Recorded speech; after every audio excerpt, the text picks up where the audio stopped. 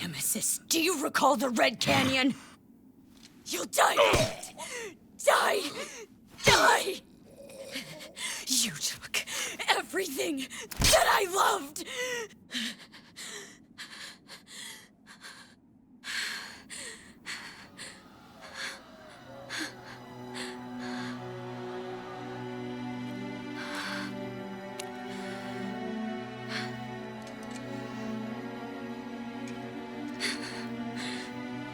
He's gone now, Mother.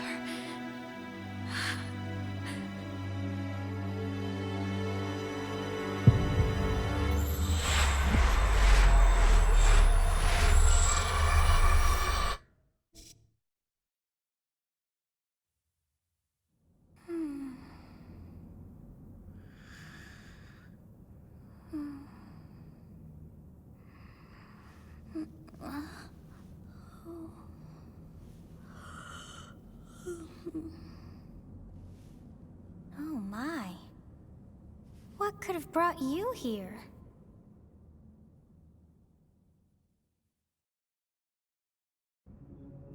I wonder how you got in here. It is most rude to interrupt a moment of repose. Very rude indeed. Now come to me. I wish to have a look at you.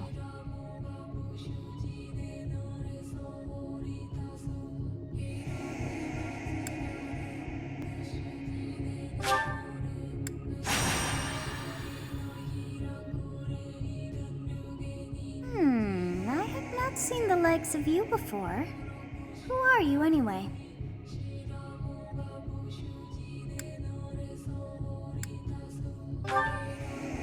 I see. Then you must have a name of sorts. Go on.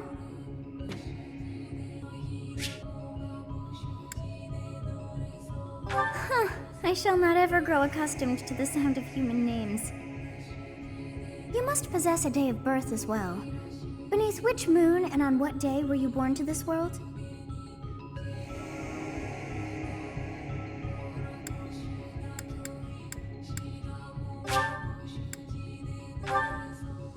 Well, wonders never cease. It seems we share our day of birth. How strange. It all feels so familiar. I think it may be time for yet another nap.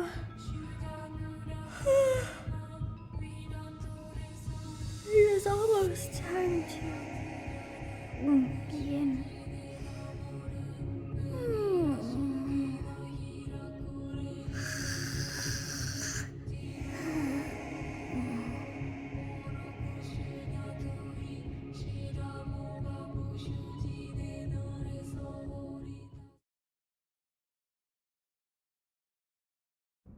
Hey, time to wake up. Were you having that dream again?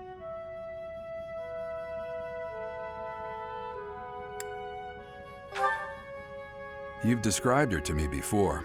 I don't think I've ever met anyone like that. In any case, just put that out of your mind for now. The battlefield is no place for idle thoughts. Risking your life is part of the job for mercenaries like us. Letting your mind wander is a sure way to get yourself killed. Okay, time to get moving. Our next job is in the kingdom. I told you before, it's far from here, so we'll need to leave at dawn. Oh, good grief. Everyone is already waiting for us outside. Gerald, sir, sorry to barge in, but your presence is needed. What's happened? Please forgive our intrusion. We wouldn't bother you with a situation not dire. What do a bunch of kids like you want at this hour? We're being pursued by a group of bandits. I can only hope that you will be so kind as to lend your support. Bandits? Here? It's true. They attacked us while we were at rest in our camp. We've been separated from our companions and we're outnumbered. They're after our lives, not to mention our gold. I'm impressed you're staying so calm considering the situation. Wait, that uniform. Bandits spotted just outside the village. Damn, there are a lot of them. I guess they followed you all the way here. We can't abandon this village now. Come on, let's move. Hope you're ready.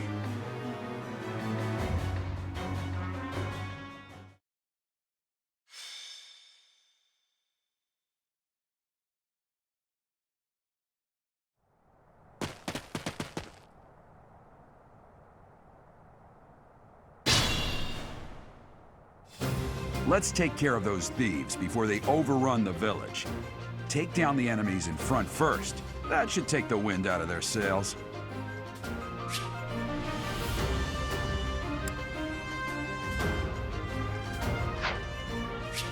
Stay focused.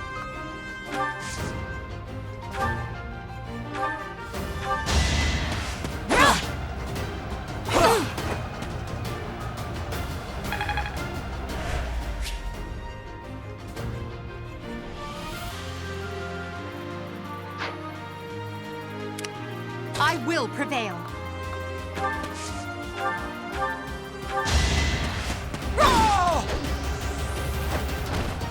Your defeat was inevitable.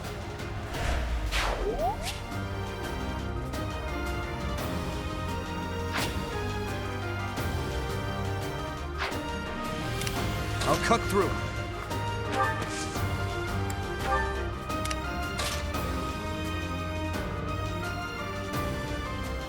Ready and willing.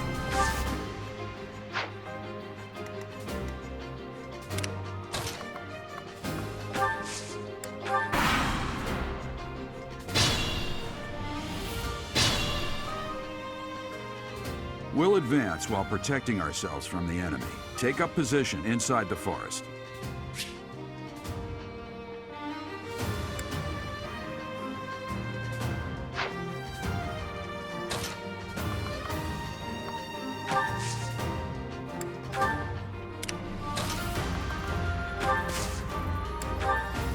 Yes, good. If we're in the forest, we can sustain their attacks without losing the advantage.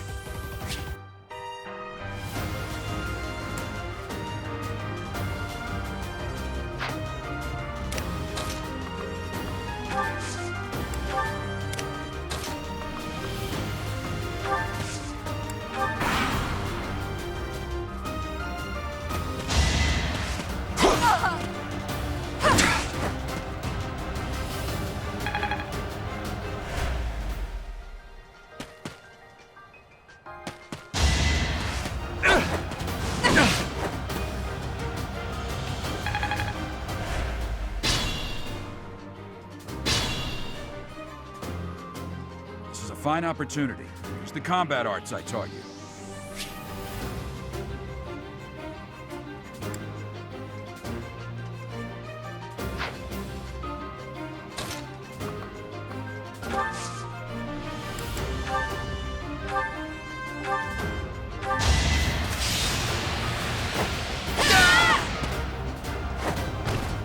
You fought well.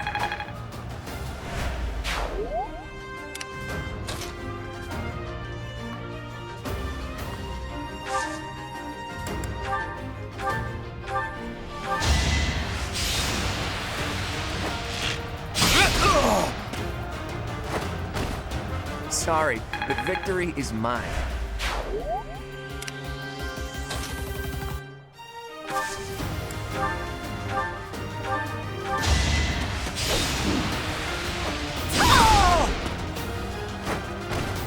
Failure is not an option.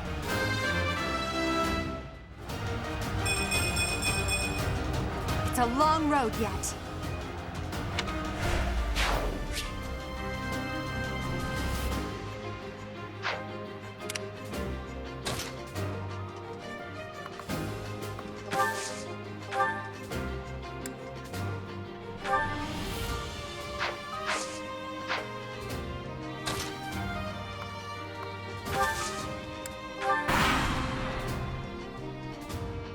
Damn! Why are there mercenaries in the village? Guess we'll have to deal with them too.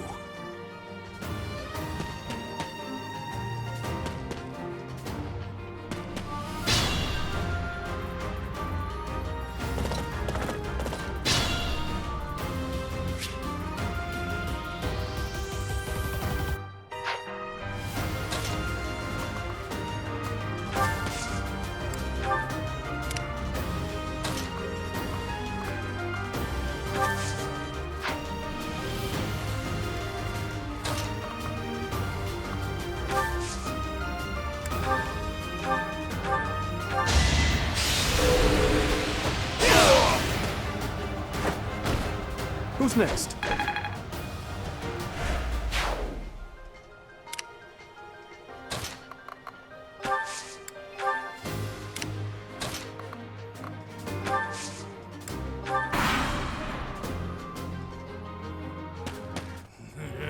I'm gonna kill you where you stand!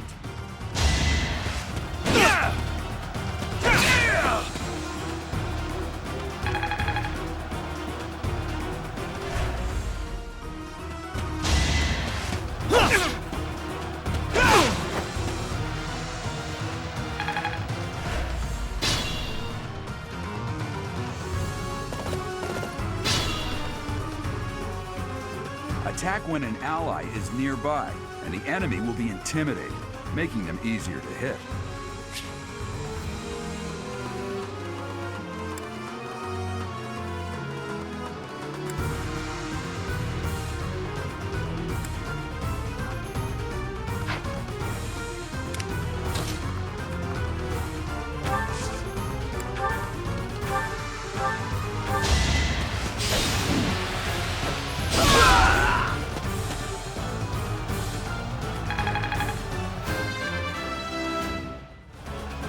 That won't do it all.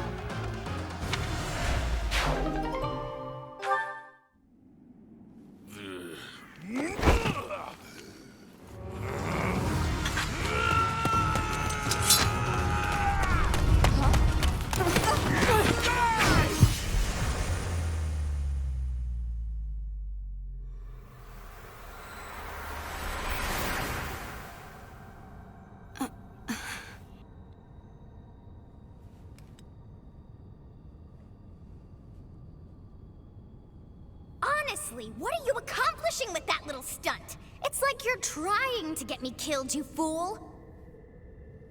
Well, it's fine. After all, if you don't know the value of your own life, you're not going to protect it very well, are you? Course not. Well then, I guess it's up to me to guide you from now on, right? You can call me Sothis, but I'm also known as the Beginning.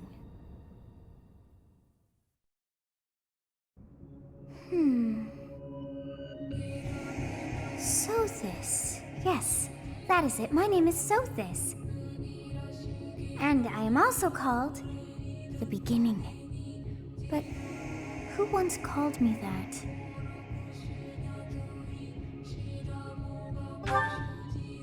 I was not able to recall my name until just now. And just like that, it came to me. How odd. That look upon your face. Did you think me a child? A mere child who forgot her own name? Phooey! That child just saved your life. And what does that make you?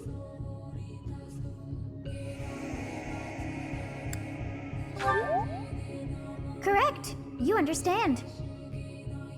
You threw yourself before an axe to save just one young girl. Yet all is well, as I have stalled the flow of time for now. You would have died had I not intervened.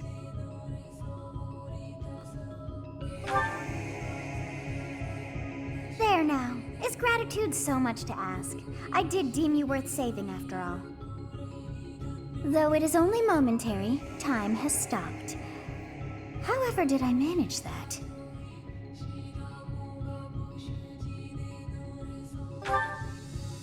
When time begins again, the axe will tear into your flesh and you will surely meet your end. How rude of you to drag me into this. Now what to do?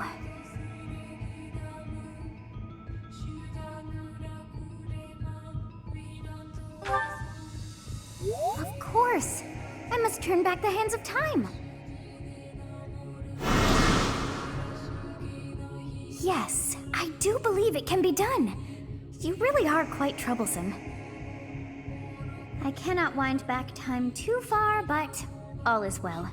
You are aware of what's to come, which means you can protect yourself this time. Now go! Yes, you who bears the flames within. Drift through the flow of time to find the answers that you seek.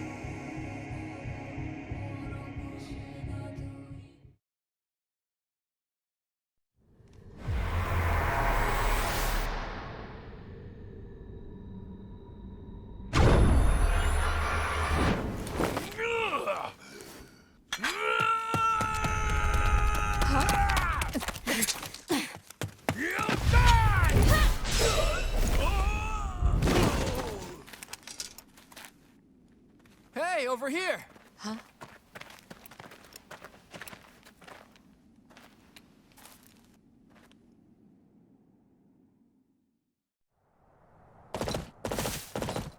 Hey, did you just...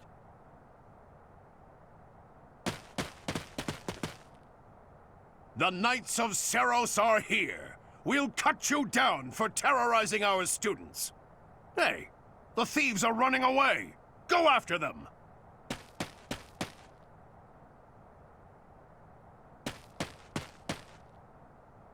The students seem to be unharmed. And who's this? Why him?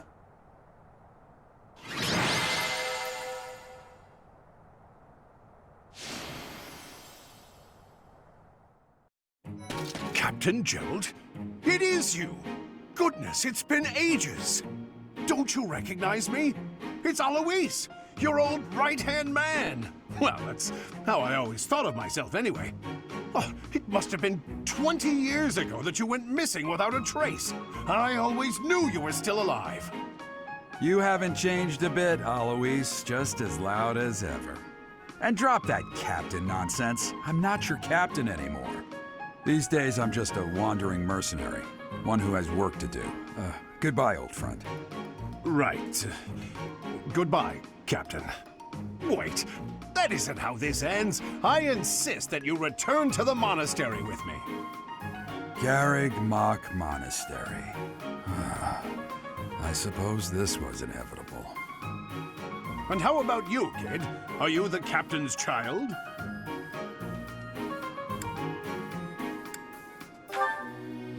Is that so?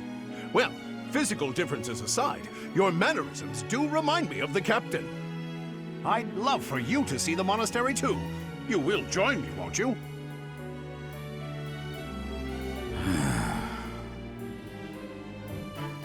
What's troubling you, Captain? You aren't about to run off again, are you? Even I wouldn't dare run from the Knights of Seros. The Knights of Seros? They do seem rather skilled. Ah, it seems your presence is required. Get going.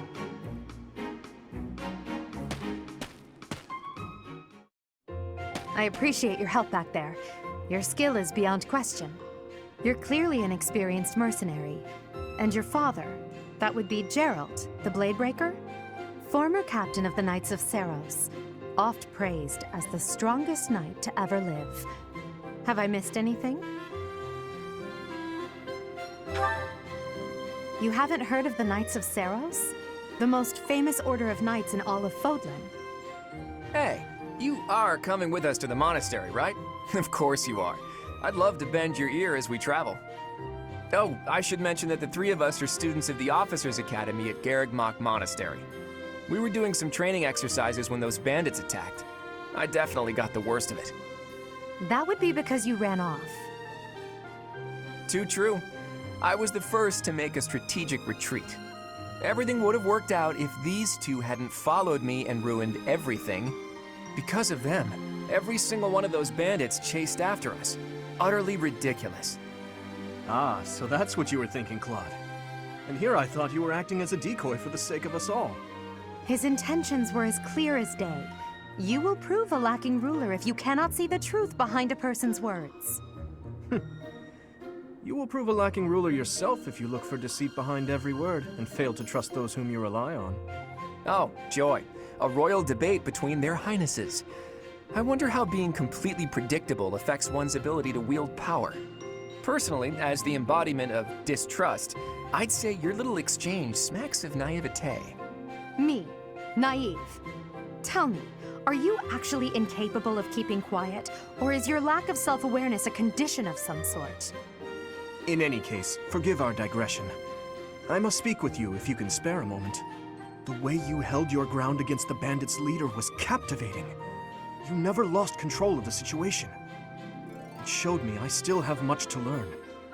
Your skill is precisely why I must ask you to consider lending your services to the Empire.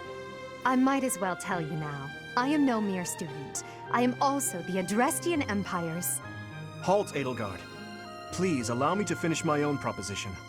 The Holy Kingdom of Fargus is in dire need of exceptional individuals like yourself.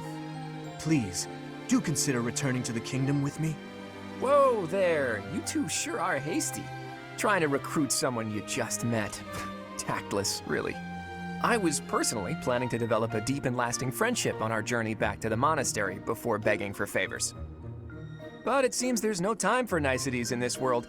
So, capable stranger, let's get right to it. Where does your allegiance lie?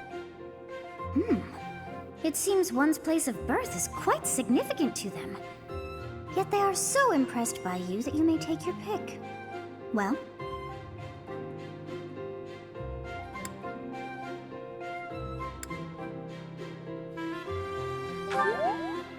Is that right? Well, that's a win for the Alliance, so I suppose I'm obligated to be happy. All right, that's enough with the small talk. It's time to head back to the monastery. Looks like we'll have to pick this up another time. my, they are in such a hurry. You know, each of the three is most unique.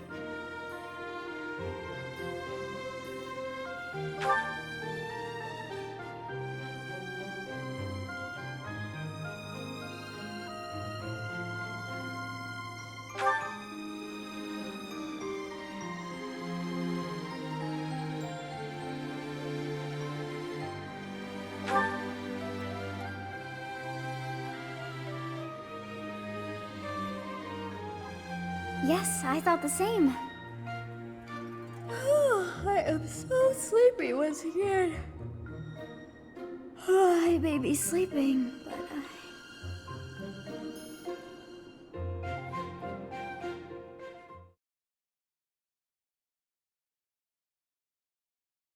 Part 1. White Clouds. Great Tree Moon. 3 houses.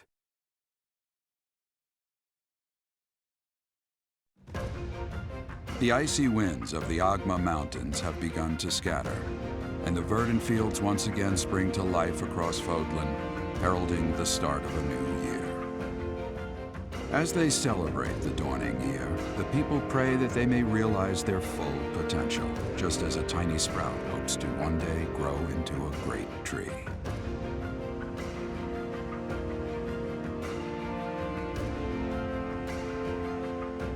The continent of Fodlan, said to be protected by a revered goddess, has existed since time immemorial.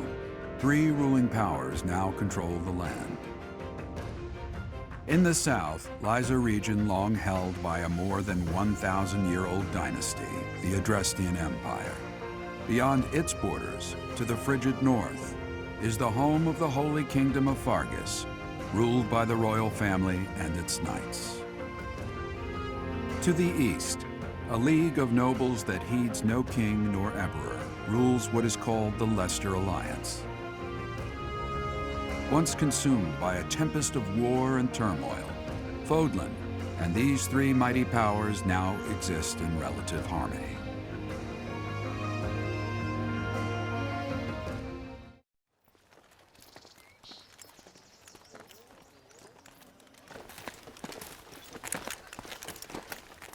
This will be your first time at the monastery. I'd be happy to show you around. It really is Fodlan in a nutshell. The good and the bad.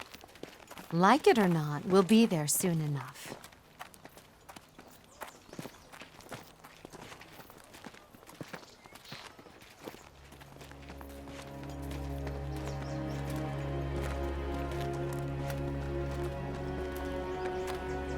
There it is. Garrick Mock Monastery.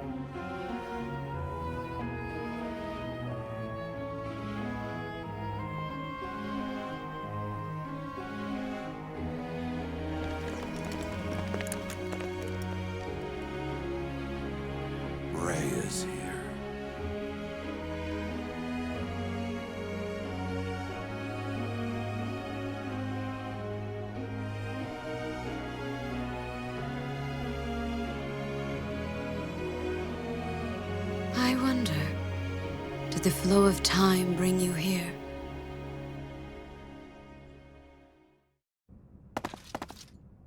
It's been years since I've last set eyes on this place. To be forced to see her now, I've never spoken of this to you before, but many years ago, I was a knight here. I reported to the Archbishop, Lady Rhea.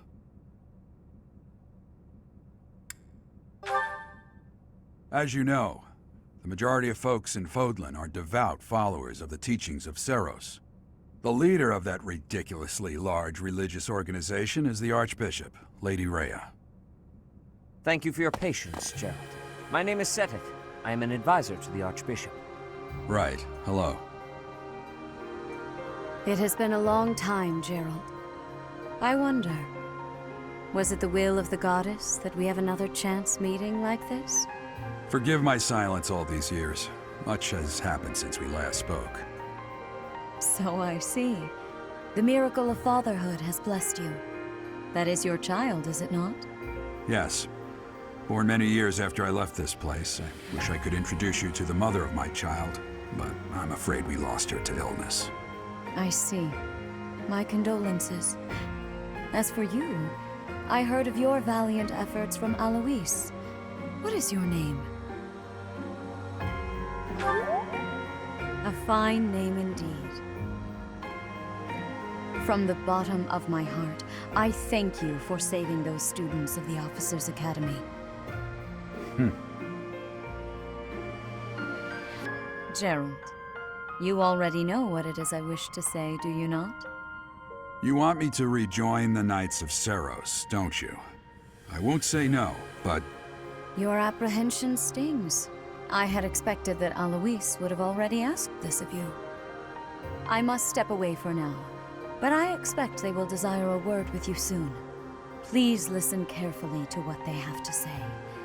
Until tomorrow, farewell.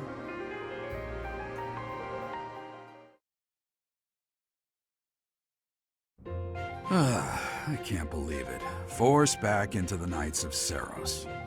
I'm sorry I dragged you into this. Looks like I'll be stuck here for a while. And I'm afraid your services are requested as well.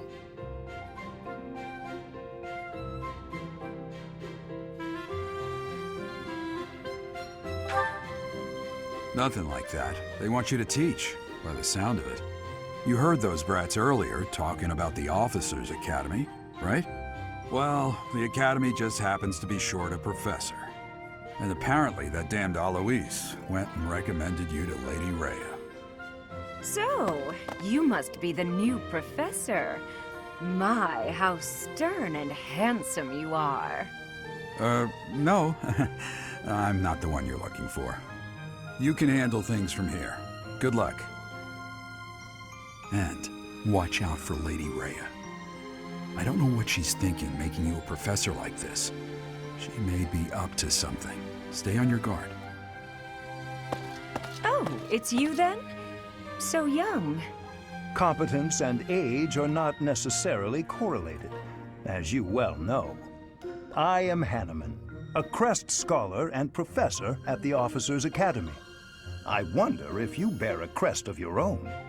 When next you have a moment to spare, I insist that you pay me a visit so we can delve into the subject further. I'm Manuela. I'm a professor, a physician, a songstress, and available. It's nice to meet you.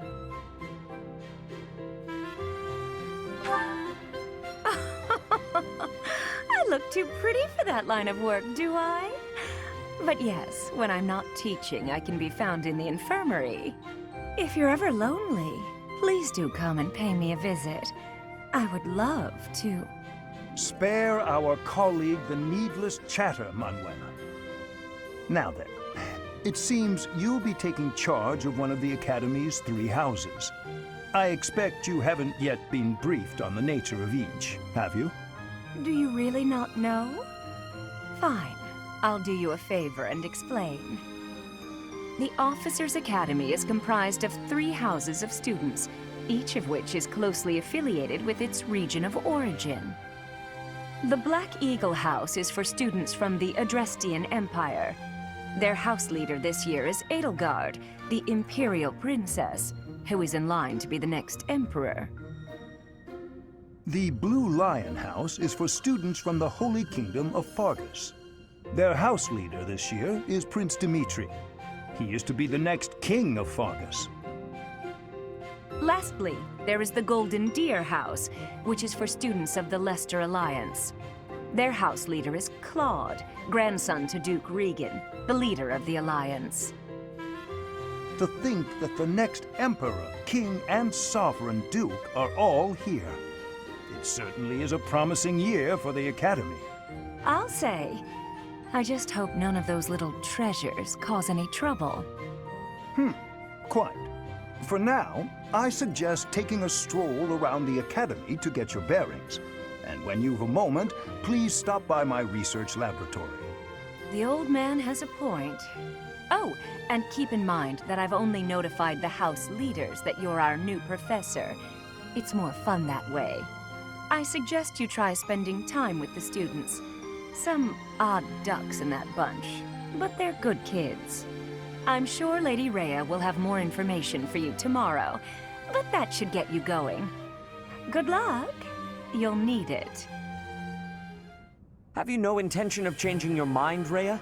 Appointing a stranger, a child no less, as a professor at our esteemed academy is... I have made my decision, Seteth. I know worrying comes naturally to you, but there is truly no need. That stranger is Geralt's flesh and blood, after all. I can't say that's all too comforting. How trustworthy is this Geralt character? Is he not the man who went missing after the Great Fire 21 years ago? I would remind you that Flayn is now here with us as well.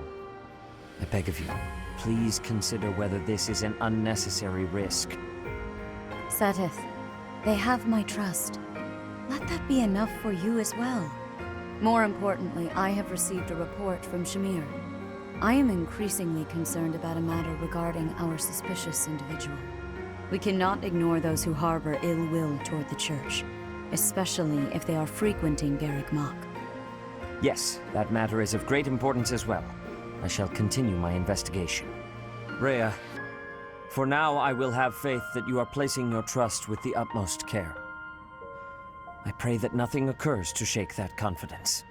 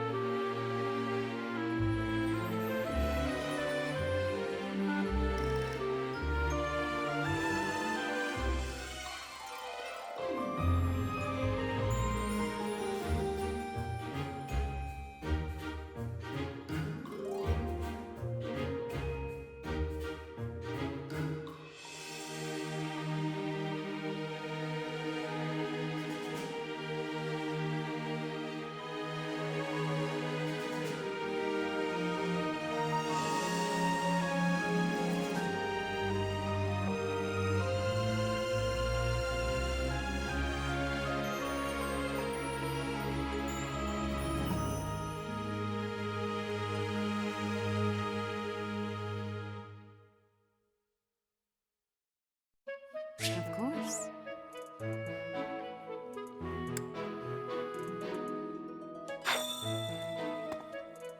I assume you are already aware that you will be teaching here at the Officers' Academy, correct? To start, please speak with the 3 house leaders. You should also take a look around the Academy and acquaint yourself with your new home. That is your first task here at the monastery. Please let me know if you accept it. Once you have finished, come and speak with me. May I ask a favor of you?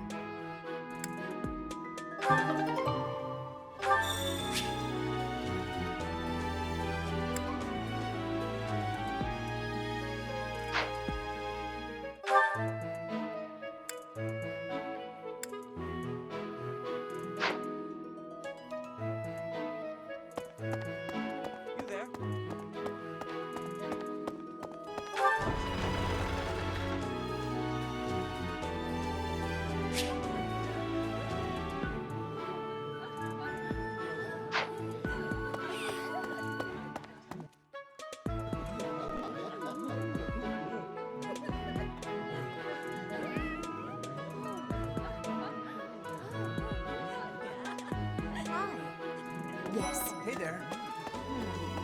So, you've accepted a teaching position here. Pity. I was hoping you would lend your strength to the Empire. I never properly introduced myself, did I? My name is Edelgard von Hresvelk. I am the princess and heir apparent of the Adrestian Empire. I wonder if you'll be tasked with leading the Black Eagles. I hope you've had a chance to meet everyone. Would you like to know more about any of the Black Eagles? Me? Well, some think I'm a bit distant, arrogant even, but there's little to be done. One day I must rise to become Adrestia's next emperor. What else? Well, it seems to me that we may have similar personalities.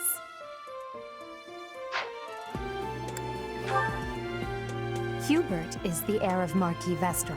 He has served me since I was a child. You may think his blood runs a bit cold, but actually that's rather accurate.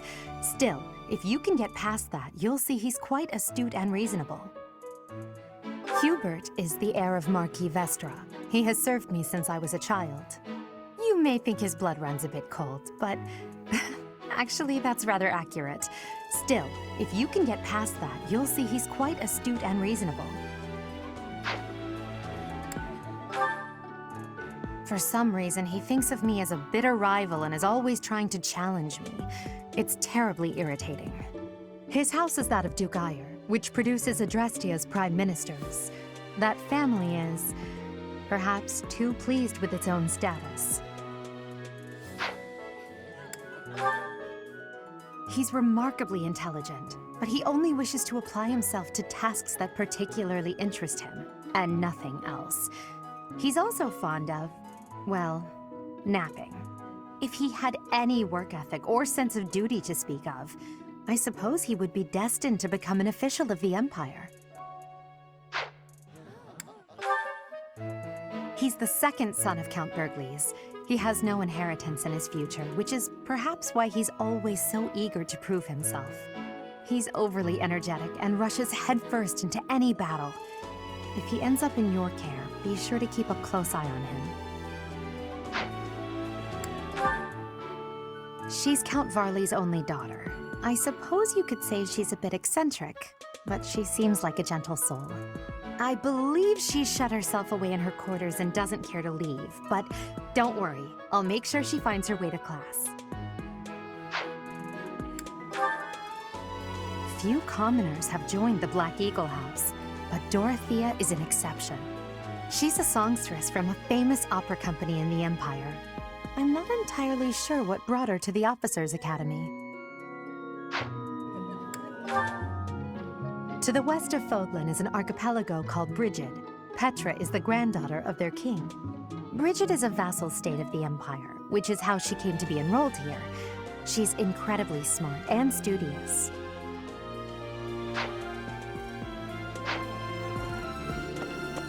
Yes.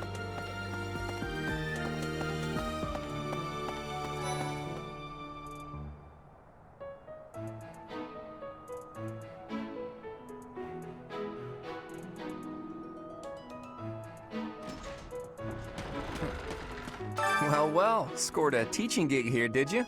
Talk about a great first impression. I guess that means I'd better introduce myself properly. I'm Claude von Regan. I'm from the ruling house of the Leicester Alliance, but don't worry too much about all that madness. I'm guessing you don't know which class you'll be teaching yet, do you? I bet you'd like ours. we're not as difficult as the other two. Have you met the folks from the Golden Deer House yet? Care to know more about anyone? Piqued your interest, have I? As luck would have it, I'm pretty curious about you as well. But what's life without a bit of mystery? Let's just spend the next year or so learning about each other little by little.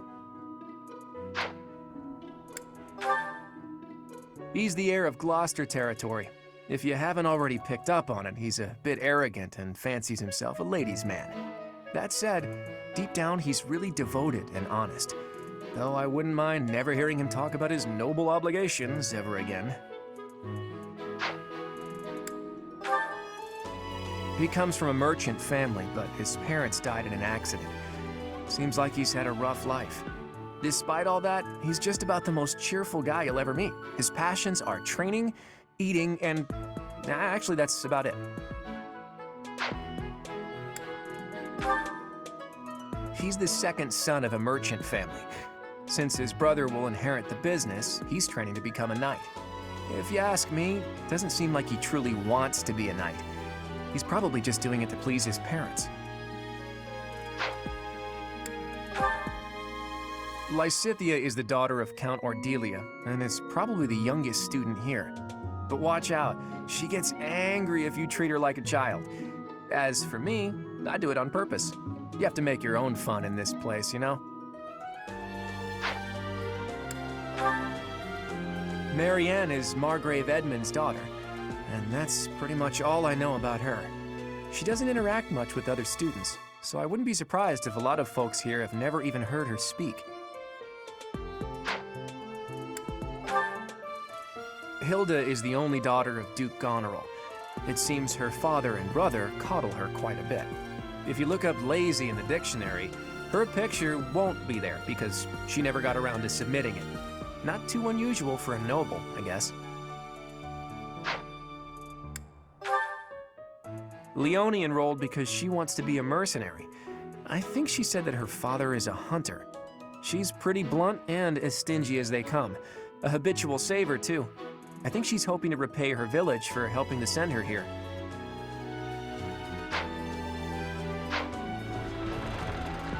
Yeah. Right. Please accept my apologies for the other day. You came to our aid, yet I hadn't even the courtesy to properly introduce myself. I am Dimitri Alexandra Blaithid, Crown Prince of the Holy Kingdom of Fargus. Of course, at the Academy, I am simply a student. And I've heard word that you are to become a professor here. Delightful news. I still have much to learn, but I'm confident I could benefit greatly from your guidance. In any case, welcome to the monastery. I hear you're investigating the different houses here. Did any of the Blue Lions catch your attention? Me?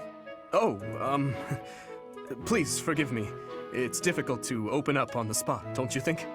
I'm afraid my story has not been a pleasant one. I do hope that doesn't color your view of me, but I understand if that can't be helped. Hello. Dedu was born in Dusker, and has been loyally working in my service for the past 4 years. He's rather taciturn, but once you get to know him, you'll see he's a kind and good-natured young man. Felix is the heir to House Fraldarius. He has a bit of a sharp tongue, but don't let that fool you. Deep down, he's a good guy. He gravitates toward people who are skilled. Perhaps you would enjoy a friendly competition with him sometime. He's the adoptive son of Lord Lenato of Castle Gaspar, but I hear he was born a commoner. He has an extremely earnest personality, so I'm certain he will approach your lectures with great enthusiasm. Sylvain is the heir to House Gautier. He is a capable person who highly values his friends.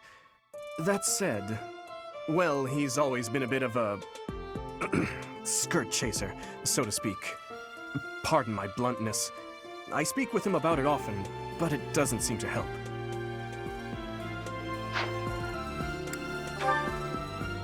I hear she was born to imperial nobility, but a twist of fate brought her to the kingdom. She may seem carefree on the surface, but she's actually a kind soul who pays careful attention to everyone around her. Annette is Baron Dominic's niece. She is a talented student who scored extremely high marks at the Royal School of Sorcery. She's cheerful and hardworking. Brilliant, really.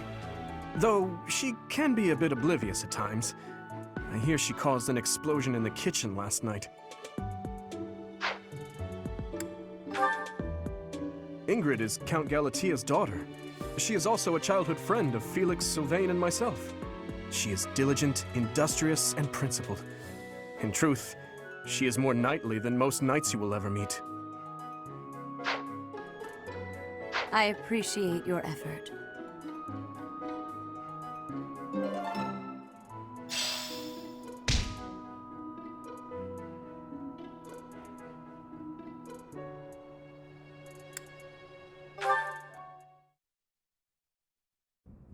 How are you enjoying your time at the Academy thus far? I hope you have found our halls brimming with the vitality of well-intentioned souls. I suppose it is time for you to take charge of one of our 3 houses of students. I must note that I am personally against entrusting someone as lacking in trackable history as yourself with such a task. But it is as the Archbishop desires. The Black Eagles, the Blue Lions, and the Golden Deer. All so different. I hope you've made it a point to get to know each of them. Since you are new here, we have decided to allow you first pick.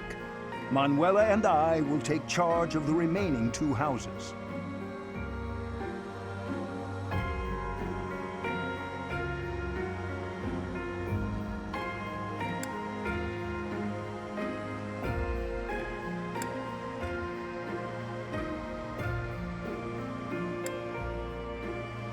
So you have chosen the Black Eagles led by Edelgard, correct? Your heart has made its choice, then. All I ask is that you guide these open minds with virtue, care, and sincerity. They are all promising youths who bear the weight of Fodlan's future upon their shoulders. I hope you appreciate what an honor it is to lead them. Brother? Oh, I am so sincerely sorry. I did not mean to interrupt. I'm in the middle of something, Flane. Is it urgent? No, it's nothing. More importantly, who is this? This is our newest professor at the Academy. Oh my! A new addition to the Officers' Academy! I am so very pleased to meet you, Professor. I am Sedith's little sister, Flame. I am so happy to make your acquaintance. Let us focus on the topic at hand. There is something you should be aware of. In a few days' time, there will be a mock battle between the 3 houses, intended to gauge the current progress of the students. We will be using this battle as an opportunity to ascertain your own abilities as well. Please do not disappoint the Archbishop. That is all.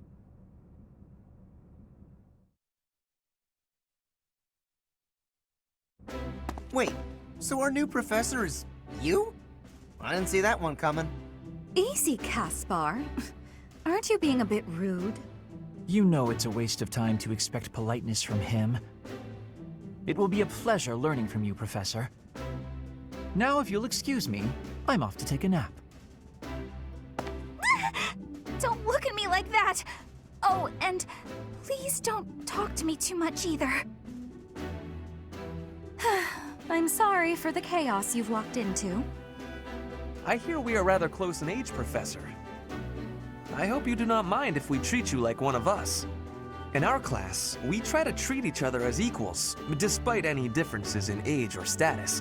Personally, I would love to include you in that inner circle. You have a gut, Professor. I will take great joy from your teachings. Petra, I believe you mean to say that our professor has guts. That's a bit different from having a gut. You can't go around saying someone so slim and attractive has a gut. Oh, please take my apologies. I have not yet mastered this language. Professor, I want you to know that it's perfectly acceptable for you to treat me as you do the others. I may be the Imperial Princess, but here at the Academy, I'm just another student. That said, know that I have high expectations of you, and high hopes. But I'm certain you can lead the Black Eagle House to greatness. Sure, sure. Now let's break the ice with a training session. I want to see our new teacher in action. Why will the ice be broken? Is this a custom I have missed in my studies? Not real ice, just the ice of, well, it just means let's get to know each other. I don't want to train. Let's stay in the classroom and learn from a book. Let's all calm down and have a nice cup of tea, how about? Doesn't that sound lovely, Professor? I know we all agreed to treat each other as equals, but there is a limit to what I can tolerate. The esteemed Black Eagle House requires order.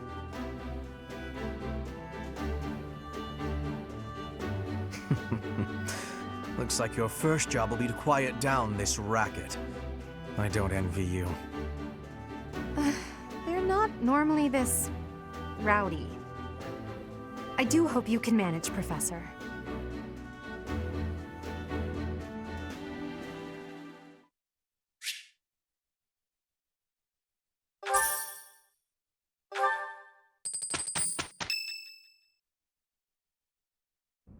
Say, while you're here, I'd like to use this device I designed to determine whether the power of a crest resides within you. Won't hurt a bit. Promise. You don't know about crests? Well, allow me to tell you everything, absolutely everything about them. Is your calendar clear? This will take a while. Crests are a fascinating topic, but before one can dive deeply into said topic, one must first understand what crests are. They are power incarnate. They are said to have been bestowed upon humans by the goddess countless ages ago. They exist within the flesh and are passed down through bloodlines. Those who carry crests may excel at magic, display exceptional strength, or any number of boons. Each crest has its own power, the nature of which is beyond mortal understanding. For now. I suspect as much, yes. But we won't know for sure unless I look into the matter. As I said, crests are passed down through the blood. However, just because someone carries a crest does not necessarily mean their descendants will inherit it as well.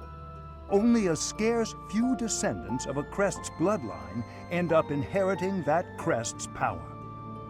Perhaps one of your ancestors bore a crest, and you just happen to inherit it. That is how a crest usually presents itself, after all. Yes, of course. I'll get to the bottom of it straight away. Now then, please go ahead and hold out your arm over this device here. What is this? A pattern I've never seen before. Is it possible an as yet undiscovered crest has been detected?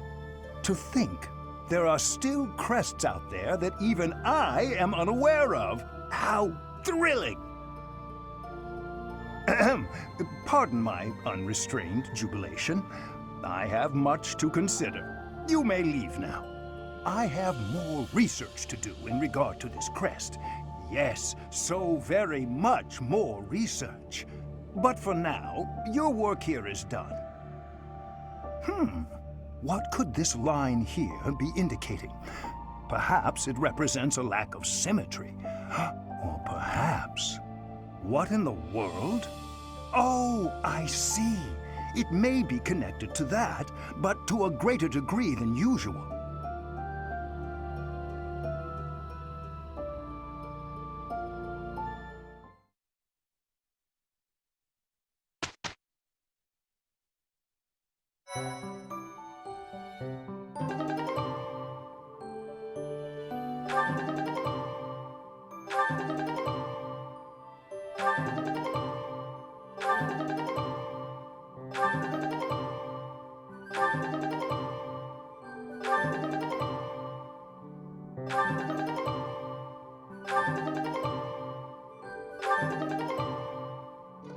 With each moon, professors of the Officers' Academy receive a schedule for the month ahead. It notes the days on which events and missions will take place that month. Pay careful attention to your schedule, so that you may thoughtfully plan what you intend to do each month and when.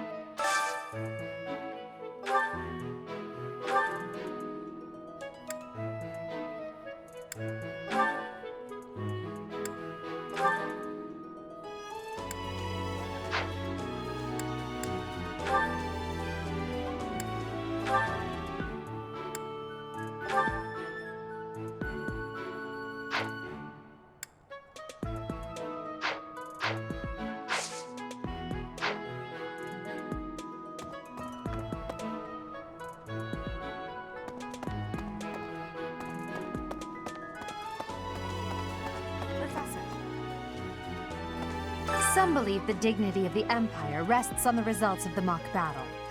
That's an overstatement, of course. Still, we must do our best to prevail. You should take the time to learn each student's abilities. Perhaps some extra lessons and training sessions are in order? You look as if you have no idea what's going on here. I know my way around, so I'm happy to help you find your footing. The monastery has some exceptional facilities that everyone who lives at the Officers' Academy is welcome to make use of. For example, you can enjoy a meal with your students at the dining hall, or take part in some one-on-one sparring at the training grounds. I suggest visiting the various facilities whenever you have the time to spare. It's a great way to get to know the students, faculty, and various workers here. Have you noticed the bulletin boards placed around the monastery? Those contain requests people have posted, as well as helpful information from the market. If you prove yourself by helping people with their requests, certain facilities here will become available for your use. The bulletin board is updated frequently, so I suggest checking it at least once a month. You should take your time when speaking with everyone, but when it comes to using the facilities, well, you need to be more careful about that. If you use them without planning ahead, your free time will be gone before you know it.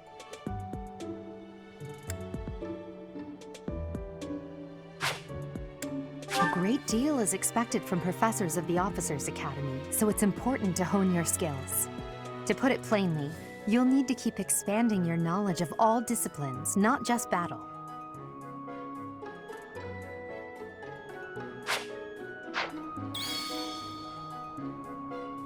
Dimitri and Claude are the leaders of the other two houses. Do not underestimate them. When we take the field, it would be best not to engage the both of them at once. Listen to this.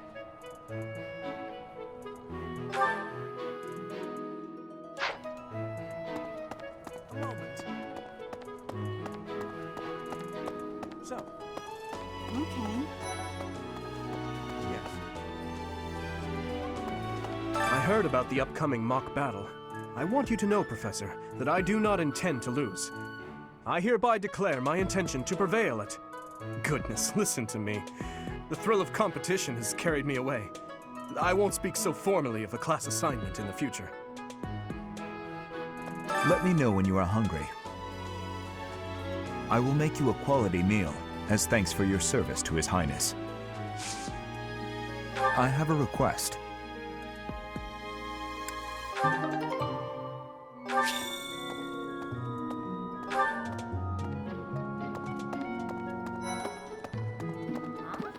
Hey, Teach. I hear there's gonna be a mock battle between the houses. I'm not gonna lie, I'm a bit concerned about facing an elite mercenary like you. Maybe take it easy on us. What do you say? Oh, Professor! Have you adjusted to life at the Academy yet? Me, I'm still not used to it. I'm not one for all this studying and training. That's so.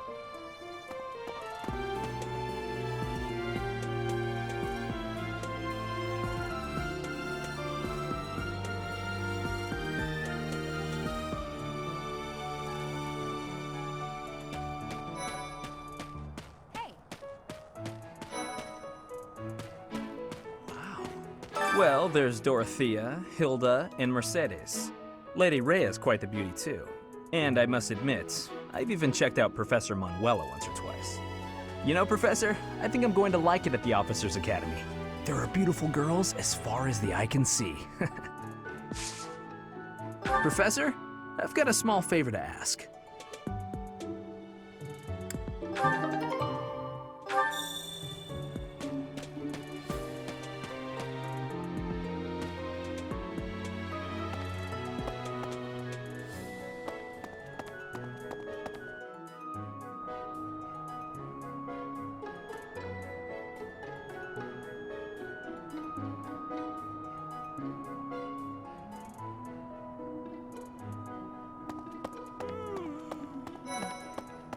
Anyway.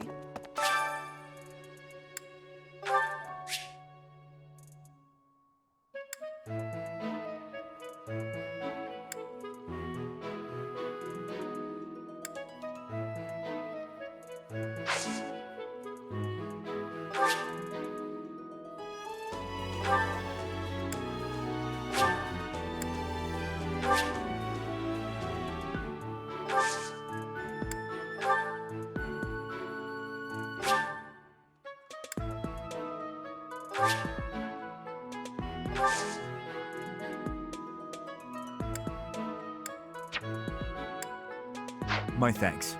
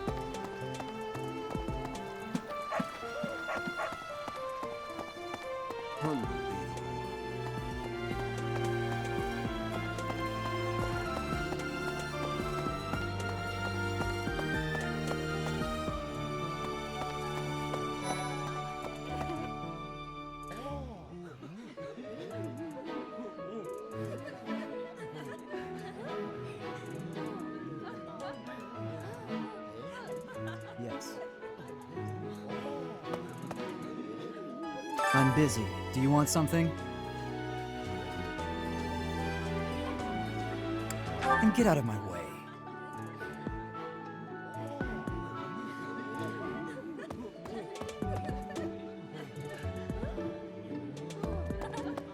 Hello there, Professor. Well, I call you that, but I am afraid I am not a student here myself.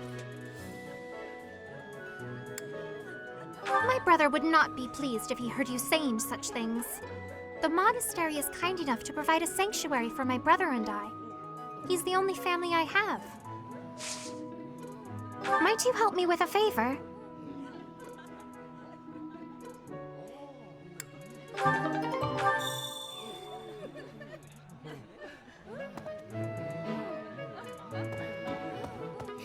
Yes.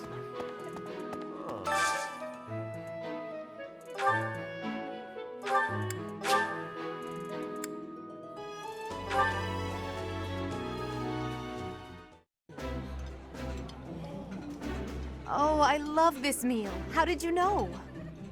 Ooh, this is my favorite. You've got great taste.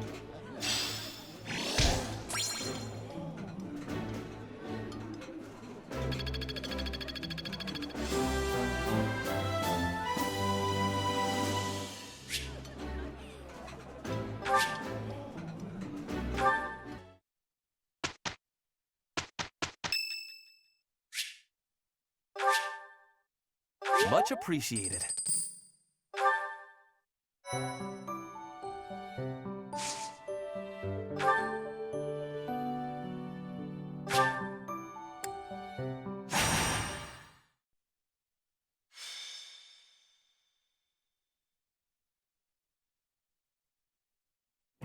It's It's finally time for the mock battle. This is my chance to measure your worth as an instructor. Do you think you can rise to the challenge? So confident. This will be interesting. Each of us has undergone strict training. We're prepared for anything that comes our way. That means there's no need to hold back. Show us what you're capable of. Hey there. Did we miss our invite to this strategy meeting? No, no worries. We'll just join in now. Simply tell me your weaknesses and you're welcome to stay. But is there enough time to cover them all? Ah, so you can't win unless you know my weakness. Poor princess. You really should believe in yourself more. I spare no effort when pursuing victory. As a master of schemes, I should think you would understand. Schemes? Me? I have no idea what you're talking about. I plan to fight fair and square as ever. Hearing the words fair and square from Claude can only be a bad omen. Your Highnesses haven't known me for very long, but you already have me figured out, don't you? No need to poke fun. I will fight with honor. That said, I will fight to win. Yes, and the same is true of us. Right, Professor?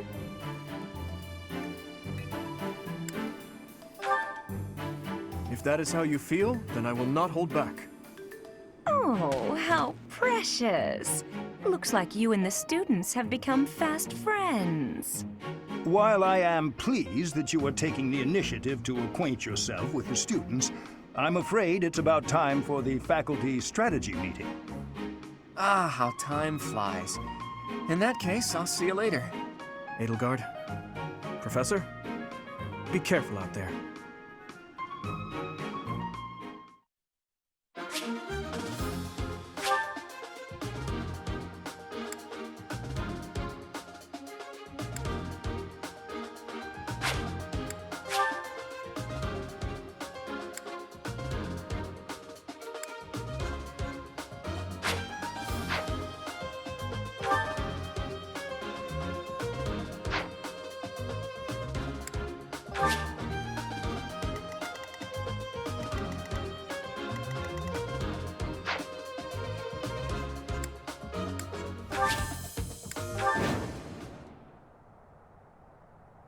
The mock battle is finally here. Will you lead us to victory? I'm sure you already understand, but the house that defeats the other two is declared the winner. Incidentally, I'll be overseeing this mock battle, so listen well if you want to win. Stay focused. I will prevail. As you wish. I am Ferdinand von Eyre. Battle. None of your shallow tactics are required, Claude. Ignatz and I will dismantle the opposition. Me? But I'm not ready. Are you making light of our new professor? If you drop your guard, you're gonna get hurt. Ash, can you move to the front lines? I want to lure the enemy this way. Got it, Your Highness. Leave it to me. Once you finish preparing, make your move.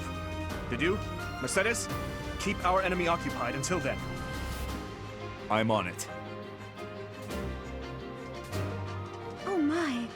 We'll try our best.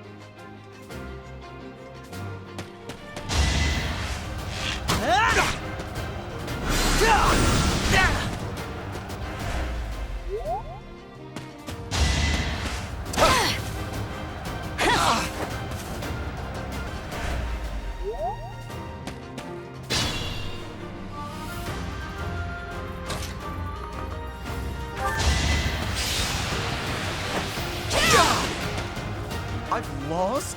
Oh, unthinkable.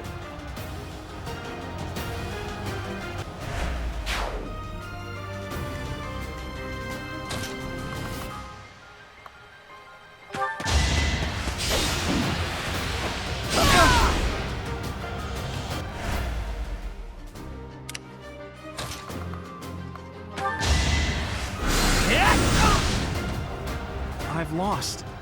The new professor is quite a commander.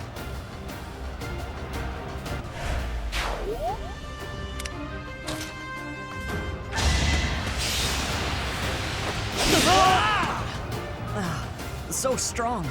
Have to do better next time.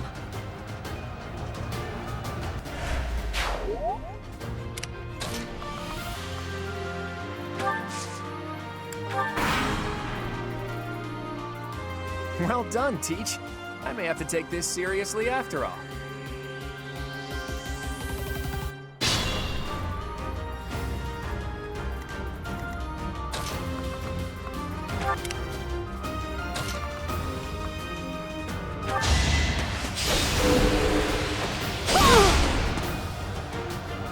No. This is as far as I can go. Well, how was that?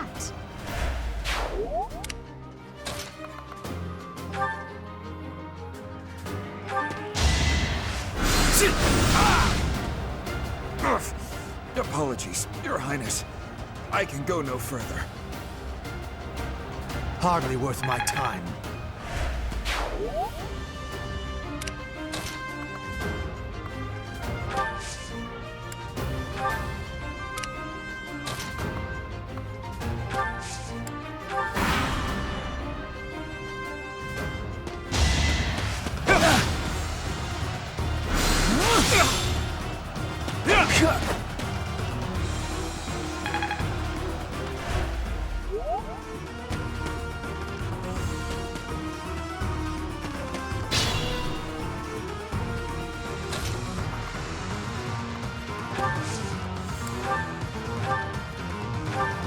You're a tough opponent, but I refuse to yield. Do not fool yourself into believing I will hold back.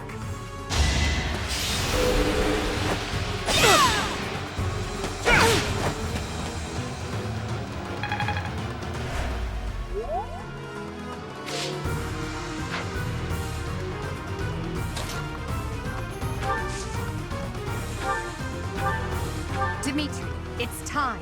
We can finally settle the question of who's stronger. Very well. I accept your challenge. With you as my opponent, I won't hold anything back. I would expect no less.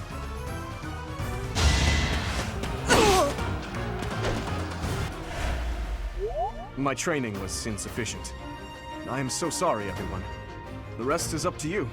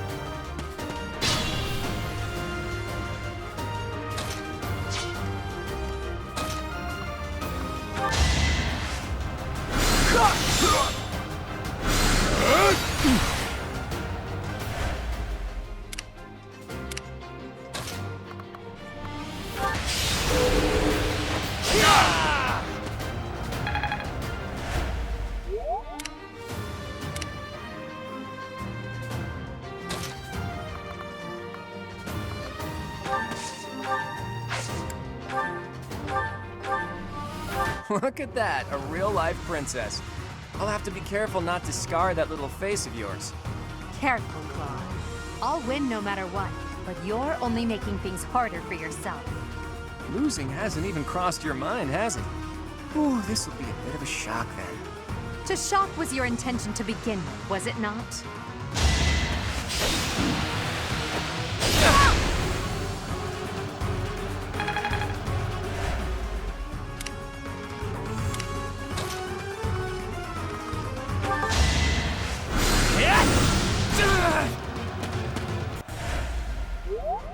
I hate losing. I guess I'll just have to settle for cheering the others on.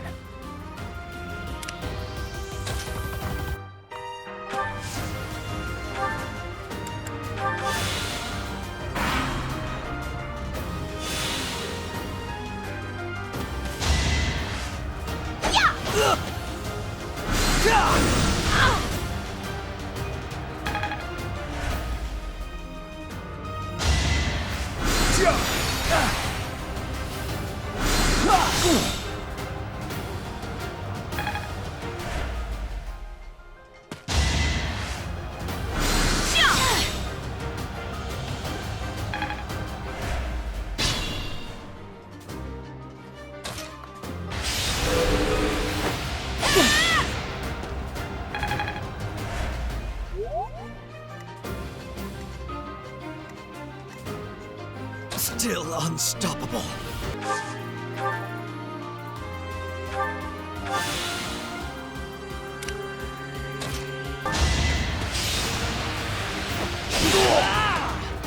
My goodness. The leadership of someone with actual battle experience is, well, I was as good as useless. Only a fool challenges me. Hey, you didn't compliment me like that when my class won last year.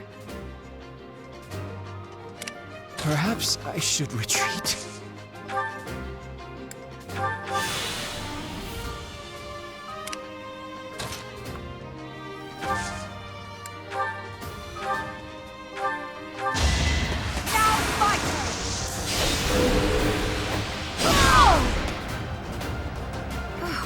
Well done. I nearly wound up a patient in my own infirmary.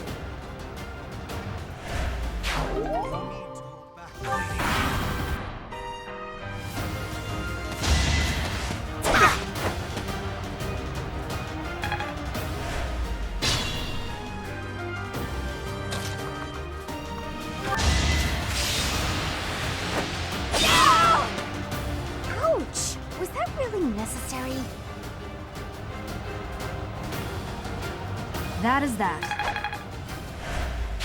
All right, that's that. The winner of this mock battle is... the Black Eagle House! Even though it was just a mock battle, we defeated both houses masterfully.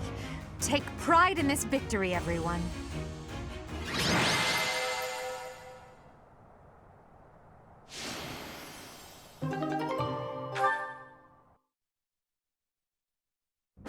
Excellent work today, Professor. Though our victory should come as no surprise.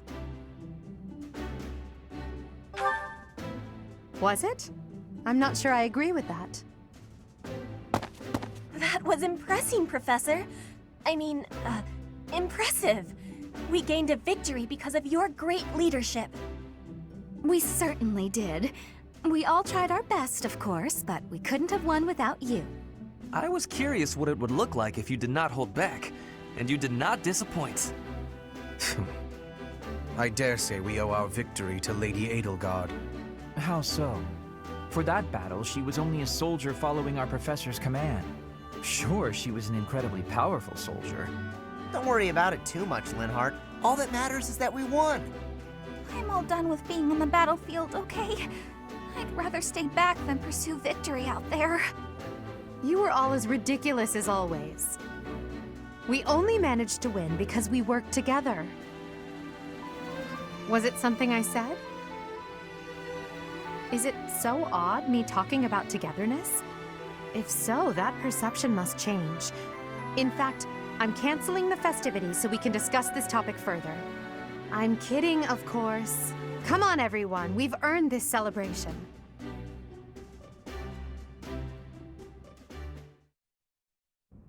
Your work with the students was remarkable. I can see Geralt trained you well. I do hope you were able to use the occasion to bond with the students. I'm so happy to hear it. Nothing would please me more than if you used this coming year to grow closer still. Of course, the mock battle was mere practice. The real fight is the Battle of the Eagle and Lion, which will take place during the Wyvern Moon. You are expected to properly train your students so as not to humiliate the Academy during the long-held tradition that is the coming battle. As for today, I have called you here to tell you of your mission for the month ahead. Your class is to dispose of some bandits causing trouble nearby. Those affiliated with Garrigmach Monastery have a moral obligation to help those in need, regardless of social standing. Students are no exception. Each month before the newly birthed moon departs, each house of students must complete their assigned mission. You shall work to complete the task at hand alongside your students and report back to the Archbishop before the deadline. Understood? I will soon provide you with the necessary details for your first mission. If I told you now, I expect you would only forget, and I despise repeating myself. I can sense something special within your heart. I have high hopes for you. Bandits, they say.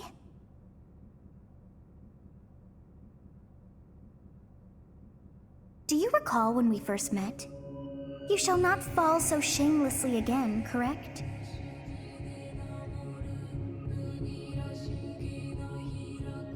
Have you no words for me?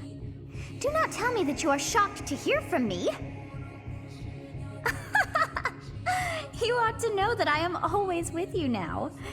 To hear my voice should not come as a shock.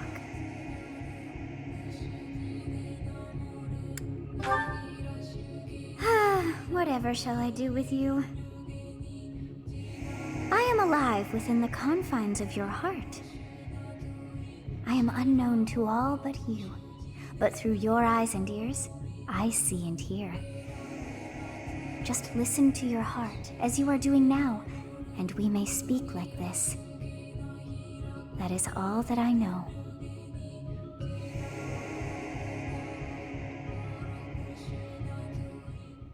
What is this nonsense? All I was told was to kill as many noble pipsqueaks as possible.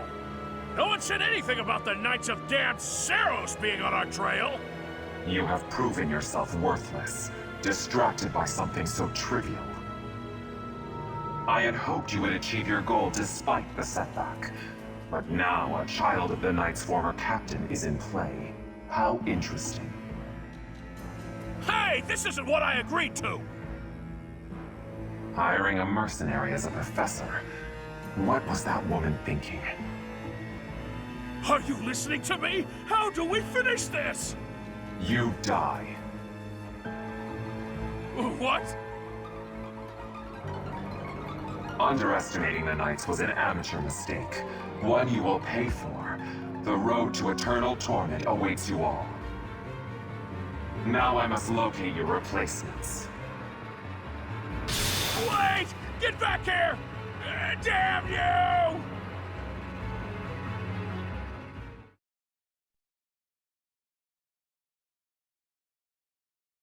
Part 1. White Clouds. Harpstring Moon. Familiar scenery.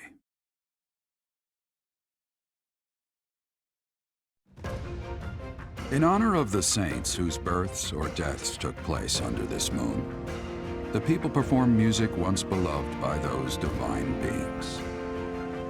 Whether by harp, by flute, or voice alone, joyous melodies are shared between farmers as they sow their seeds across the vast plains of Tailteen and Gronder.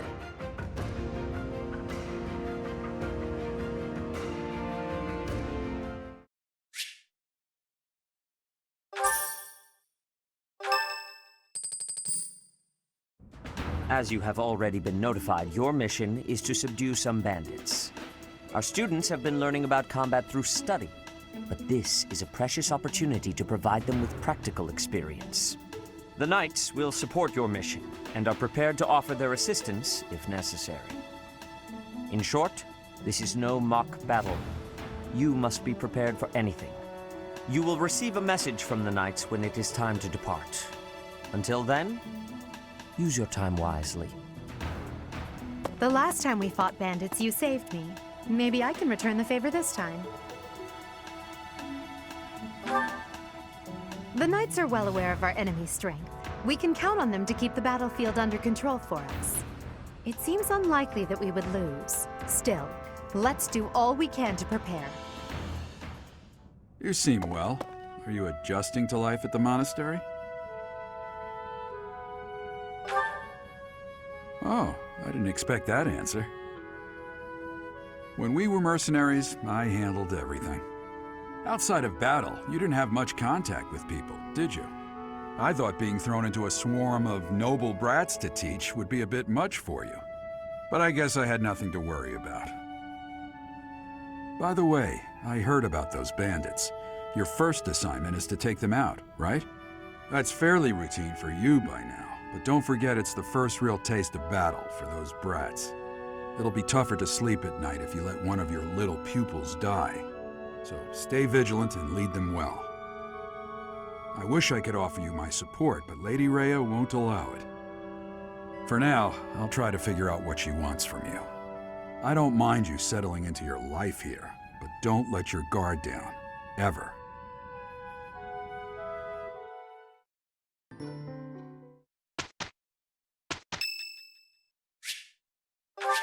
Thank you so much.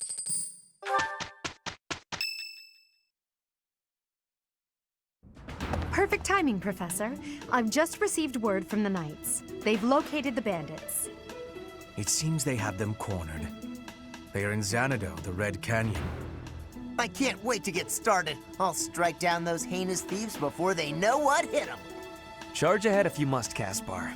Just do not put the rest of us in danger. I'm going back. I won't be of any help anyway, and I don't want to get hurt. Don't worry, Byrne. It's just some bandits. We'll have no trouble at all. Don't get ahead of yourselves. Unfounded optimism isn't a great strategy. Let's just get this over with. There is nothing to get over. We will work with each other to achieve our mission. It's time, Professor. Give us our orders and let's move out.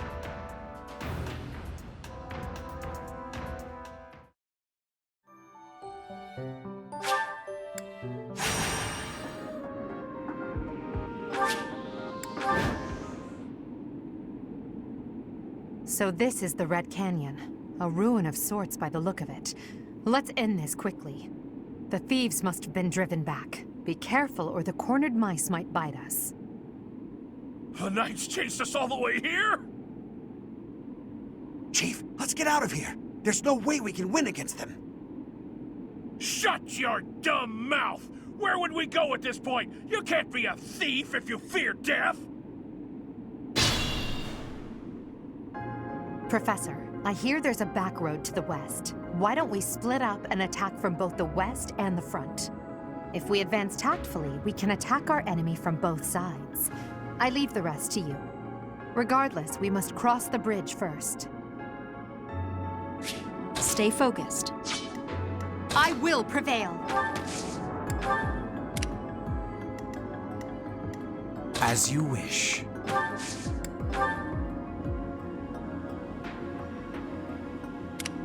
I am Ferdinand von Eyre. Put me in there. Oh no.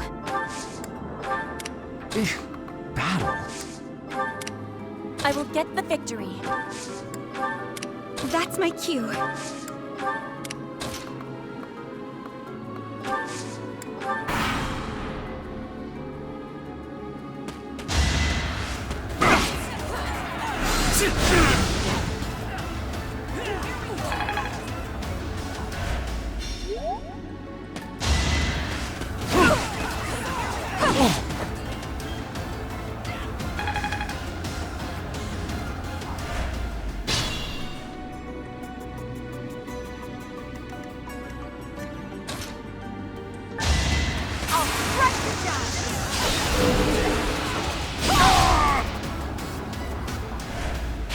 No need to hold back, milady. Regrettable, but there was no other way.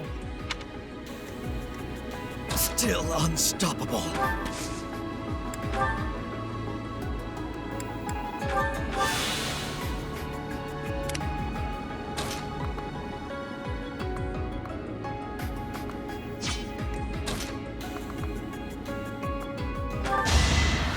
Guess I have to. You're better than I thought. I killed them. What have I done? The blood.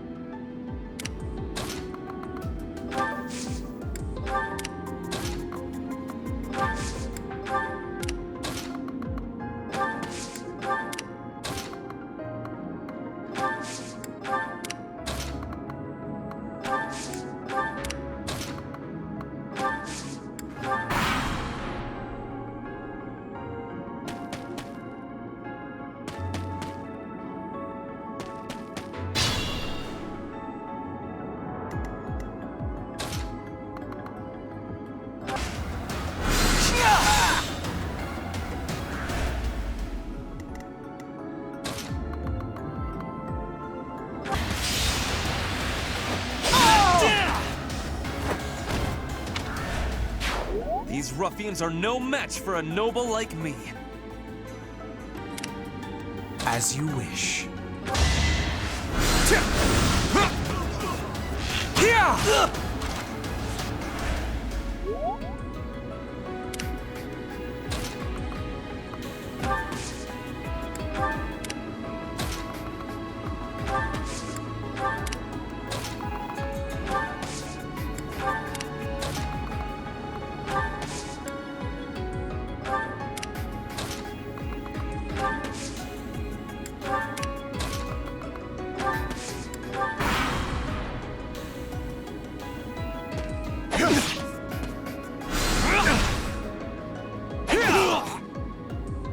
Rendered useless.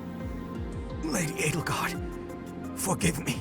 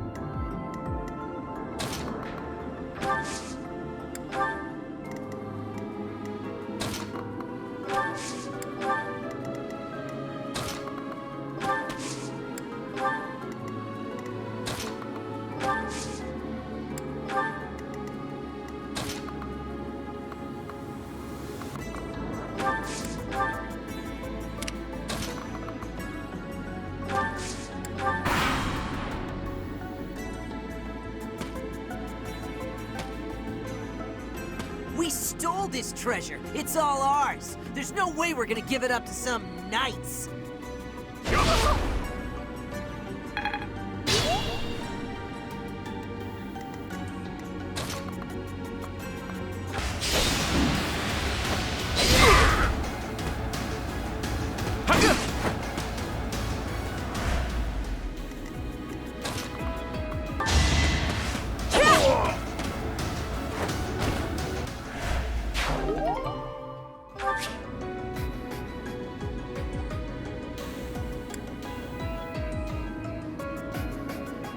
People and beasts are as one. Calm your heart, and do not be worried about this killing.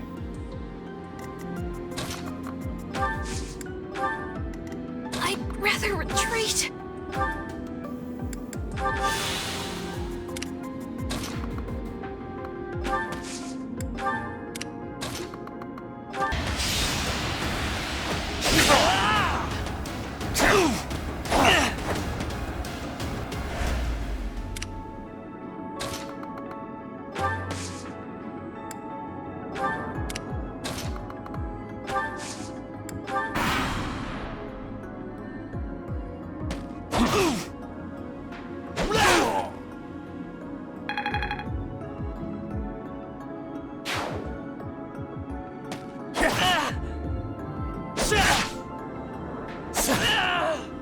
So shameful. How could I fall like this?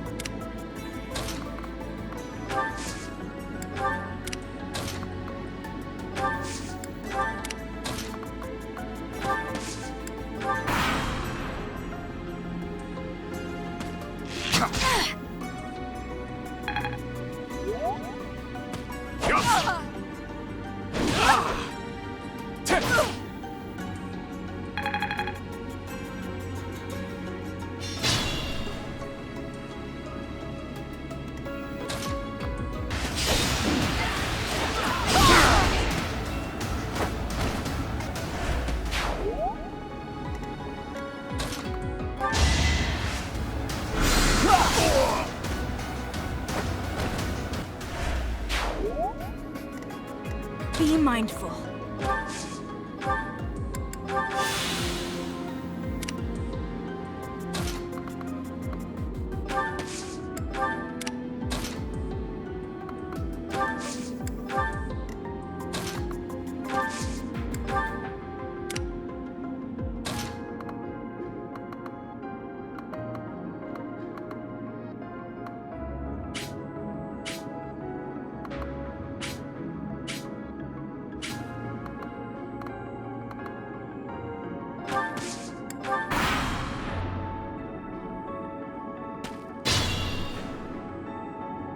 Stay focused.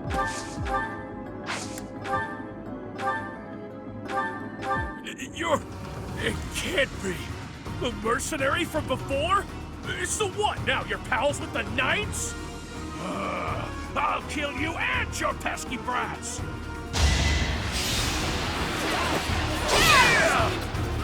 Predictable.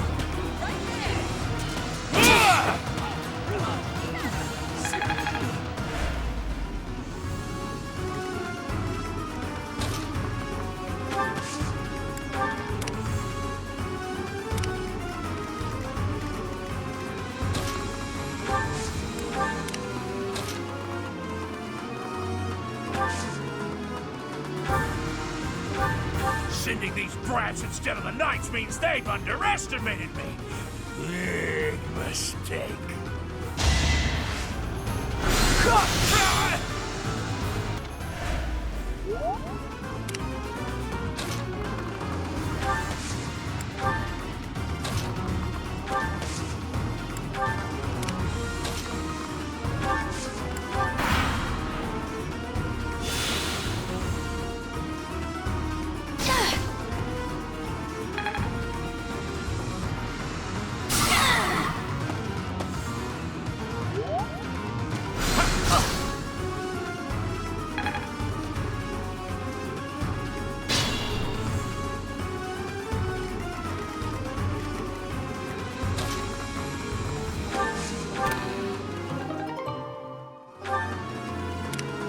Be mindful.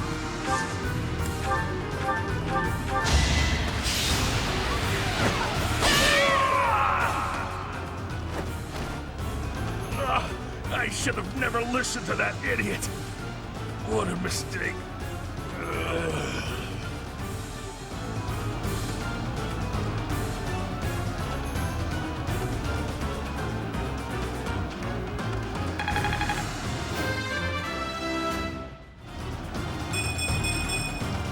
Another step forward.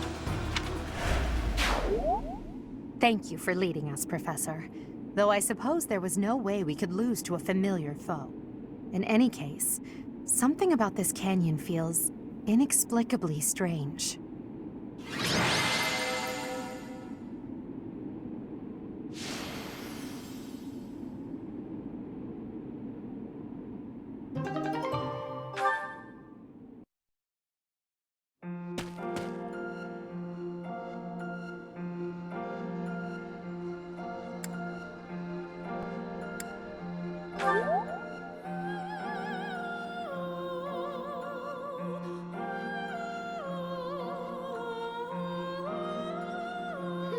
I wonder why it is that you recall this place. You must be weak of heart. Each time I speak, it scares you so.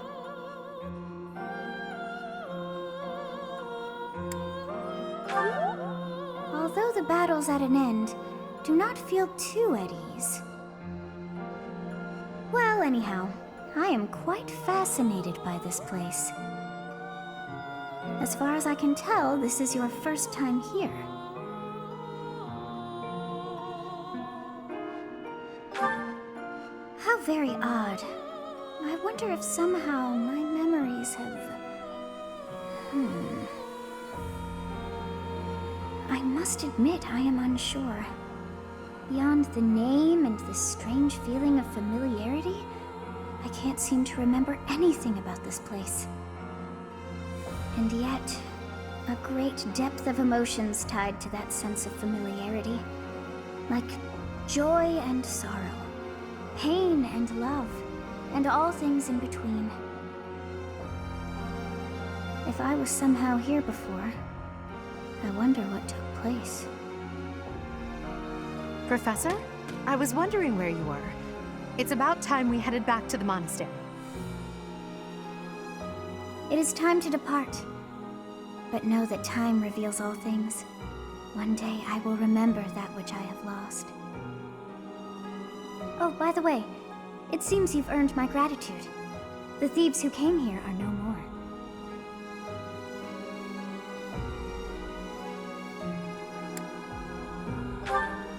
I am not sure myself, yet I am grateful all the same. In any case, you must become accustomed to my voice. If you fall down with shock each time I speak, that just won't do. Oh, you think you're standing strong?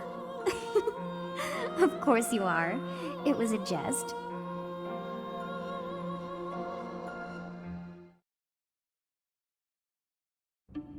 On our way out, I had the chance to observe the Red Canyon. Did you notice anything, Professor?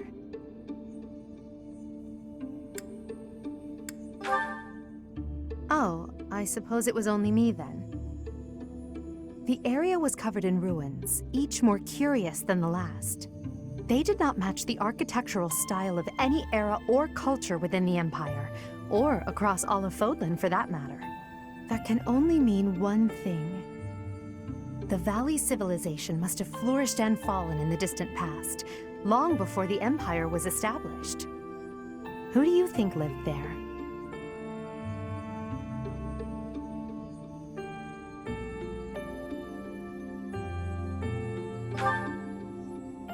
What an uninspired answer. But you're probably right. Perhaps their remnants still influence this world.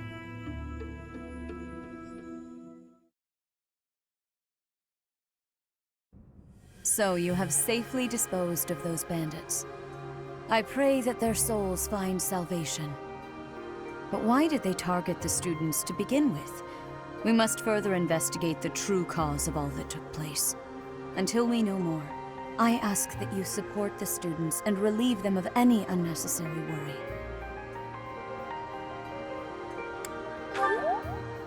Good. I have high expectations for you. By the way, how was your time in Xanadu? Legend has it, in ancient times, a goddess alighted upon this world in that very canyon. For a goddess from the heavens, Xanadu could only have been a temporary haven.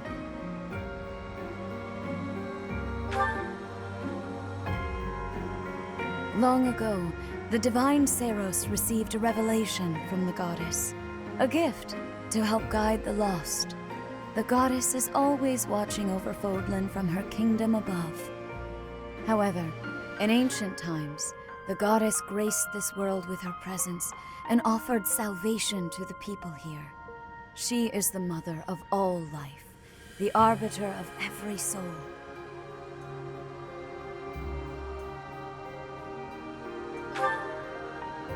I see. During your time here, I pray that you come to devote yourself to the teachings of Seros. Lady Rhea, I am sorry to interrupt. There is something I must ask about in regard to those bandits. As you wish. We shall continue our discussion when next we meet. A goddess? I have no memory of her. But then, I have no memory at all. Oh, how bothersome. It is as though I know, and yet I don't. Perhaps Xanadu was my home back when the goddess walked the land. If so, what does that make me now? A ghost?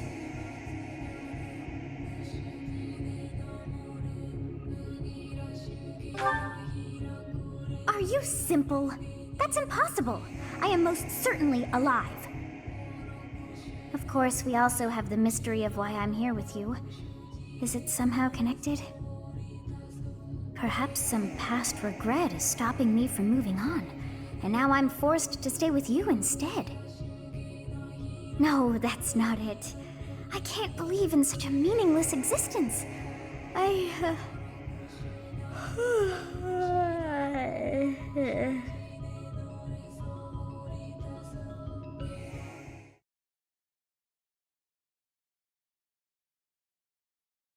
Part 1.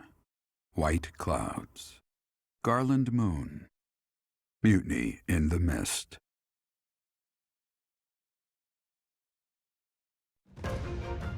When the warm winds blow from the sea to the south of Adrestia, residents of Fodlan know that the rainy season is upon them. Before the heavy rains take their toll, young women hurry to pick the last of the white roses.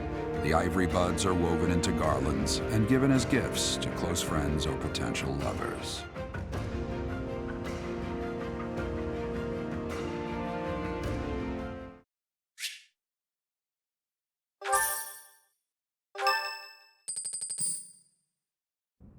Professor, I have a new mission for your students.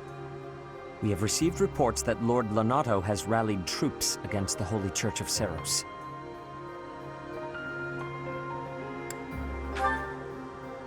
Lord Lonato is a minor lord of the kingdom. He's been showing hostility toward the church for some time now. A vanguard unit from the Knights of Seros is already on its way to his stronghold, Castle Gaspar. Lord Lonato's army is nothing compared to the Knights. It is quite possible the rebellion has already been suppressed. Even so, I would like for your class to travel with the Knights' rear guard to deal with the aftermath. War zones are unpredictable. We do not expect you will have cause to battle, but be prepared for the worst. Excuse me. You sent for me, Lady Rhea? This is Catherine. She will be leading the knights whom you will be accompanying. Nice to meet you. We've heard a lot about you. If you need anything, just ask. She is one of our bravest knights, and that is no small feat. Only an exceptional few have what it takes to join the Knights of Seros. This mission should prove useful in demonstrating to the students how foolish it would be to ever turn their blades on the church.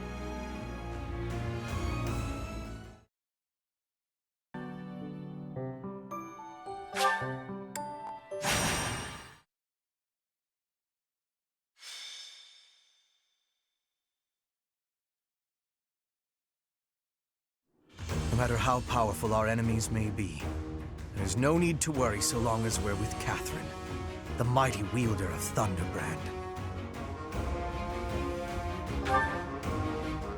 You mean you don't know? My weapon is called Thunderbrand. It's one of the hero's relics. A long, long time ago, the goddess bestowed divine weapons upon 10 heroes, which were passed down to their descendants. It's an honor to wield, but I'm afraid there won't be any chance for that today. Our mission is to help clean up the aftermath, not to fight. One must wonder why Lord Lonato would incite such a reckless rebellion. It all goes back to the tragedy of Duscur.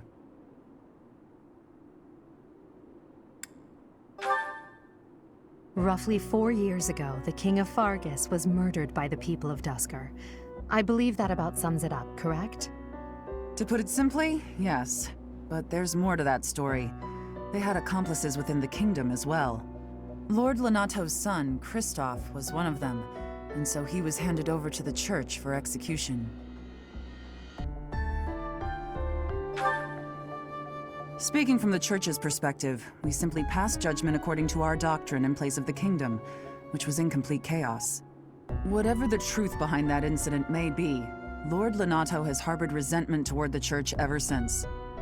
Well, to be more specific, his grudge isn't only against the church. It's also against the one who turned Kristoff over to them. Report! The enemy is approaching. They can't be avoided. Their numbers are far greater than we predicted. They used the fog to slip past the Knight's perimeter. It looks like our mission just changed, Professor. Everyone, prepare for battle!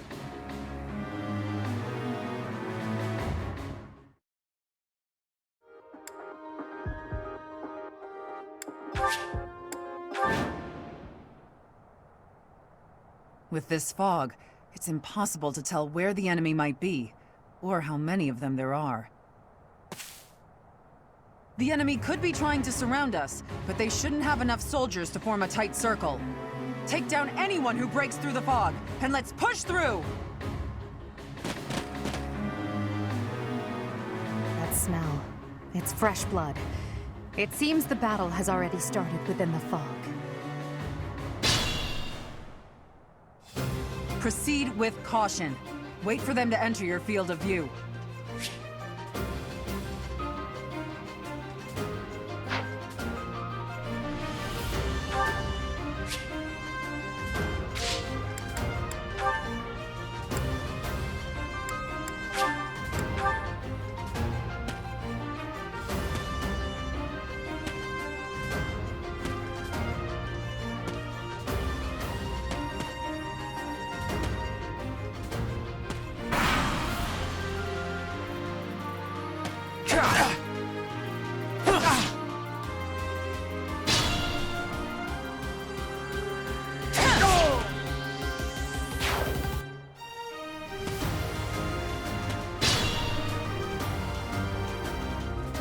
Stay focused.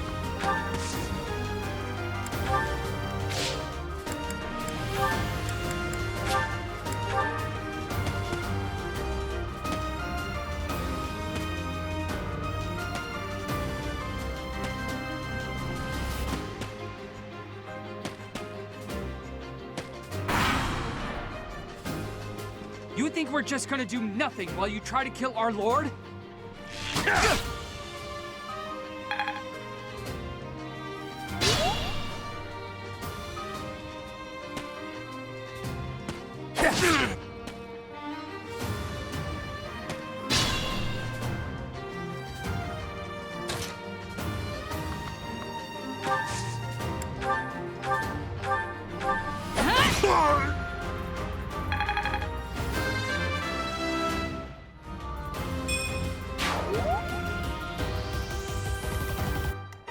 Oh no.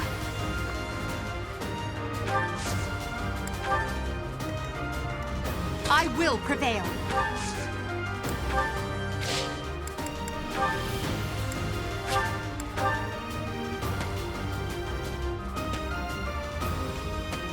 I owe you one.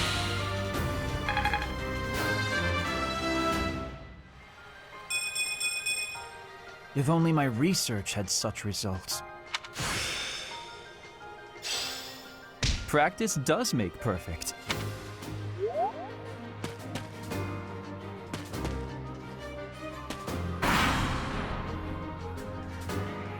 Lord Lonato doesn't deserve such sadness and anger. Now it's your turn to suffer.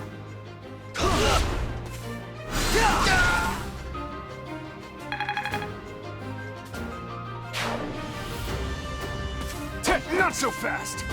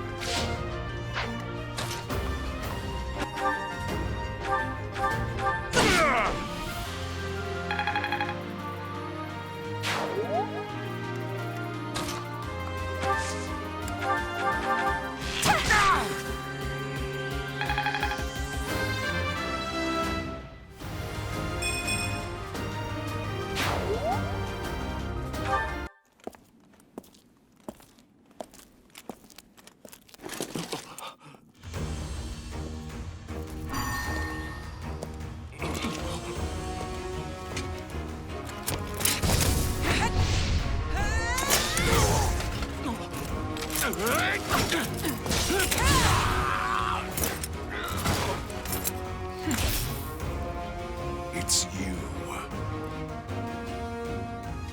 Thunderstrike Cassandra. It was your wretched zealotry that killed my son!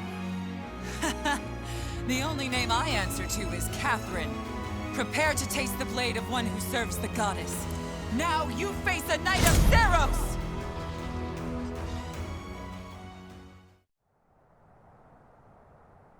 The fog is cleared. There's nothing left to hide you or the filthy Central Church from the judgment of the goddess.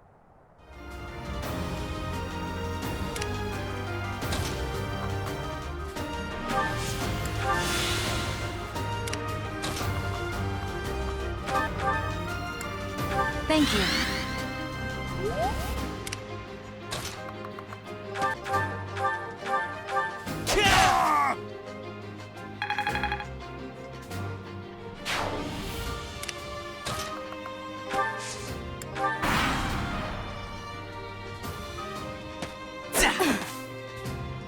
Saw it coming.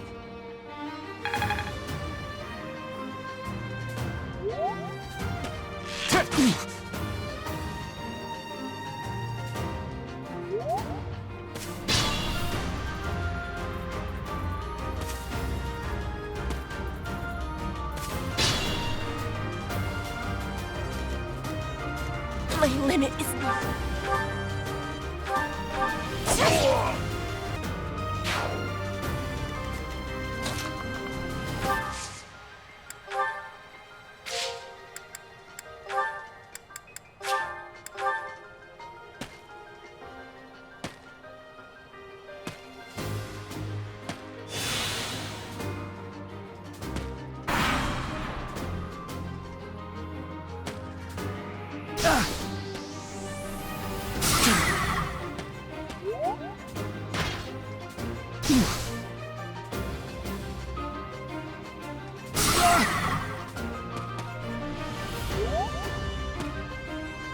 Watch and learn.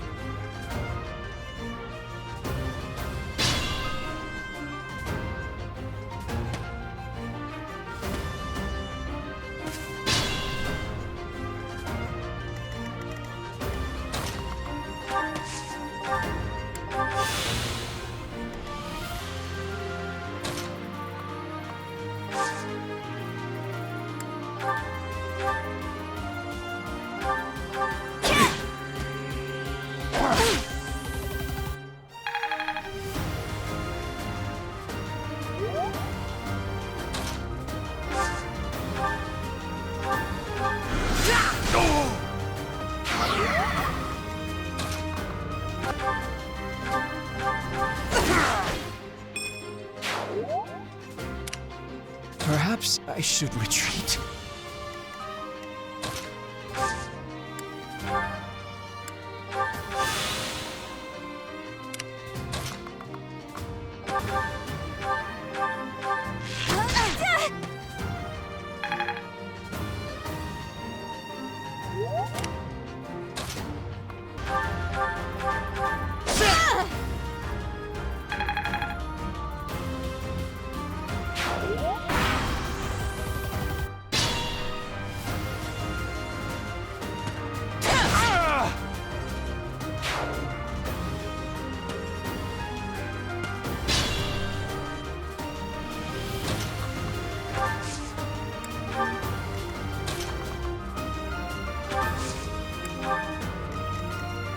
I'd like to take it easy.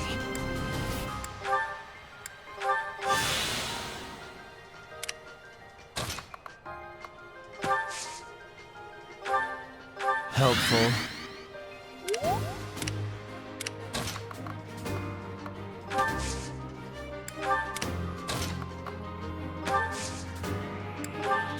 I will get the victory.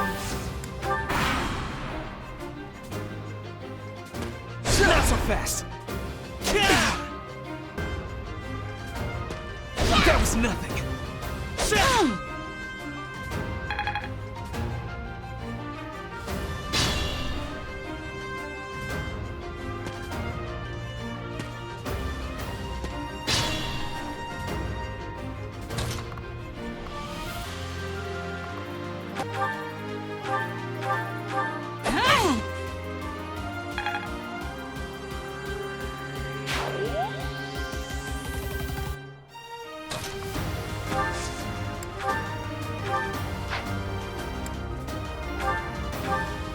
You have been deceived by that witch!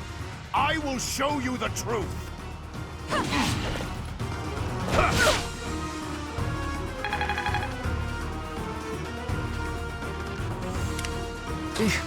Battle.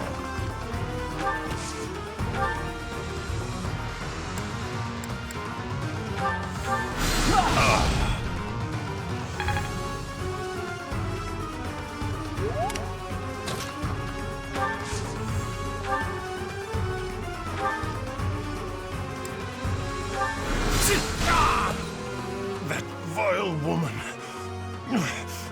Kristoff, forgive me.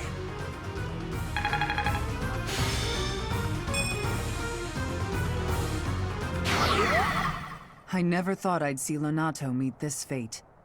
Well done, everyone. Let's gather our troops and go.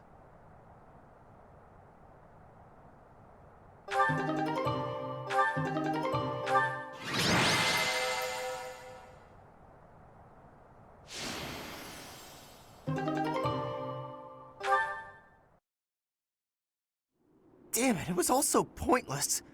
I've never seen so many people utterly heartbroken. Forcing innocent citizens to risk their lives? That man was not a noble, but a monster. What could have pushed Lord Lonato to this point? Everyone was a bit shaken by the militia fighting alongside our enemies.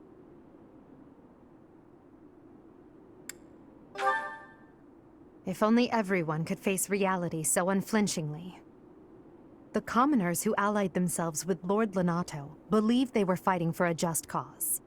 It would be disrespectful to consider them simply victims when they died for what they believed in. Still, we have no choice but to eliminate those who cling to unreasonable ideas of justice. Even if our enemies are the gods themselves, we must never lose sight of our goal.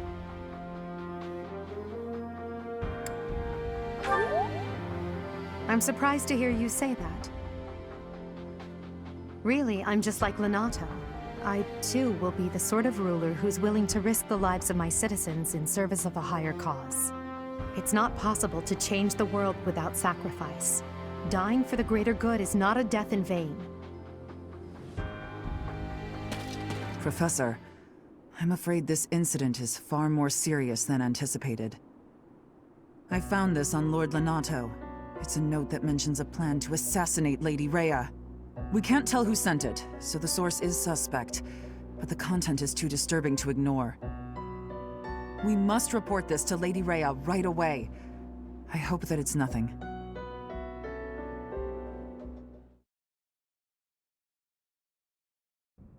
I am glad to see that you have returned safely. The goddess is gracious with her divine protection. But it was not only her divine protection that shielded you, was it? You are just as skilled as I had hoped. I am not so sure. I heard some of the students were hesitant about fighting militia. However, we must punish any sinner who may inflict harm upon believers, even if those sinners are civilians. I pray the students learned a valuable lesson about the fate that awaits all who are foolish enough to point their blades towards the heavens. Our real concern is what Catherine reported. The secret message that was in Lord Lonato's possession. It contained a deplorable plot to target the Archbishop on the day of the goddess's Rite of Rebirth. The plan seems unrealistic at best, but a threat is a threat. We must maintain constant vigilance. To that end, I would like for you and your students to help with security on the day of the ritual.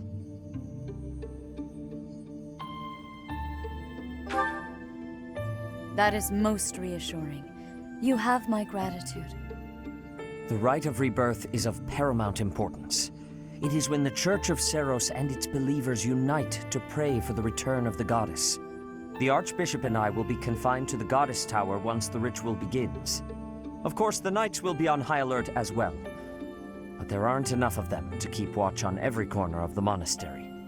It is far from ideal to be forced to mobilize students, but the gravity of this situation requires that we all bend to avoid breaking. While there is no need to fear for my safety, We cannot turn a blind eye to those who would blaspheme so heinously. With any luck, this will all be for naught. Still, be on your guard.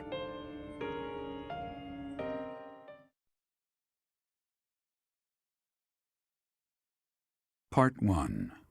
White Clouds. Blue Sea Moon. The Goddess's Rite of Rebirth.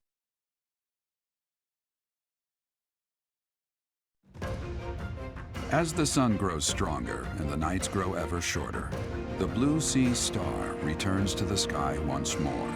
Believed to be the goddess's home, her followers look to the star and commence celebrations of her rebirth. On the grounds of Garreg Mach Monastery, a grand ceremony is held in honor of this much-anticipated event. Every true follower of the Church of Seiros is sure to be in attendance.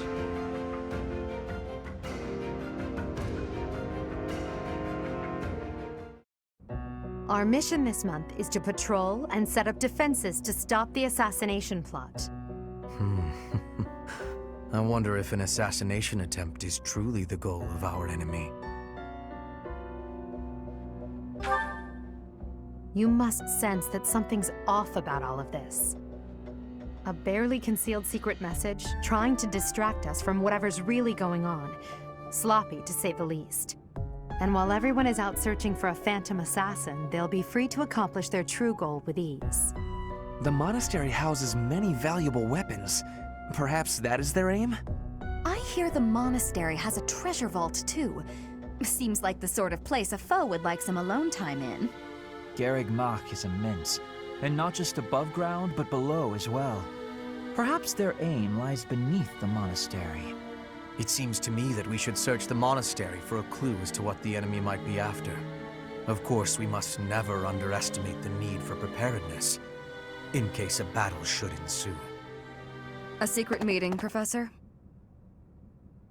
Oh, we haven't been introduced. I am Shamir. Shamir is one of the Knights of Seiros, and this young man is... I work for Lady Rhea, and I'm Shamir's apprentice. Oh, the name's Cyril. Yep, I help Lady Rhea with all kinds of stuff. I've got to protect Lady Rhea, so that's why I've got to learn all I can from Shamir. Cyril adores Rhea. That aside, if you need anything, ask.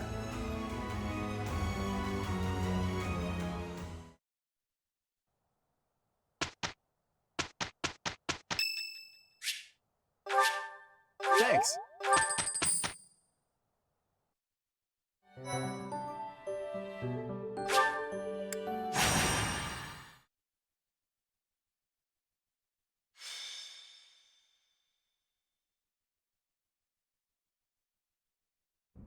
The goddess's rite of rebirth is about to begin. Are we going to move forward with our plan? I believe so. How confident are you in our theory, Professor?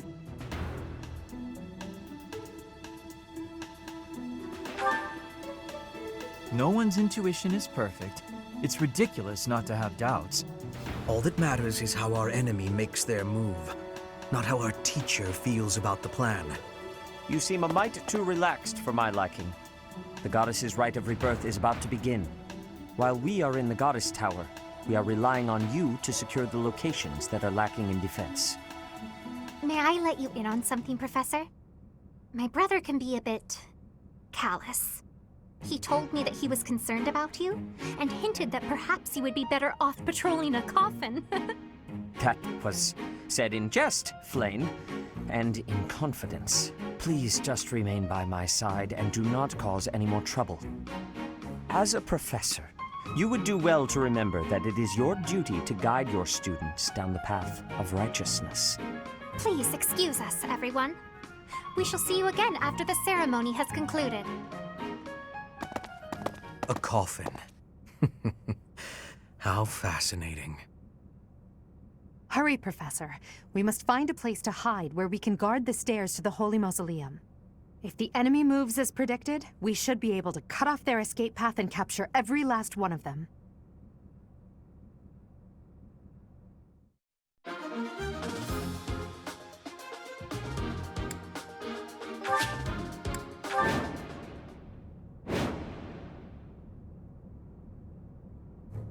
We were right. Unwanted guests have come to visit. Those Central Church dastards have spotted us. Buy me some time while I open the seal on the casket. I'm on it.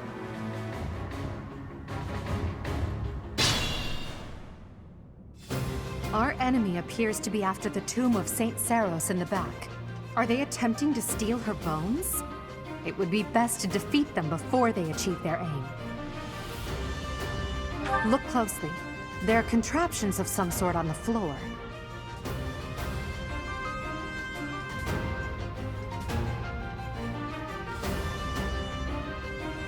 We must pay attention to our enemy's weapons, and advance while attacking them from advantageous positions. Stay focused.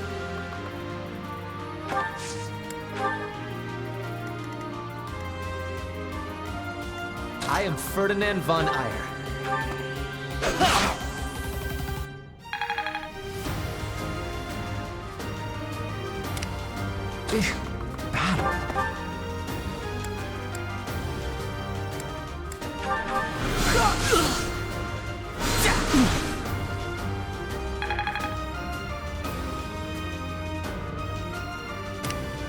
Put me in there.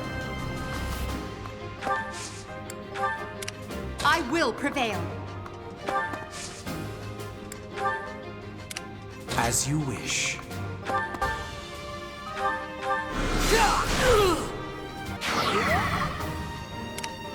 Oh no. That's my cue. I'm on it. I will get the victory. Death Knight, prove your strength and scatter these fools. I don't take commands, or waste my time on weaklings. That knight is a powerful enemy. Let's do all we can to avoid him. Sorry.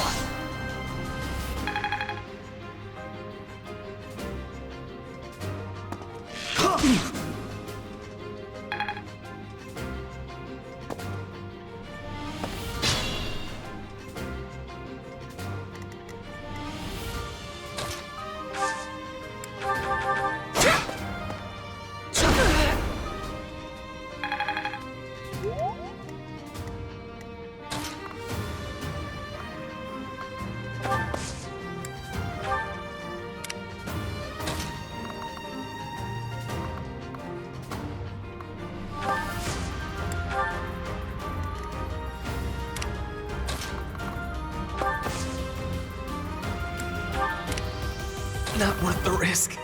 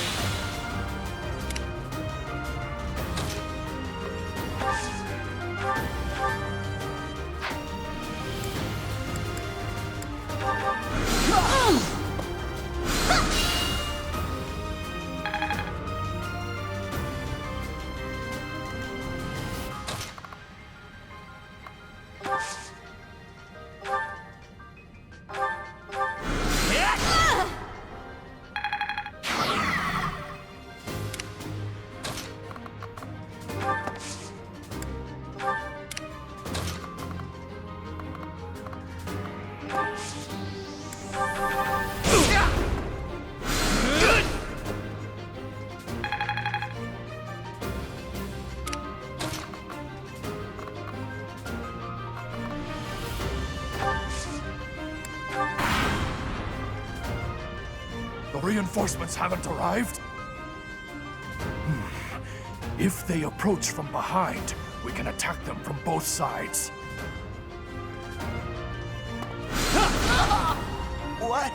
I lost? Not me. Never me.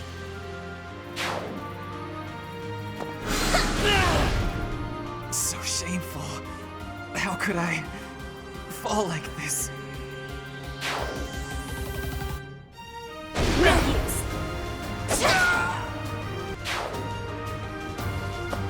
Predictable.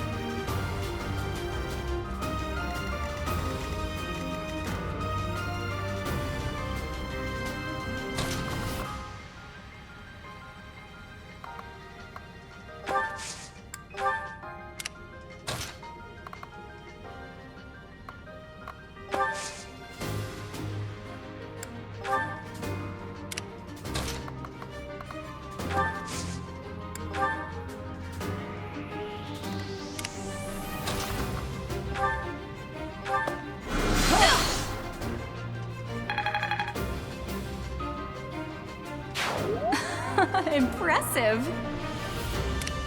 My limit is nearby.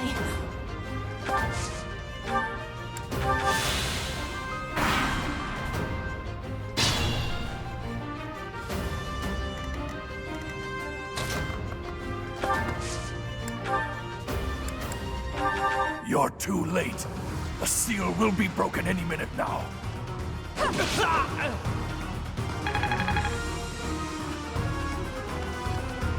It's no use. A seal is broken. You can't... Huh? A sword.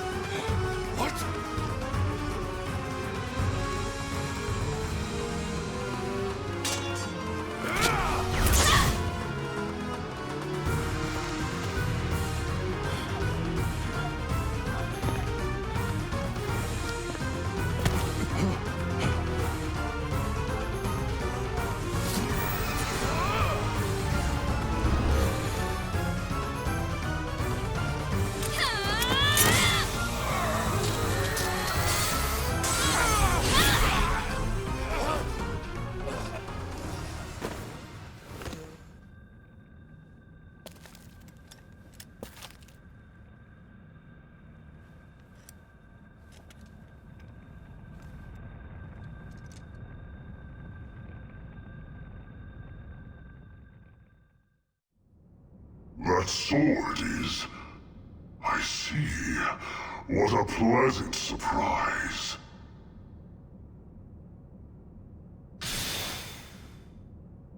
He got away. That sword. Why is it... That's the sword that was in the casket. Seems to be shimmering, almost as though...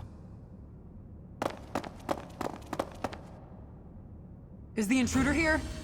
Oh, looks like you have this under control. You, round up any stragglers.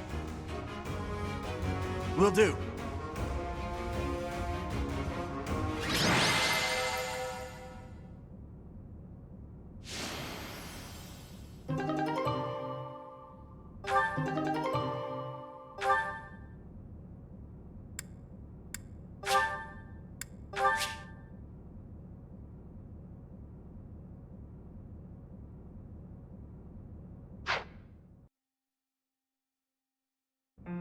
As all of you have committed a breach of faith, the Archbishop will now pass judgment.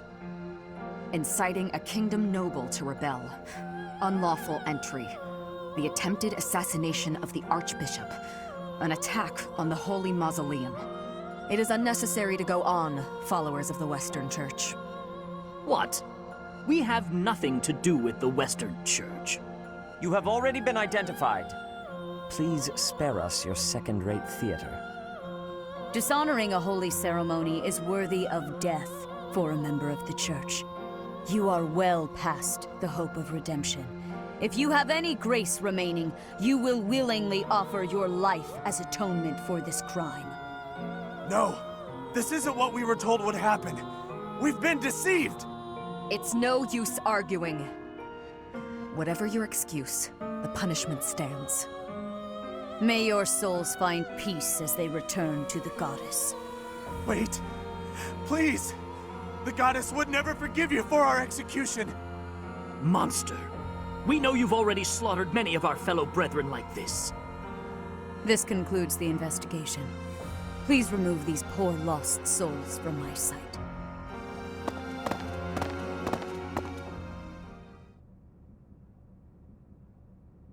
That's that, I suppose.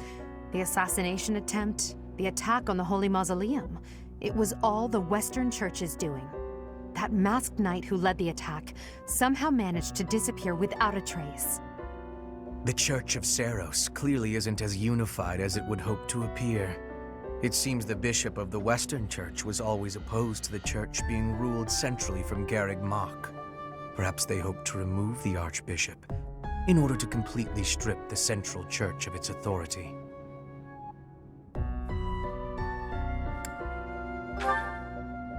Oh, that's right. Geralt mentioned that you were raised without any exposure to the church. In order to function more efficiently, the Church of Seros is split into several smaller entities. The Central Church is the largest, and leads the organization from Garreg Mach. The Western Church extends from Castle Gaspar, where Lord Lonato rebelled, into the far west. They can be found just beyond the most renowned stronghold of the kingdom, the fortress city of Aryan Road. It seems the Knights have been tasked with subduing the leaders of the Western Church. We may be given the opportunity to help them with their mission. To think, our own professor was born in Fodlan, and yet knew nothing of the church. I never imagined explaining something so basic to an instructor of mine. You're something of a special case, are you not? How strange that the Archbishop would ask someone like that to lead her students. There's clearly more to that decision than we know. Lady Rhea is pretty scary sometimes. But to execute that whole group, just like that? It seems harsh, even for her. If one of us does something bad, I wonder what she would do to us! Professor, do you agree with the Archbishop's actions? There you are, Professor. It seems Lady Rhea would like a word with you. Come with me.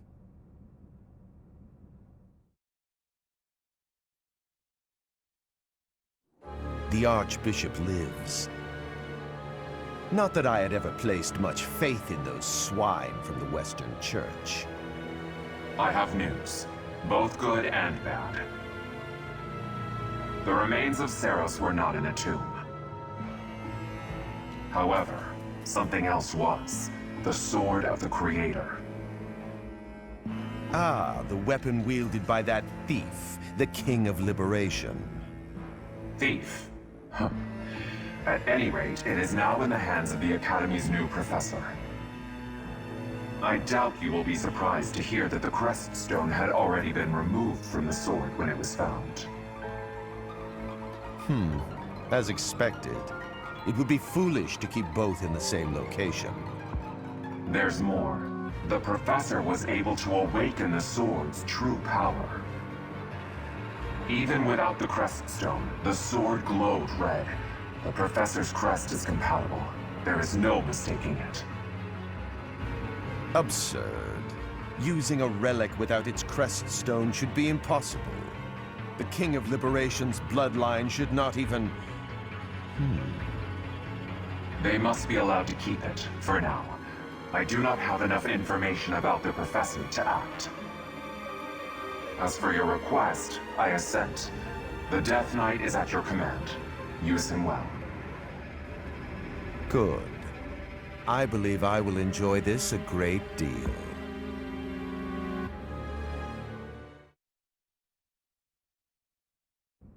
I cannot thank you enough for defeating those invaders in the Holy Mausoleum, and especially for protecting the Sword of the Creator. That sword is one of the hero's relics, and the most precious artifact in the Church's possession. It is also a weapon of terrifying power. For now, I will entrust the sword to you. Please, use it wisely. Lady Rhea, wait! Do you truly mean to give the Sword of the Creator to this stranger? Surely it is not the sort of thing one hands over so readily, even to someone who has the ability to wield it. If someone like Nemesis were to appear again, all of Fodlan would be consumed by war. Nemesis, the King of Liberation. He is an ancient king of mankind who was defeated by Seiros over 1,000 years ago. When Fodlan was attacked by wicked gods, it is said that the goddess gifted Nemesis with the Sword of the Creator. Nemesis used that sword to defeat the wicked gods, saving all of Fodlan. Henceforth, he was dubbed the King of Liberation. However, his power began to corrupt him until he himself turned to the darkness. Saint Seiros was forced to destroy him. Lady Rhea, I beg you to reconsider. Given a little more time, we could more accurately assess this stranger's abilities. No. I have faith, Seteth. Faith that our friend here will not be corrupted by wickedness. Since the death of Nemesis, none have been able to wield the Sword of the Creator. Now, after all those long years of being sealed away, it has returned and found a new master. I understand. As you wish, Lady Rhea. There you have it, Professor. See that you do not betray the trust the Archbishop has seen fit to bestow upon you. The Sword of the Creator? The King of Liberation? Each tale is more confusing than the last. And I really can't read that Rhea at all. That sword is clearly precious. So why is she so keen to gift the thing to you?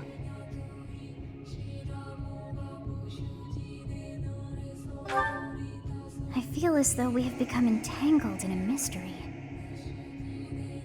And there is one more thing that has been plaguing me. The Sword of the Creator. It somehow feels distinct from other relics we have seen. Such as the one that...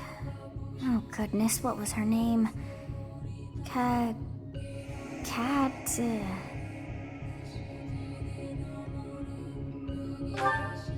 Yes, her!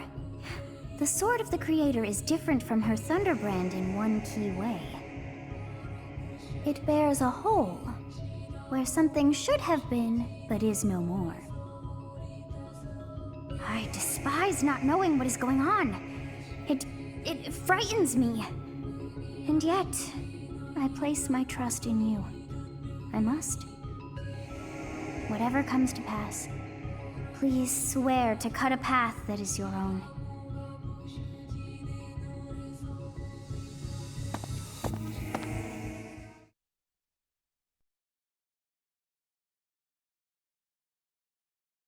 Part 1. White Clouds. Verdant Rain Moon. Tower of Black Winds.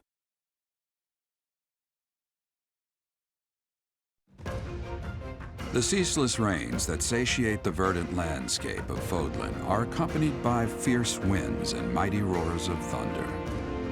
This abundance of rain, sparkling as it falls against beams of emerging sunlight, is a constant reminder to the people of Fodlan that nature is ever wild and unpredictable. For when the rain finally does take pause, the clouds part and give way to a glorious rainbow.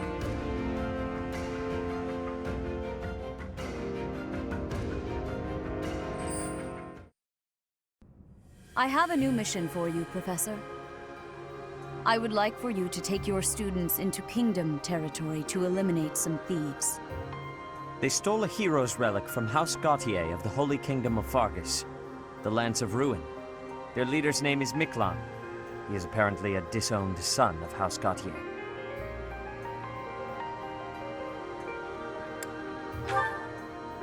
This skirmish involves a holy relic, and is therefore more than a single noble is capable of resolving. The hero's relics are immensely powerful weapons. We must meet this threat with adequate force. Unfortunately, most of the Knights of Seiros are away from the monastery, purging the apostates of the Western Church. So we are entrusting you with this mission. After all, you wield the Sword of the Creator, which is more than capable of opposing any relic. The Sword of the Creator is a powerful weapon well beyond the other relics. You have nothing to fear.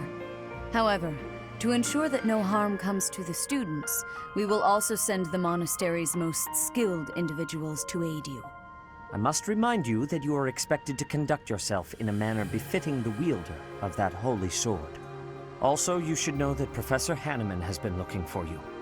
That is all. Professor, I heard about our mission for this month. A thief with a hero's relic is worrisome, but with you at our side, I'm certain we can handle him. After all, you have the Sword of the Creator. It was allegedly wielded by Nemesis, the King of Liberation. If the legends are true, you hold the power to stand against entire armies. A band of thieves should be nothing. Even the most elite Imperial forces or the Knights of Seiros could not hope to defeat you.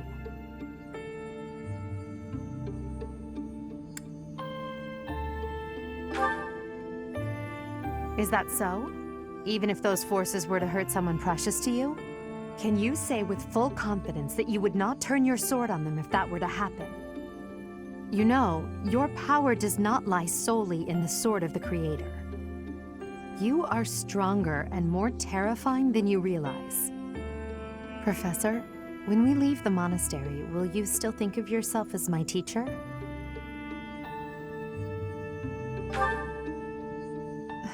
Never mind. I'm being thoughtless with my words. For now, let's just focus on the problem at hand. Good of you to come, Professor. I've heard much about you lately. Specifically, that you are able to awaken the Sword of the Creator's power. Thusly, it seems the true nature of your crest has been uncovered. I had, of course, seen your crest before. However, at first, I failed to recognize its true nature. Eventually, it dawned on me that what is visible is perhaps merely a small part of a greater whole. In other words, your crest is too significant to be detected when using normal instruments. After this discovery, I began researching crests that might fit that description, which allowed for a temporary hypothesis. However, I could not be certain. The crest my conclusions led me to was far too unusual. A crest thought to have disappeared from this world in the millennium since the fall of Nemesis, the King of Liberation. The crest of flames. That is what you possess. Your ability to wield the Sword of the Creator has unequivocally proven my hypothesis. A legendary power, dormant since time immemorial, and now resurrected. There can be no doubt that this ancient power resides within you.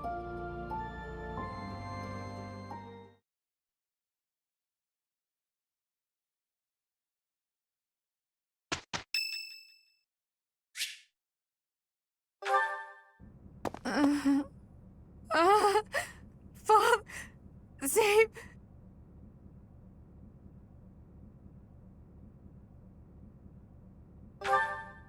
A ghost, perhaps? No, that is surely not the case. What is that look upon your face? I am no ghost, if that is what was on your mind. No. Who's there? Professor, what are you doing here?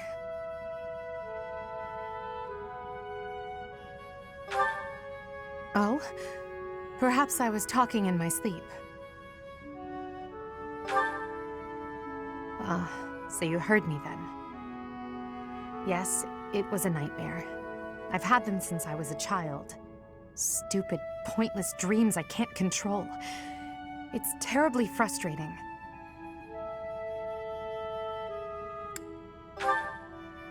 No, they're just worthless dreams of the past. Talking about it won't change a thing. I had a feeling you'd say that. I suppose I could try, but only if you swear not to tell a soul. I appreciate it.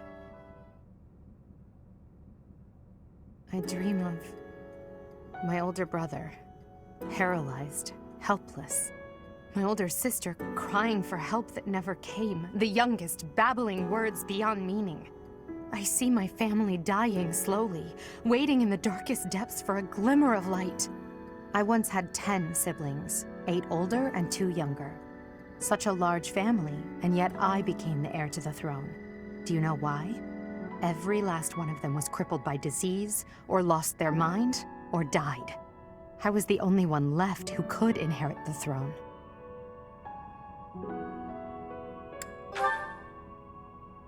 Things kept getting worse. The darkness kept getting darker. In the end, I was the only one who survived. The nightmares are a reminder to never forget, to never allow such terrible things to happen again.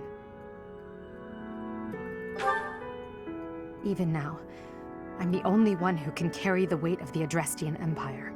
The future of the Empire, of everything, depends on me. I shared more than I intended to. I suppose there's something in the air tonight. I've never told anyone about my past before. Please, forget I said anything. Sleep well, my teacher.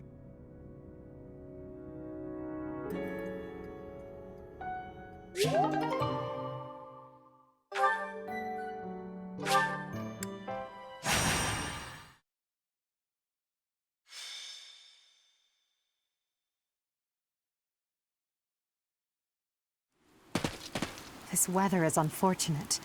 Those villagers were right when they said a storm was brewing. But they were more afraid of an attack than they were of the storm. Let's end this quickly. The thieves have taken Conan Tower as their base. There it is in the distance. Miklon must be more skilled than your average thief to have overtaken a place like that. This area was the site of a massive battle several hundred years ago, when invasions from the north were at their peak. This tower was built for both surveillance and defense. It will be difficult to seize it. You know your history, Gilbert. If I recall correctly, you're from the kingdom, aren't you?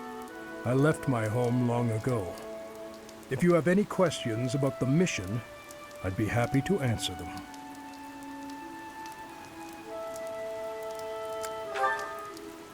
House Gautier has always placed great importance on whether or not someone bears a crest. Margrave Gautier has 2 sons.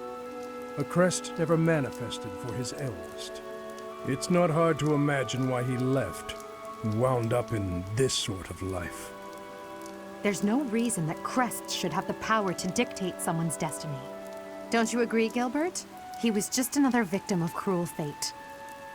Forsaken by the goddess, who now demands his execution.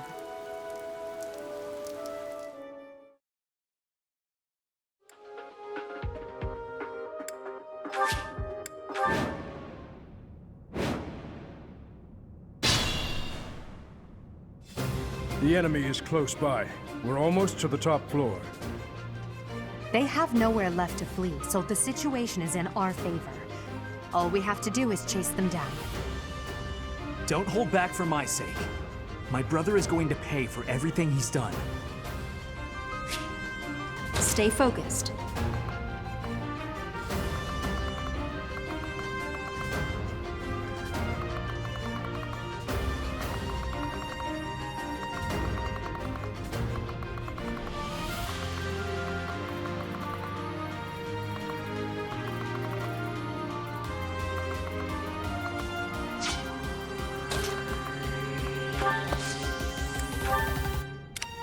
I'm on it. Oh no. I will prevail. That's my cue. As you wish. A great help. I will get the victory. Put me in there. I am Ferdinand von Eyre. Battle?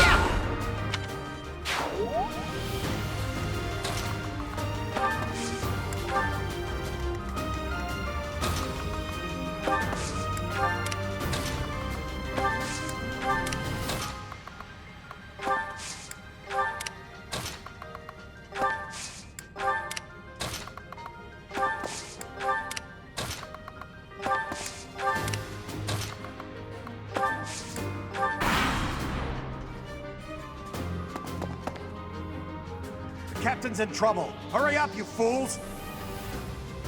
Enemies approach from the lower floors. Watch the rear flank.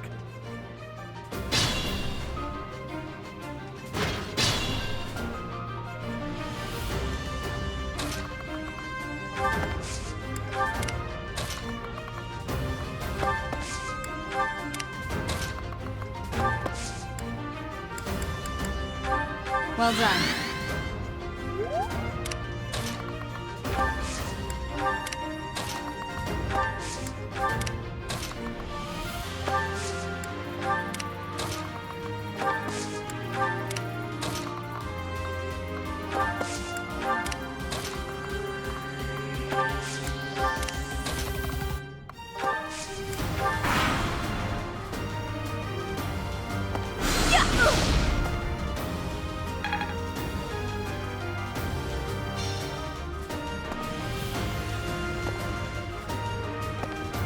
Predictable.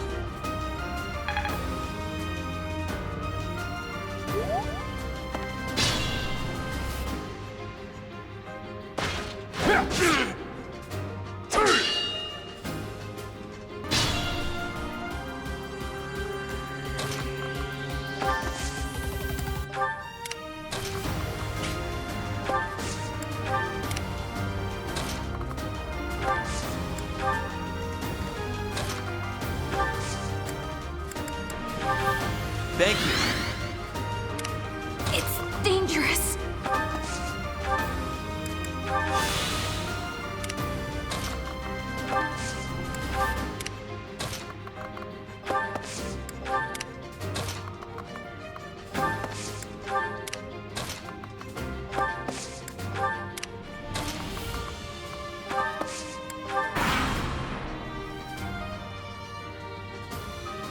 Here we go! Attack them from both sides! It's an ambush!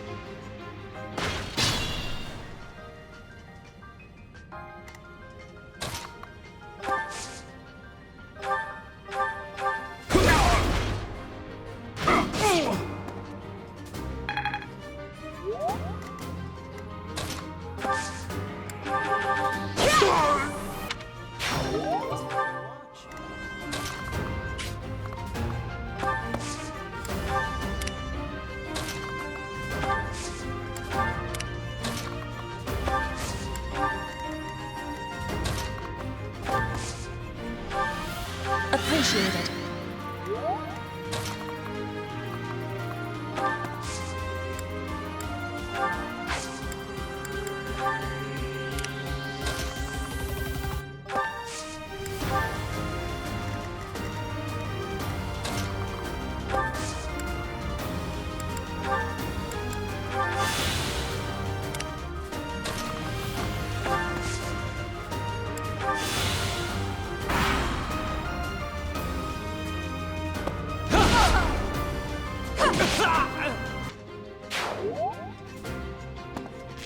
Watch and learn.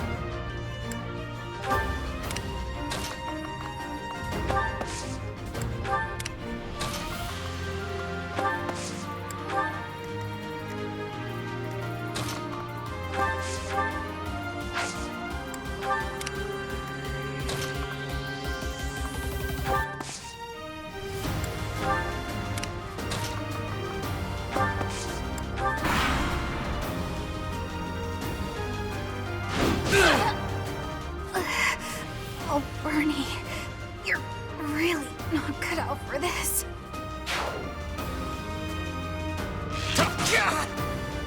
What? I lost? Not me. Never me.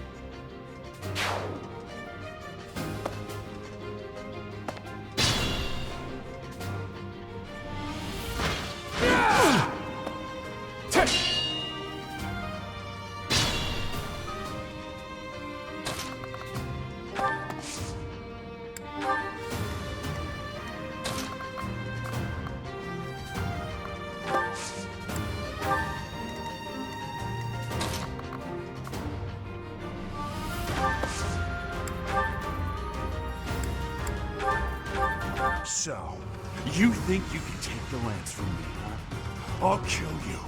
I'll kill every last one of you!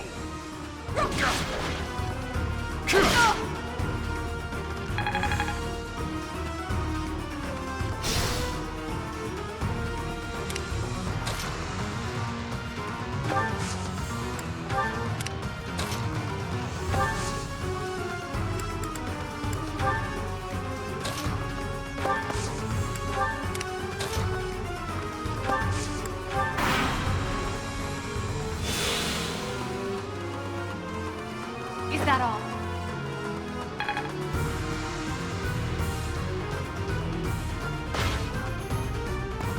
Shut!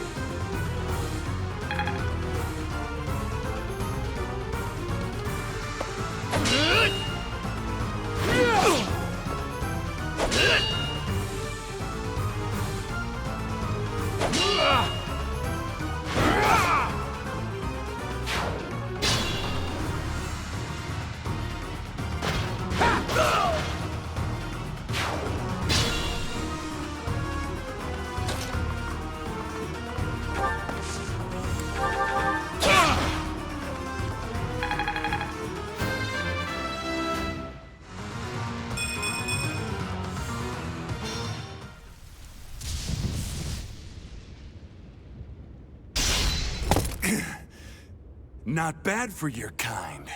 A bunch of spoiled, rotten children.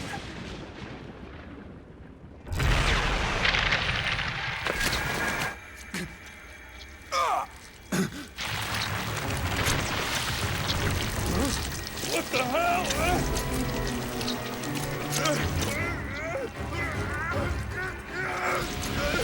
Damn,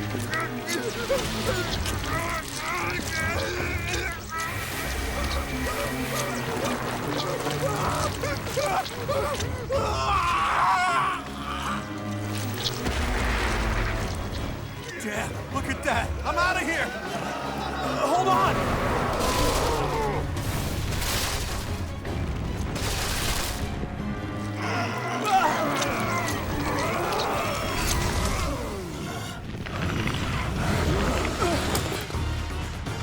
No! Ah!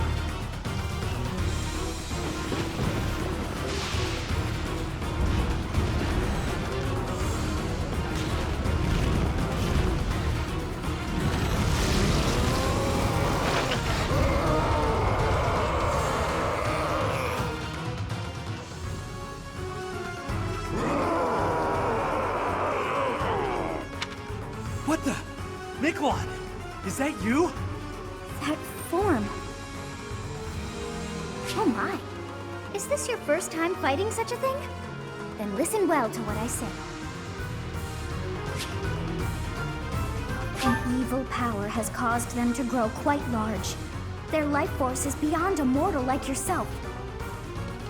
You cannot win unless you fell them twice, or even thrice. Even if you've cornered one, you cannot let your guard down. Those things are even worse when threatened. Can you see that barrier? It is surrounded by great power. You must break through to fight that thing. A strong attack or gambit might help to break through more quickly.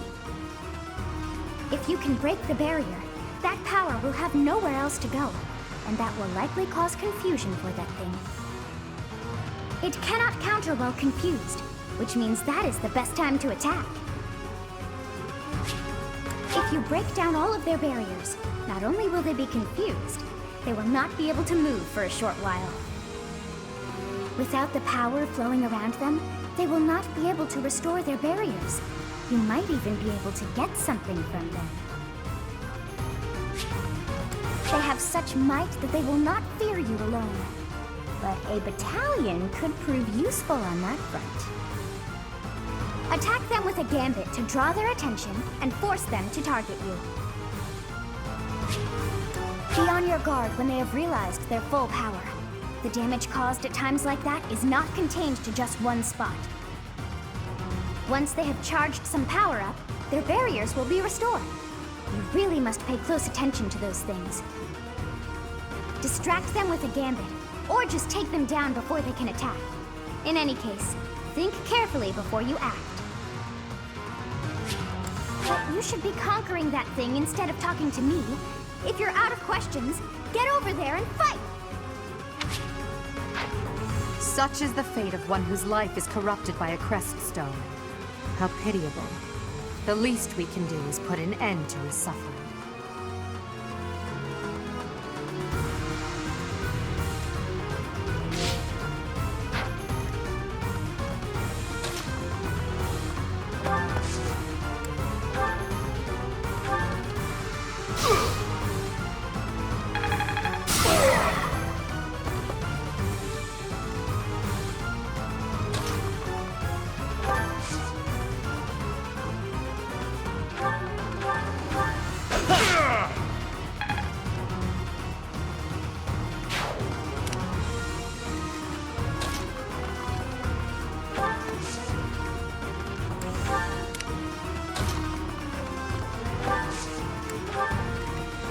Think this through.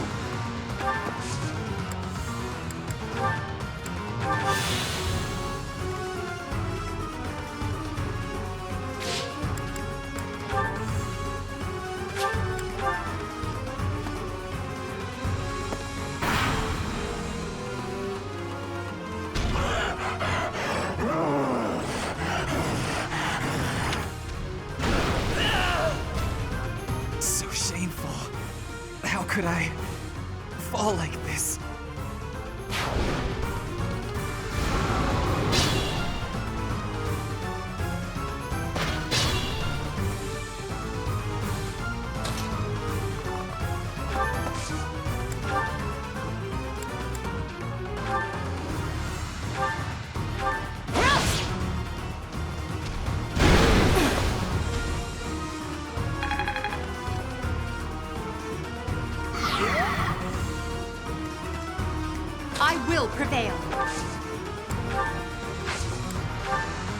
You require aid?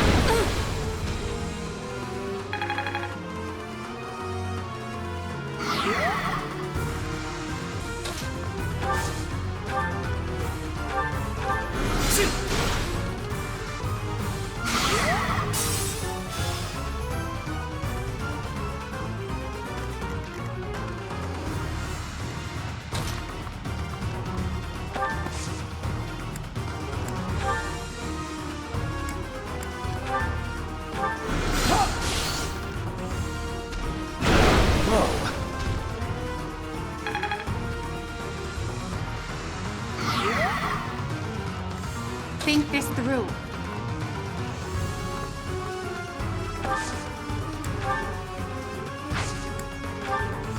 Fascinating tactic.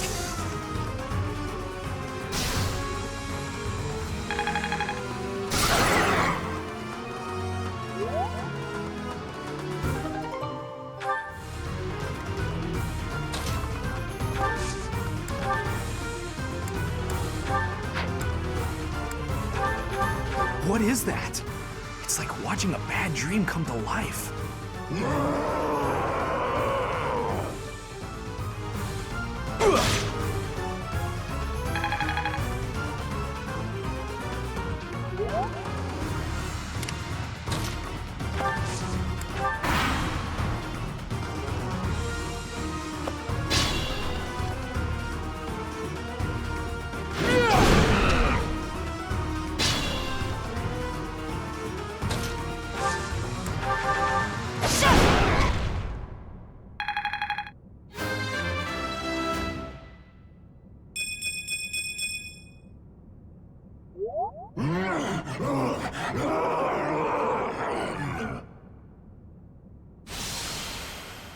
Goddess, the beast is gone, yet Miquelon and the lance remain.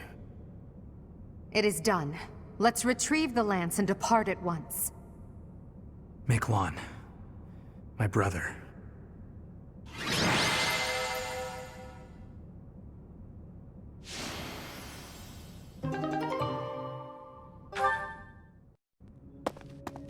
That man, his form was changed. It was as though that lance was swallowing him whole.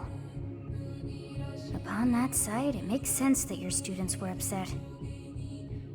I wonder if those relics truly hide such power. Yet even still, that power seems familiar. That form as well. As one who wields the sword of the Creator, does that mean you possess that power too? Professor, you have returned. The goddess is indeed generous with her divine protection. I have already heard Gilbert's report about what happened. See to it that you keep what transpired at the tower to yourself. People would lose faith in the nobles should rumors spread of one using a relic and transforming into a monster. All regions of Fodland would fall into chaos. We must avoid that at all costs. Please ensure the students who accompanied you understand that as well. Have I made myself clear?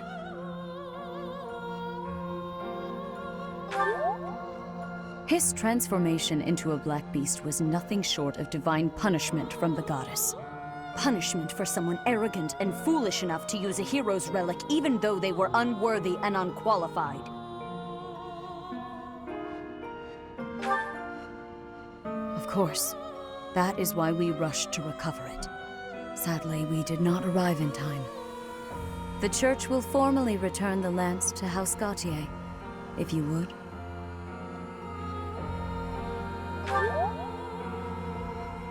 You have my gratitude. I can see that I was right to trust you with this. Please report back. I will tell you of your new mission for the coming moon at that time.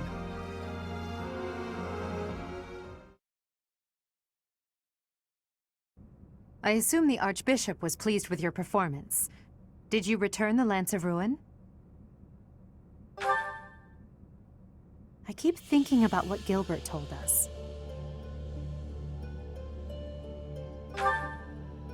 Yes, Miklon was discarded by his family because he was born without a crest. Eventually, he became a masterful thief and gathered enough ruffians to capture a fortress. Right or wrong, he was a gifted leader. He could have been a great asset to Fodlan. What a waste! It's true that a crest can increase your magical abilities and allow you to wield the full might of a hero's relic. But one cannot measure a leader's worth based solely on whether or not they bear a crest. There are plenty of talented people in this world without one.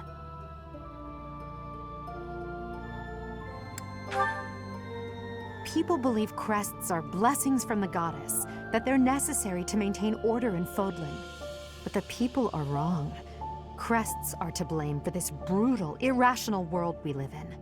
Their power is granted only to a select few, whom we elevate and allow to rule the world. Have you ever wondered if the only way to create a truly free world is to dispense with the goddess and the crests? Do that, and people will have no choice but to rise and fall by their own merits. Lady Edelgard, I question whether you revealed too much to the professor. Perhaps I did. It is true that our teacher possesses a rare talent. Even I cannot deny it. The ability to wield the sword of the Creator is concerning. I've already explained this to you. My power alone is insufficient. That's why I'm borrowing power from those people. If our teacher can wield it in my stead, I believe that would be for the best. It's a risk. A dangerous one. You leave me no choice but to take matters into my own hands. Please excuse me.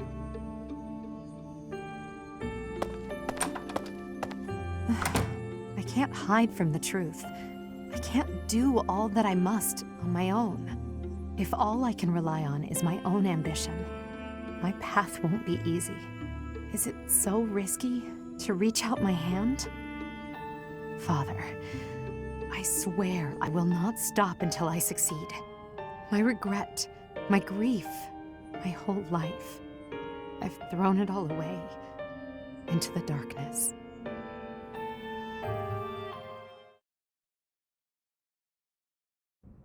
Professor, you have done well to complete such a difficult task.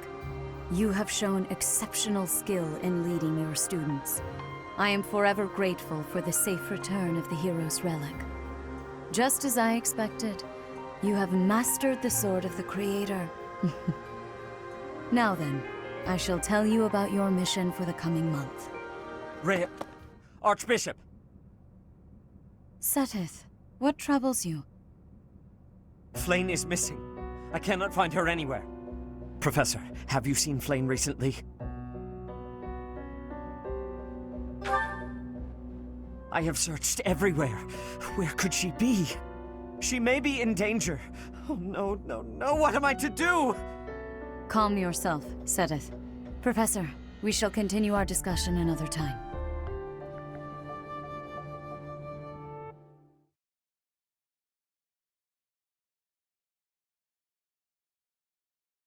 Part 1. White Clouds. Horsebow Moon. Rumors of a Reaper.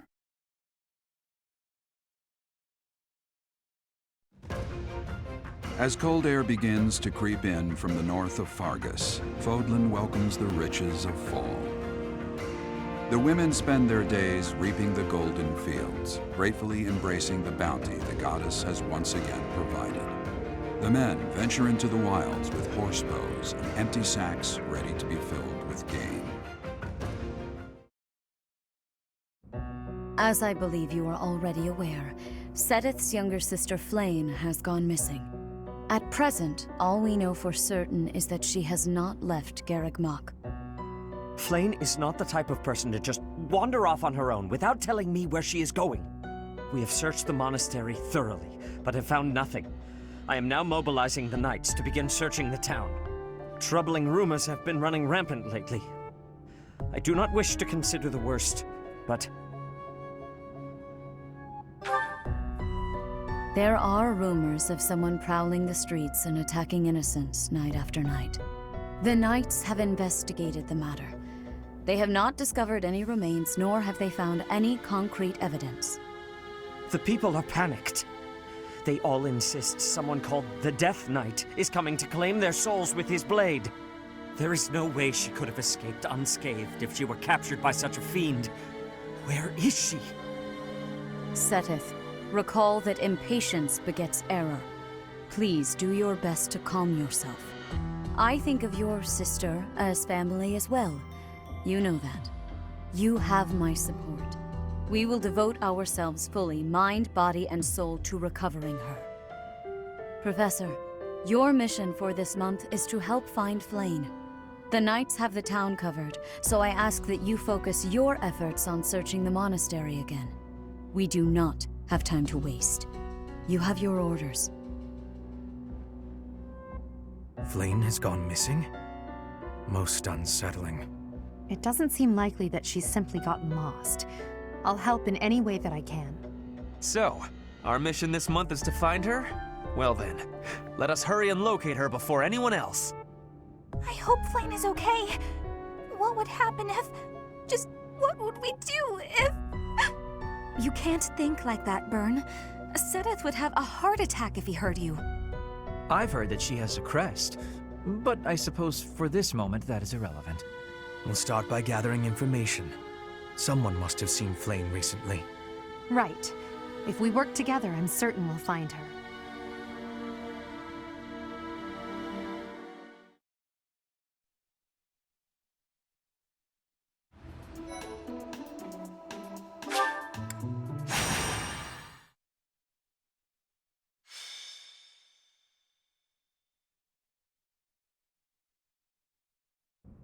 It seems Flame is still missing. What could have happened to her? Everyone, hurry! I heard a scream coming from Professor Yuritsa's room! Yuritsa. Ah, the combat professor with the mask. He has always been rather suspicious. We must hurry. Professor Yuritsa? Are you there? He does not seem to be here. On the ground! Professor Manuela!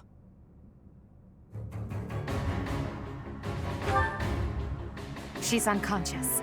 Someone clearly attacked her. Look at her hand. It looks as though she is pointing at something. There. There's an opening behind that shelf. Perhaps a secret passageway. What is the meaning of... Wait, is that Manuela? What happened here? We know as much as you do. She needs to be taken to the infirmary. Yes, of course, and quickly. Give me a hand, child. Understood. I'll support her head. Professor, I'll be back shortly. Please be careful. Does this mean Professor Yuritsa did it? Could he also have kidnapped Flame? We should start by investigating this passageway. Do you agree, Professor?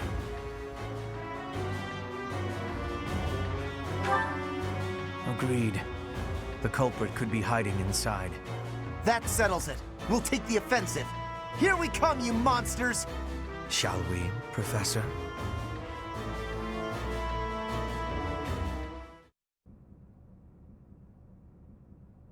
never would have imagined. I see someone. They're unconscious.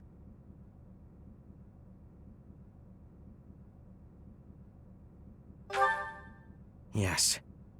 And there is someone else, too. It appears to be another student. Someone's coming. I recognize that Scythen mask. It's that jerk we fought at the Holy Mausoleum. That sword. You must be. One of us will die. The other will live. I will enjoy this dance of damnation.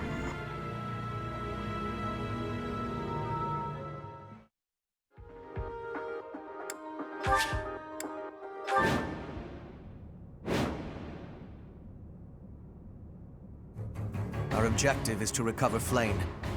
Let us hope we are not too late.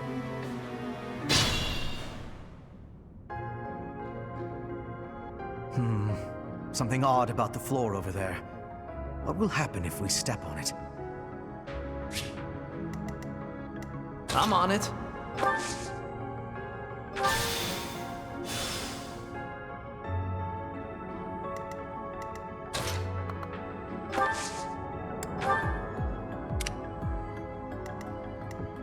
I will get the victory.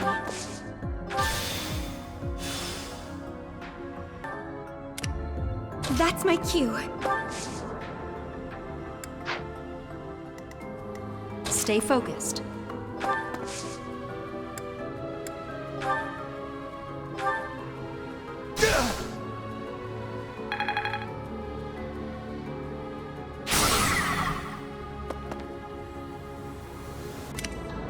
I am Ferdinand von Eyre.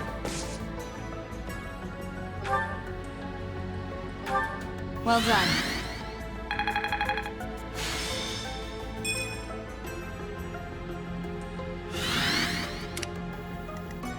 As you wish.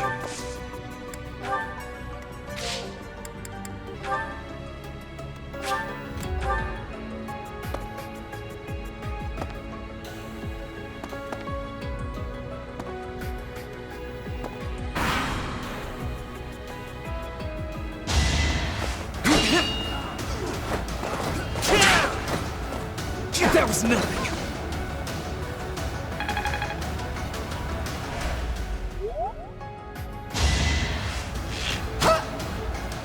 Watch and learn.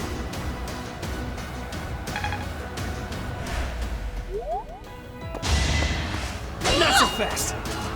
Victory is assured. This was beneath me.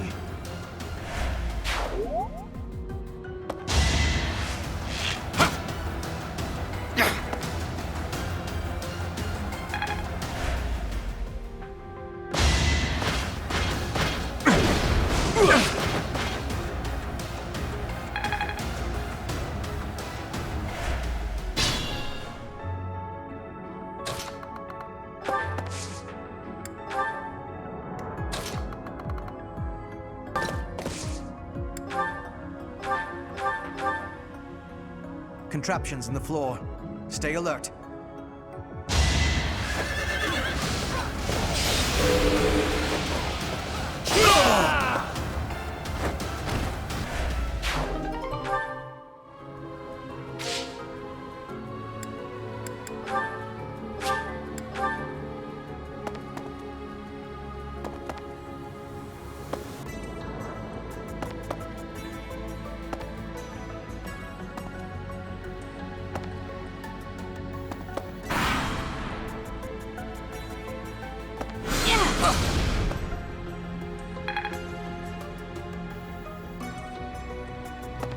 That was nothing.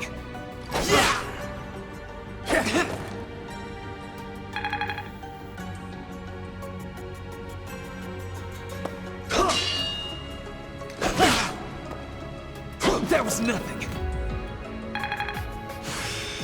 Seems simple enough.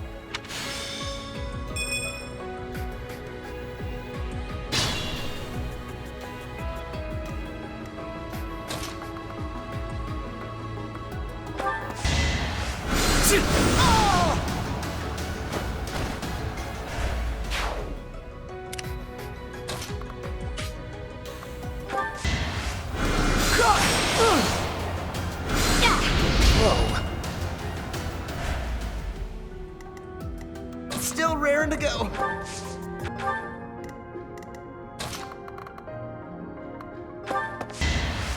hesitation!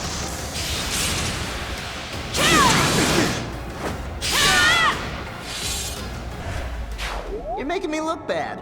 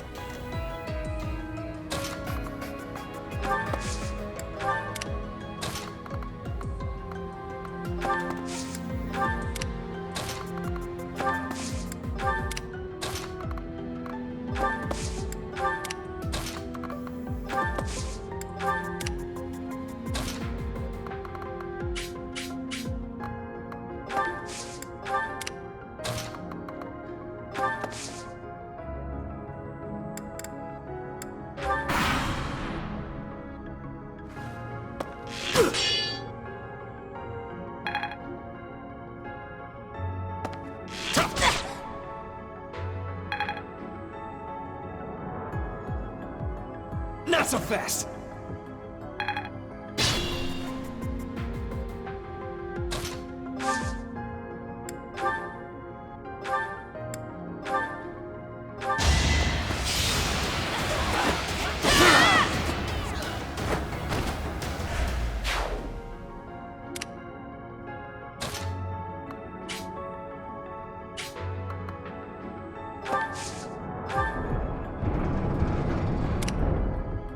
Not worth the risk.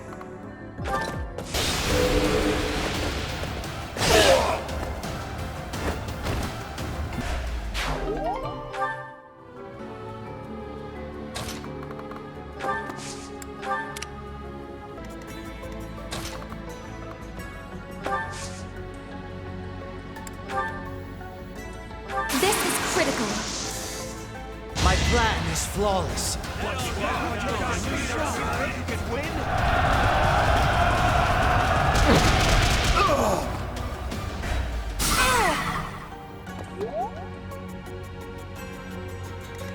I shouldn't strain myself.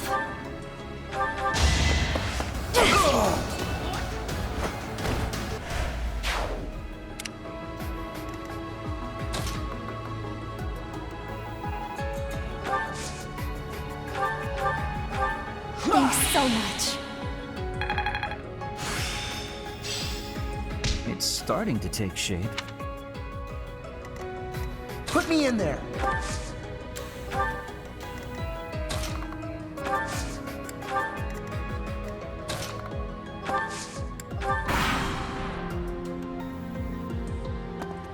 Easy.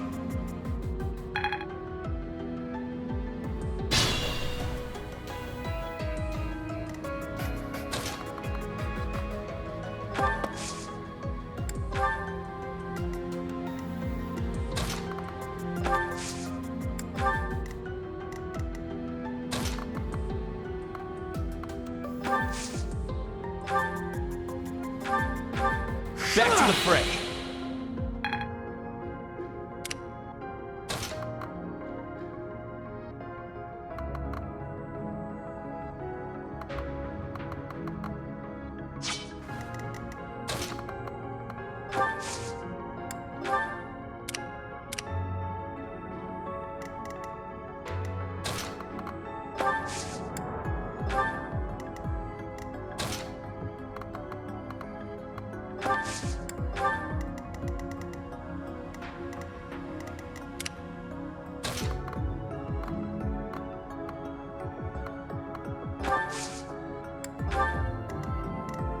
I am Ferdinand von Eyre.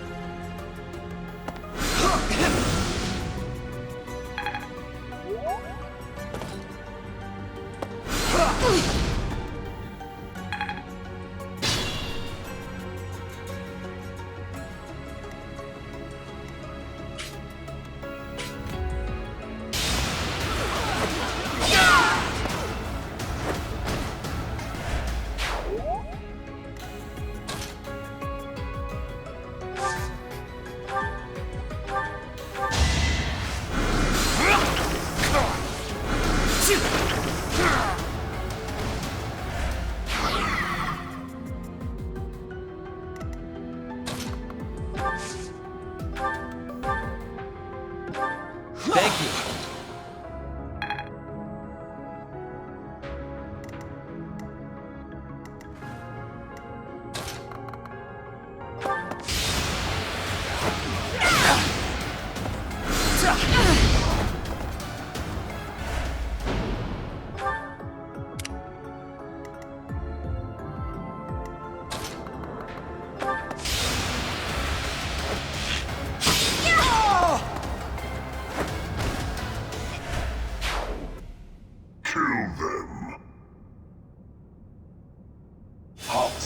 A bit too much fun.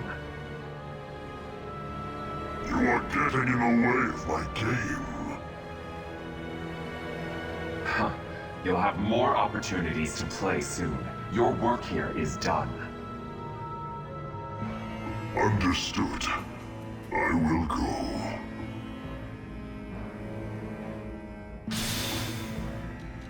We will cross paths again. I am the Flame Emperor. It is I who will reforge the world.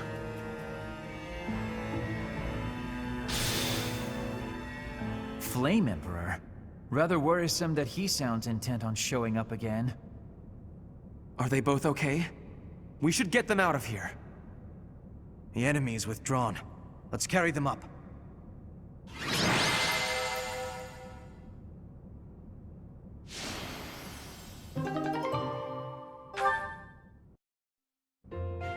They're pale and their pulses are slow. Still, I don't believe their lives are in danger. You found Flame? Where? You missed the most important part of the mission. We found her within that secret passage. The culprits were the Death Knight and... what was his name? Ah, the Flame Emperor. Sadly, they got away. All that matters is Flame's safety. Right, Professor? We will take these two to the infirmary. Professor, please inform Seteth. Whatever the circumstance, I'm glad Flame is safe. Though I'm curious to find out who that other girl is. Huh? Professor? Is that a smile? You look happy. I don't think I've ever seen you like this before. Anyhow, we should hurry to Seteth. He must be beside himself by now.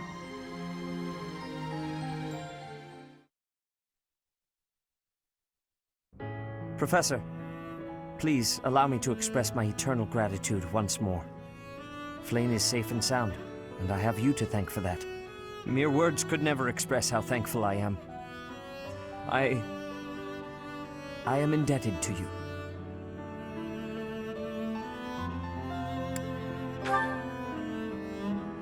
Yes, indeed. I too am overjoyed. Her kidnapper was the masked knight who vanished during the Rite of Rebirth, the one known as the Death Knight. Considering the circumstances, it seems plausible to assume that his true identity is Yaritza. And we cannot forget about the mysterious Flame Emperor. His true motives are yet unclear. However, I have an idea. I believe the enemy may have been after Flame's blood. The blood that flows through her veins is special. It is extremely rare, and extremely dangerous. If enemies who know the secrets of Flame's blood have appeared, our only option is to leave the monastery and go into hiding. Brother, wait. Flame, what are you doing here? You should be resting. I do not like the path of your thoughts.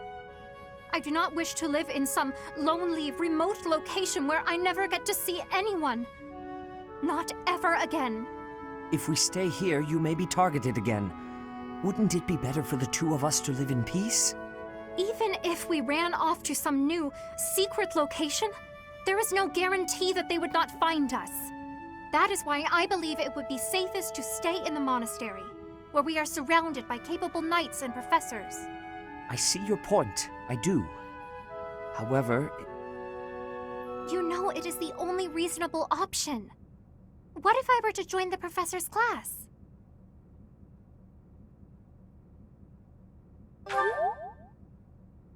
You think so too? I am so very pleased to hear that.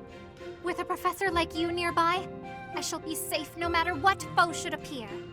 I see. I am afraid you have a good point.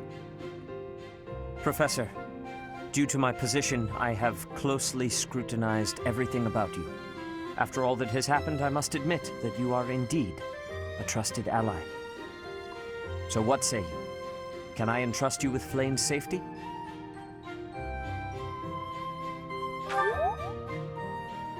I am so glad that Flame is safe.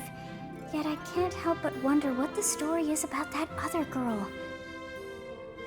She wore the uniform of the Academy. But who is she?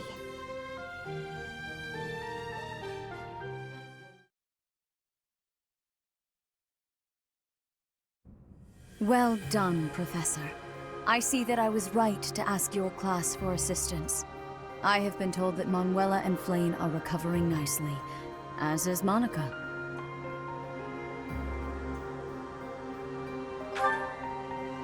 Monica, the girl you rescued along with Flame, is also a student of the Officers' Academy. However... She is a student from last year's class. She went missing just before she would have graduated. It never occurred to us that something might have happened to her at the monastery. We assumed she had run away. I never dreamed that we would find her. Not like this. Monica has asked to rejoin the Black Eagle House once she has fully recovered.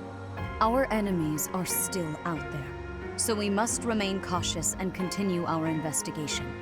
However, we must also help the students to move on from this incident. After all, the Battle of the Eagle and Lion will be held in Gronder Field next month. Yes, the students will remember it for the rest of their lives. Please guide them so that they may show us their best at the coming battle. So, you'll be going to Gronder Field next month. You've never been there before, have you? There is unease in the western side of the Empire, but everything east of the capital, Enbar, is stable. Well, there was a noble rebellion a short while ago, but it didn't amount to much.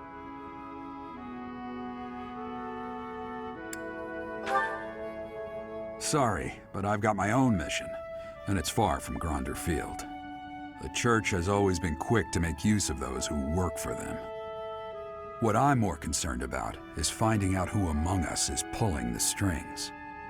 Ever since the Rite of Rebirth, strange groups have been seen around Garreg Mach and elsewhere too. There was also an incident where some knights investigating these suspicious strangers turned up dead. Not that it's likely, but if something like that ever happens to me, search this room, every corner, behind every shelf. I'm going to leave something for you.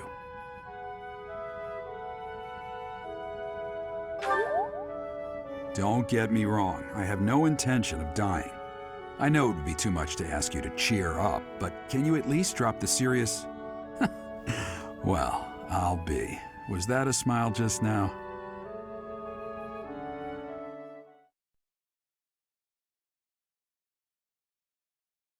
Part 1. White Clouds. Wyvern Moon. Field of the Eagle and Lion.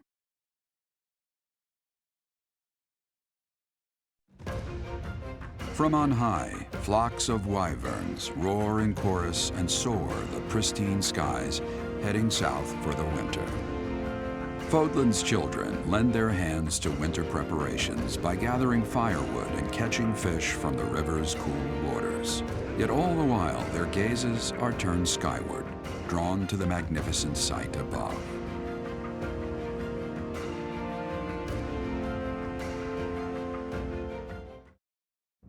Professor, you already know about the Battle of the Eagle and Lion, correct? I see. In that case, allow me to fill you in.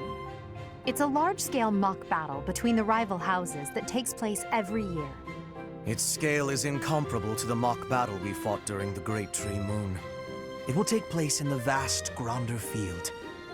That is in Empire territory to the southeast of Garrick Mach. Whichever house defeats the most opponents wins. Of course, the professors also fight alongside their respective houses. Well, usually. Professor Manuela is being prudent. She will not be participating this year. Since his longtime rival will be absent, Professor Hanneman has also declined.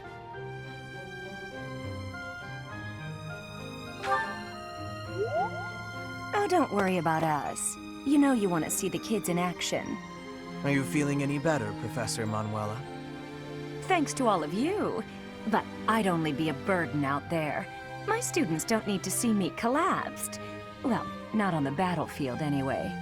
Correct. We will not be participating. Regardless, do not expect victory to come easily, or at all. Well put. We've spent the past few months pushing our students to their limits. You can see me in the infirmary after they destroy you.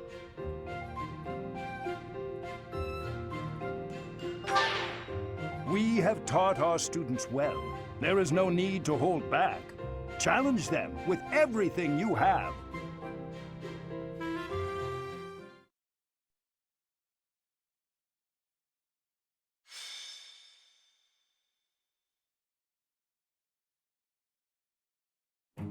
Gronder Field is in the Empire. It's actually part of my family's territory, House Burgley's.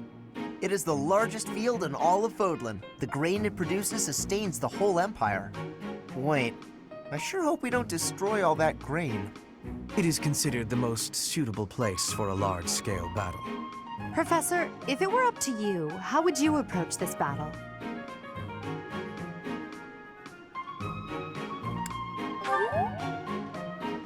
That sounds like a certain someone we both know. But as you wish, we'll use whatever strategy you think is best. If the Black Eagle House bands together, we won't lose. Our strength is superior. So if we do lose, it will be on your shoulders, Professor. If you are not confident you can do this, just sit back and leave it to me. The most you will do is make things worse. You'll just get in Lady Edelgard's way. Are you two about to fight? Oh, count me in! Wait, no, I think we all need to calm down. We have no lack of opponents. I am ready to go hunting for our enemies. Hunting isn't exactly... Well, I guess they're pretty similar, actually. I'm just gonna hide in the fort and cheer everyone on. There, is a fort, right? Sure, but it's deep in enemy territory. How kind of you to offer to cut through for us. What? No, that's not what I meant! Good work, Bernie. This will be your first battle, won't it, Flayn? You don't seem nervous at all. I shall give it my all. Our battle will begin shortly. The flag of the Black Eagles will soon grace Gronder Field.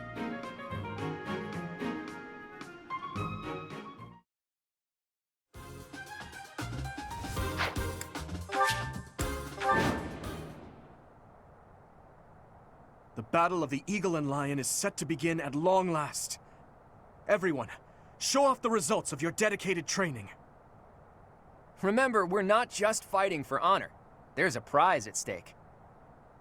It's almost time to begin. Steel yourselves, everyone.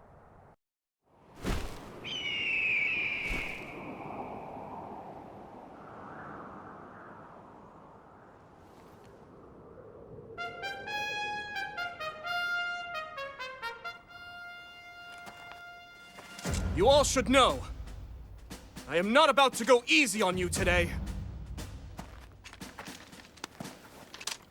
As long as we can pull off the win, doesn't matter how. Our victory must be absolute, no matter what it may take.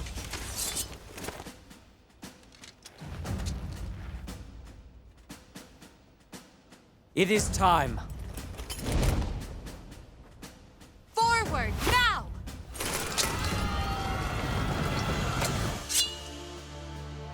For honor!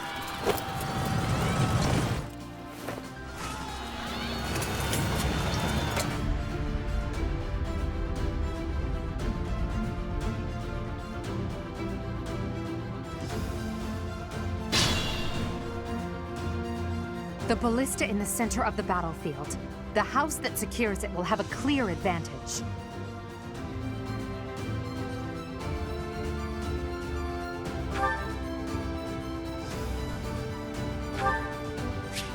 Stay focused. Oh no.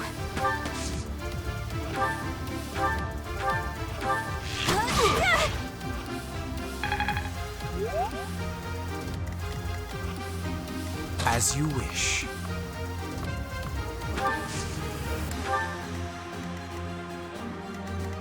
I am Ferdinand von Eyre.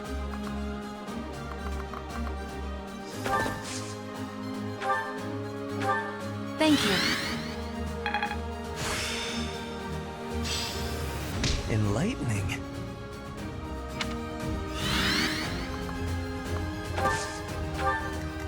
That's my cue. I will prevail.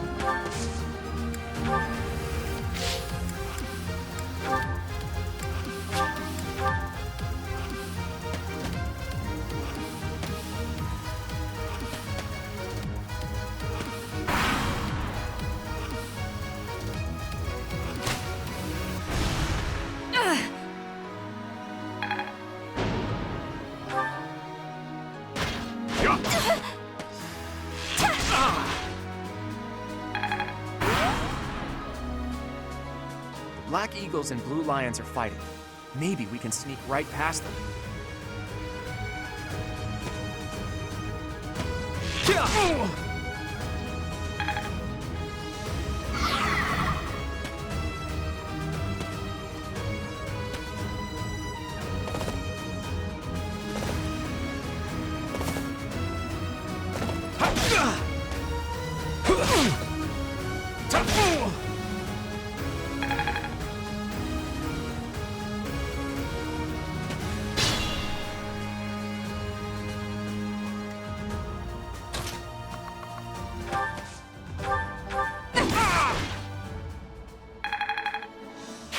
Wow, amazing.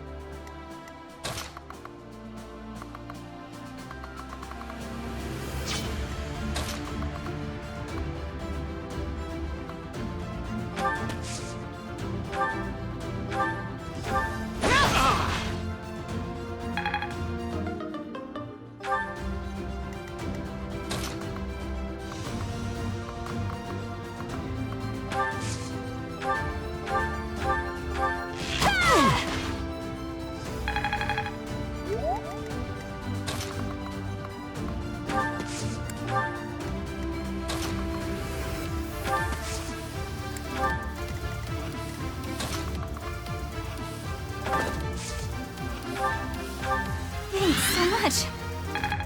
Much needed. Got too cocky.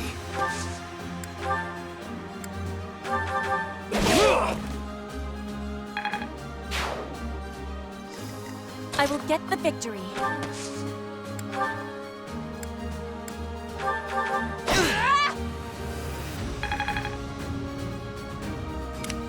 Put me in there. Battle.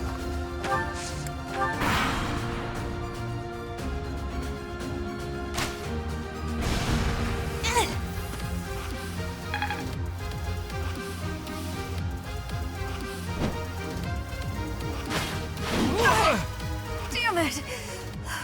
Not here.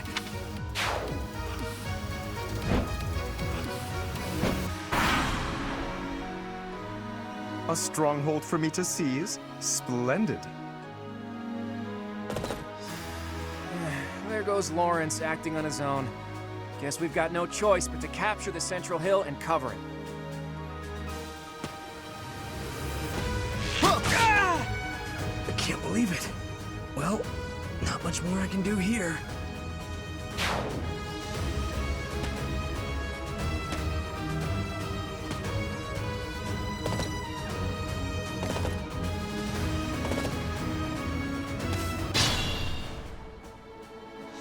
Be mindful.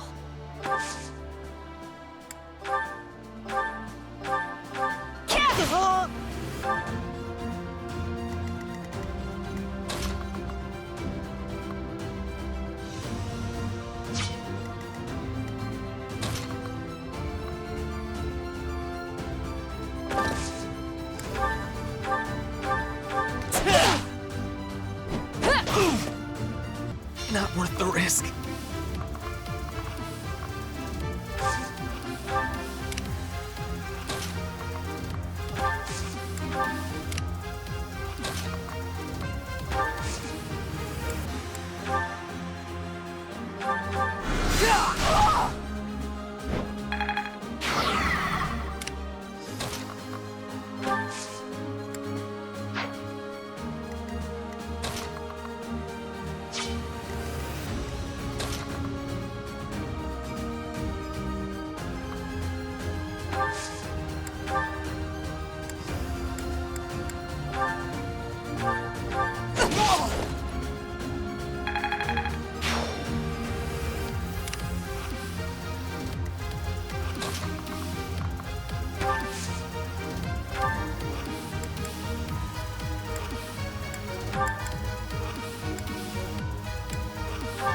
Thank you.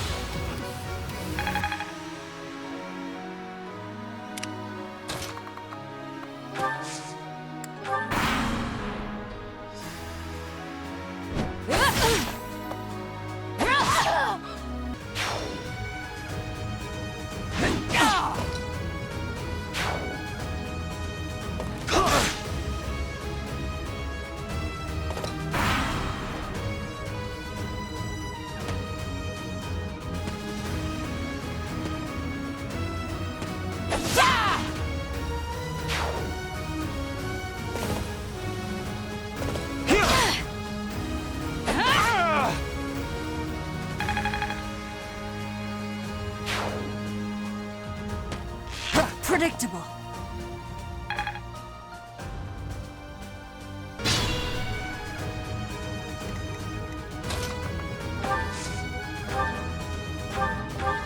Well done.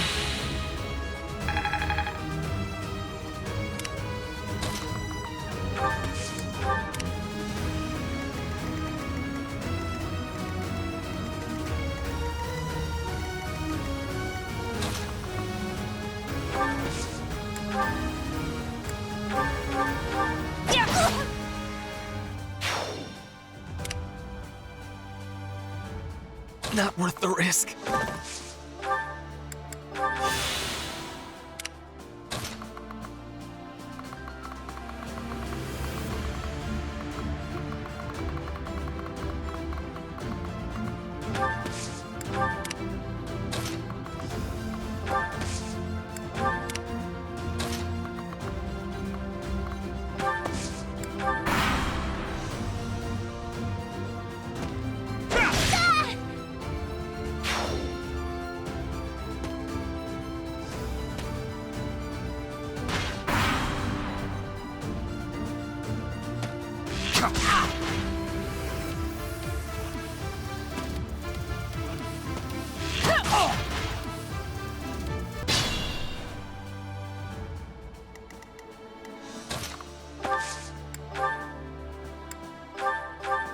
So, it is time to cross blades.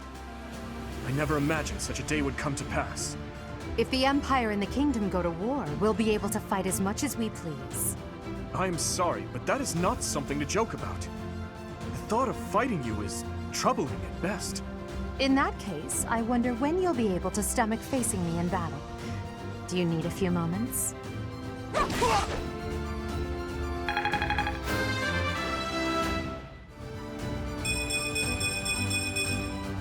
It's a long road yet. I fear I cannot fight any longer. I'm sorry, everyone. Please continue onward to victory!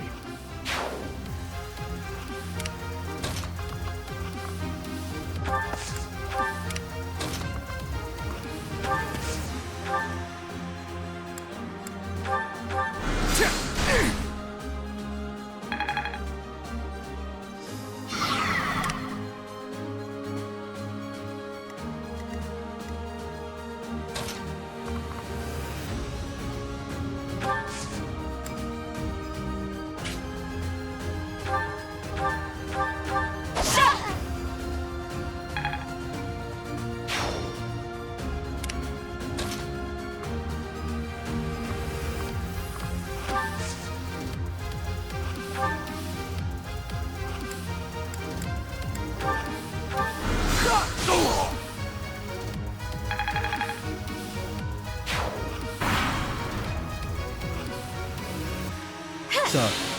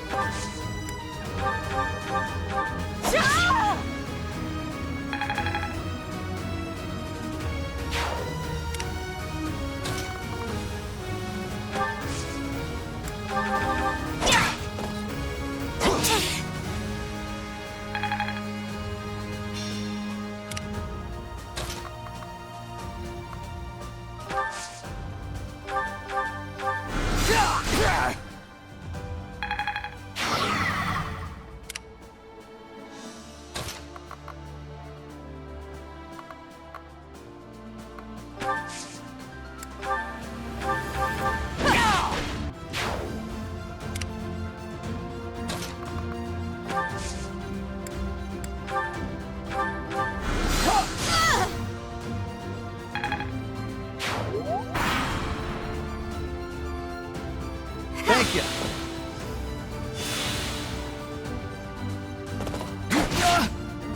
Perhaps it's time for a nice nap.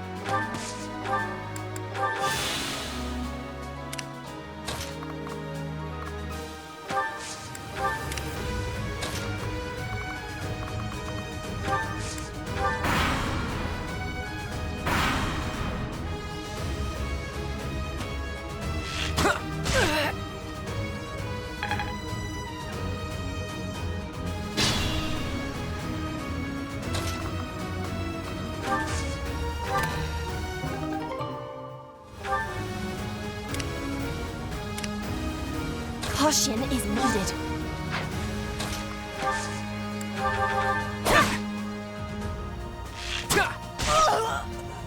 I did not grab the victory. I must retreat now.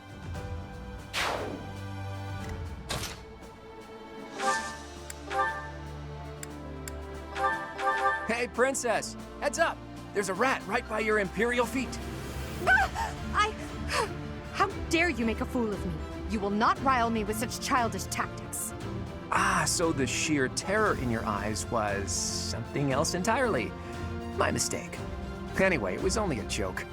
You really hope to unsettle me with childish jokes? It won't work. You must stand and fight. I hate to say it, but it seems we're at a stalemate. Looks like the Golden Deer won't be winning this round. That is the end of this year's Battle of the Eagle and Lion. And the winners are the Black Eagles. Thank you for your hard work, everyone. I dare say that prize is as good as ours.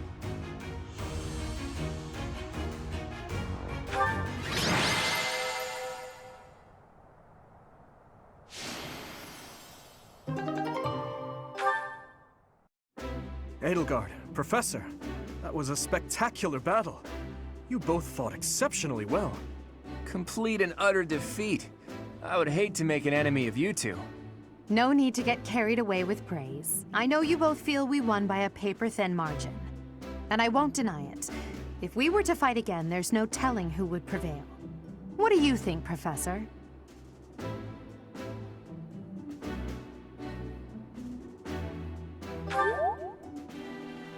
I am honored to hear you say that. Still, I must continue to train rigorously. In any case, I hope the day never comes when we have to put this experience to use. Agreed. I would hate to know a future in which I'm forced to cross swords with you. True, although the Battle of the Eagle and Lion was originally named after a war between the Empire and the Kingdom. But that's all in the past. I'm sure even the name will one day fade from the pages of history. How admirable, Teach. On that note, I have a proposition. When we get back to Garreg Mach, let's have a grand feast to break down the walls between our respective houses. And by a grand feast, I mean a fairly regular feast in the dining hall. It would be a fine opportunity to get to know each other better. Count me in. So be it. Let's plan to meet up on the night we return. Is that okay with you, Professor? What's gotten into you today? I'm not used to seeing you this excited. Seeing such a big smile on your face is a rare gift. It makes me feel like I can maybe relax a little too.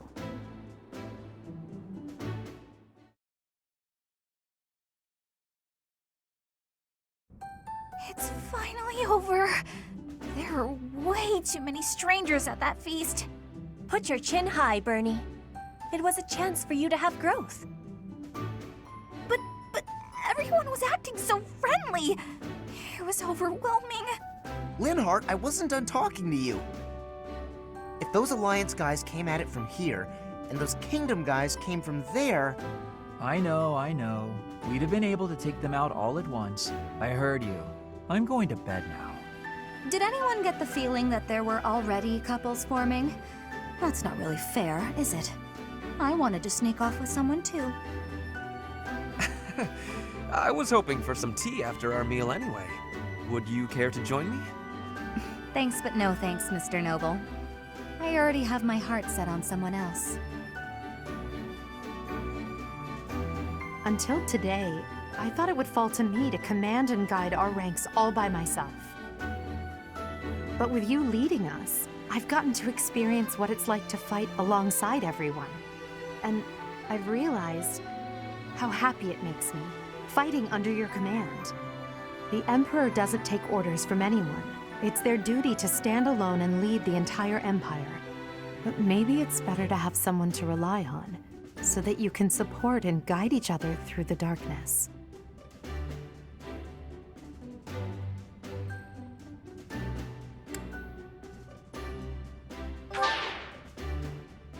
I may be heir to the Imperial throne, But first and foremost, I'm your grateful student.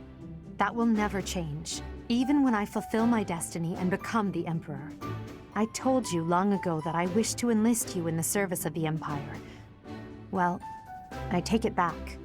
Now I wish only for your continued guidance during my eventual reign. Don't just hide away in the corner, Professor. You're the reason we're celebrating. It's because of you that I've had the courage to leave my room for a bit each day. I'm so grateful, Professor! We were all just discussing how well you led us. Remarkable! Your guidance is without parallel, Professor. I have had practicing of that phrase. Your training's been top-notch. Really?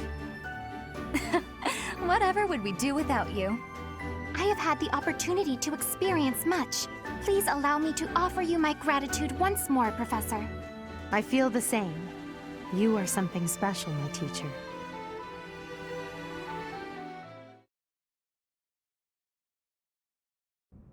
I can only call your deeds during the Battle of the Eagle and Lion quite versatile. Comparing against their performance at the mock battle of the Great Tree Moon, the students have grown significantly. It is clear that this is a result of your guidance. In appreciation of your efforts and to show our high hopes for the future of your students, I award you with this. Please continue to instruct your students as a model teacher. So, you've made good use of all my power after all. I would have been upset if you had failed at such an easy task. It pains me to assign such a disturbing mission to you during such a blessed moment in time. However, next month your assignment will be to journey to Remire Village to investigate an abnormal occurrence there. Remire Village. If I recall, you've been there with your father many times. I have yet to ascertain the details, but it would seem the villagers have been acting strangely. I have already dispatched the knights to verify the authenticity of this information. They should be back shortly. I suggest you begin by finding out what they have discovered. I pray this is not a bad omen. May the goddess protect you all.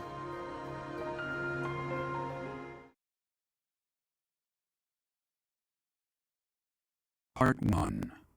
White Clouds. Red Wolf Moon. The Flame in the Darkness.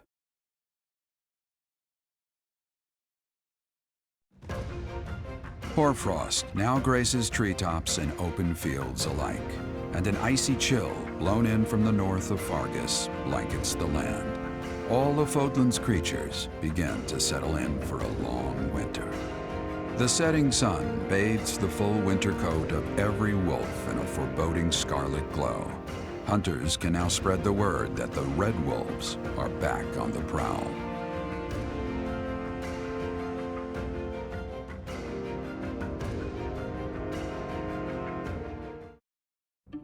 That's what we're dealing with. Is there no chance it's an infectious disease? There are no absolutes in medicine, but the chances are extremely slim. Restless movements, fits of violence, becoming bedridden, or even impossible to wake. With symptoms that varied, there are only a few possibilities. It's either a mixture of poisons or magic, and dark magic at that. You're talking about Remire Village, aren't you, Manuela? Oh my, if it isn't Gerald. Tell me, what was the first thing you heard?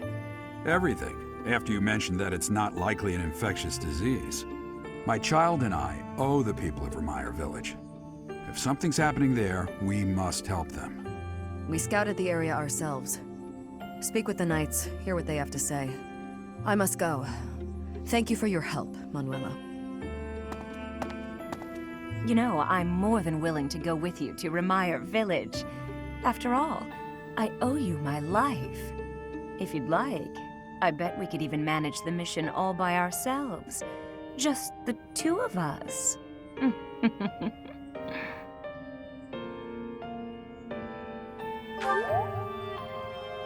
Professor!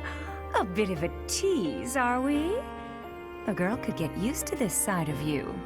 Nice try, but I'll be going to the village as well. Enough nonsense. It's time to move out. As you like. Goodbye, Gerald. Goodbye, Professor. I'll be in my office making preparations. What about you? If you have the time, it would be helpful if you could go ahead and talk to the Knights.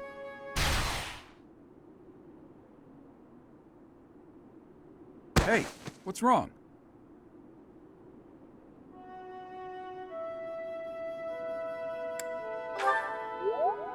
If anything feels off, return to the infirmary. No need to just grin and bear it.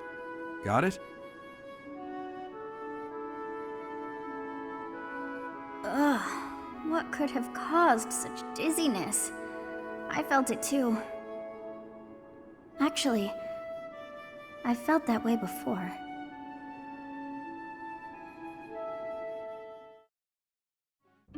You look unwell. It's because of what happened, isn't it? Don't speak of it aloud. You can't change the past. For now, all we can do is use it to our advantage. I know that. I also know that I must steel myself to ascend the Imperial throne. Those preparations are going well. Someone is coming. Professor, I heard about our mission for this month. Something terrible is happening in Remire Village. That's where you were when fate sent you our way. This feels preordained. Are the Knights making progress with their investigation?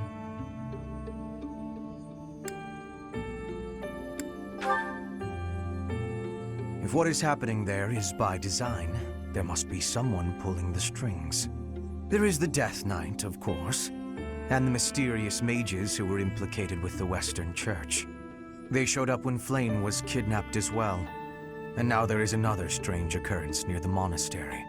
It seems an unknown organization hopes to make the monastery its stage for something. Do you believe that all these incidents are connected, Professor?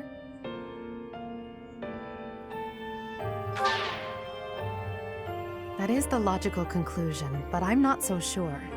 It certainly appears that all of the events surrounding the monastery are connected by a single thread. However, I think it's possible that it may just be a result of different motives overlapping. Remember, Professor, if you think of people as simply enemies or allies, it may be impossible to grasp the truth.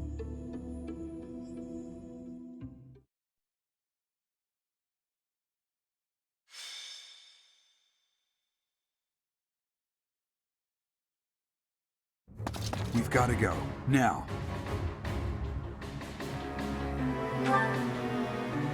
The situation in Remire Village has changed drastically. We don't know much more than that. We're hearing reports that the villagers are killing each other. Some say houses are burning. Regardless, we need to move. Kill! Kill!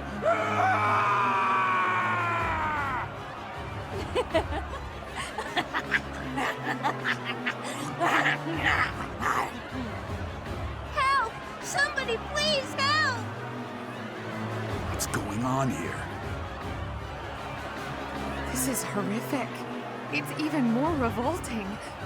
More terrible than I expected.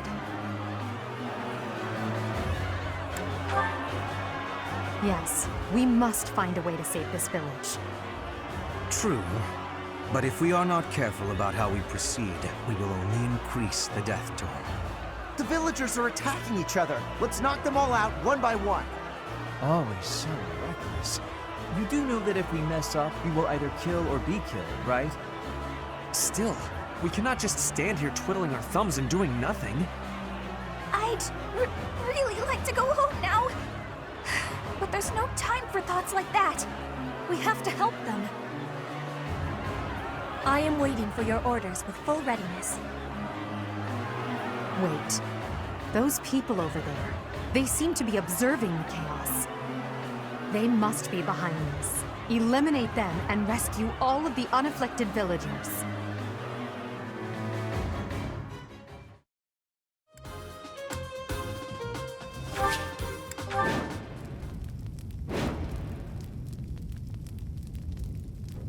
There are some suspicious-looking ruffians out there, but our top priority is to rescue the villagers. Got it?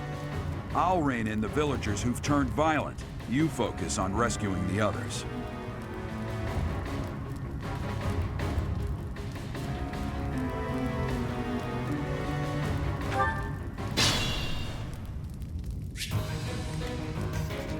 I will prevail.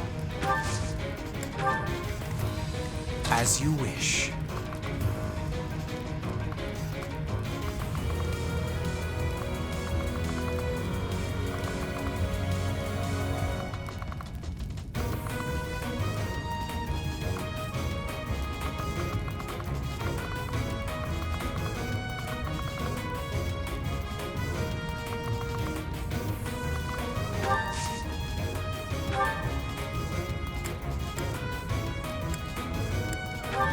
Kill!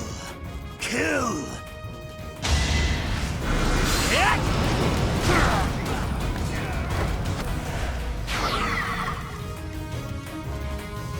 I am Ferdinand von Eyre.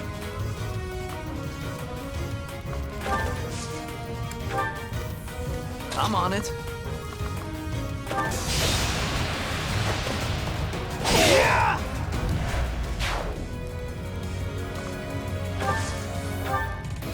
I will get the victory.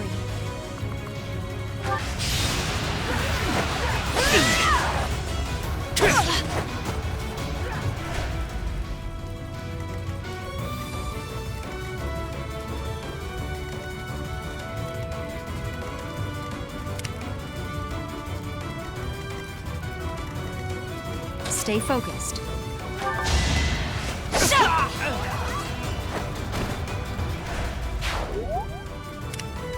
That's my cue.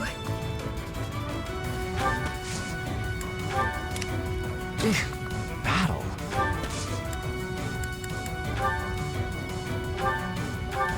Appreciate it.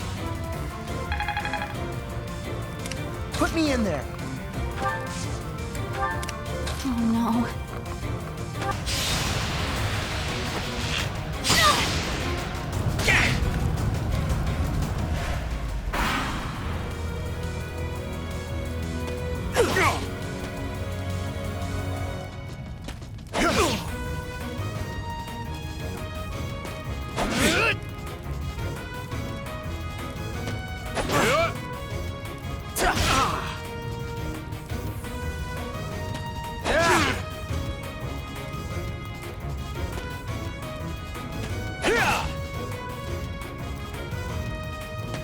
No point.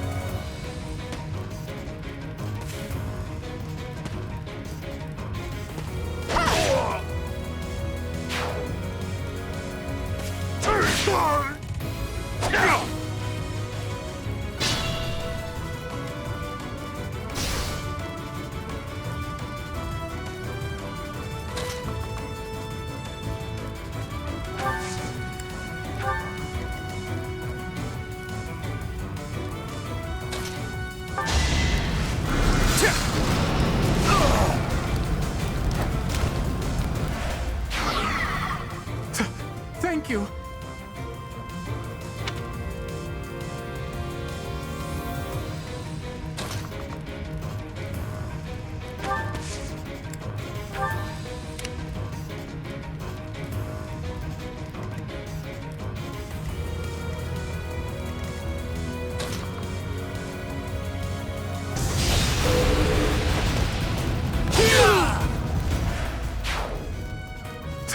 Thank you.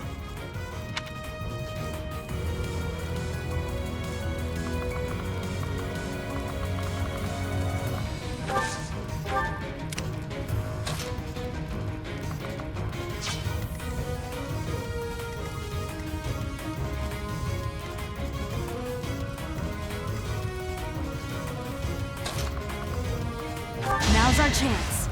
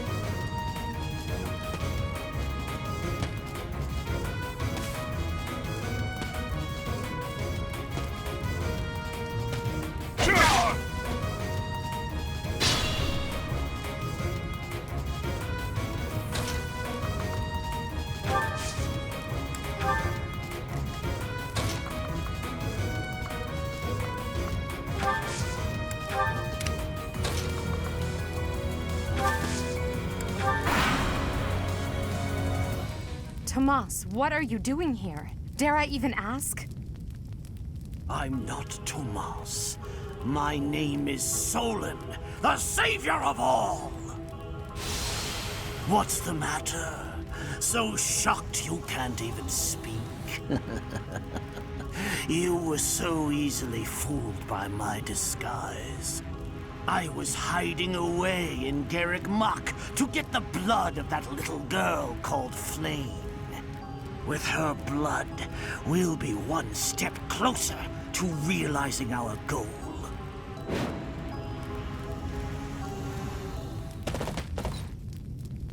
I'll have a bit of fun here, too. That's the Death Knight. He must be an ally of Tomas, or Solon, or whoever he is.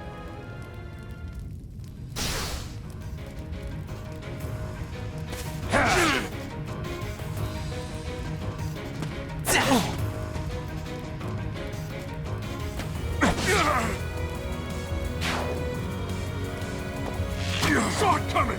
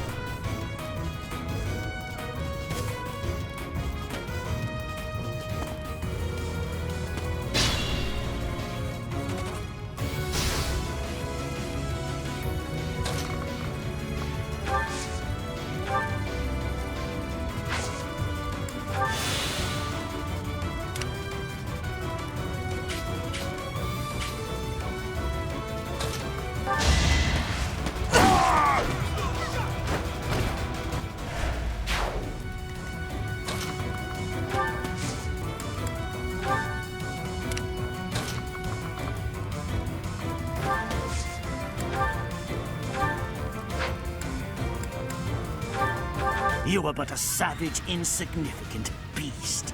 Yet you think you can kill me? I will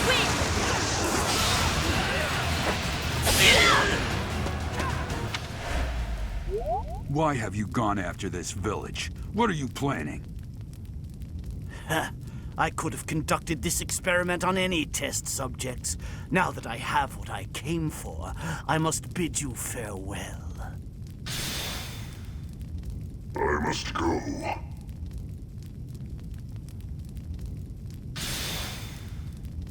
Wait! Damn it, he's gone. We let him get away. I'll survey the village. There may still be enemies in hiding.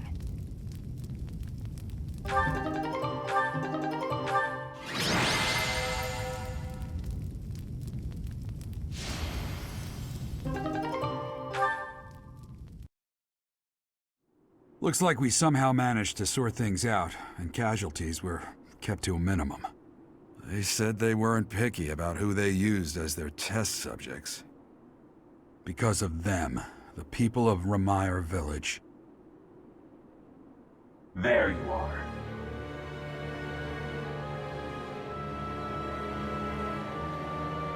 That armor. So, you're the Flame Emperor. Yes. I believe you have met my subordinate, the Death Knight. Oh, we've met all right. But back to you. You're the one responsible for the destruction of this village. Do not get the wrong idea. What in blazes does that mean? It is true that I am working with Solon, but that does not mean our objectives are the same. Had I known they planned to do this, I would have stopped it. You have my word.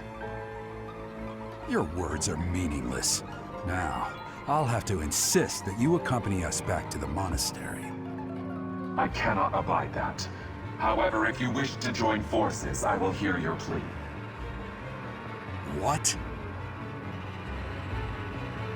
If left to their own devices, they will commit countless more violent acts like this one. Do you not wish to prevent that?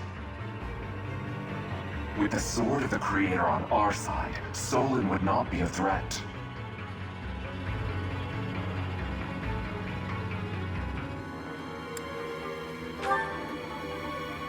Pity, though not unexpected. Pray that you do not live to regret your choice. Geralt, Professor, have you seen Lady Edelgard? What's wrong, kid? Huh? Oh, damn it! He's gone.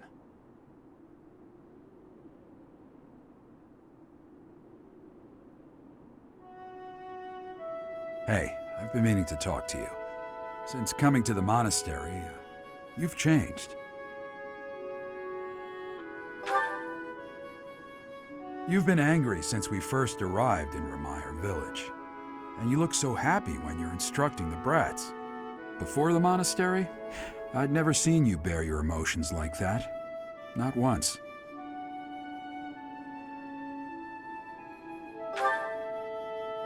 Then perhaps it's a good thing we came to the monastery, if only so I could see your face lit up like that. Or maybe there was never any reason for us to leave the monastery in the first place.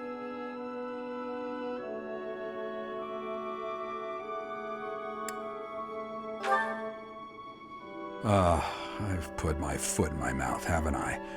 Though I suppose it may be nearly that time. Come to my office when you next have a moment to spare. There's something I need to tell you. Just what was that about? I can't recall a time of old when you were at the monastery. I wonder what is hiding in the mist that is your past.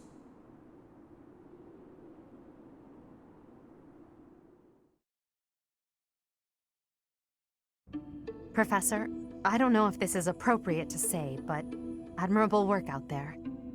I really believe we did all that we could.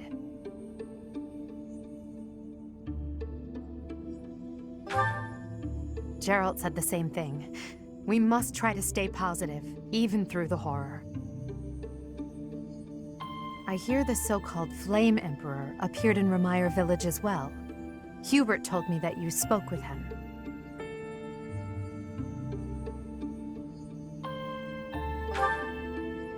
And do you believe him, Professor?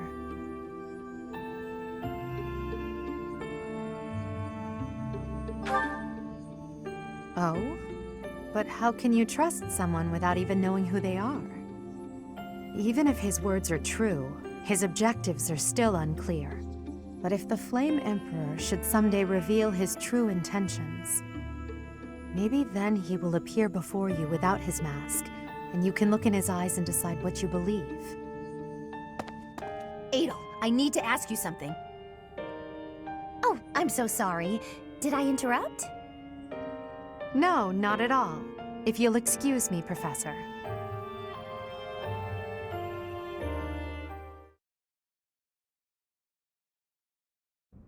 You did well handling that awful business in Ramire Village. I am certain the goddess shares in our grief at the senselessness of that calamity. More importantly, I was shocked to hear that our own Tomas was actually a dark mage. I must reflect on our blindness. You surely must. You failed to notice that a rat was hiding in your home. Pathetic! Who are these wicked foes? How did Tomas escape your gaze?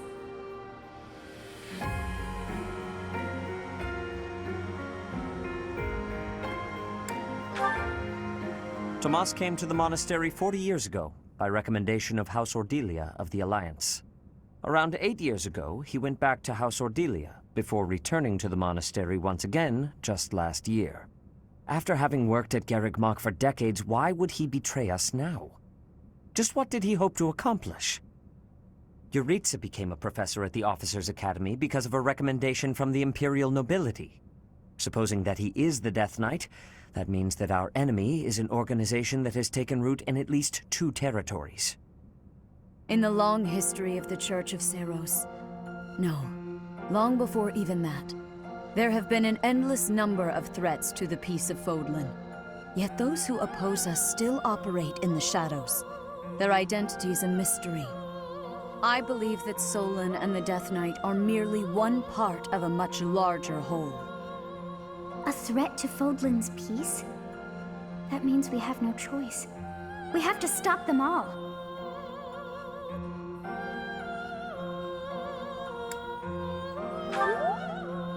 I have truly come to rely on you. I believe that the monastery will remain safe so long as we have you. We do not yet know the enemy's objective or whereabouts. For now, please devote yourself to preparing for whatever comes next. That is all for today. Professor, please wait. I know there is much that you still do not understand. However, one thing is clear. You possess great power. I believe that you are destined to be a source of great hope for all. In any case, I expect great things from you. Walk this world proudly, dear Professor. May the goddess Sothis protect you. The goddess Sothis? Is that what she just said? Is something the matter?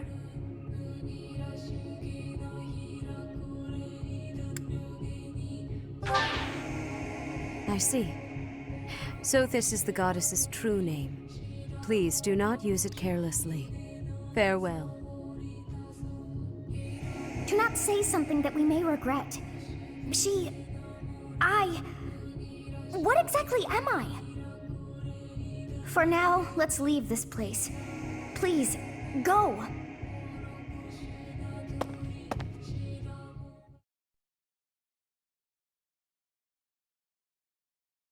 Part 1. White Clouds. Ethereal Moon. The Cause of Sorrow.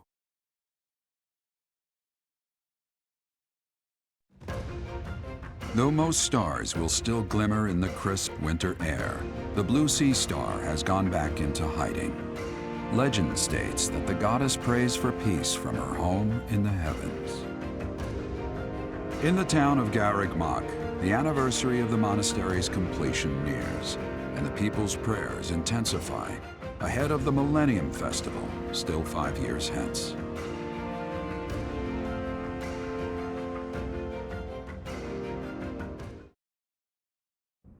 We are planning a grand ball for this month. I'm sure the students will be most pleased.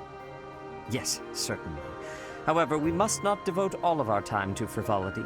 We have a new mission for you. We have found evidence of someone sneaking into an unused chapel.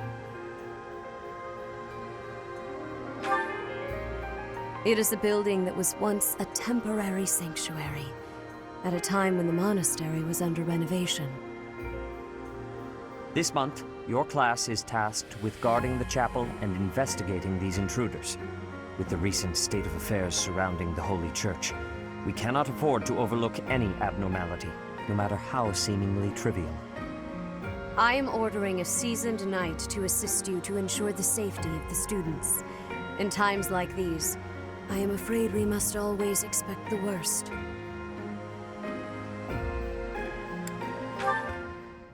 Reporting for duty, Lady Rhea. I thought you two could use the time to bond. And to speak of important matters. Appreciate the thought. Bear in mind that Geralt has a separate mission of his own. He will join you once he has finished it. It's true. I'll be away from the monastery for a while. But when I return, I'll come and watch you work. I'll be looking forward to it.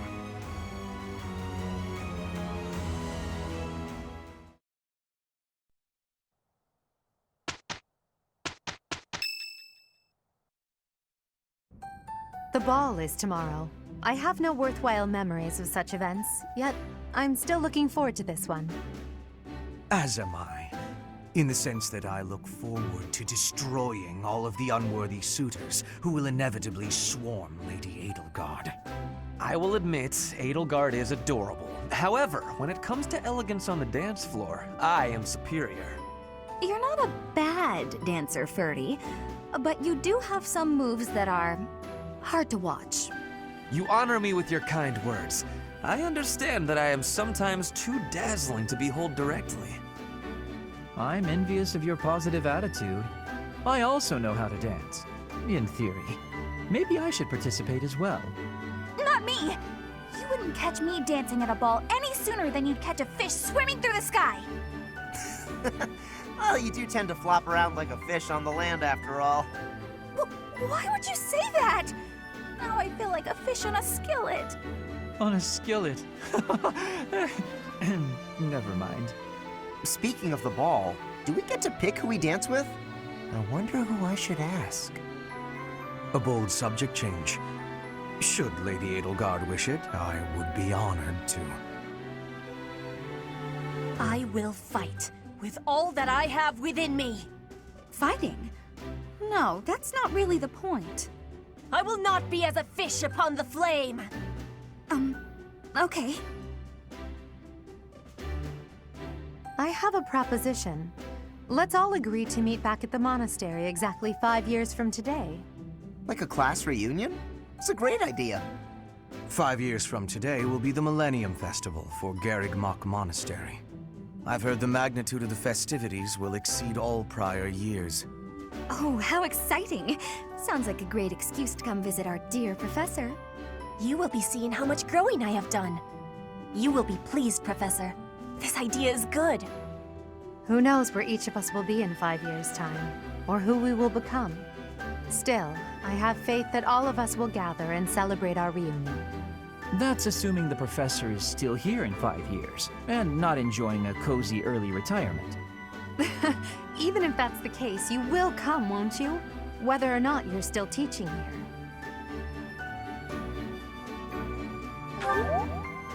Don't forget, my teacher. Even if the Millennium Festival should be cancelled, I promise to return here.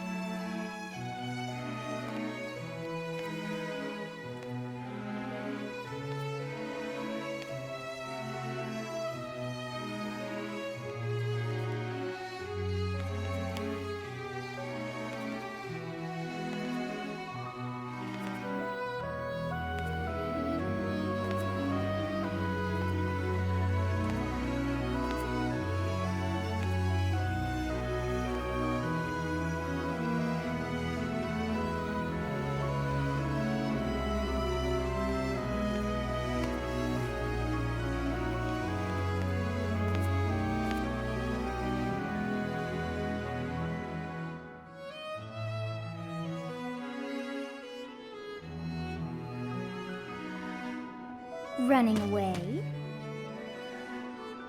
I understand. You hardly had the time to breathe in there.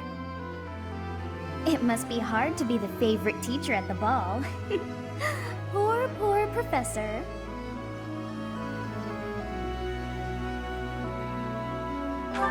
Was that a joke?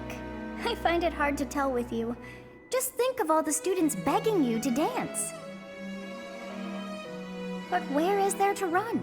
This place is filled with joyful students looking for a dance.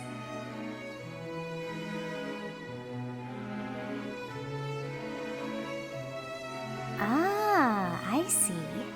The Goddess Tower waits for you.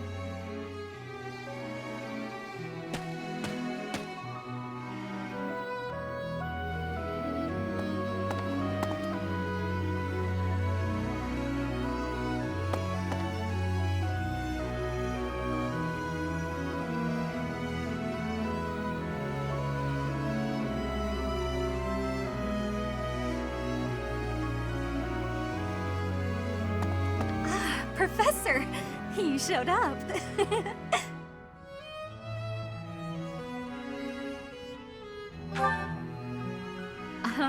I'm the one who called you here, remember? You came here because you read the letter I sent to you, right?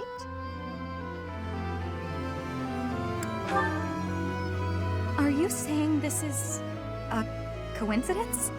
How disappointing to think you didn't come here specifically to see me. Still, if we're meeting by complete chance, that has a certain appeal too. It's as if destiny brought us together. And tonight is the night of the ball. Lucky me. Plotting? That's a bit rude, don't you think? I just wanted to see if you'd come here like I asked. I had a feeling that you would. Though, I suppose you didn't even read the letter to begin with. I should just be thankful I wasn't left here waiting, all alone, forever. Do you know it's been almost 9 whole moons since you arrived at Garreg Mach? You must have found a special someone by now, haven't you, Professor?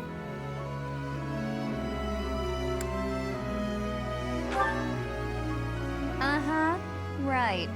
I bet you're just hiding it. There's someone you're sweet on. Don't you worry. I won't pry if you don't want to share. These things are private, after all. Well, I ought to get going.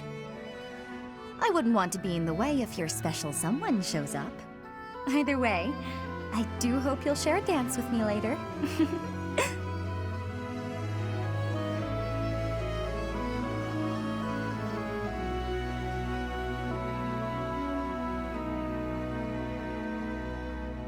It seems that everyone is having a delightful time. Will you not dance some more?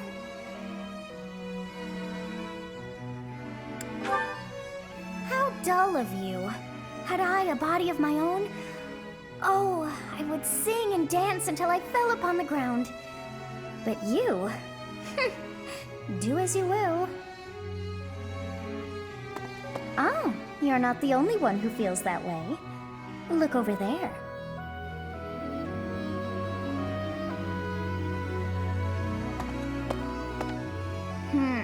I'm bored beyond compare.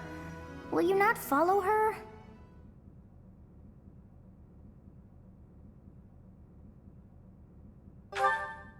Oh, come on, hurry up. I know that you are curious to see what she is up to.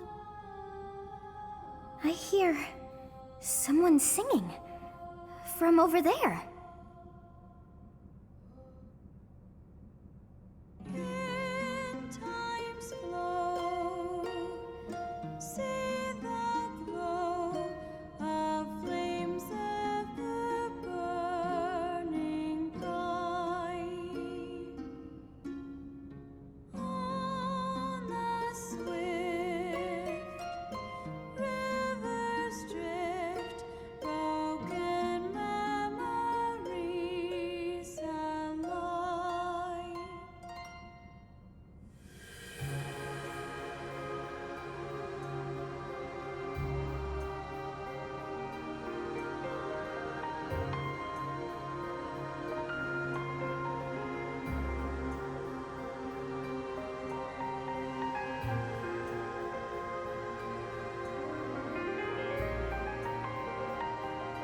song. I feel that I have heard it in the past. Actually, it is not that I have heard it. Did I once sing that song to someone? No, there's more. I wrote this song. Oh, but how could that be so? If that were true, then how could she be singing it? Unless... No. I am suddenly so exhausted. As are you, no doubt? Quickly then, to bed with you.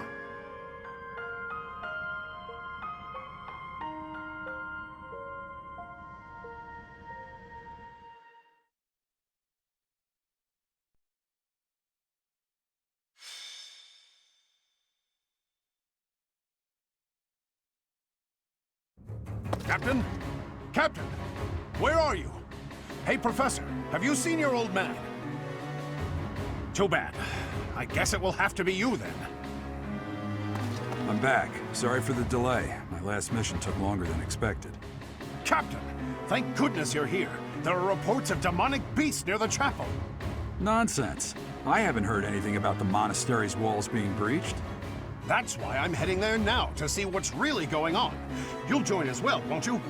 Of course. We're both sworn to protect this place.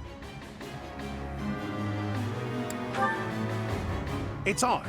Just before they appeared, someone saw a number of students heading toward the chapel.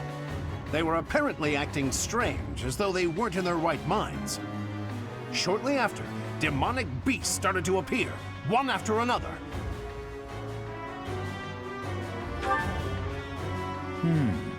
The students. There's no way those demonic beasts got in from the outside. But none of that matters right now. We need to act. Go summon your students. Damn it. I wanted to talk to you about something important, but there's no time. There's never any damn time. But this is much more urgent, so it can hold for now. I'll meet you there.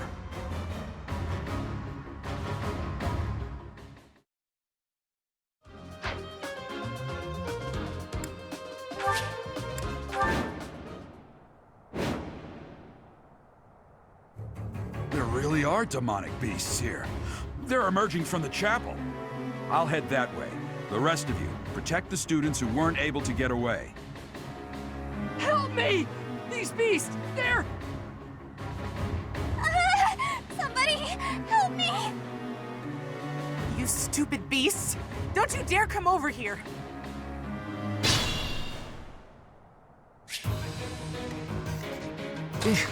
Battle? Let us away.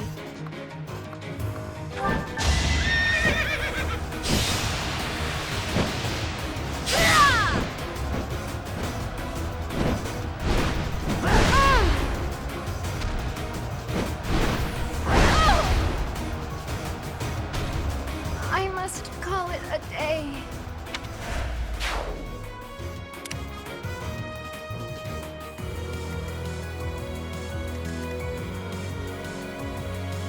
Stay focused.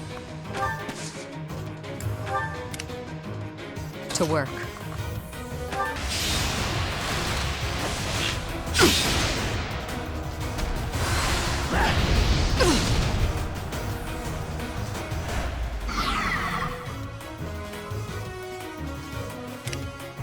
As you wish.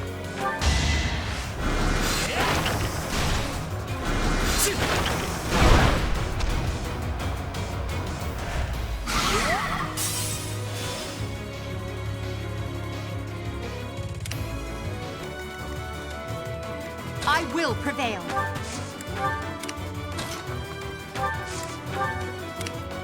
That's my cue. I will get the victory. I am Ferdinand von Eyre.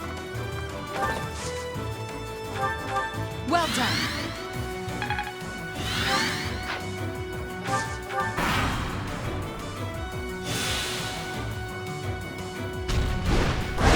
No use.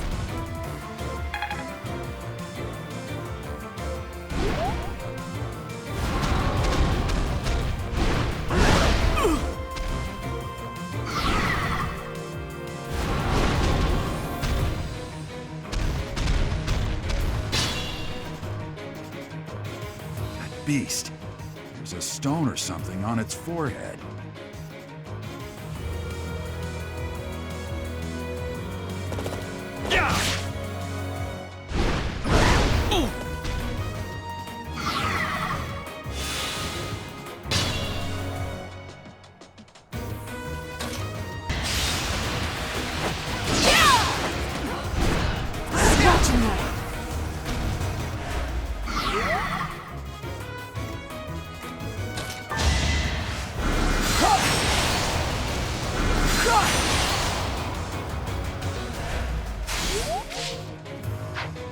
Shouldn't strain myself.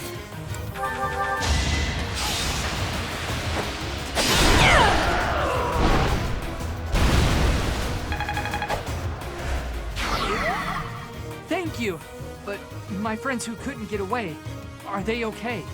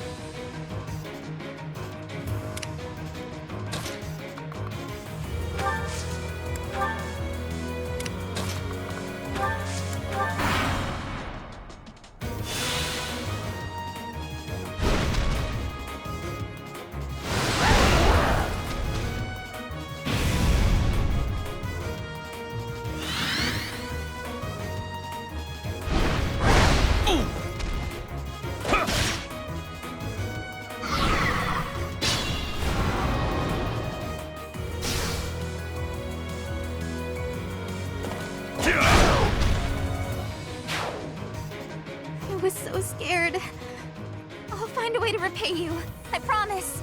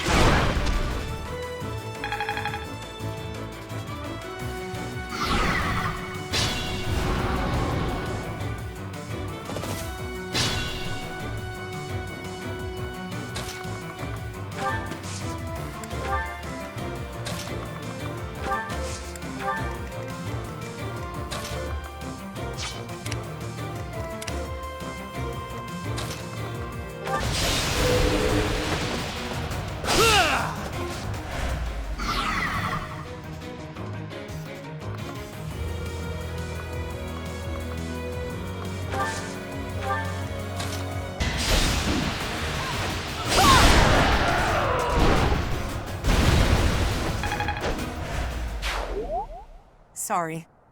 That was a close one. You saved me! Thank you. There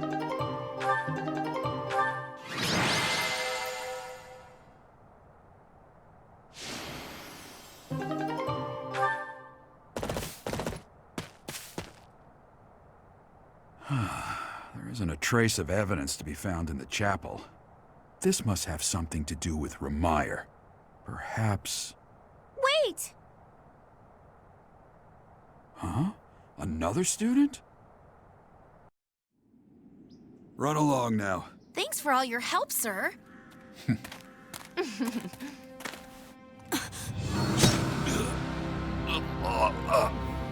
You're just a pathetic old man. How dare you get in the way of my brilliant plan, dog?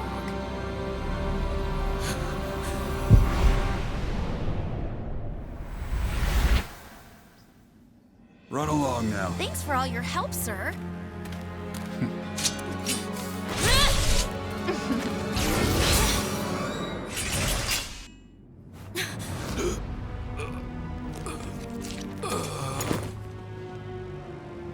Huh? What are you doing here? You must survive, merely because there is still a role that I require you to fulfill.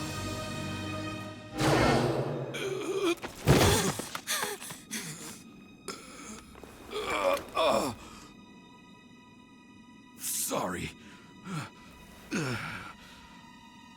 It looks like I'm going to have to leave you now.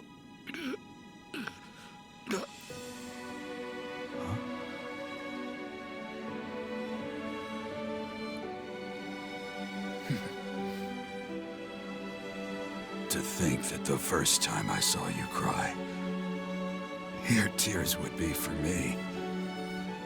It's sad, and yet I'm happy for it. Thank you, kid.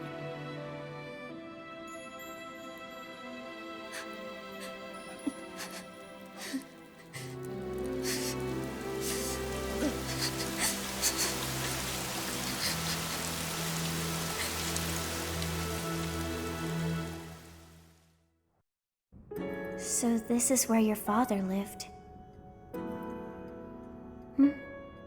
Are you still crying? If turning back the hands of time was not enough to save his life, you must accept what came to pass was fate.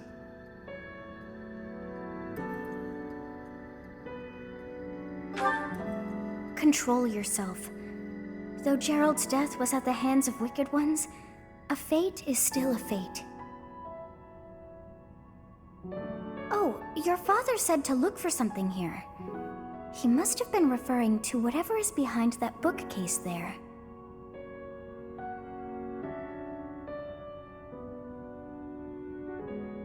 Your father's diary. Huh. His handwriting is prettier than his face would suggest. Well, well. These entries here are from before your birth. He seems to have been writing this for quite some time. Read that part there. Horsebow Moon, year 1159. Day 20 of the Horsebow Moon. All is cloudy. I can't believe she's dead. Lady Rhea said she died during childbirth. But is that the truth? And still, the child she traded her life for doesn't make a sound. Didn't even cry at birth. Day 25 of the Horsebow Moon. It's raining. The baby doesn't laugh or cry. Not ever. Lady Rhea says not to worry, but a baby that doesn't cry isn't natural. I had a doctor examine the child in secret. He said the pulse is normal, but there's no heartbeat. No heartbeat. Day 2 of the Wyvern Moon. Sunny. I feel I must take the child and leave. But the church is always watching us. I don't know what Lady Rhea has planned. I used to think the world of Lady Rhea. Now I'm terrified of her. Day 8 of the Wyvern Moon. More rain. I used the fire that broke out last night to fake the child's death. Lady Rhea is in a state over the news, but I can't change what I've done. I've got to take the child and leave. Well now, that baby must be you. That means... Someone is approaching us. Ah, here you are. To think that that Geralt would meet his end like that. I hope you know that you were the most important thing in the world to him. He wasn't the most emotional guy. I'm sure expressing his affection wouldn't have come naturally to him. After what's happened, it's up to me now. I, Alois, swear to protect you in the captain's stead. Sorry. This isn't the time for my blathering. Lady Rhea is looking for you. I came to tell you that. I'll take my leave now. This book is filled with secrets yet unknown. We must return another time to read the rest. Oh, but I have at least figured one thing out. I know now why our fates are intertwined.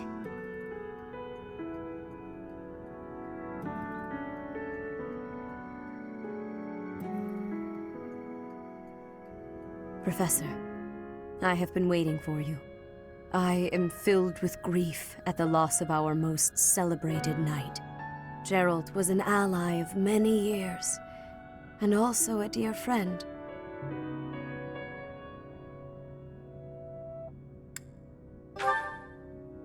It was a long while back. At the time, Geralt was a soldier of the kingdom. He was injured in battle, and I saved him just as he was about to perish. That was our first meeting. After that, he became a knight of Seiros. He gave his all in service of the church. He fell in love with one of the nuns here at Garreg Mach. Their love produced a child, whom she died giving birth to. It was her decision. She weighed her own life against that of her child's and, in the end, implored me to save the child. Your father never truly accepted that decision. He took the child, took you, and disappeared without warning.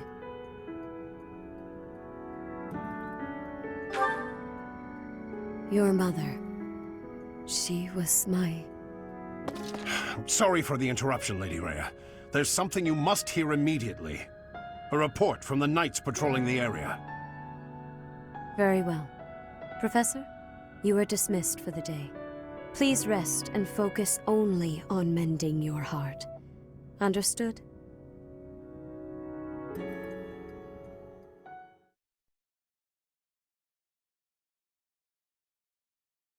Part 1. White Clouds. Guardian Moon. Where the goddess dwells.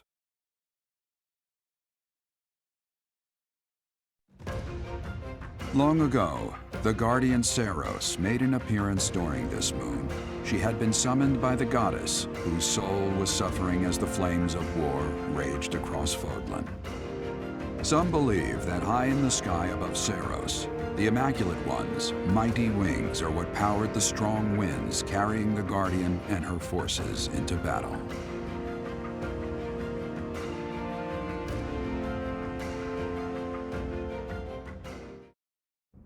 You're here again. Professor, you've been crying. So, even you cry sometimes.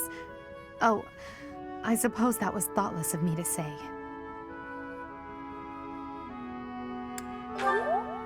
My teacher, you're so blinded by grief that you can't see what's going on right in front of you. Are you waiting for time to heal your wounds? Or have you curled up in a corner and lost the will to carry on?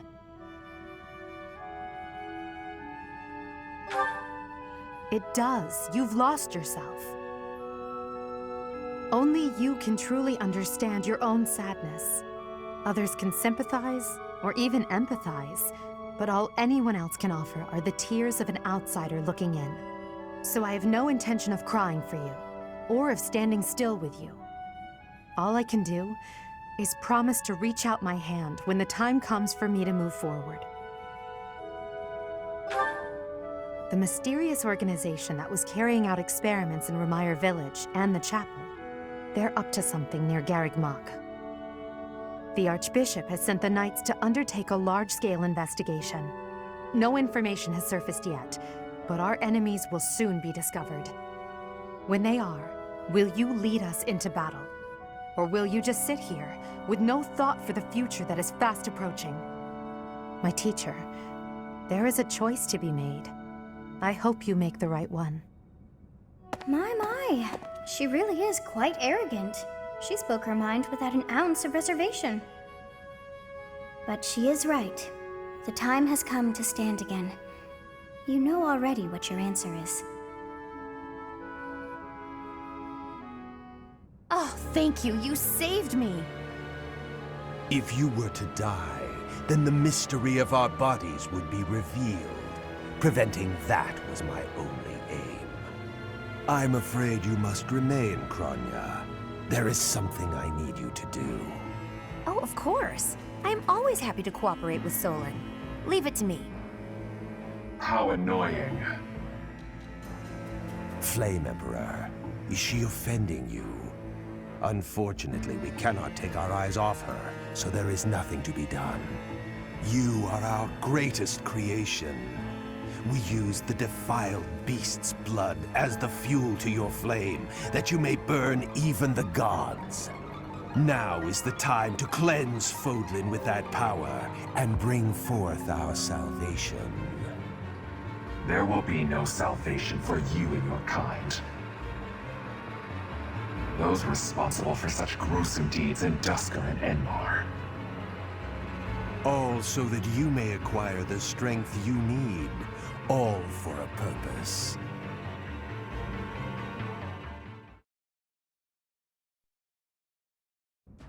Professor, I know where the enemy is. Where Solon is. They're in a place called the Sealed Forest, close to the monastery. The Archbishop is gathering the Knights to begin a search. She's doing so in secret, behind our backs. She must be afraid that a thirst for revenge will compel you to seek them out. Now that you know, will you give us the order? No, I will not allow it. This discovery comes just when the Knights are at their busiest. It is all too likely that our foes revealed themselves to lure you out there. They are the ones who took Geralt from you.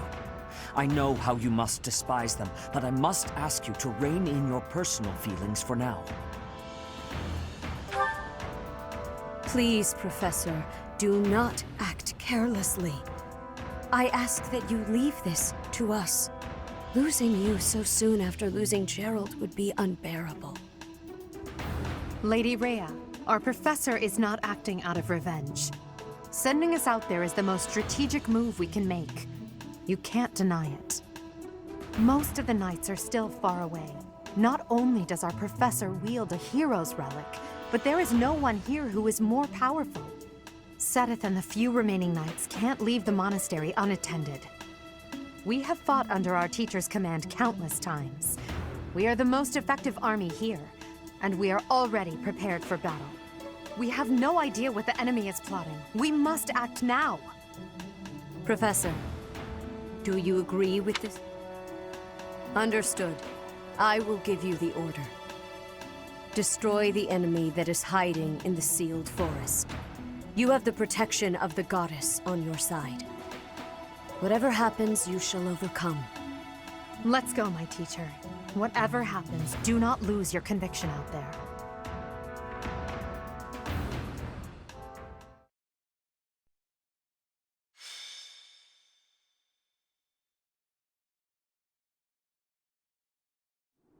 We are now within the Sealed Forest. We must not let our guard down. Professor, we'll avenge Geralt for you, no matter what. Remember, it is a bad idea to get distracted by revenge. I have readiness. Our enemies will be taking... we will take our enemies down. Well, it's not like we have any other missions this month. I suppose this is as good a way as any to spend our energy. Lindhart spending energy? We'd better finish this fast before the pigs start flying everywhere. Lower your voice. The enemy could be close. It is time to repay the kindness of the professor who saved my life. Professor, I know I'm the one who insisted we come here, but don't doubt for a moment that the enemy is waiting for you. Lady Edelgard, what are you saying? What other objective could they possibly have? We have no clue what kind of trap is waiting for us. Please be careful, my teacher. We can't afford to lose you. The enemy is strong, but you will prevail.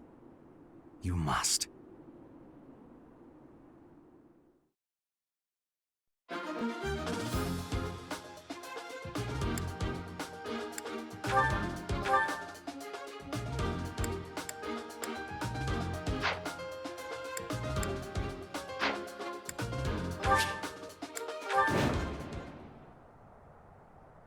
Look there! Demonic beasts!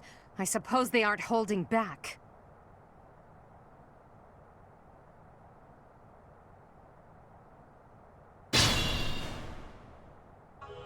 Hello, you're here! Welcome to the Forest of Death! My name is Kranya. This weakling girl was just a borrowed look for me. This is what I really look like. Now, you vermin, I'll take down every last one of you. Stay focused. I'm on it. I will prevail.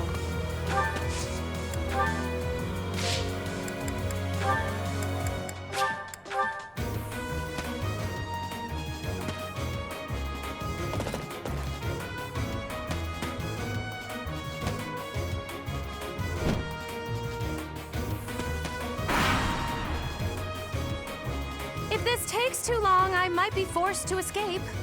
Oh, or do you simply intend to let me go? How accommodating of you. As for me, I intend to kill you all.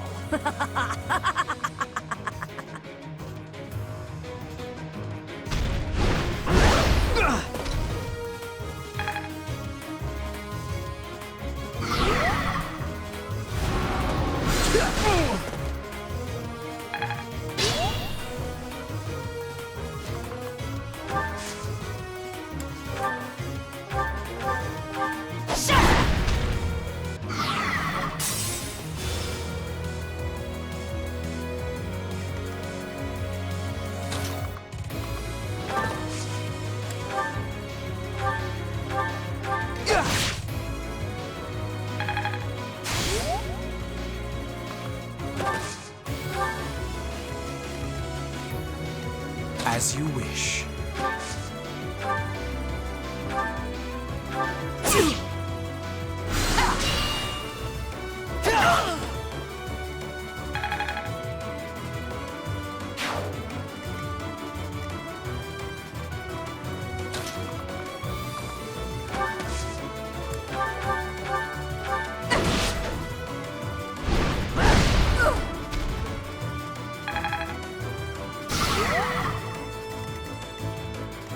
I am Ferdinand von Eyre.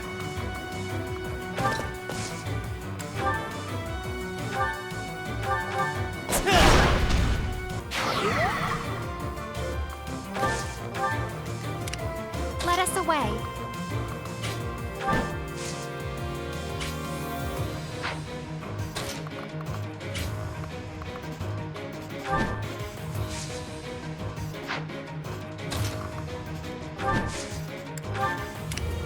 That's my cue. Oh no.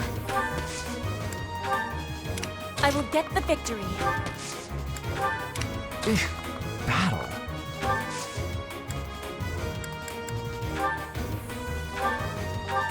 A great help.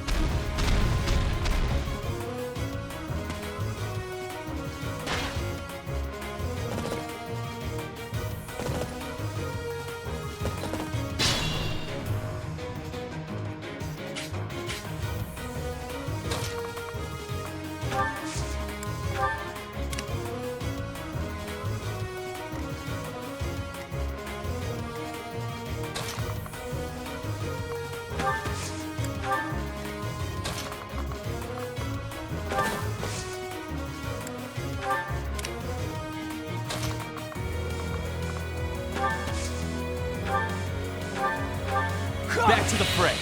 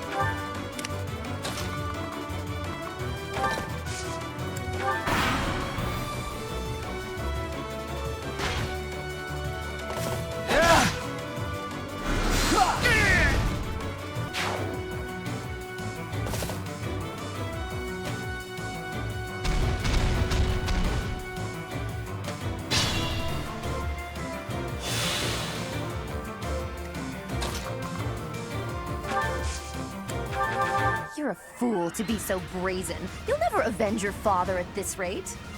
I'll have to kill you too, with my own hands.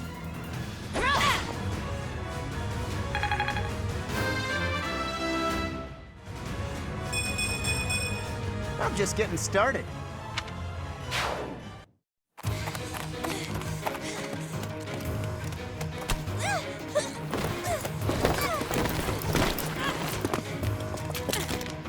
But how? How could I really lose to a lowly creature like you? Well, Solon, don't just stand there and stare. I need your help. yes, you most certainly do. Huh?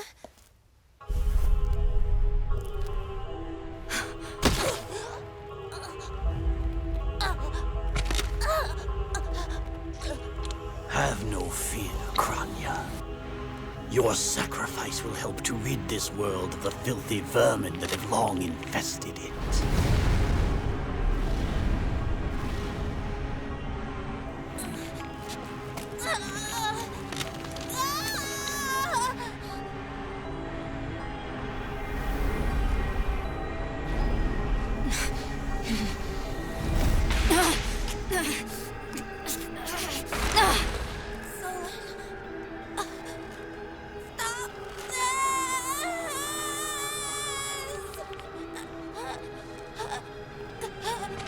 The time is finally come to unleash the forbidden spell of Zaharas upon our enemies!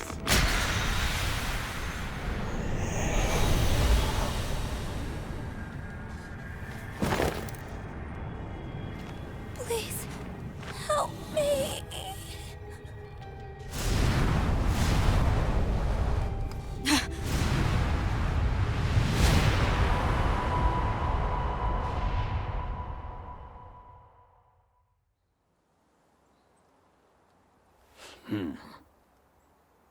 Be gone with you, Fellstar.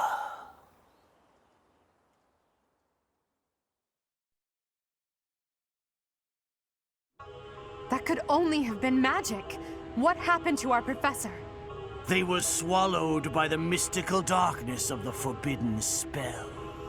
An eternity wandering in a void of nothingness, never to return to this world. To think, we almost had the sword of the Creator. You're lying! Our professor is alive, I know it! That's right. Our professor is no ordinary human. It is hard to fathom that our professor would die in a place like this. It is possible that death has yet to find your friend, but there are worse things than death. Drifting through the darkness with no chance of escape, overwhelmed with hopelessness. It must be torturous. You're already boasting a victory, but know this. if you did use such devious tricks to stop our professor, I swear that you will regret it. I cannot help but agree with her this once. Even if our professor is trapped in darkness, that is not the end of their story. I will not forgive such arrogance. If you prefer it so, you shall also be added to the ranks of the dead.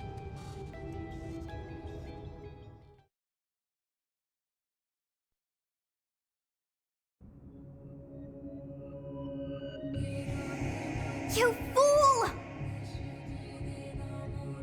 What were you thinking, charging right into an enemy's trap? Are you just a boulder that rolls down whatever hill it's on? No, even a boulder has more sense.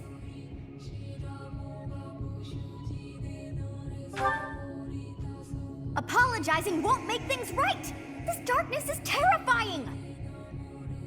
As you and I are one, I too am trapped within this void. But please consider this. This realm of darkness we are in is separate from the world from which you came. I mean that it would take a god to leave this place. In time, our hearts and minds will cease to be. Are you prepared to die?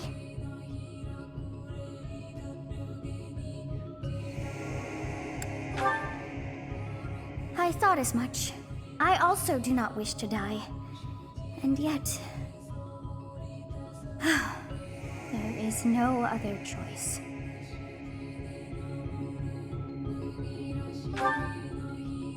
Do you recall your father's diary? He said you were a child who never cried nor laughed. I think I am the one to blame.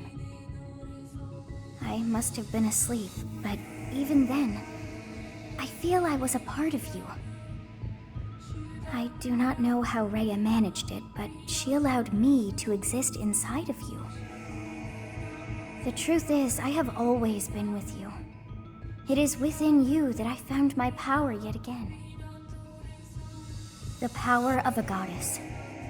The power of the progenitor god. My name is Sothis. By now, you must be well aware of what that means. I am the one who watches over Fodlan and the creatures dwelling there. I am Sothis, she who died and then returned.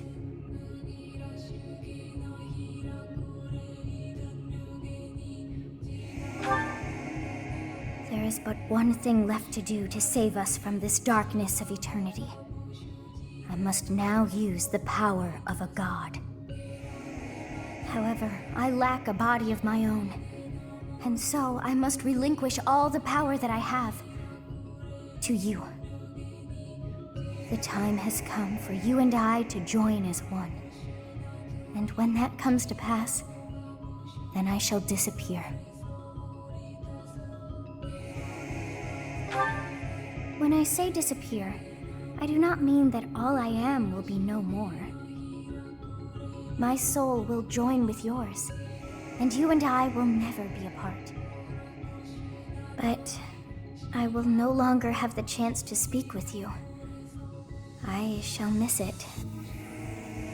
So long have I been on this path with you. Through you, I got to see and hear this world.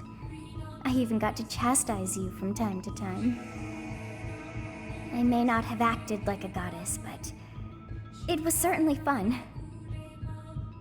For all that you have done, thank you. I'm glad that it was you to whom my fate was bound.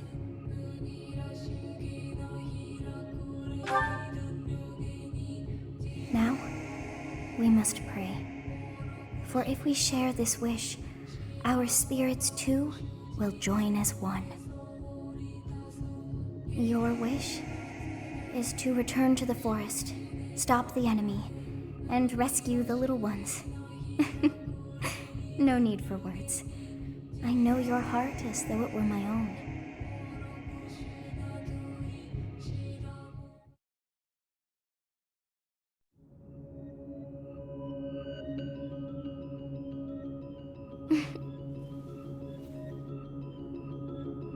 Your will and mine are now as one. Both sides of time are revealed to you, and you alone. You know I am the beginning. What shall you do?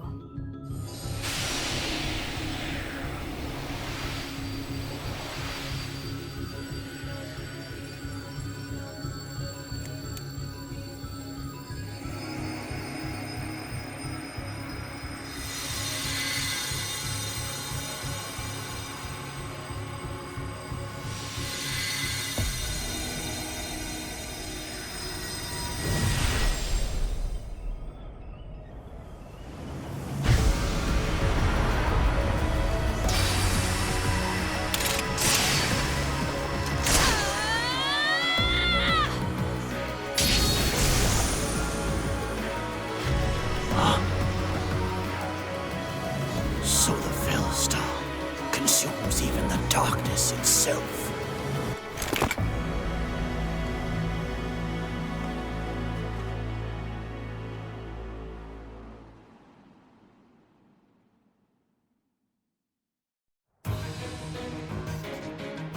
Professor, it is you, right? I knew that you would always come back to us. I'd like to ask about your appearance, but for now, let's dispose of our enemies. What did you see in the darkness of Zaharas? This would be impossible. The only being that can withstand that darkness is... Unless I dispose of you myself, I may never have the chance to send you back there.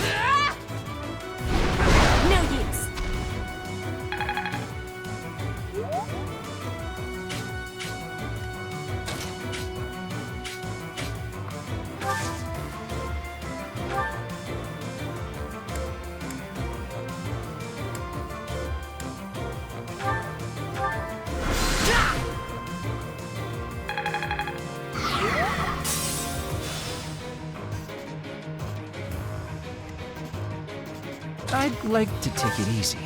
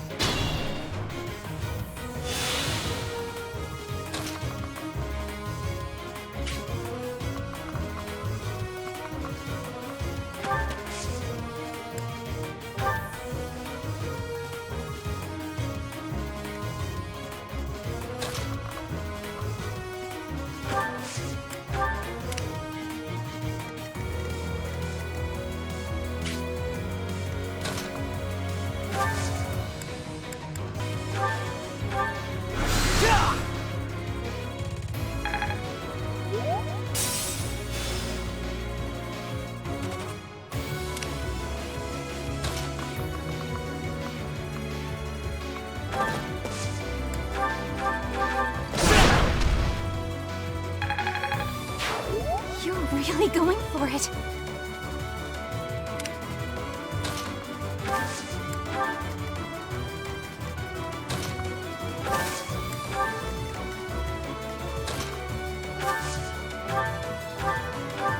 Appreciate it.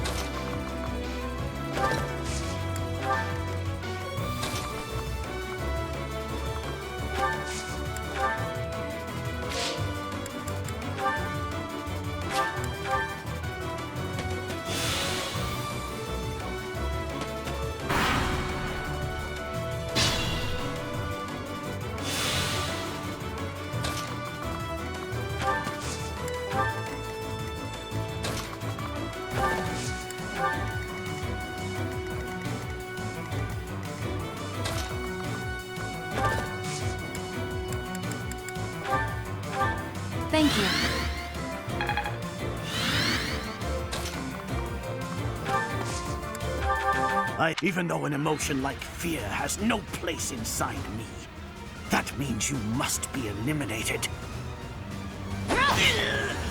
To think that I would lose to mere beasts.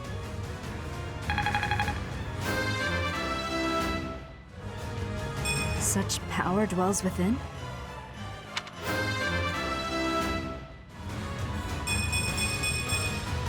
I'm just getting started. But this is not the end. Tullus will carry out our mission somehow. It's over. Now, Professor, about your appearance.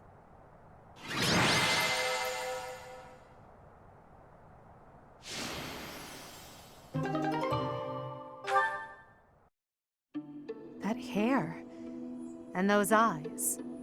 You remind me of someone. What happened to you?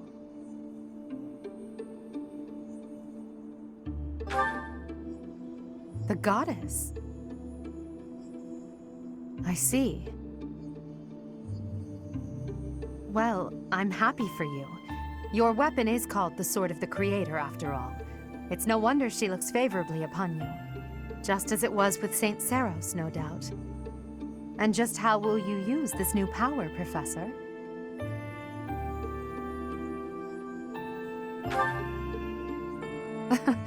That is so like you to say that. Tell me, if the world, and your students included, were to divide and go to war with each other, what would you do? In that scenario, each side would represent both the world and your students. Who would you?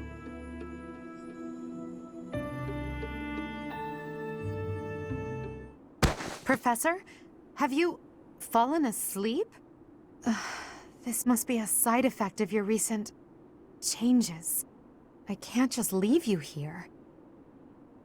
I shouldn't ask Hubert to carry you, so I suppose it falls to me.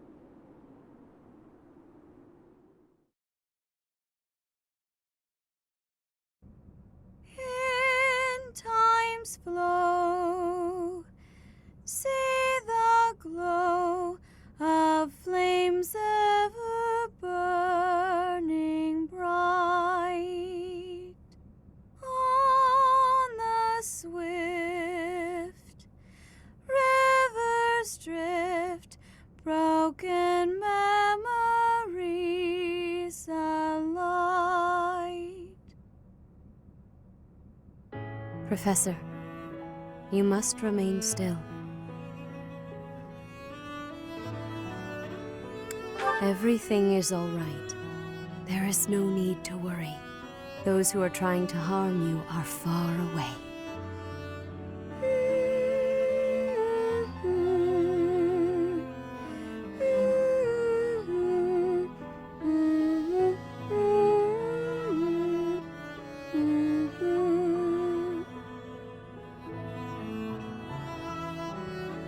How lovely it would be for this moment to last forever.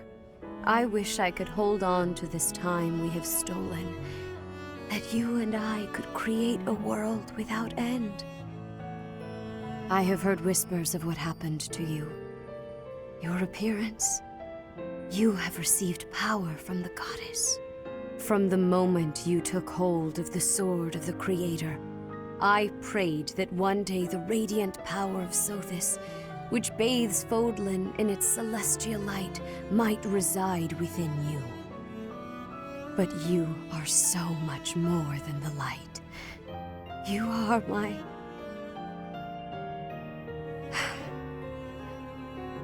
Close your eyes, dear one. Sleep just a while longer.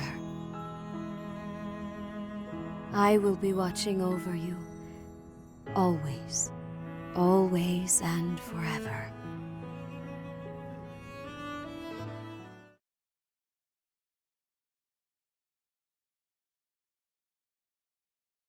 Part 1. White Clouds. Pegasus Moon. Throne of Knowledge.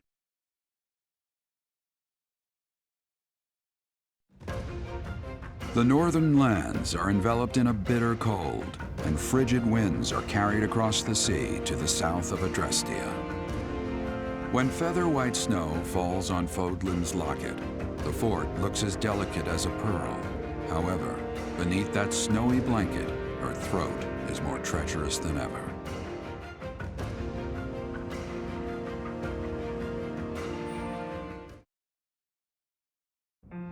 Rhea, please, talk to me. What are you hiding? What is the meaning of how that one looks? It is almost as though... As I said, there is nothing of which to speak. For now. At the end of this month... I read Gerald's diary. I happened upon it in his room. What? In it, he stated the reason for his departure. The baby, thought to have died in the fire, has returned to us. Gerald realized that you had done something to the child and decided to flee. What did you do to that baby, Rhea? Nothing questionable, I should hope. Setteth enough. They will be here shortly. No more, I beg of you. I will take our dear professor to the Holy Tomb. There, I should be able to see our dearest wishes to fruition. When I was young, I heard her voice there. I'm sure of it. You may enter.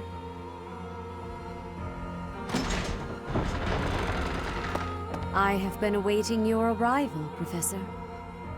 Now that you have received sacred power from the goddess, there is somewhere you must pay a visit to at once.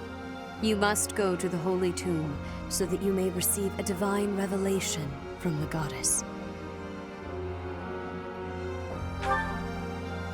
The Holy Tomb is where the goddess sleeps.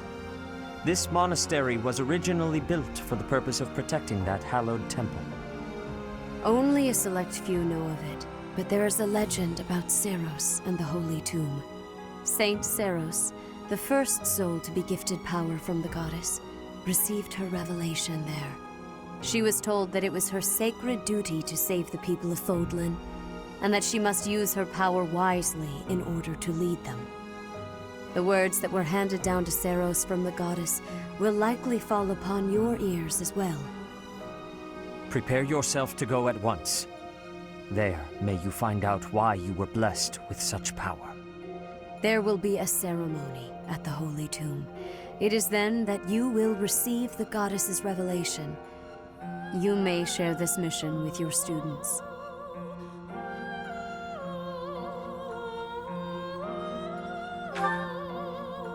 It is said that when Seros received the revelation, she had holy warriors by her side protecting her. Your students, who have followed you and fought alongside you through the darkest of times, are well suited to stand by you for the ceremony. Of course, as the leader of the Church of Seros, I will be by your side as well.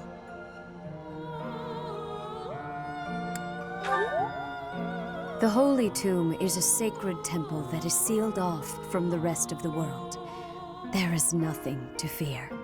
Even if something were to happen, I am more than capable of protecting myself. Much has changed, but your duty has not wavered. Steel your mind for the ceremony and prepare your students well.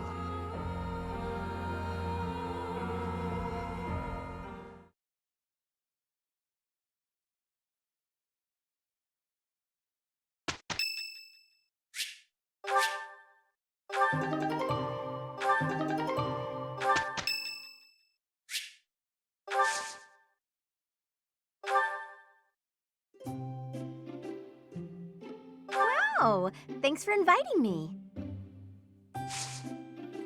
Oh, wow, thanks. So delish. Yep.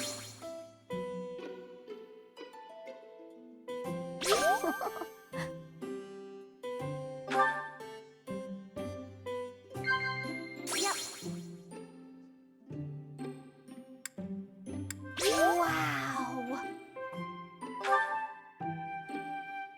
Huh?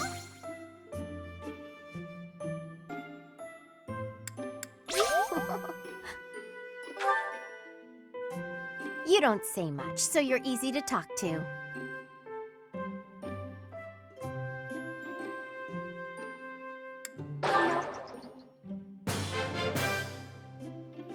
Thanks for the tea. I hope you'll invite me again.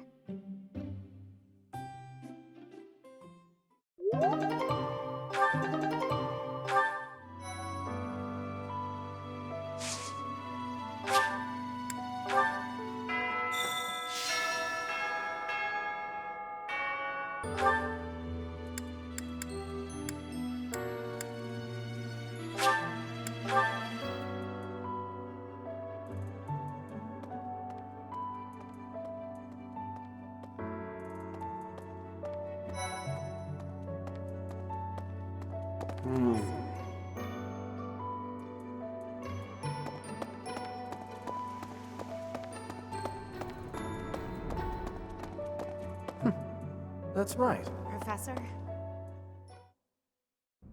Professor, will you join me? There's something I must do.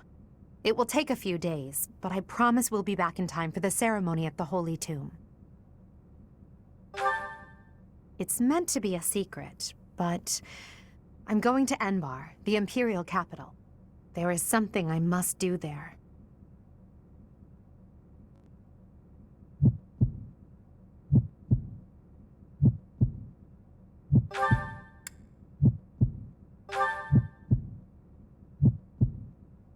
Thank you, my teacher.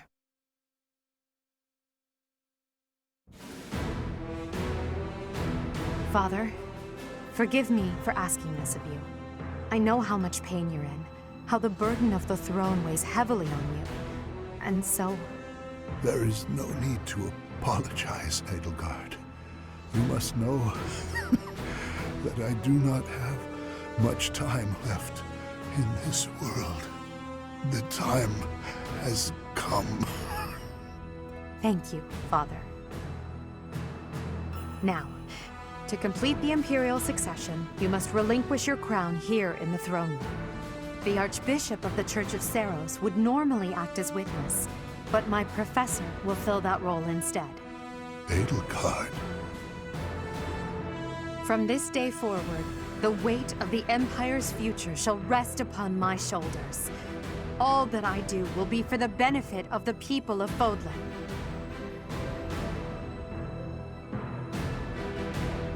Edelgard von Hesvelg, the crown is yours.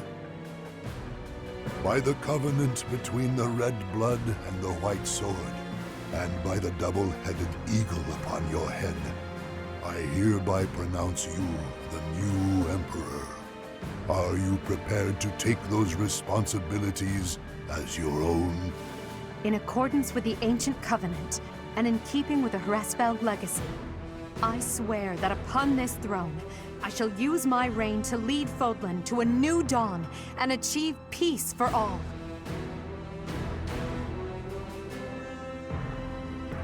The Imperial succession is complete. My daughter, I regret that I could not do more for you.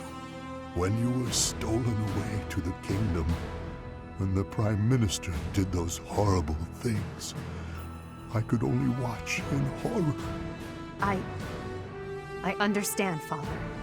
In those dark times, your eyes and your fists were my salvation. Within your eyes, I saw true care.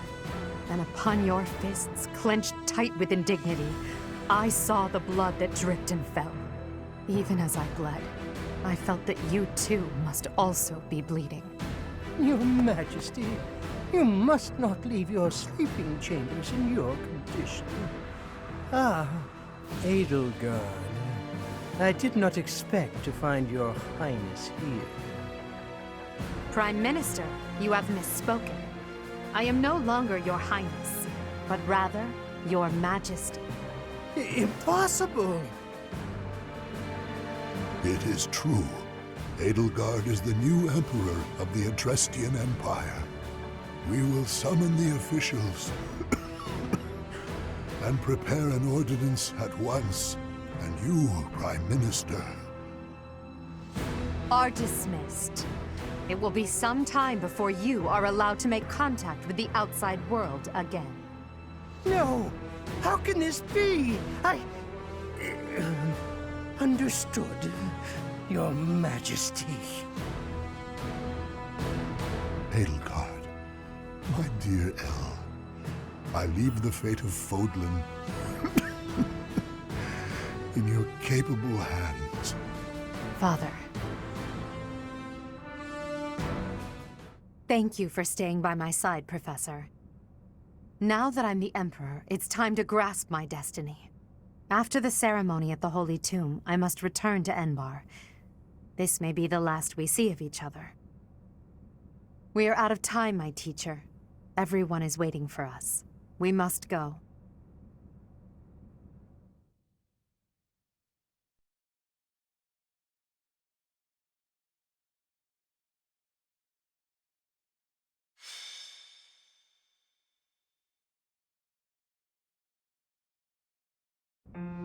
Are you surprised, Professor? This is the Holy Tomb.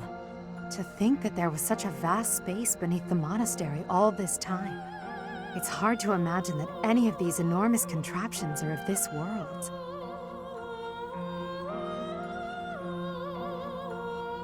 This is where the goddess who created this world was laid to rest, along with her children.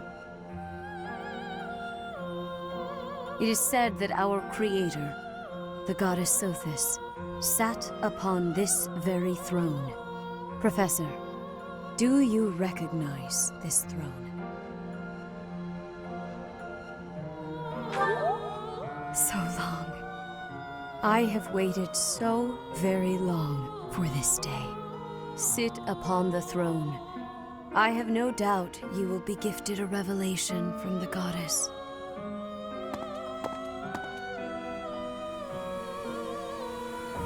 Well? It was supposed to be but a step away. What could possibly be missing? Stop right there! Don't move, any of you. If you move, your lives will be forfeit. Thank you ever so much for guiding us this far. The Imperial Army will now take possession of everything in the Holy Tomb. What's the Imperial Army doing here? Wait, does he work for the Flame Emperor? So the Flame Emperor is connected to the Empire. I never thought that possible. Edelgard, did you know about this? Yes. In fact, I gave the order. I am the Flame Emperor. I guess that's the end of play at school, Lady Edelgard. I mean, Your Majesty. Get to work, everyone. The crest stones belong to us now. And take those filthy bones, too. Insolence! You will atone for the sin of trampling on this holy resting place. Professor, destroy these villainous traitors who dare dishonor our creator! Wait, what's the meaning of this, Edelgard? You made use of us? Why? I'm sorry, my teacher. I cut this path, and now I must follow it. My friends, I ask that all of you stay back. It is not my intention to fight you. By order of the Adrestian Emperor, Edelgard von Hresvelg, I command you to collect the crest stones. If anyone attempts to stop us, kill them.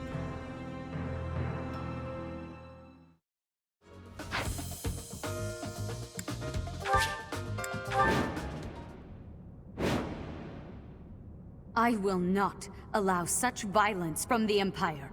Strike down the rebels and protect the Holy Tomb. The crest stones are in the caskets! Open every last one of them! The Holy Tomb must not be desecrated. Protect as many of the crest stones as you can.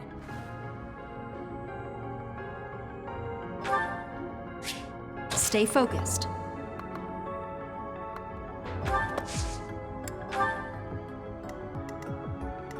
To work.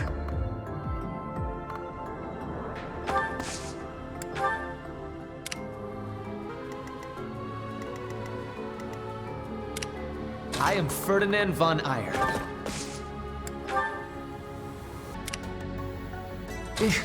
Battle.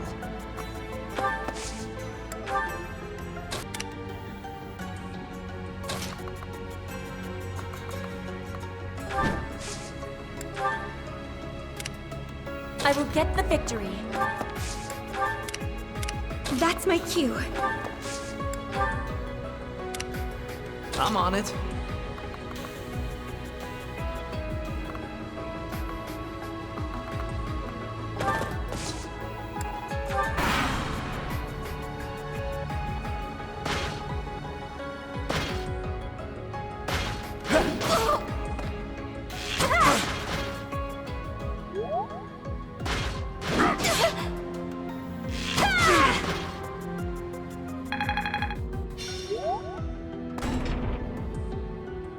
Take away every last one of those crescent stones. That is enough.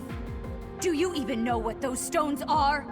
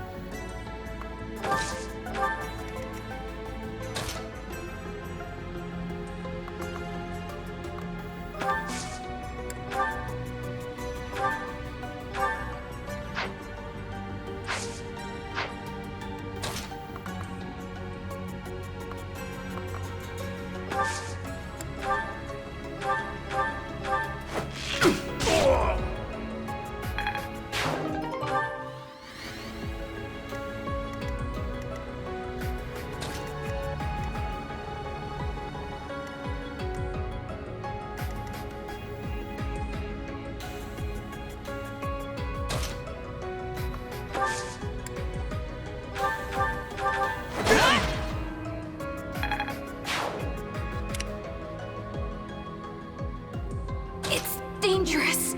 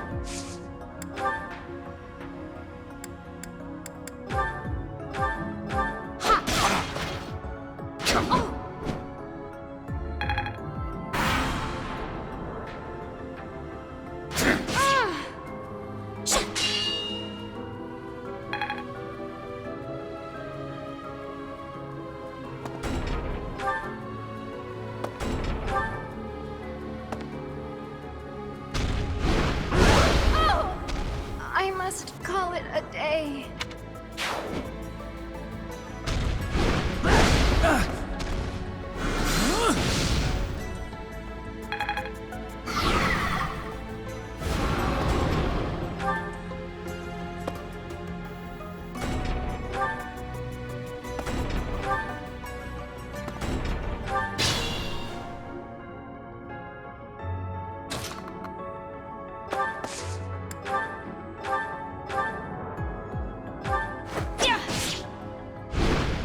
Predictable.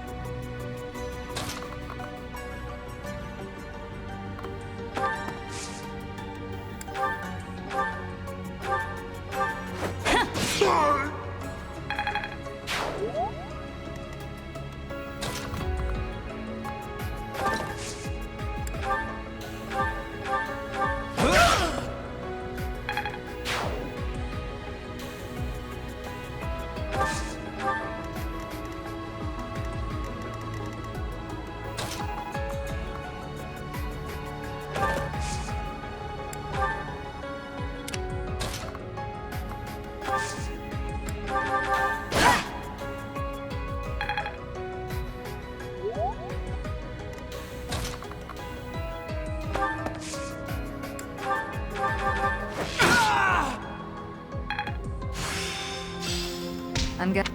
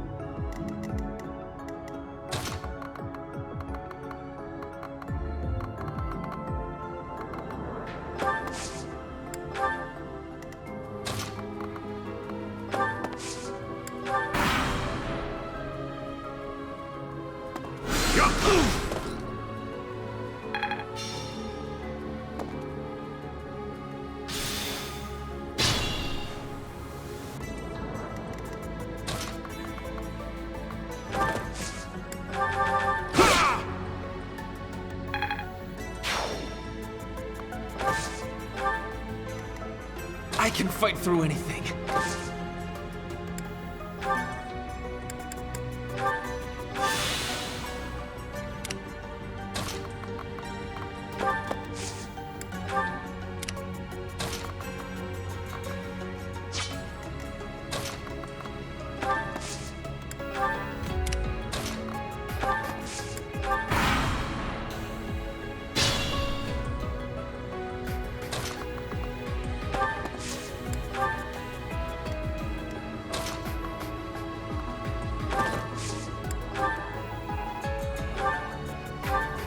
Despite what I said, I have no intention of killing you.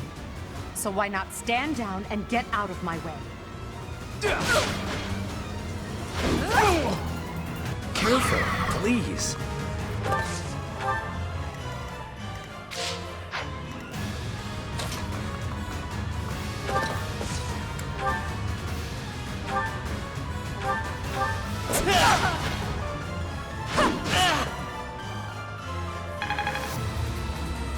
Not worth the risk.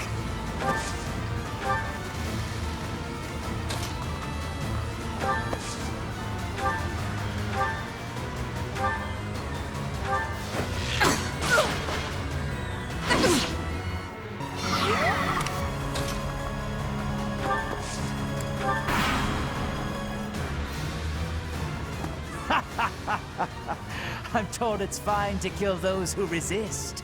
Now then, how shall I cook you? So shameful. How could I fall like this?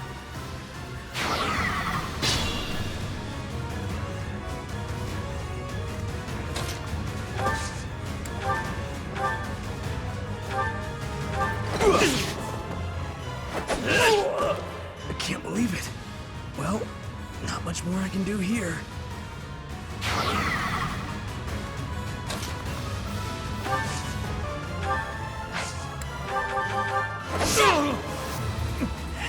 Wait. No. I was just following orders. I just...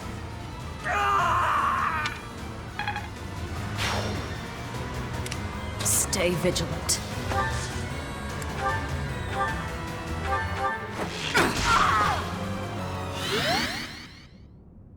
So, the end has come.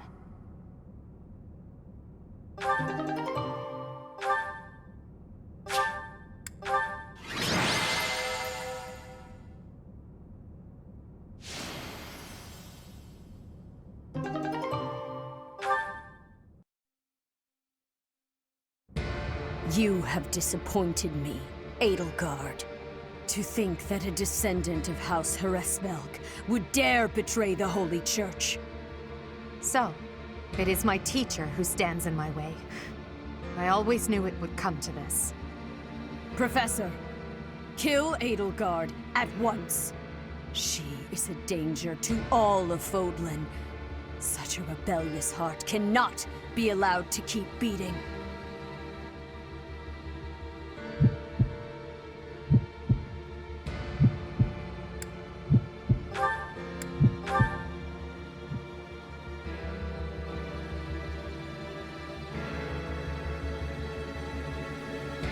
You.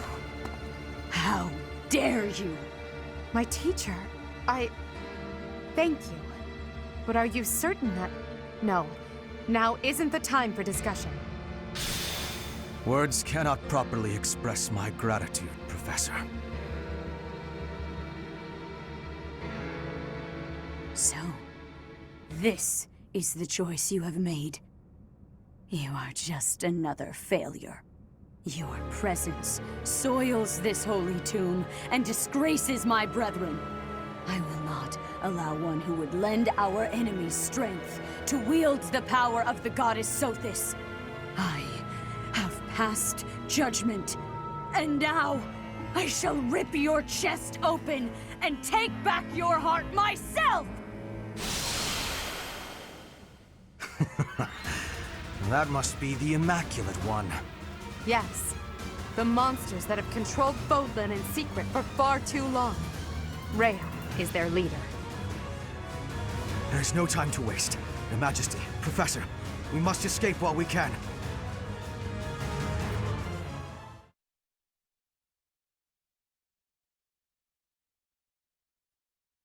Part 1. White Clouds. Lone Moon. Outset of a power struggle.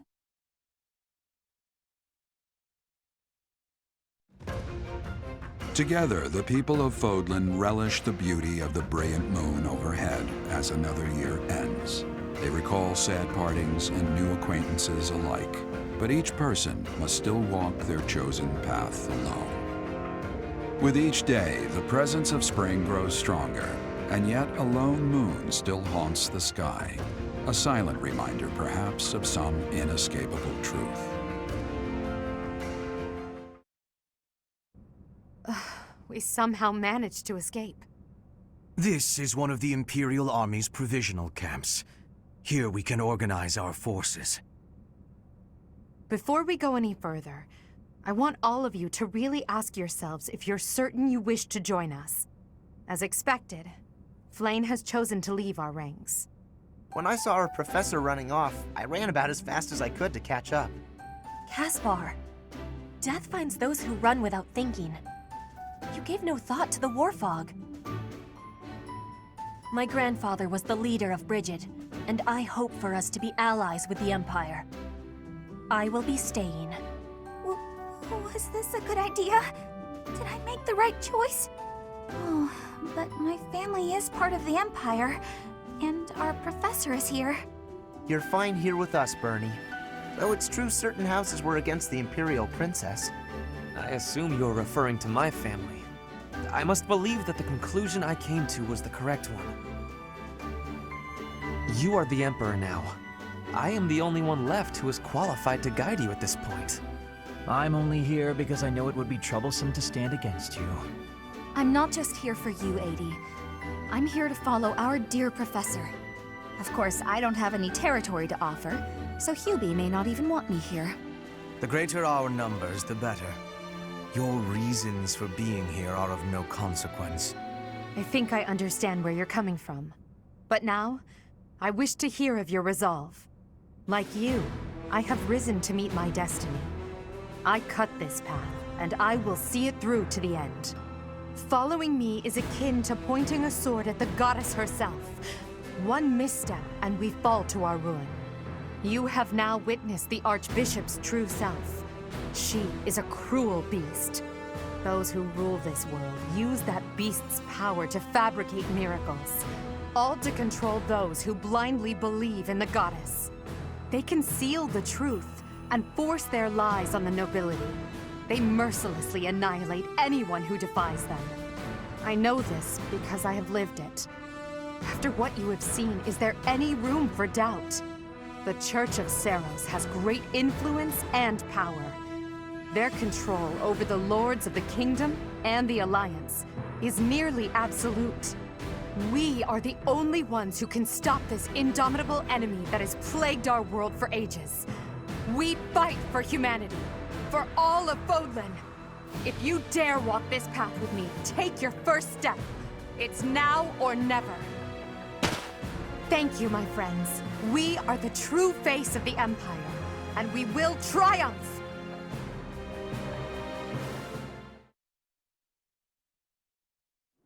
That was incredible, Lady Edelgard. Thank you. Honestly, I'm relieved. They really chose to follow me. I was resolved to move forward alone if I had to. But in my heart, I hoped it wouldn't come to that. So long as I am here, you will never be alone. Please do not forget that. And it would seem that the Professor also has a key role to play in this. You're right. Now, I must speak with our dear teacher. Please, make preparations. The messenger should be here shortly. Consider it done. Professor, may I speak with you?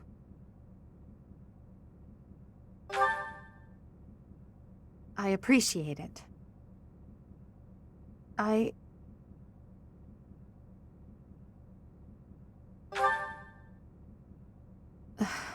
I'm just anxious. It feels like the weight of this burden is crushing me. At this very moment, on my orders, I'm starting a war. An army far larger than the one that attacked the Holy Tomb last month will soon be locked in battle. Long-devised strategies are unfolding across Fodlan. Leaders are deciding their loyalties and preparing to fight. So many generals and soldiers will die. It's inevitable that civilians will get caught up in the chaos as well. There will be countless casualties. With a single command, the flames of war will rage across all corners of this realm. And I am the one who is giving the order.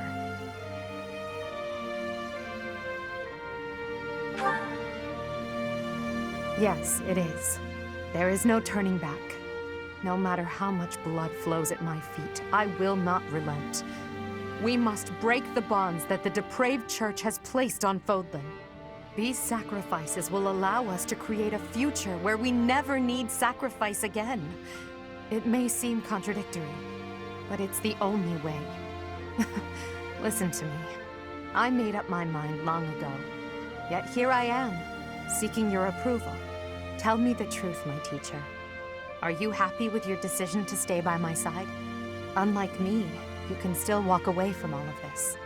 This path leads to the death of the Archbishop and the servants of the Church. Can you live with that?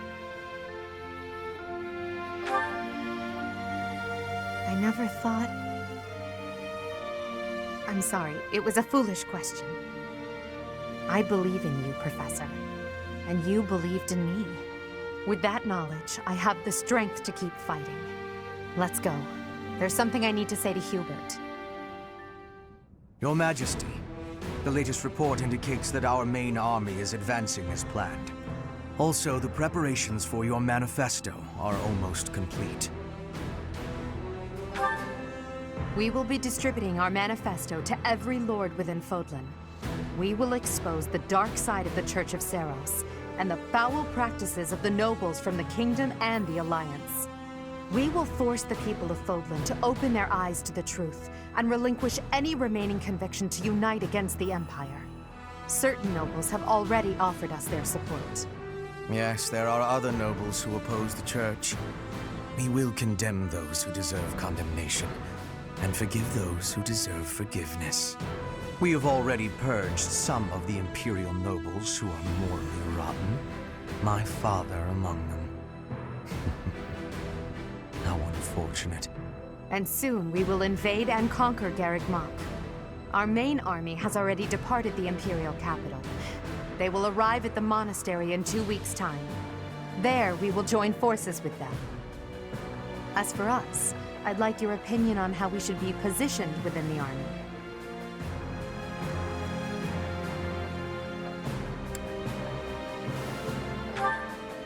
Your Majesty intends to fight alongside the Professor, correct? In that case, you will not be incorporated into the Empire's main army. Your squad can move freely about the battlefield under supervision of the Imperial forces. That would be most prudent. Now that I'm the Emperor, we can't let it slip that I'm following your command in battle, Professor. I fully object to the notion of you fighting on the front lines. Hubert, we've already discussed this. My apologies. I overstepped. Now that the details are settled, all that's left is to come up with a name for ourselves. In honor of our time at the Academy, how about we call ourselves the Black Eagle Strike Force?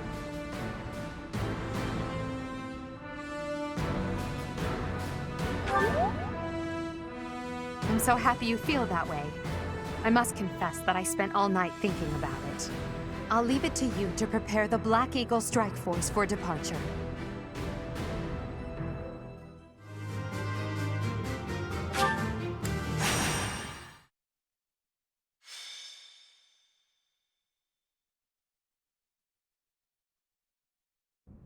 We will soon arrive at Garrigmok Monastery. Forcing a surrender here is extremely significant, both strategically and symbolically. Of course, this is personal as well. This is where we all came together to learn and grow. I have no intention of yielding to our former classmates, so I ask that you prepare yourselves for anything. I'm not thinking about friends right now, and I'm certainly not prepared. Damn it, don't go around saying things that lower morale before we even get started. I'm ready. Let's go. Let's fight. I have nothing to lose aside from my friends who are here with me. Does that answer satisfy you? I have been ready for this since leaving my land of home. I will fight and win. How can you prepare to fight? Maybe I can prepare to prepare. There is no reason that I should not be prepared. It is my duty to stand up and battle. Thank you all. Now, let's talk strategy. As the raiding force, we will attack the area nearest to the monastery. The Knights of Seros certainly won't stand down after they catch sight of Her Majesty and the Professor. At the same time, the remaining areas will be surrounded and annihilated by the main army. In other words, we are the decoy that must suppress the enemy's most elite soldiers. We know more about the area near the monastery than anyone else in the Imperial Army. Still, we must prepare for the worst. It's possible we will have to face the Archbishop's true form, the Immaculate One. Fight with all you have, but don't be reckless. As promised, I will leave the command to our Professor.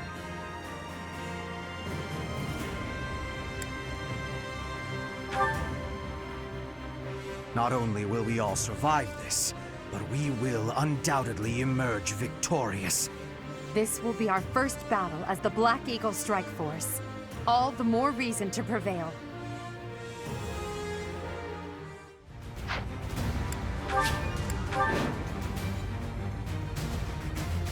Friends, our opportunity for victory will come. But first, we should be... Ladislava is being pushed on the left flank. Stay focused.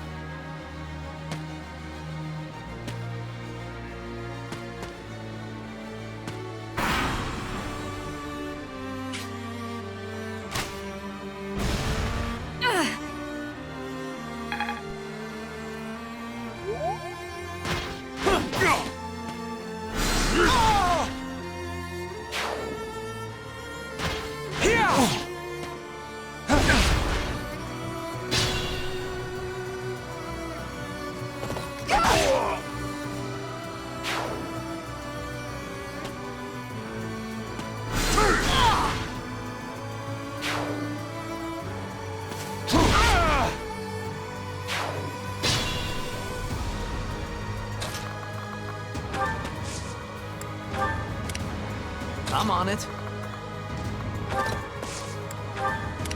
That's my cue.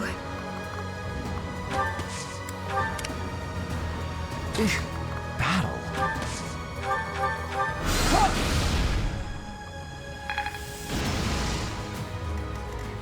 To work.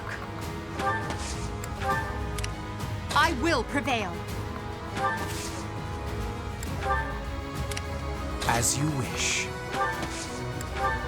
I am Ferdinand von Eyre. I owe you one. I will get the victory.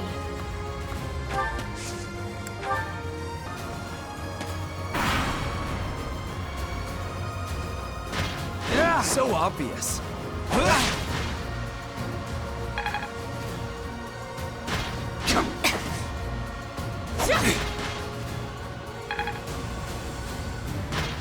Easy.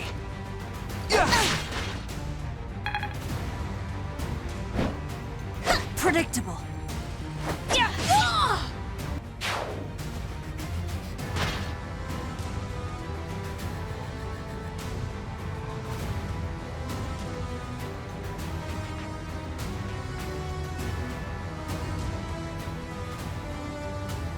Now! Hidden soldiers, attack!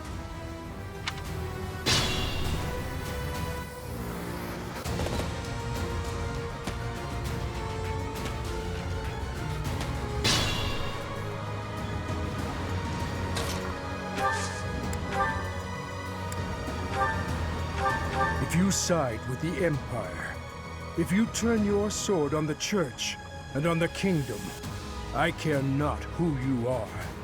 I will end you just the same. Let this be a lesson. In my master's name, I cannot allow myself to fall here. You will survive this hardship. Just hold on.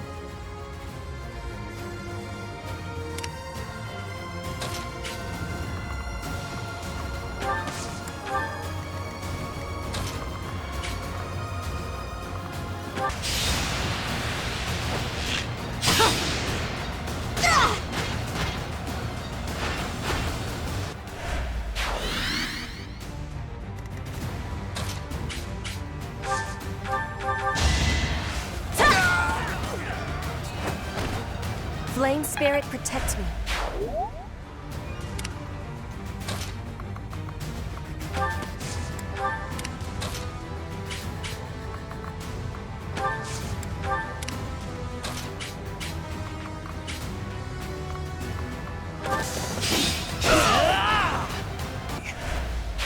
Show me more.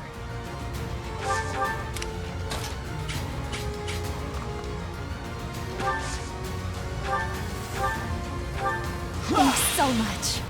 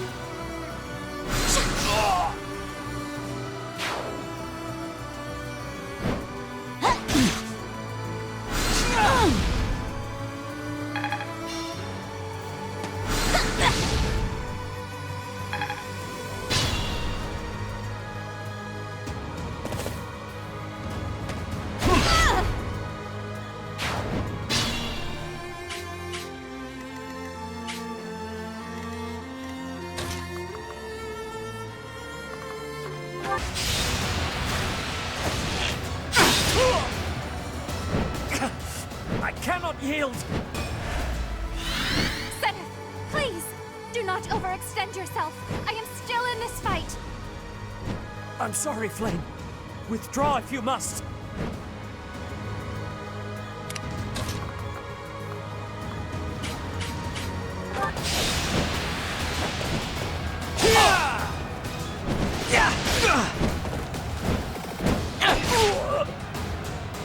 I can't believe it.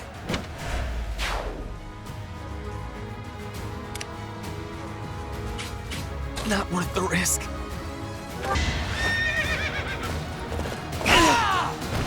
It's me.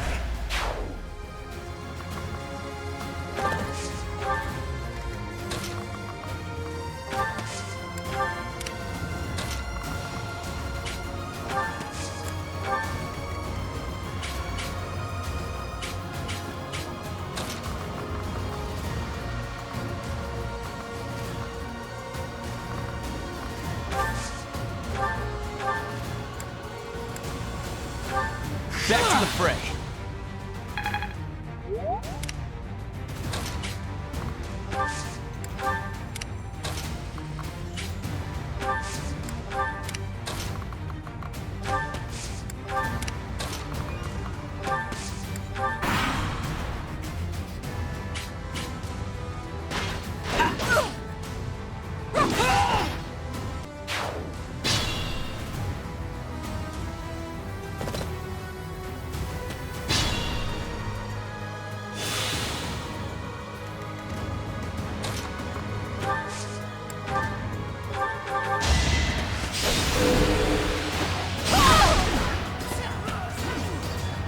Must protect.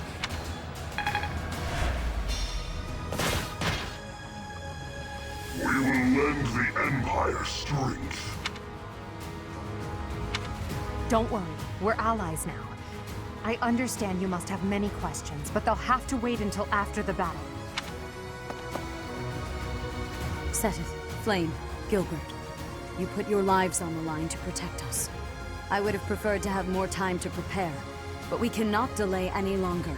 Come forth! Protect Garreg-Mach Monastery from those despicable rebels.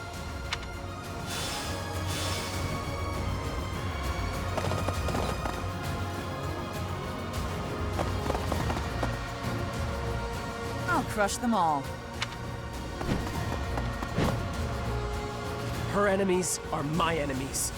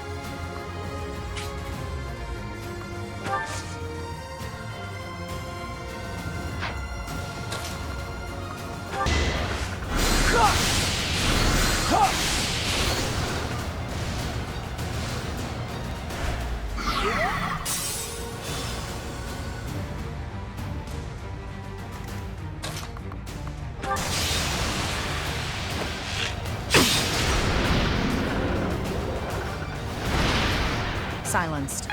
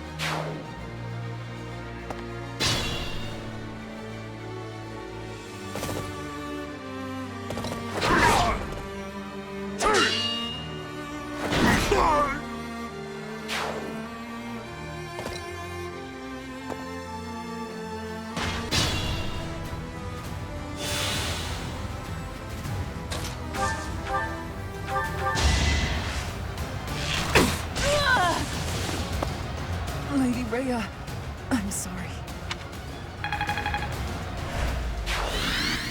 All is well, Catherine. You must not die here. That's my cue.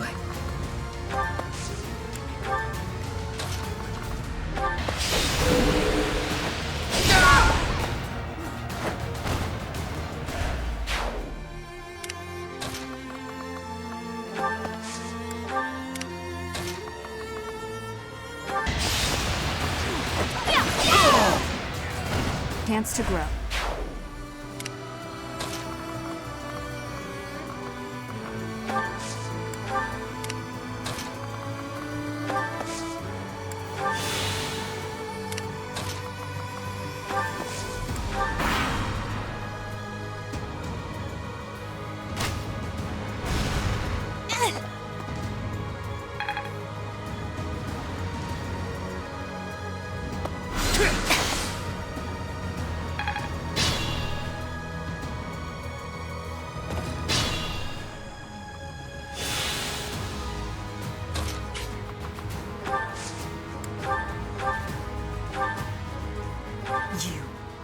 How dare you betray me?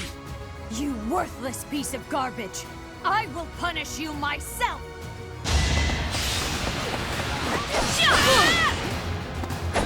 Watch and learn.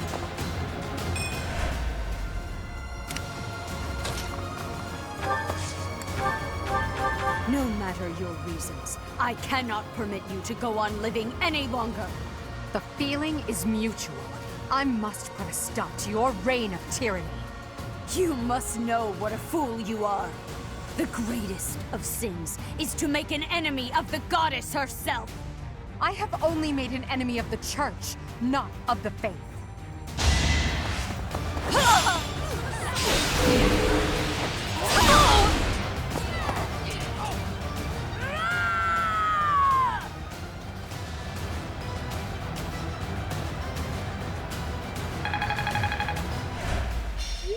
I will not allow Garrick Mach or my mother to fall!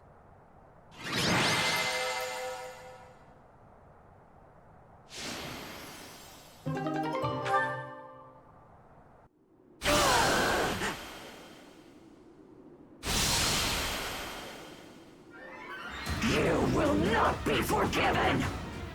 Professor, look out! The castle is crumbling! We must escape! Professor, take cover! Professor!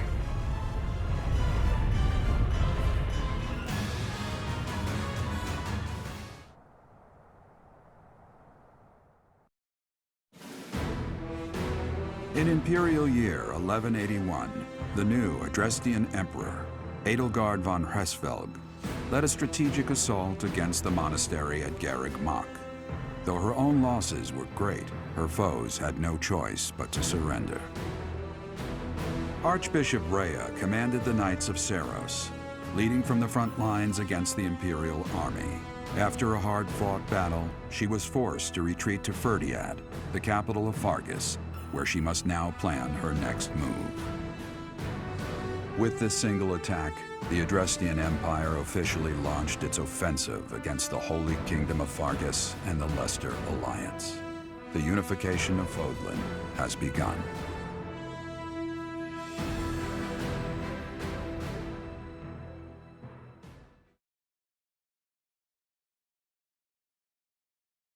Part 2. Crimson Flower. Ethereal Moon. Beyond Escape.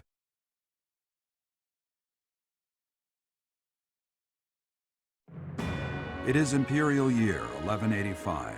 Half a decade has passed since Emperor Edelgard ascended the Imperial throne, yet the continent of Fodlan still remains lost in a tempest of turmoil and bloodshed. In the Holy Kingdom of Fargus, King Dimitri has welcomed Archbishop Rhea and her knights, who were driven out of Garrick Mach to the kingdom capital. As they work to build a unified front, the war with the Empire rages on to the west. Meanwhile, Claude, leader of the Alliance, staves off Imperial intervention by strategically stirring up conflicts between Lesser Lords in an effort to feign neutrality. As events unfold, Edelgard and her Black Eagle strike force begin to take action in an attempt to break the war's current state of deadlock. You. How long do you intend to sleep? Your body is awake. Your eyes must open now, and you must find the strength to stand upon those legs of yours. Like so much rain, a pool of blood has fallen to the ground. As spears and arrows pierce the earth, it weeps. And even now, it weeps. In order to survive, they kill. And so the people of this world are lost in an abyss of suffering. They weep as well. The only one who truly knows the nature of such things is I. Or rather, you.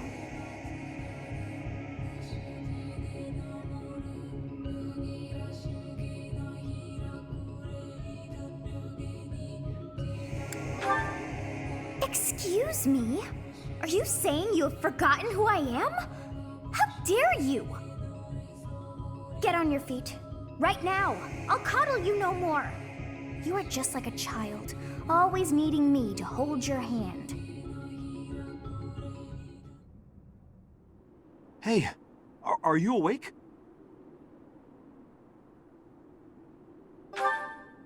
We're in a village at the base of the monastery.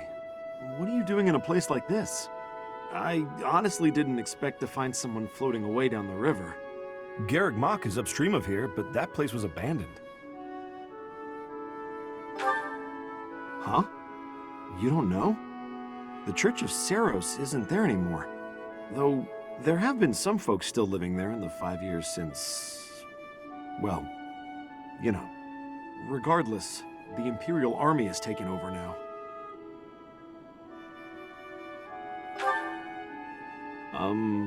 Are you feeling alright? You didn't hit your head or anything, did you? It's the ethereal moon of the year 1185. It's been nearly 5 years since the monastery fell. Tomorrow was supposed to be the Millennium Festival, but who's got time to think about things like that?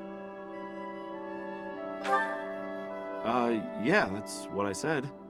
But with the war and the Archbishop still missing it all, I doubt there's a soul to be found who has enough blessings worth counting.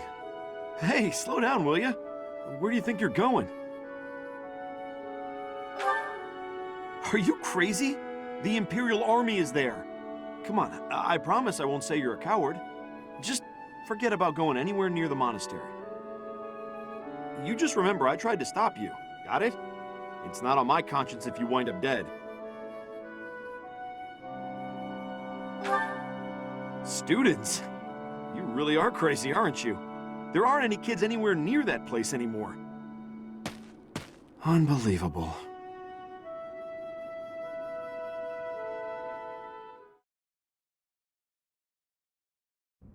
"5 years ago to the day. If things had continued on as they were, today would have been the Millennium Festival." Halt! Who's there? It can't be. Professor? Is it really you? But I searched everywhere and never found a trace. My teacher. What have you been doing all this time? Where have you been? Joking? At a time like this? You do realize it's been 5 years since you disappeared. Do you have any idea how guilty I felt? How broken my heart was? I searched high and low after you vanished. Although there was no proof, I somehow knew you were alive. All this time, I led everyone as best I could, and fought with all my heart.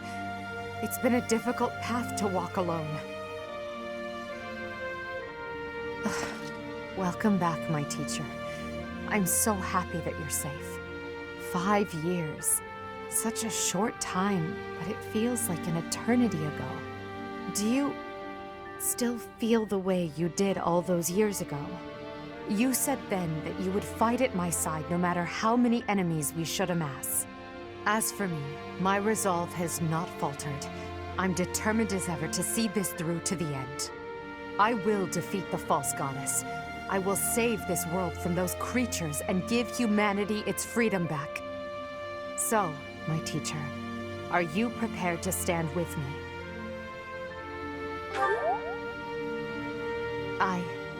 I thank you, truly. Now then, I assume you understand the situation at hand, yes? Another joke? Or are you telling the truth? I suppose you must be.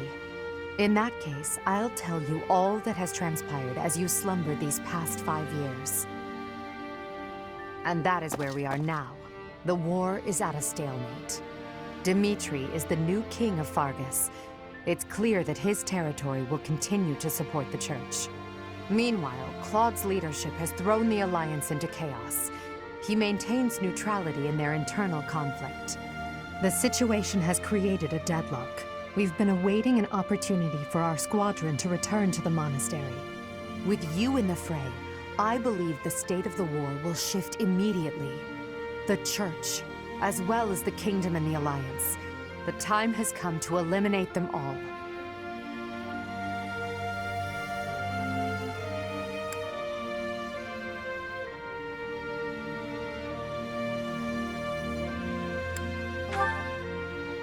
Although we were of different houses, we were companions who lived and learned together. Some of our ranks are hesitant to battle against them, and against the people of their homelands. However, knowing that you're alive is sure to raise their spirits. Good. Well then, I believe it's time for a little reunion. The Black Eagle Strike Force never lost faith. They knew you were alive and have been awaiting your return. Let's not keep them waiting any longer.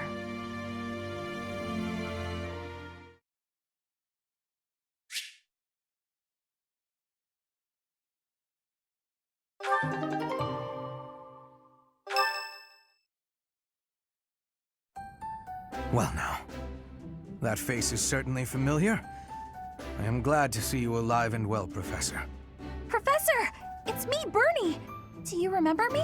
I can't believe you're here! I can't believe it! Is this a dream? Can we really be this lucky? This is not dreaming. Our professor is with us again. Welcome to the back. I mean, welcome back. Our group isn't the same without you. I am overjoyed to see you again. It's been so long. Seeing you again fills my heart with hope. Great! Now everything will be easy. That's great you're safe, Professor. I'm deeply, deeply moved. Quite the reunion, isn't it, Professor? Everyone's happy to see you. Come on, Edelgard. You must be happier than all of us combined. She took it really hard when you disappeared, Professor. Of course, we did our very best in your absence.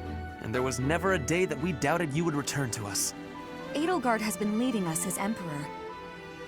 But after you disappeared, it became apparent that you were her anchor. It gives me regret to be admitting this, but our power is not enough. The only one who can be meeting Edelgard's expectations is you, Professor. Most impressive of all is your uncanny ability to bring a smile to everyone's face. In the years since you vanished, we have not lost anyone from our ranks. We all longed for your presence and your leadership, myself included. It seems fitting to view this as a new beginning for the Black Eagle Strike Force. We already have our target. Yes, we must eliminate the Alliance before moving on to fight the Kingdom and the Church. However, that doesn't necessarily mean we must occupy the entirety of the Alliance. House Regan stands against the Empire. Therefore, our target is Deirdre, the aquatic capital. We must cross the Aramid River, which separates the Empire and the Alliance. To do that, we must take the largest bridge across it. The Great Bridge of Myrden. Myrden connects the monastery and the Imperial capital to the east. It is the shortest route there. An Alliance stronghold has been built at the Great Bridge. We'll take that and then head north. At the same time, we must defeat the one who defends it, Judith von Daphne. If we can also take control of Daphne territory, it would be greatly beneficial to us. Prepare yourselves. The next battle will be a momentous one. Join me, my friends, as we begin our journey to bring peace and solace to this war-ravaged world.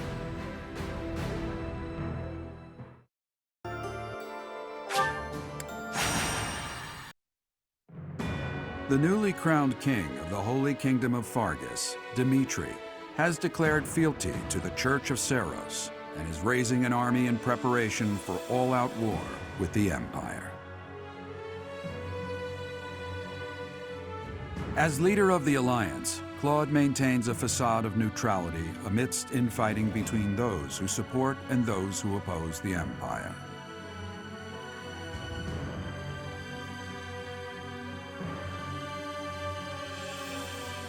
Meanwhile, the Black Eagle Strike Force plans to capture Alliance territory before Edelgard takes the war to the Kingdom and the Church of Seros.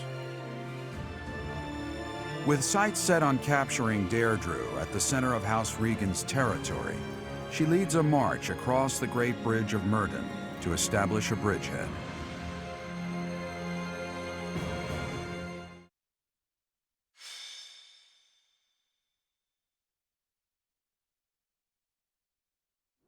We're about to commence our attack on the Great Bridge of Myrddin. But first, allow me a moment of your time.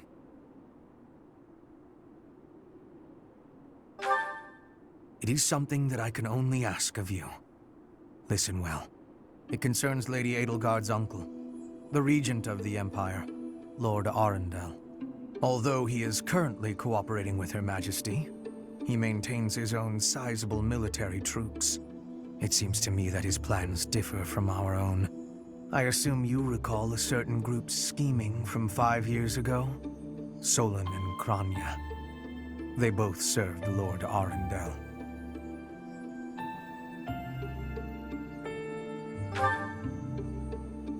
Professor, I understand how you must be feeling, considering what they did to your father.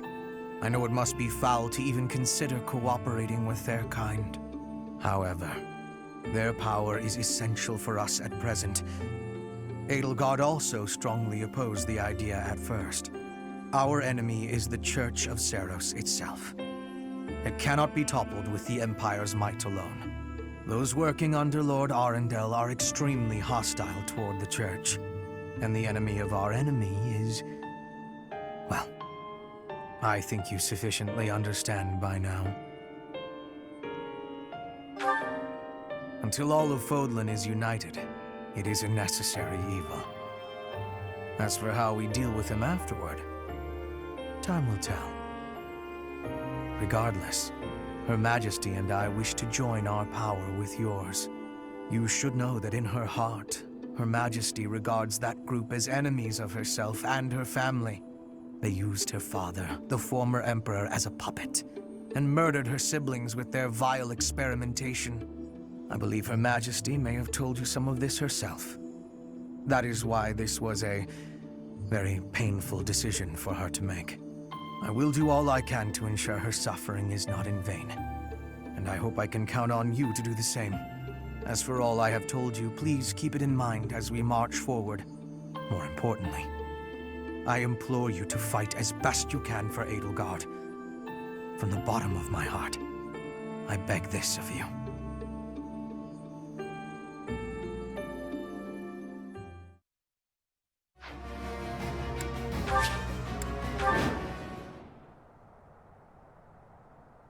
We'll be capturing the Great Bridge of Myrddin, a key strategic location of the Leicester Alliance. Claude will surely be sending reinforcements, so we must prevail before they arrive. Our opponent is Judith, the so-called hero of Daphne. We can handle her, so long as we don't get careless. The boy said to run if I was in danger, but I could never do that.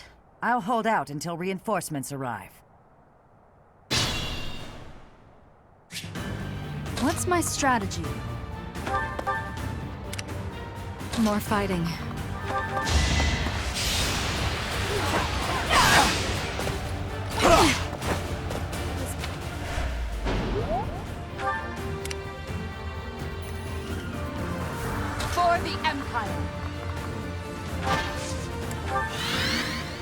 the plan?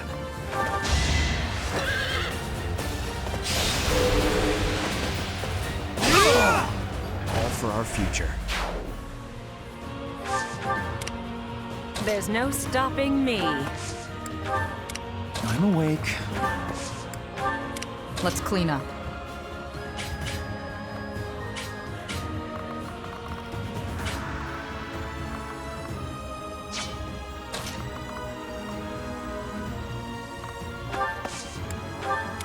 Ready for anything. Understood.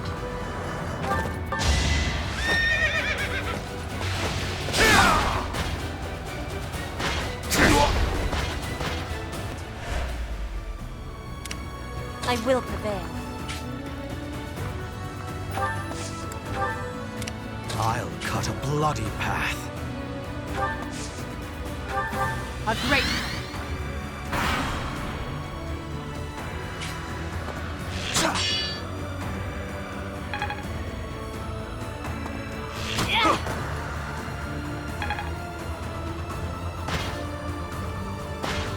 Is that it?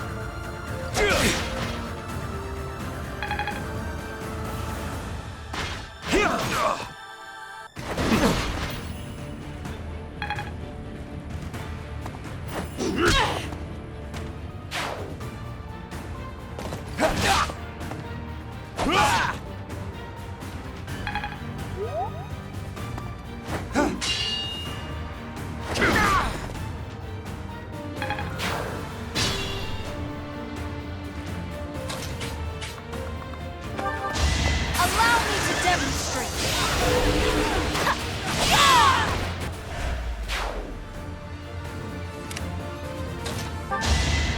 We will burn together!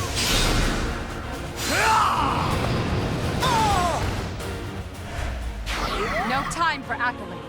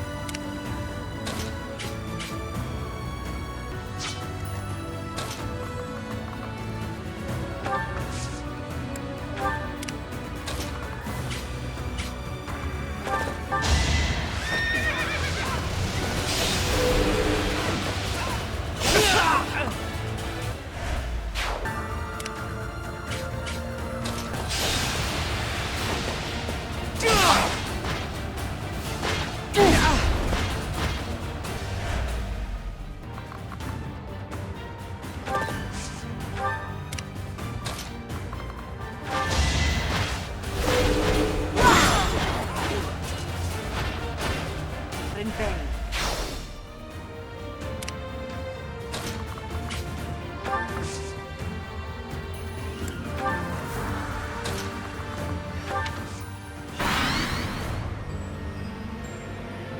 I am helping Claude build the future of Fodlan.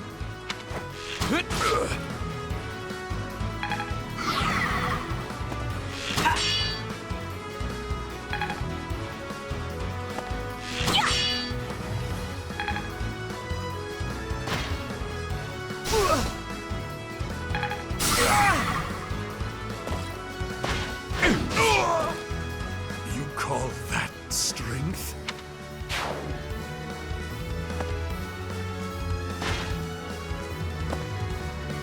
Pathetic.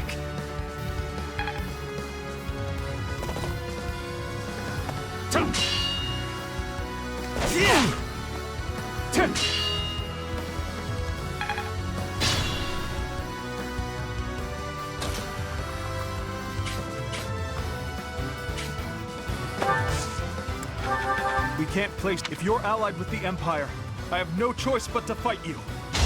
Here is something to believe in.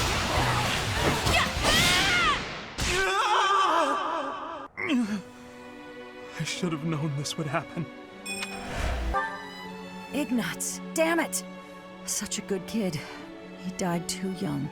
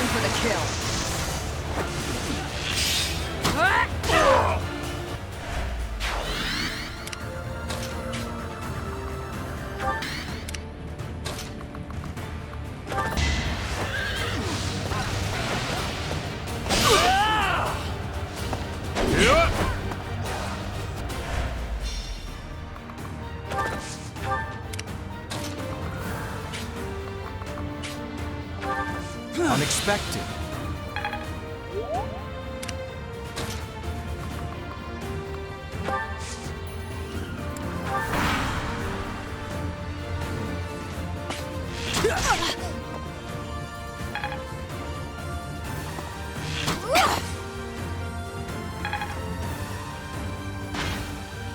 You're weak!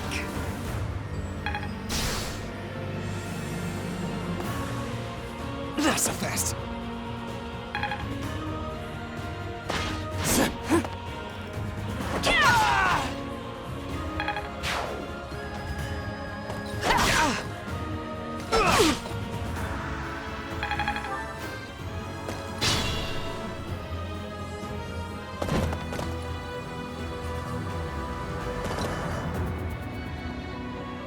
Judith! I'm so glad you're safe. Claude sent me here with reinforcements. Why do I have to put up with orders from that false leader? Because you're from the smallest noble house in all the Alliance, you whiner. Enemy reinforcements. We didn't finish in time. Don't let them secure the ballista.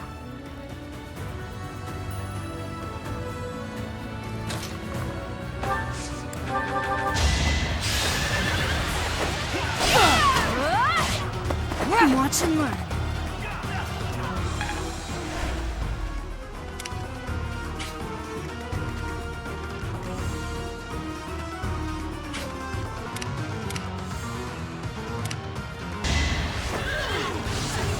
All is for victory!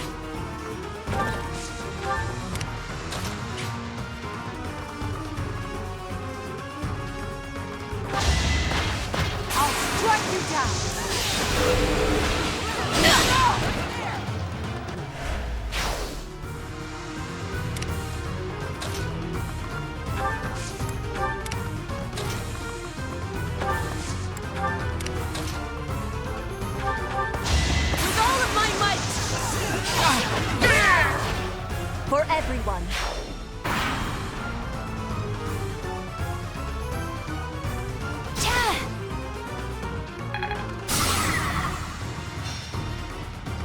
You're all Captain Gerald's enemies, and I will avenge him here.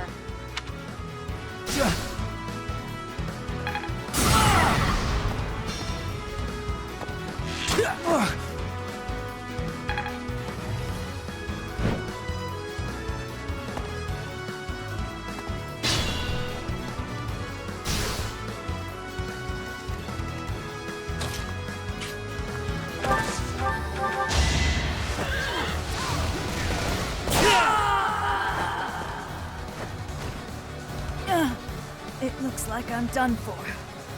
Claude, I'm sorry. Judith! No! Alliance soldiers! Judith has fallen. Further conflict is futile. If you surrender, your lives will be spared. Lay down your weapons immediately.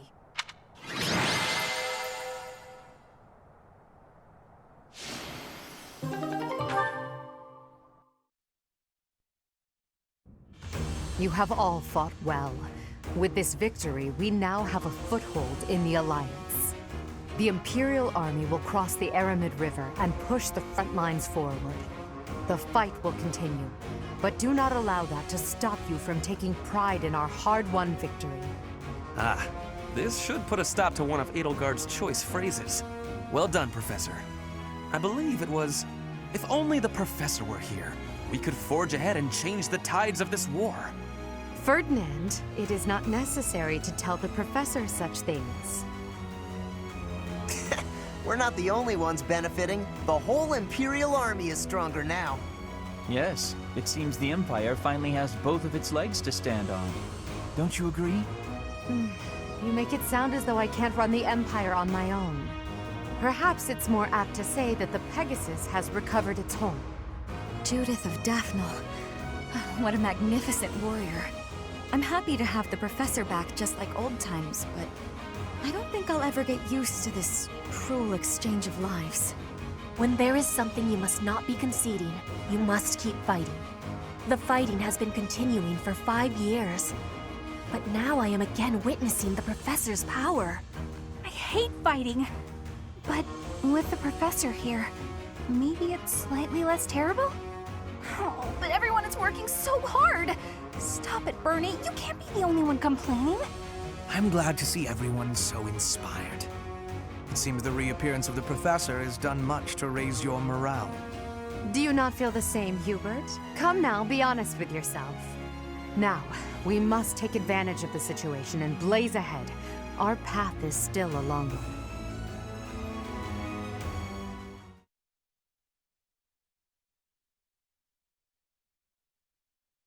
Part 2. Crimson Flower. Guardian Moon. The Master Tactician.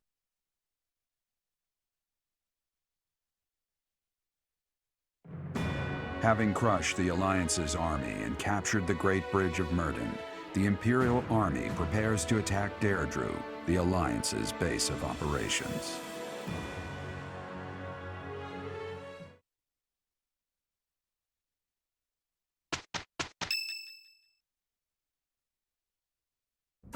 Professor, what is your opinion of Claude? I can't help but wonder what sort of impression he made on you.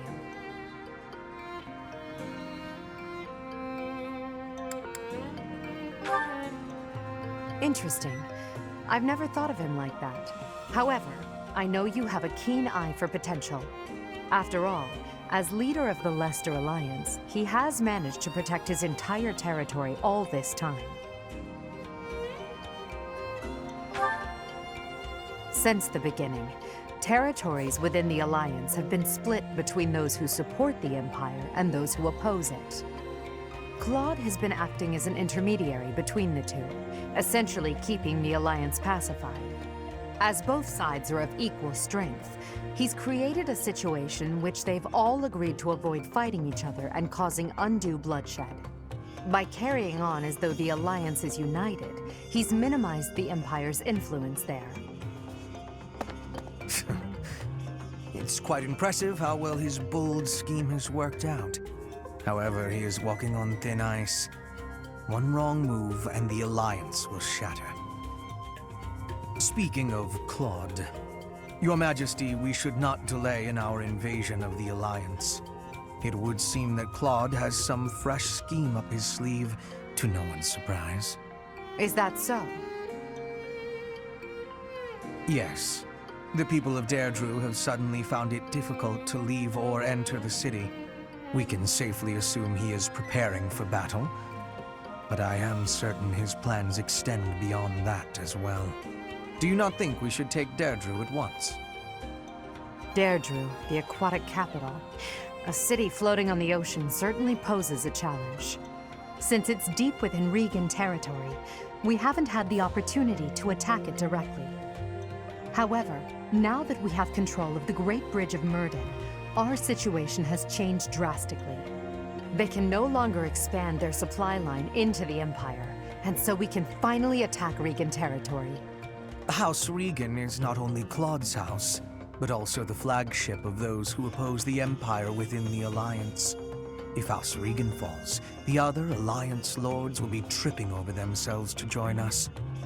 That is why we cannot fail to take Deirdre. Confidence is one thing, Professor, but see to it that you do not underestimate Claude. The leader of the Alliance has had many things said about him. They say he is unbeatable in a battle of intellect. I hear they call him the Master Tactician.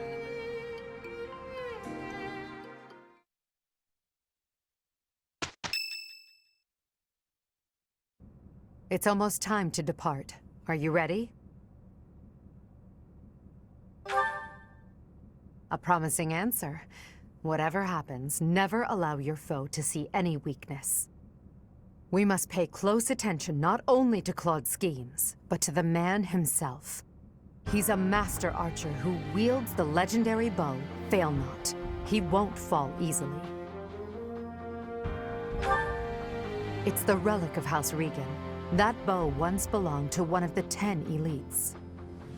Professor, do you know the true story behind the legend? The relics were created by the hands of mankind. Seiros collected them after killing the 10 elites. Seiros manipulated the people of the world and defeated the all-powerful King Nemesis.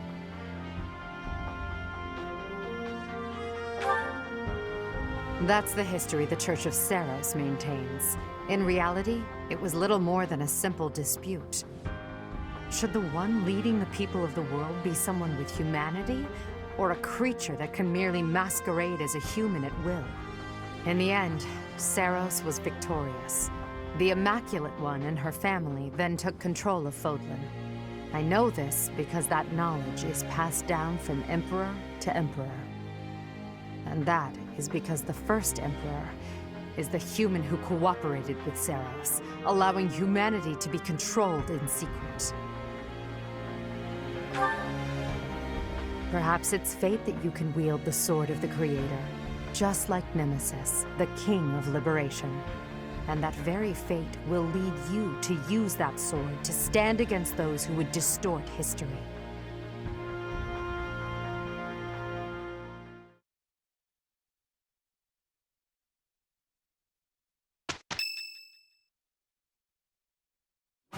It seems they've set out from Garreg Mach.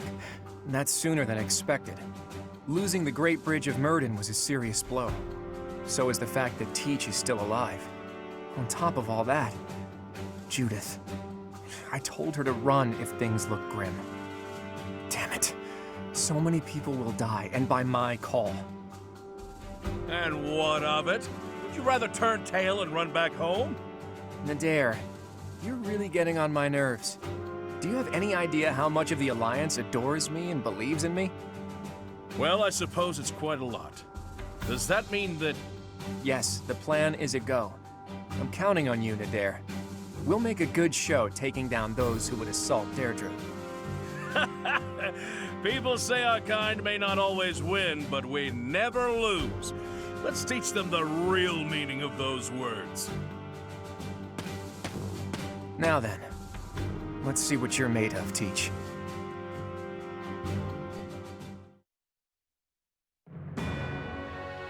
North of the Great Bridge of Myrddin, the Imperial Army passes through the Allied territory of House Gloucester and invades the land of House Regan, which leads the opposition.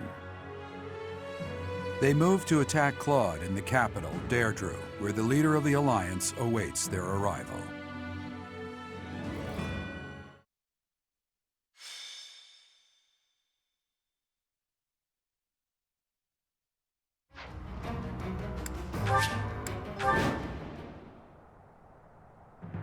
Here she comes, at long last. I've done all I can to prepare. Let the cards fall where they may. It'll be a true test of strength. It seems Claude has blockaded the city and occupied the naval port. If that is the case, he will have no choice but to engage us from there. Yes, though putting myself in Claude's place leaves me with an unpleasant feeling. If we take over the port and close the entry to the city, Deirdre will be under our control. Each soldier should bear that in mind as they advance. There are 3 gates which connect Deirdre to its naval port. Taking the city will be easy once we secure all 3.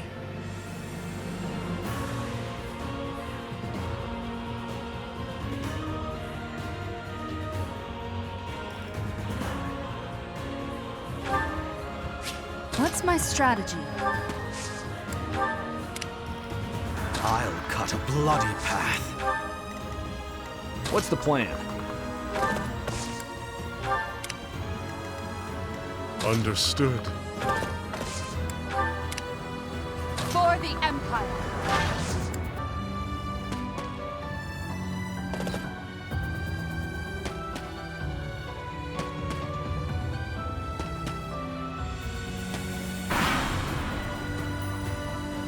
Now it's our turn, Elmira's elite.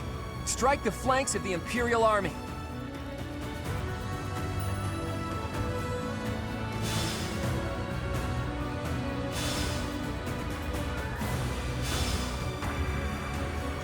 Those fangs and claws the Alliance fears so much will now be their salvation. Leave it to us, kiddo. My undefeated streak will live on. Another chapter in my heroic saga. That flag and banner.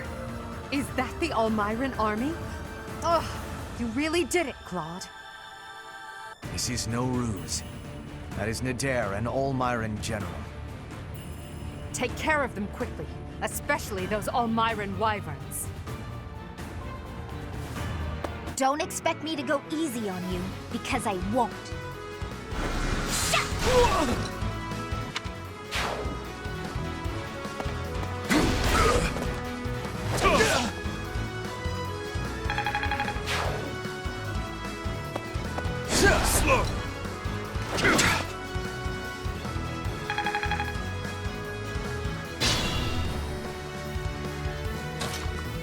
You are here as well, Professor?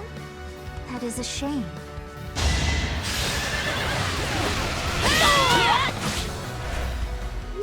That's the last of my energy.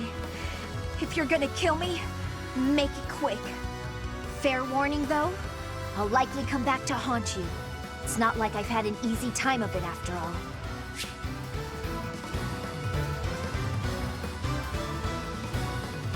You want me to join you?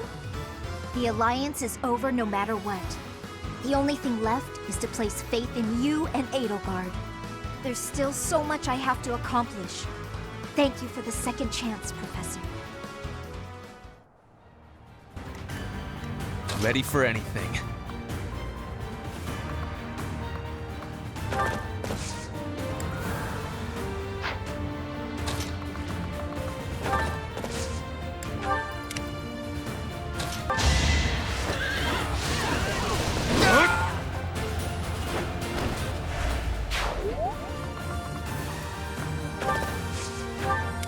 More fighting.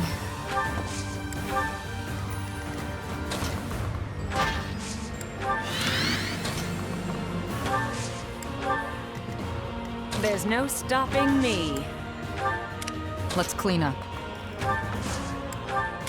I'm awake. I will prevail.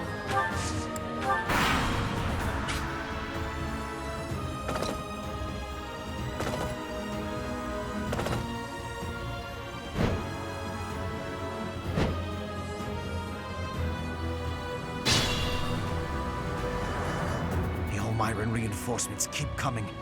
We should try to eliminate Nadir.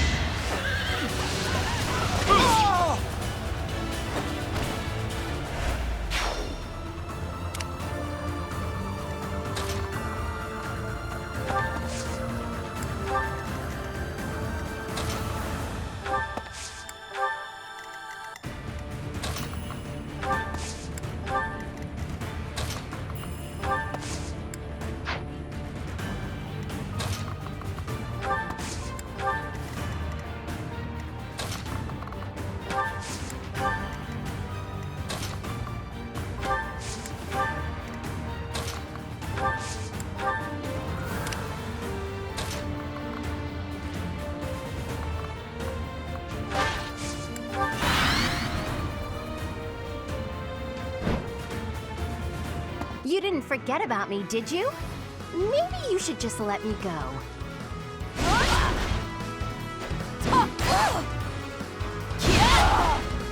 I've done all I can. I must retreat for now.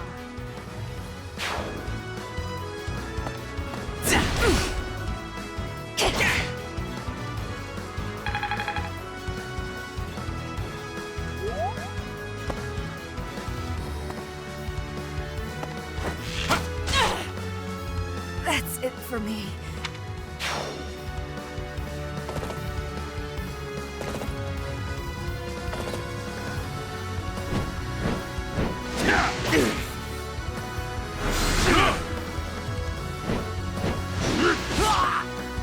I can fight no longer.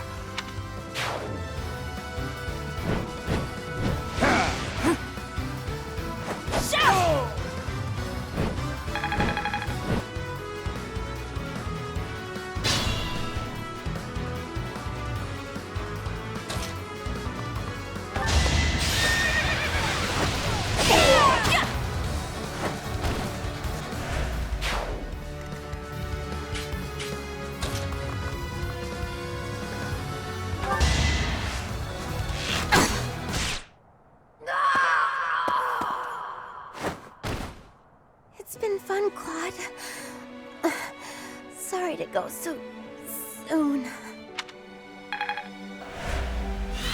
Hilda! Why didn't you retreat? I counted on you retreating.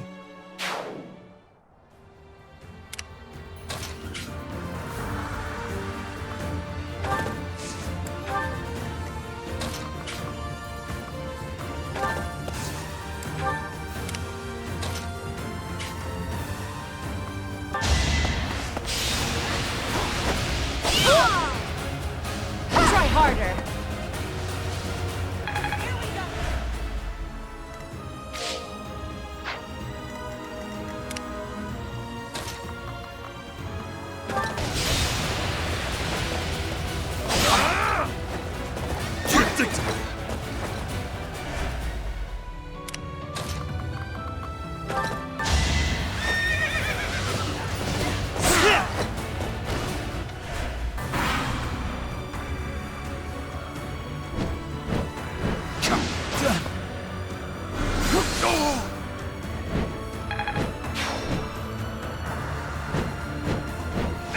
Predictable.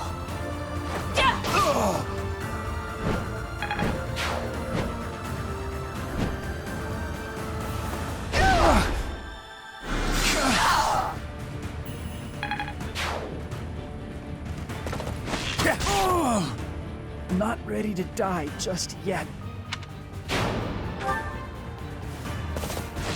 No use.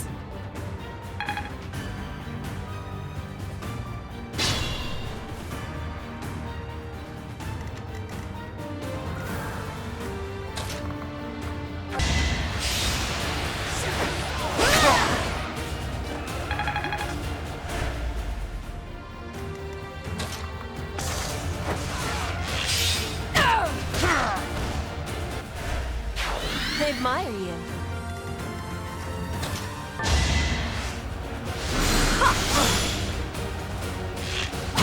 Hey!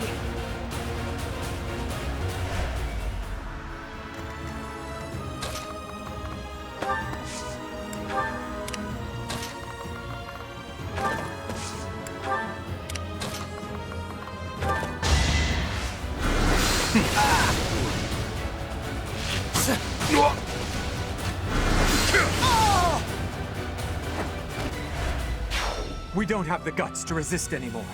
Here, you can have this. Just please don't attack the city. I never planned to touch the city. Our target is the Alliance and their leader, Claude.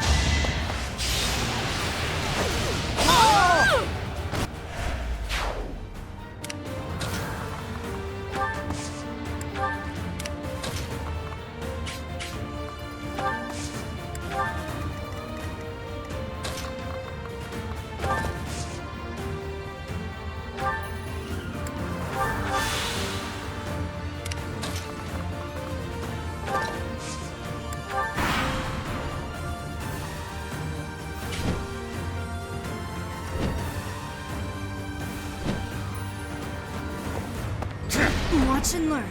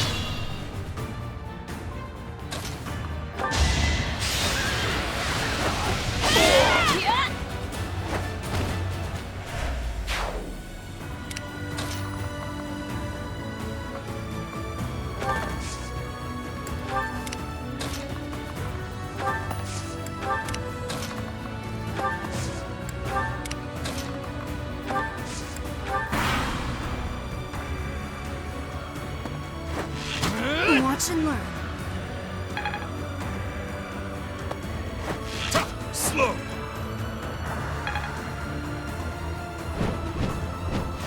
Predictable.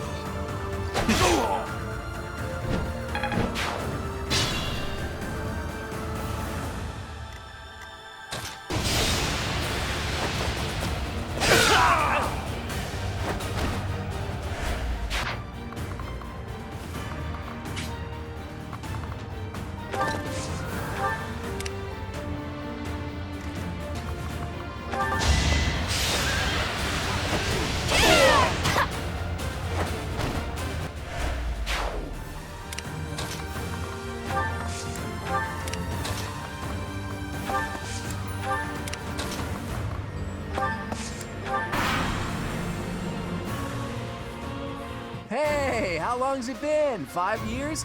Who'd have thought you'd end up an Imperial General?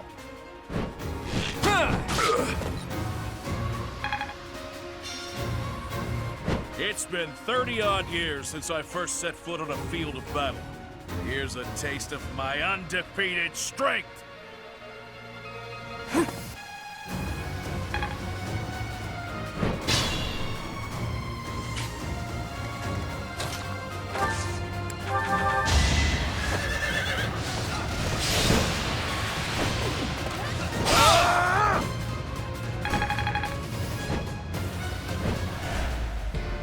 The plan's not working. The fate of the Leicester Alliance, all of my dreams, have fallen to ash. It's all up to you now, Edelgard. I hope you really do make the world better. Everybody, raise your voices in a victory cheer! Deirdre is ours!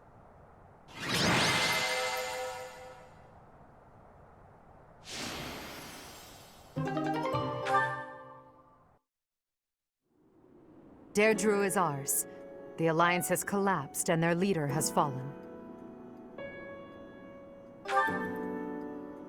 If Claude had lived, the faction of the Alliance that is against the Empire would never have stopped fighting us. To keep the bloodshed to a minimum, he had to be taken out of the equation. However, now that it's over, I can't help but wonder if he was in complete control of that entire situation. What will become of the Alliance without him? He must have taken that into account. Without the rule of House Regan, and with most of that territory left unscathed, the Alliance will undoubtedly ally itself with the Empire. The citizens' lives will be saved from ruin, and no more blood will be shed. Perhaps that's what he wanted from the start. A Of course, if his plan here in Deirdre had worked and I had lost my life, the opposite would have come to pass. The Empire would have rushed to the Alliance without further conflict. No matter how the battle unfolded, Claude secured the shortest, most peaceful outcome possible. Lady Edelgard, Deirdre is now completely under our control. As planned, the Alliance's affairs will now be overseen by Count Burgleys. My father is coming here? First west, then east. You sure keep him busy. Should the others return to the monastery and prepare to face the kingdom? Yes, thank you, Hubert. Thanks to all of your efforts, our battle with the Alliance has reached its conclusion. However, we still can't afford to be careless. We must now join the battle against the kingdom.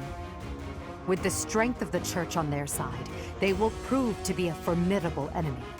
More than ever, your support is invaluable. We'll need it in the days to come.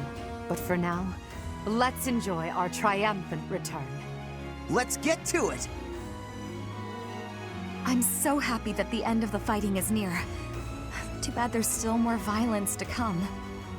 The Kingdom and the Church of Seiros are worthy for fighting. I will crush them into very small pieces. Crushing wouldn't yield a lot of pieces, but I guess it would get the job done. With the Professor, we can't lose. Probably. Oh no. Are we fighting Lady Rhea? But she's scary, and she'll be really angry. But no way she can stay in her spooky beast form all the time, right? If she could, she would have come and attacked the monastery as many times as she wanted. It may be wishful thinking, but perhaps it is a power that she can only access when the situation is dire. But whether she is the Archbishop or the Immaculate One, we cannot be stopped. Half remains, but half is finished. We are certainly moving forward. No one can stop us from pushing forward. No one.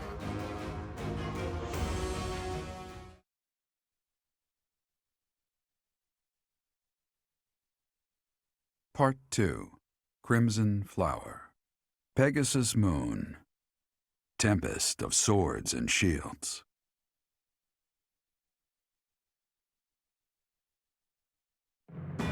With Deirdre under Imperial control, the Leicester Alliance ceases to exist, and its remaining lords ally themselves with the Empire. The Black Eagle Strike Force, having now conquered all of Eastern Fodlan, confidently moves to invade the kingdom.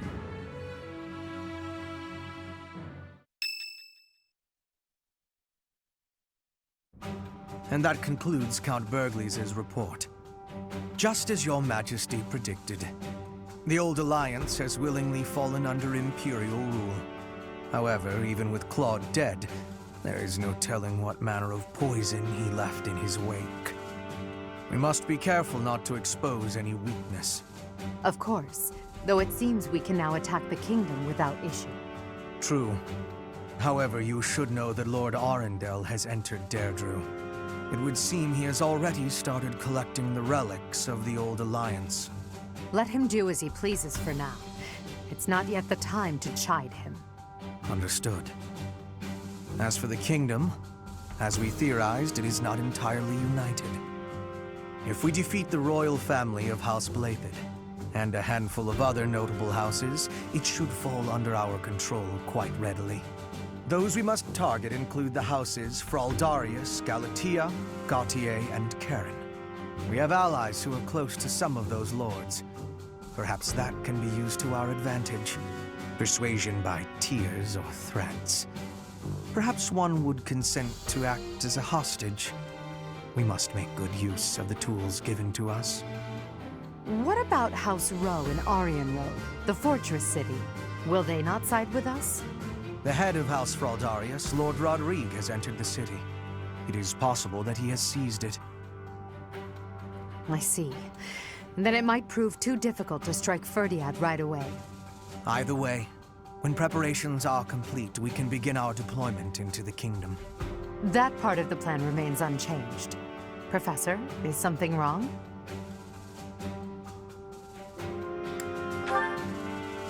Yes, I don't imagine that you have much interest in a running list of noble names. But it matters not. The nobility and the weight of all those names will be gone once the war is over. This month, we must again put all of our effort into preparing for battle. I'm counting on you, my teacher.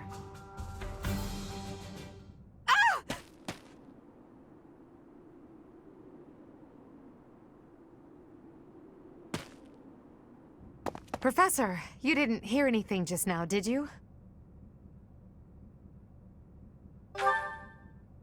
Of course I am. It's nothing. Nothing at all.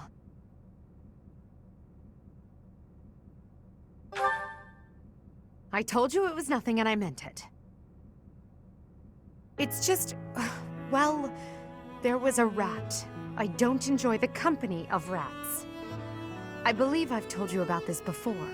About when I was held captive beneath the palace. There were a lot of rats there. To this day, I just...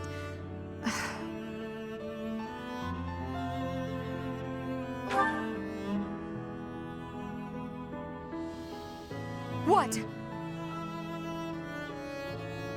Oh, Professor, leave here at once. I recall now that Hubert needs to speak with me.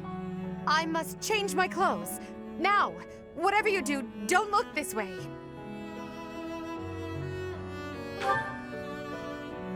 Then forget what you saw. That's an order.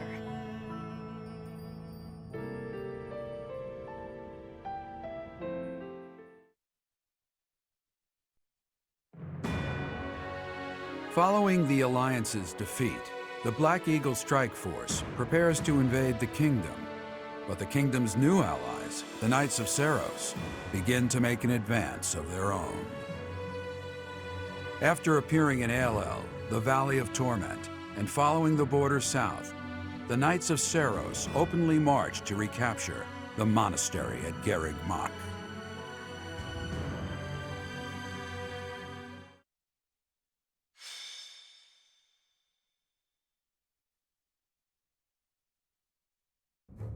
Raid from the north! Their flag bears the symbol of the Knights of Seiros. One of our troops has already intercepted them. Your Majesty, please give us your orders. From the north? Interesting. Could it be they journeyed through Aelel, the Valley of Torment? Is the Archbishop among the enemy ranks? If so, focus our attacks on her first. Understood.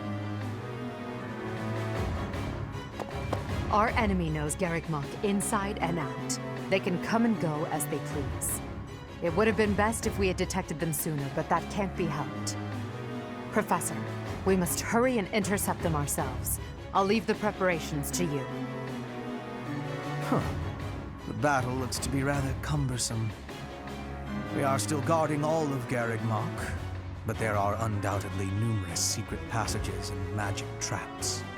There is still much about this place that we do not know. It is quite possible they will attack from a location we cannot anticipate.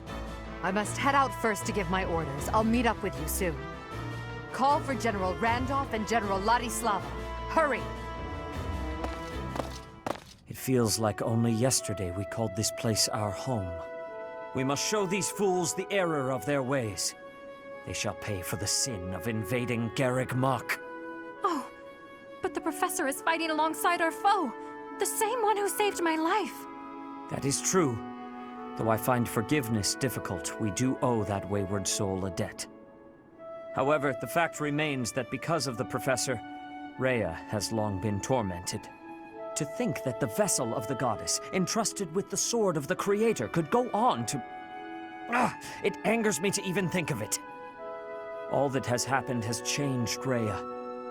I imagine it has changed the Professor as well.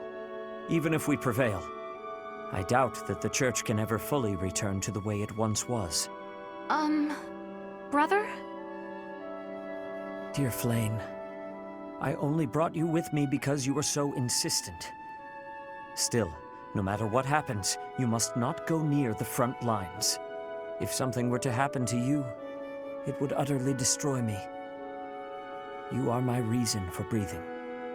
Do you understand? I understand. If something were to happen to you, it would break my heart. I could not go on either. I cannot help but wonder. If there is a way to end this without fighting the Professor.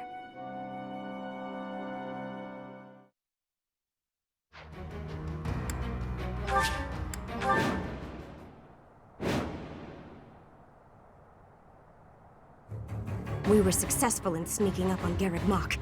All that's left is to break through past this point. Lady Rhea and Catherine are holding back most of the Empire's army, thereby leaving us, the Expeditionary Force, free to recapture the monastery. Our enemies have followed us even here. How unfortunate. Your Majesty, the enemy's movement is suspicious. They may have some tactic in mind. If so, then let's face them without delay. Form defensive lines and hold them to the death. Strike down all who approach. Their troop composition is also strange. I would bet that they are concealing additional soldiers.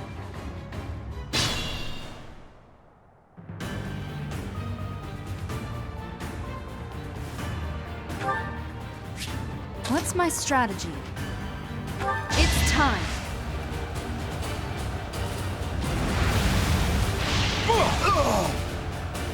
Plan.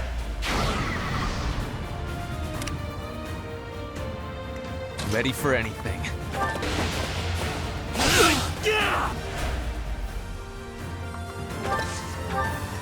There's no stopping.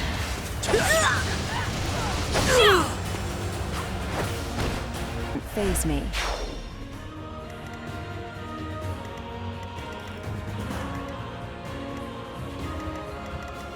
Let's clean up. Going for the kill.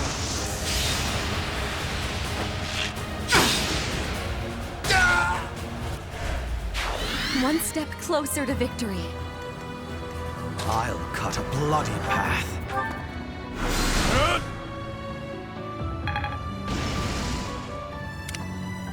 For the Empire!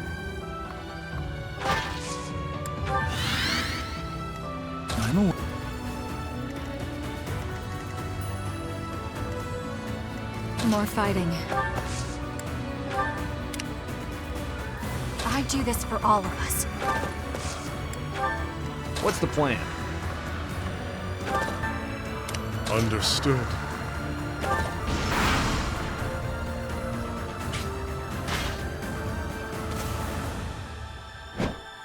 You're weak!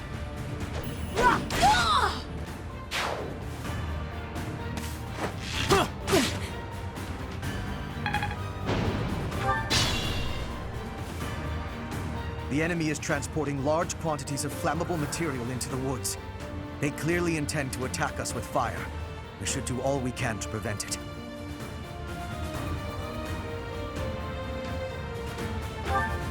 Troops waiting in the woods to ambush?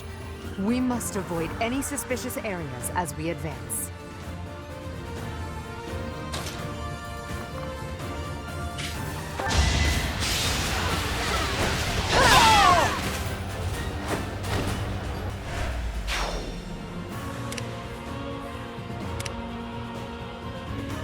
Caution is prudent.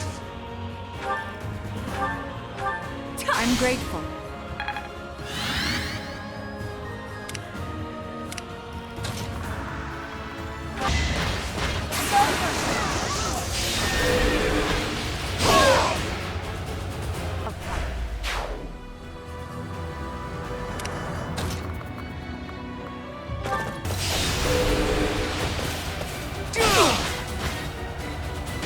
Is that it?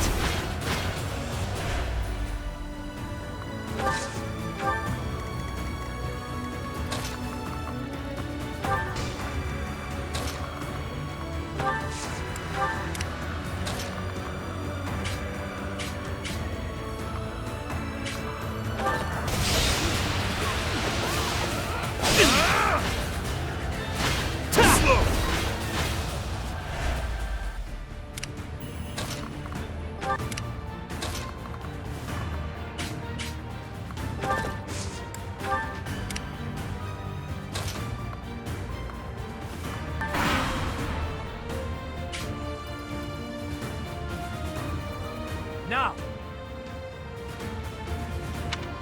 Come at me, so that I may put you out of your misery. Predictable.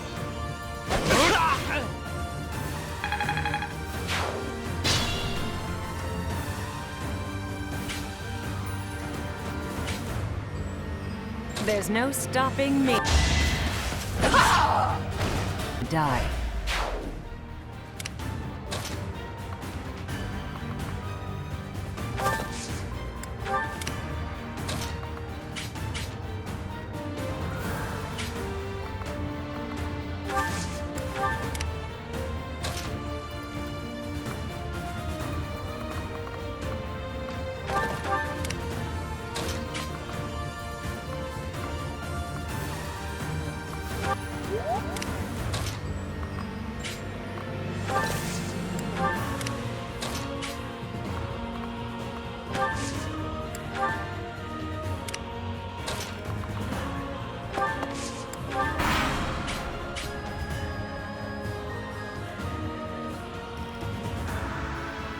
The time is now! As long as we stand here, you shall not pass! So, you're the leader of the Knights of Saros now. Good for you, Alois. Indeed. You seem to be doing well for yourself, too. The other knights are always cursing you.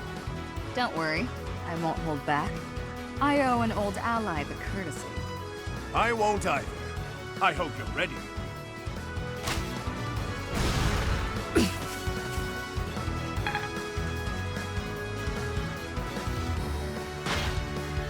Predictable.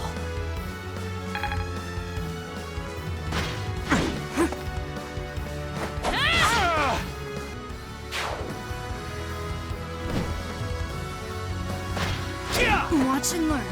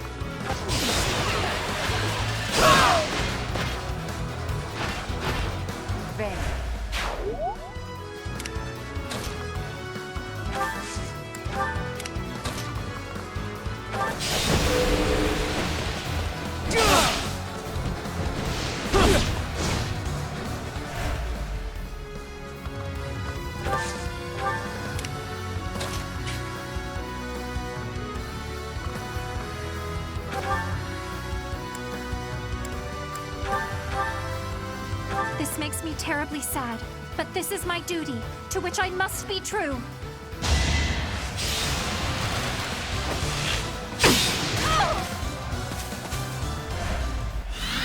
Father, please forgive me. I am returning to Mother now, before you do. Flane! Please, no! No!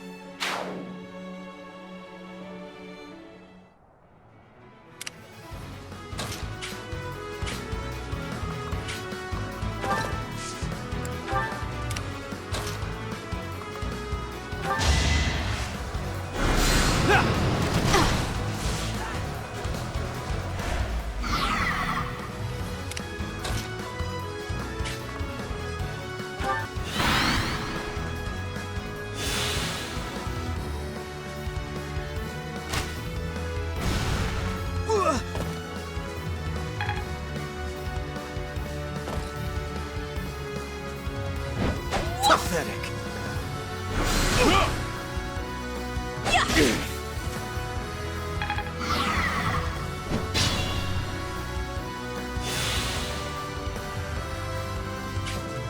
I'll cut a bloody path.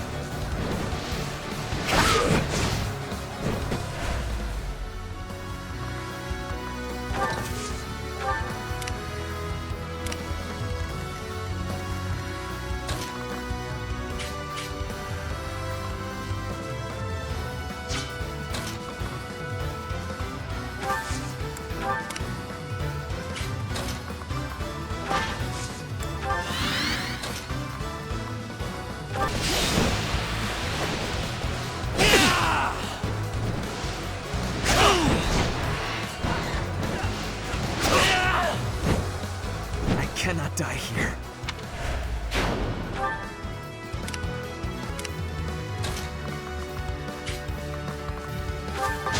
It's over.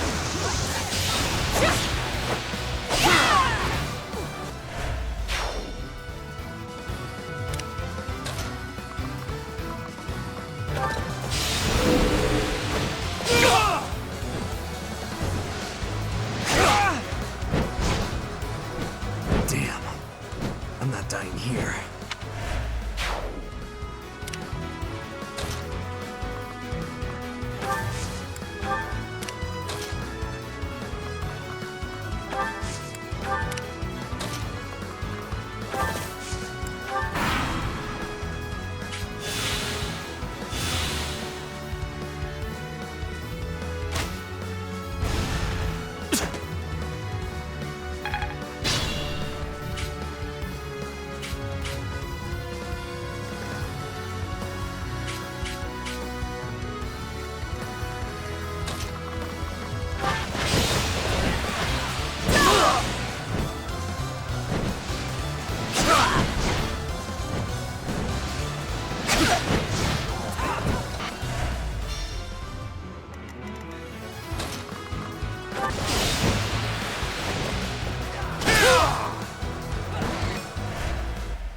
I have lived many years, yet there was still more I wished to do.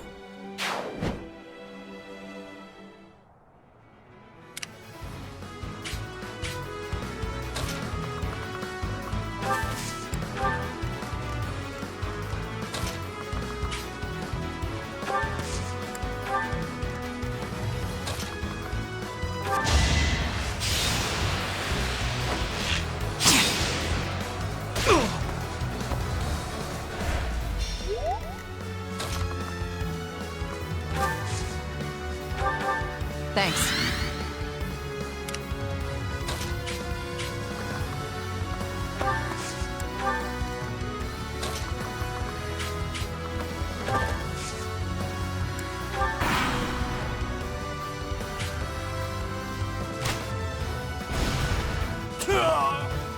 I can fight no longer.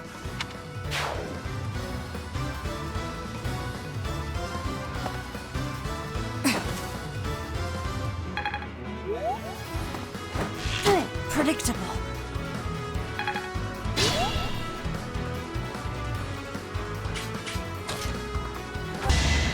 Going for the kill.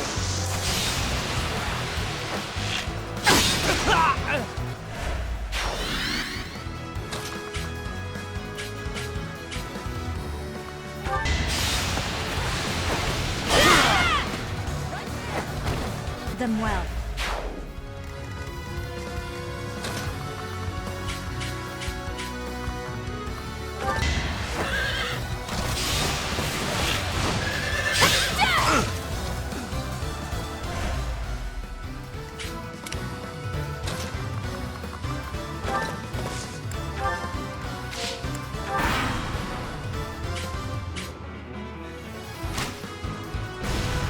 Try harder.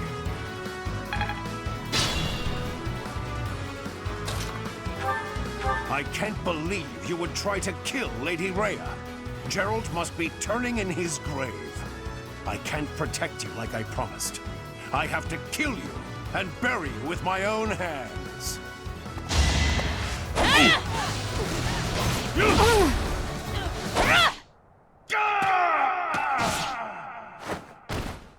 Gerald, I did it. I protected the monastery.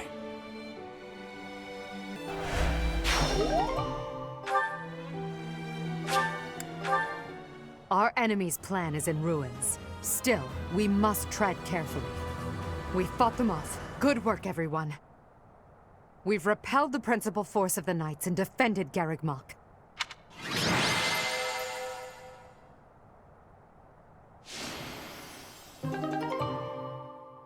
Hubert, I require a damage report at once. Yes, Your Majesty. We will have to make inquiries about the status of the main army. Indeed. After all, it seems they had Rhea and Catherine fighting on their side.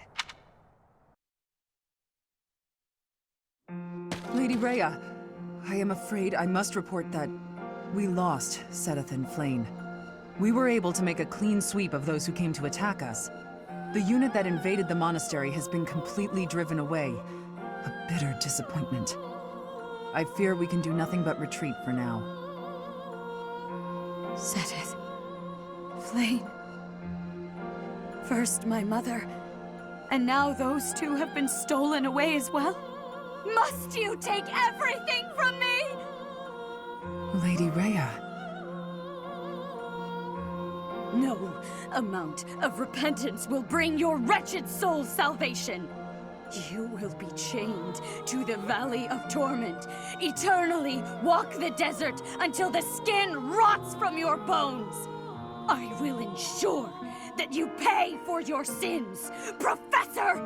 In the name of the Nabitans, I swear it! Edelgard, Your Majesty, I am so sorry.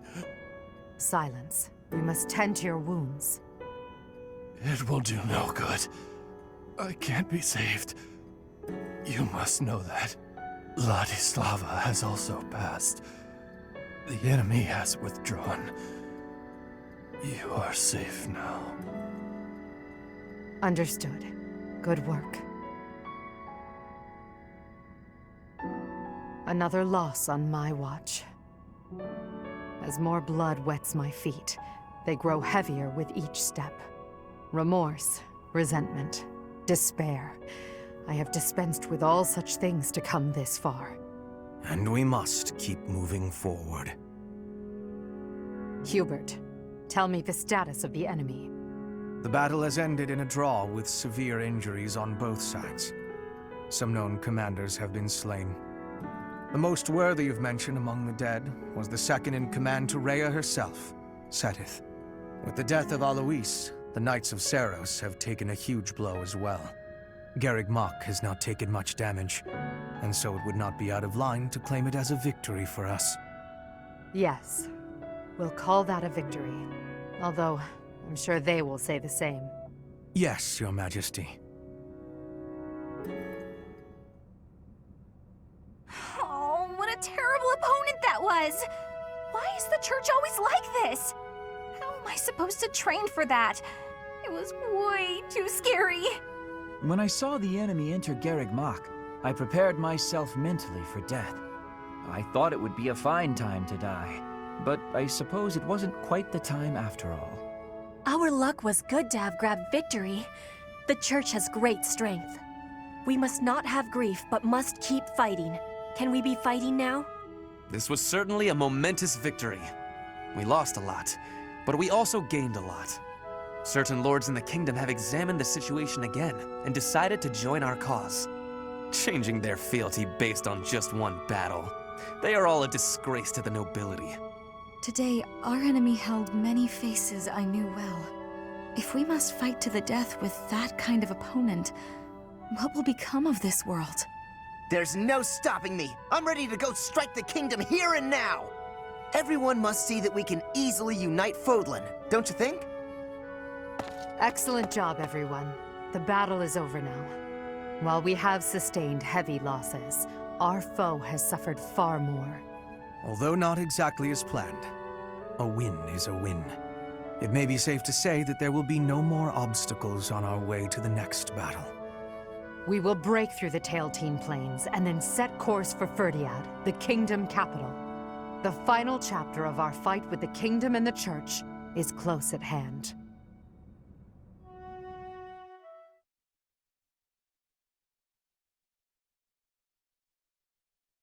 Part 2. Crimson Flower. Lone Moon. Lady of Deceit.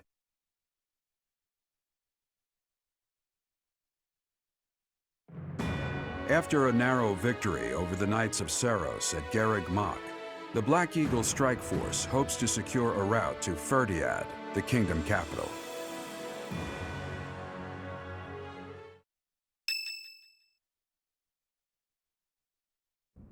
The time has finally come to invade the kingdom capital. Or so I declared. In truth, we'll be advancing to a different location. Only you and the rest of the Black Eagle Strike Force can know. Please bear that in mind.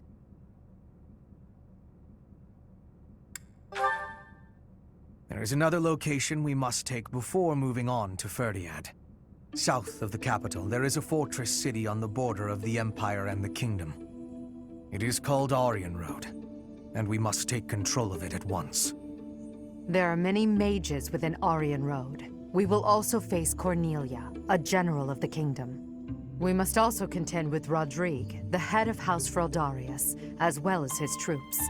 Once we defeat them, Aryan Road will be ours.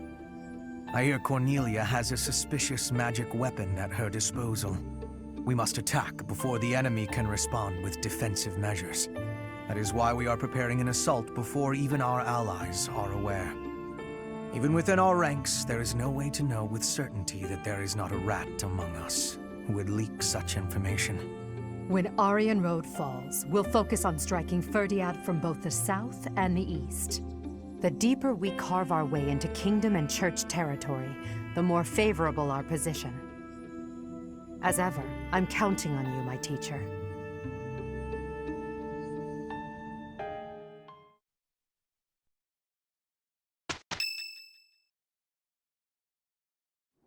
Cornelia, I have a report from our scouts. The Imperial army that departed from Garreg Mach en route to the capital now appears to be marching here. What did you just say? The speed of the army's movement quickens. They will be here to invade within days. I just sent some of my troops to support the capital. It is likely to be a fierce fight. How could this be? I have not heard a thing about... Oh, I understand now. I am the target. You? Are you sure they do not mean to take Aryan Road for strategic reasons? It would appear so from the outside. However, the circumstances are not that simple. And will you calm yourself? It will not be a fierce fight whatsoever. The sweet children I have prepared will protect Aryan Road well. Cornelia. Aryan Road is a fortress city that was built about 400 years ago. Originally a base on the front lines of the battle against the Kingdom, it was built using Imperial money and technology. However, the head of House Rowe secretly planned to betray the Empire. As the fortress neared completion, it was rebuilt as a base to defend against the Empire. When the fortress was completed, House Rowe declared its vassalage to the Kingdom. Since then, Aryan Road has never fallen. Not once. The beautiful white walls that protect it against its enemies have earned it the nickname, the Silver Maiden. In the end, that is all it is to the Empire. The Silver Maiden stands as a bitter memory. We will now be destroying that memory. The past is the past. Now is now. A fortress that has never fallen. I can't wait to make it fall. How savage of you. And yet, I must say I agree with the sentiment. Let us take the sturdy Aryan Road and continue our march against the Kingdom. An invincible fortress? Sounds perfect. Unfortunately, it will soon no longer be invincible. The Silver Maiden's iron skin is about to be damaged. It's sad, really. Is it silver or iron? Use your language with clarity, please. Really, Lynn, there must be a better way to say that. Since we are attacking a heavily guarded place, we must take extra care to prevent allies from getting injured. Thank you, everyone. I'm counting on all of you. Now, let's resume our advance. This battle is for the future of Fodlan.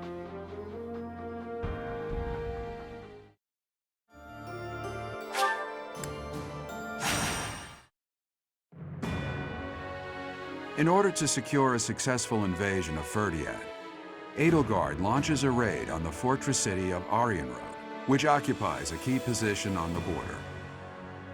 At Arianrode, a mage serving House Blathed, named Cornelia, and the head of House Fraldarius, Rodrigue, strengthen their defenses.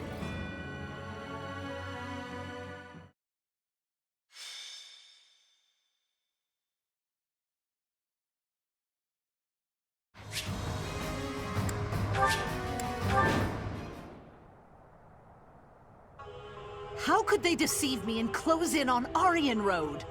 But it's not like I'm just going to stand by and watch. I will slaughter them all. So this is the Silver Maiden. Seeing it with my own eyes, I finally understand its strength. Especially the fact that its strength is distributed across its frontal defenses. We'll attack the front and keep our enemy occupied, while the others enter by the east gate.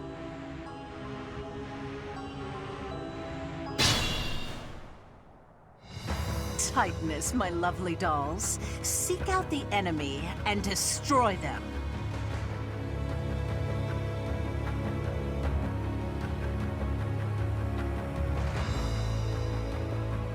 And if the chance presents itself, I wouldn't mind being rid of those unsightly kingdom forces, too. Are those Cornelia's magical weapons? Impressive. More fighting. Strike you down!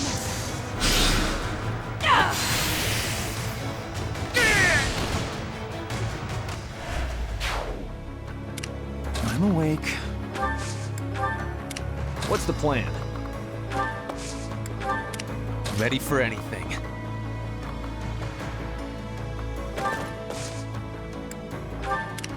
I'll cut a bloody path. For the Empire! What's my strategy? Understood.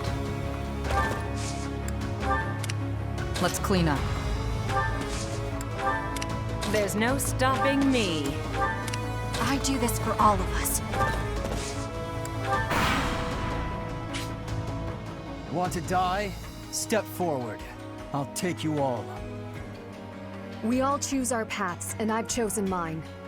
I fight for my lord, to the death. I am the King's shield, devoted to protecting the kingdom, as well as the King's lance, who kills his foes. In the name of House Fraldarius, I will defeat you all!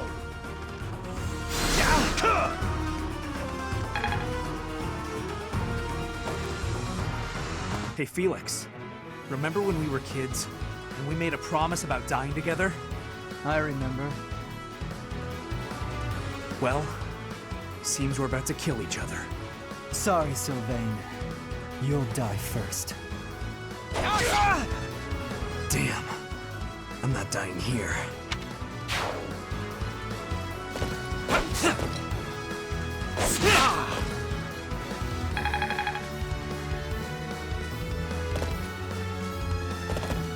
Hey!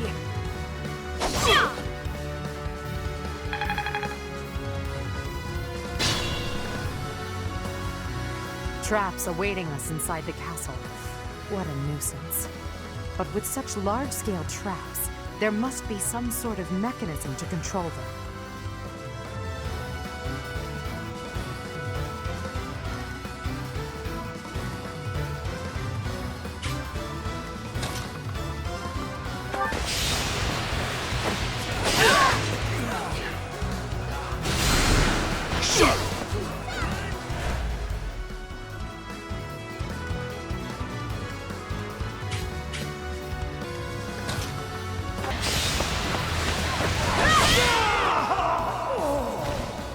So this is it. Your Majesty, please bring us victory.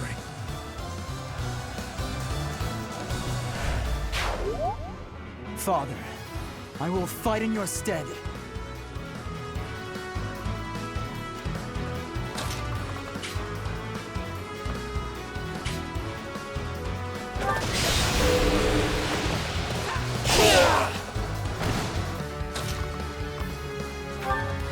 There you are, standing before me, ready for death.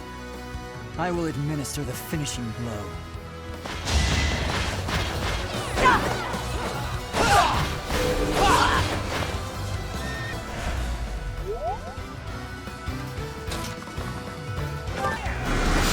Pointless.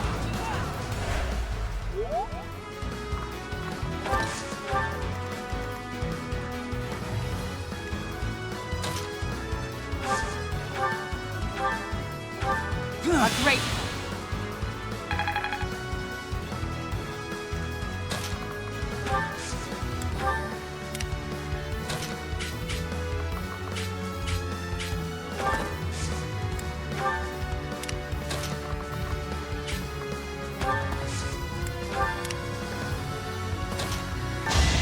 Just stop already!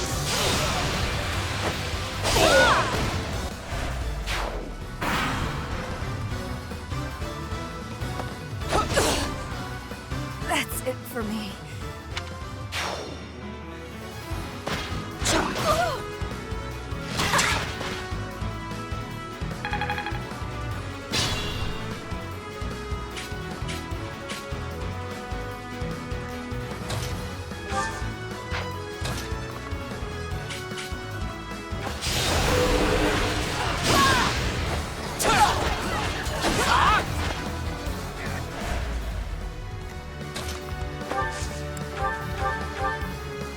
Part of me has been waiting for this since I met you.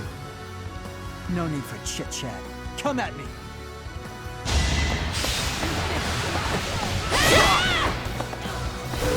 Watch no use!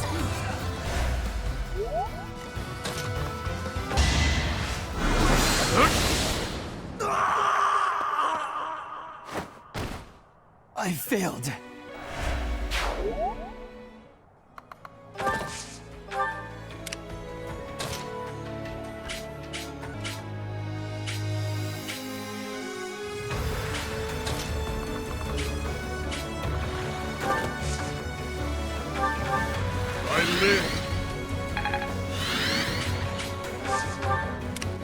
I can't fall just yet.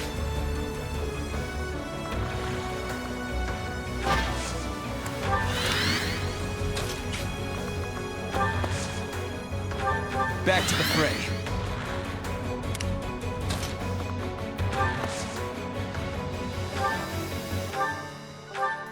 Well done.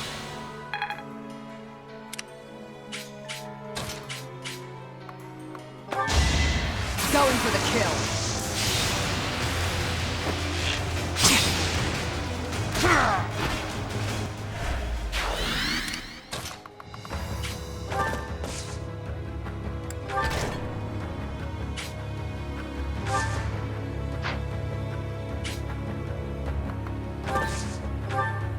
The traps are still functional. There must be more of these devices.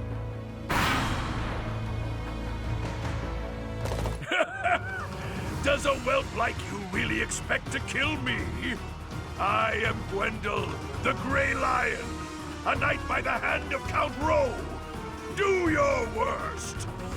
Not so fast.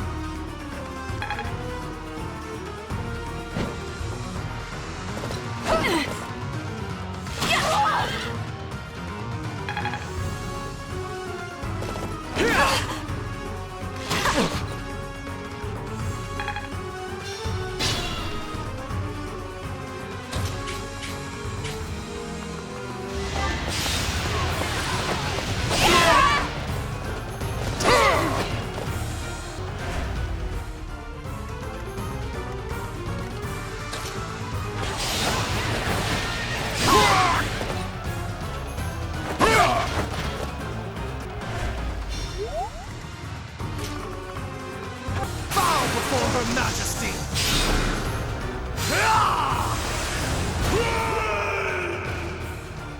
So this is where I meet my end.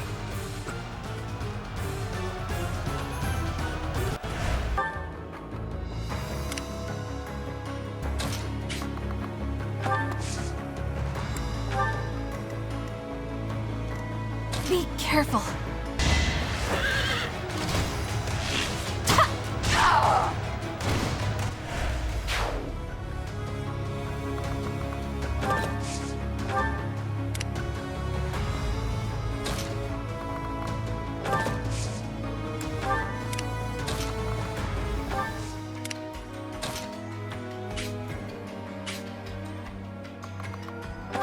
Going for the kill.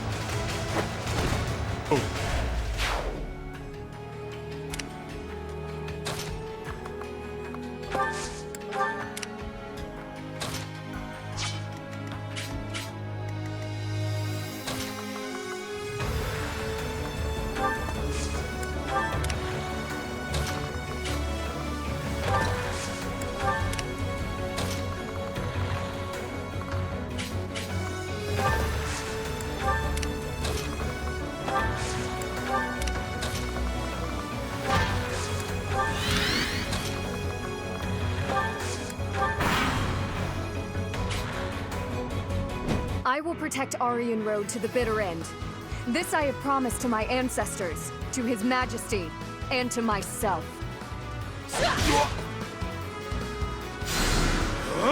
Nice try!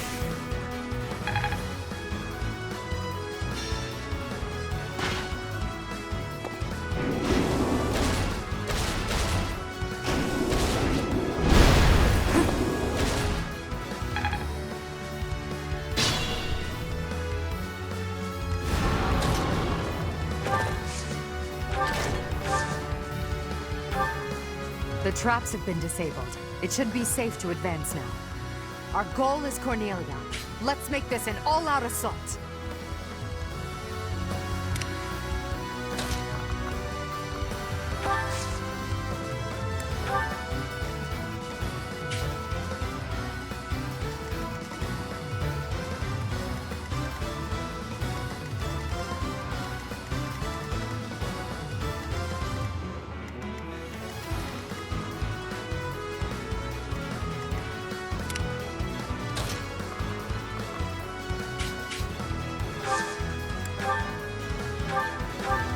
You have chosen to assist the Empire, even while knowing of their deeds.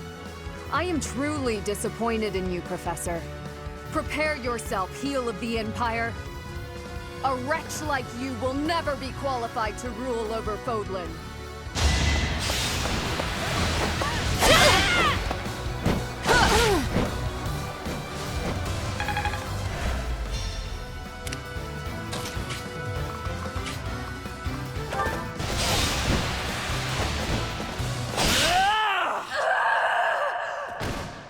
Maybe I've become like him.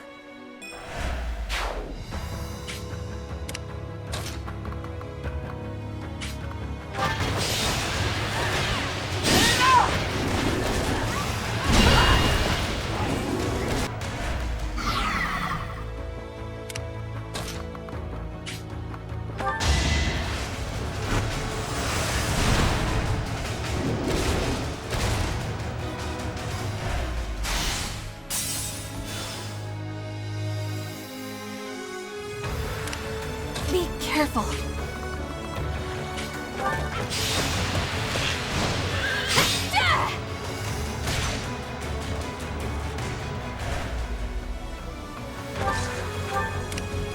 I'm awake.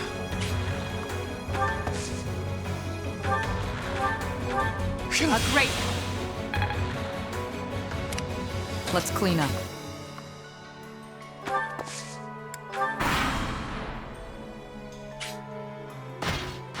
Watch and learn.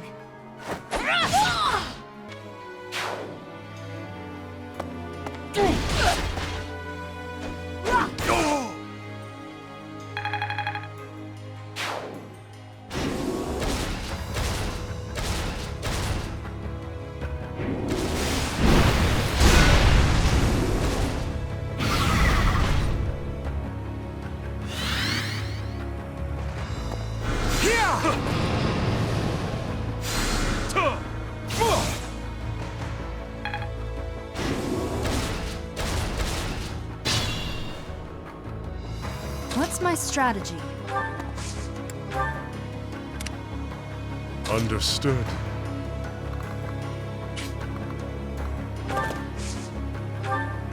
We've got this! Now!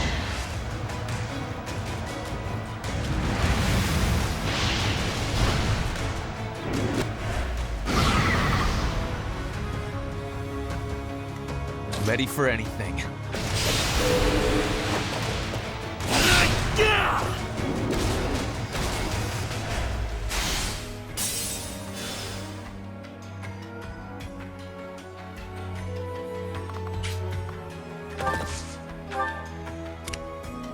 For the Empire!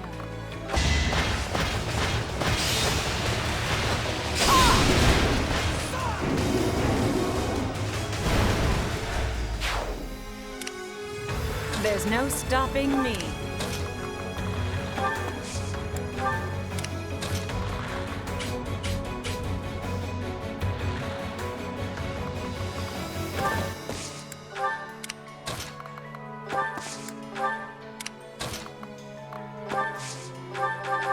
That really helped.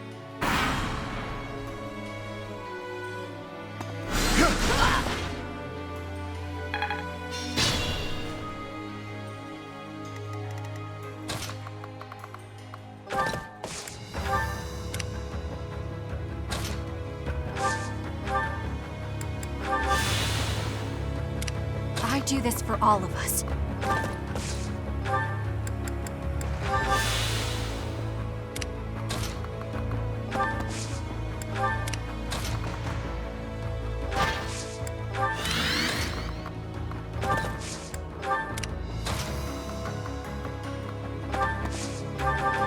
Well done!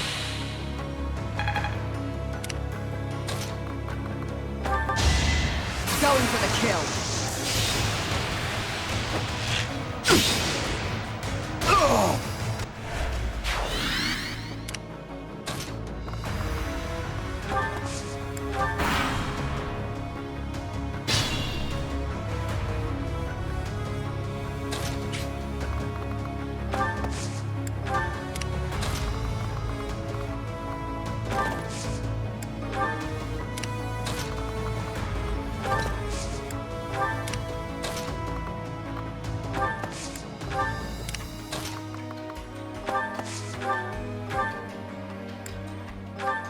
I'm grateful.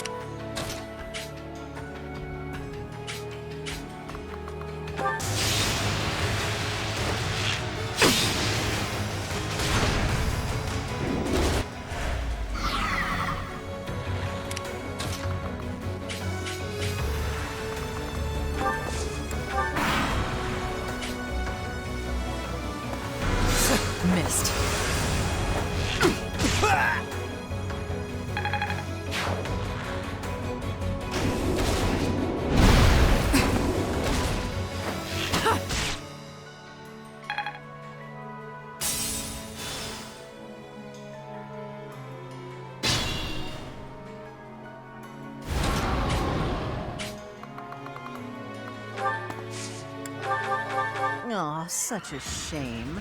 I always thought we'd end up being good friends. But here you are as my enemy. The only thing left to do is kill you, right?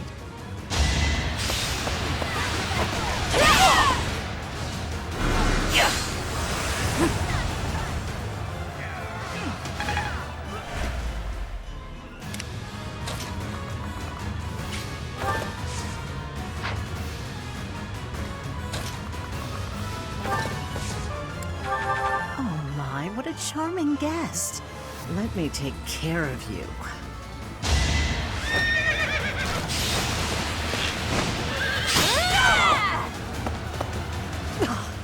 So this is as far as I could get.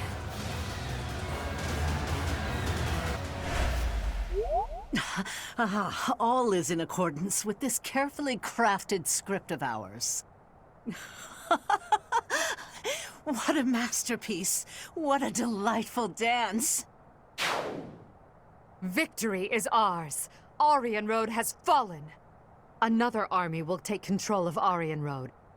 As for us, we will take all of the military force we can muster and advance to the kingdom capital of Ferdiad.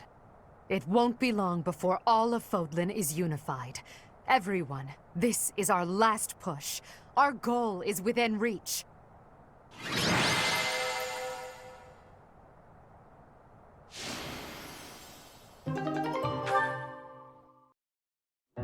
What turn of events has brought you so suddenly to Garreg Mach, Uncle?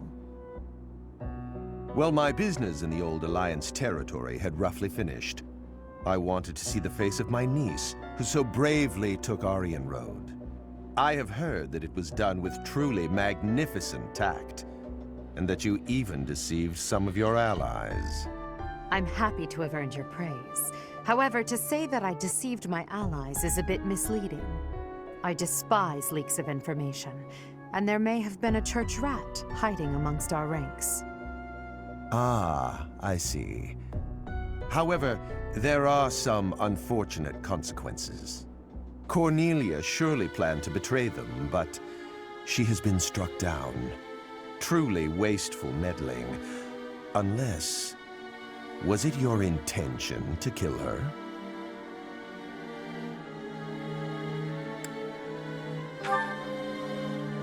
Indeed, we came only to kill our enemies. She used a terrible magic weapon. Dolls that she could move and fight with. Did you know about them? Well now, if that were the case, would it not have been better to keep her as an ally? If you are only capable of such imprudence, this dark cloud might hang over the Empire's future as well. Thank you for your concern. However, I will sweep aside any darkness that comes our way. I will be praying. Praying that the Empire will not become another Aryan Road. Another Aryan Road? Just what do you mean? I must take my leave now. Farewell.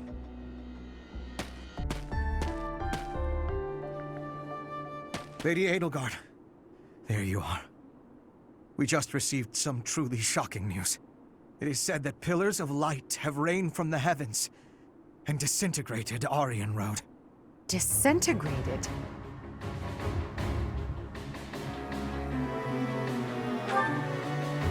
It was likely some type of magic. Perhaps a forbidden art. Hubert, give me the full report. My apologies. I, of all people, should be able to control my discomposure. The pillars of light descended and exploded, resulting in the complete destruction of the main building and the north wall. It is believed that all key people within House Row, including its leader, were killed. Of the Imperial officers and men we kept at Aryan Road, about a third are unaccounted for. It can't be true. So, this is my uncle's trump card. In exchange for striking down Cornelia, he has destroyed Aryan Road. Perhaps we acted too soon in our disposal of Cornelia. No. If we'll be fighting them soon, there's no disadvantage to weakening their forces. It's also extremely valuable that we forced them to show their hand. Hubert, the investigation you made into the legend of Aello, the Valley of Torment, This is likely what took place back then as well. Yes. The probability is high.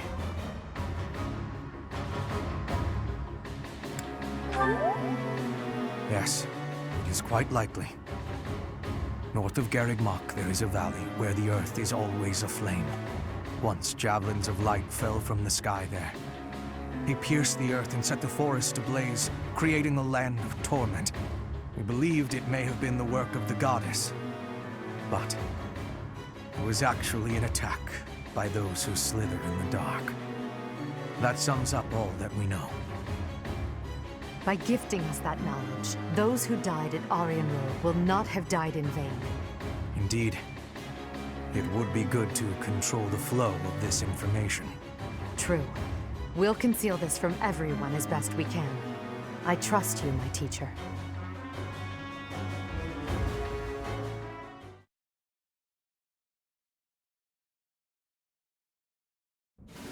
I'm sure everyone has heard about what transpired at Aryan Road.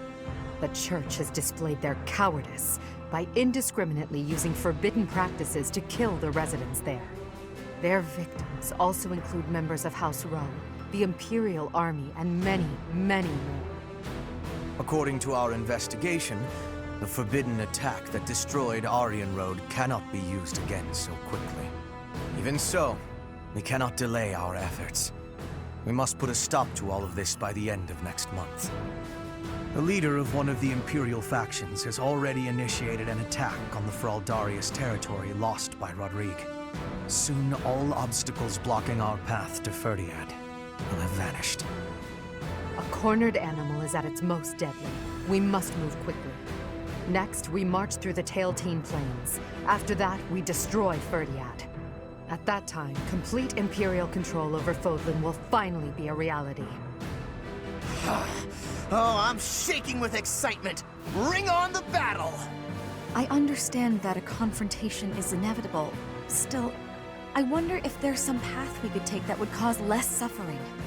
This is the only path for the goal we are reaching for. And so we must keep walking on it. We are walking down the path to a better tomorrow.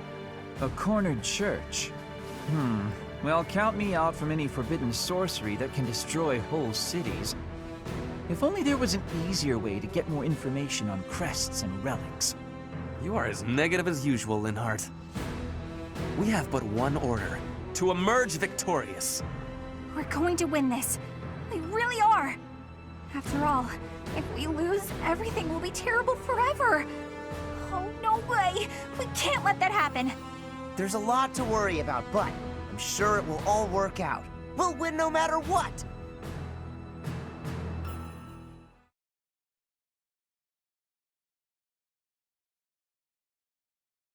Part 2. Crimson Flower. Great Tree Moon. Field of Revenge.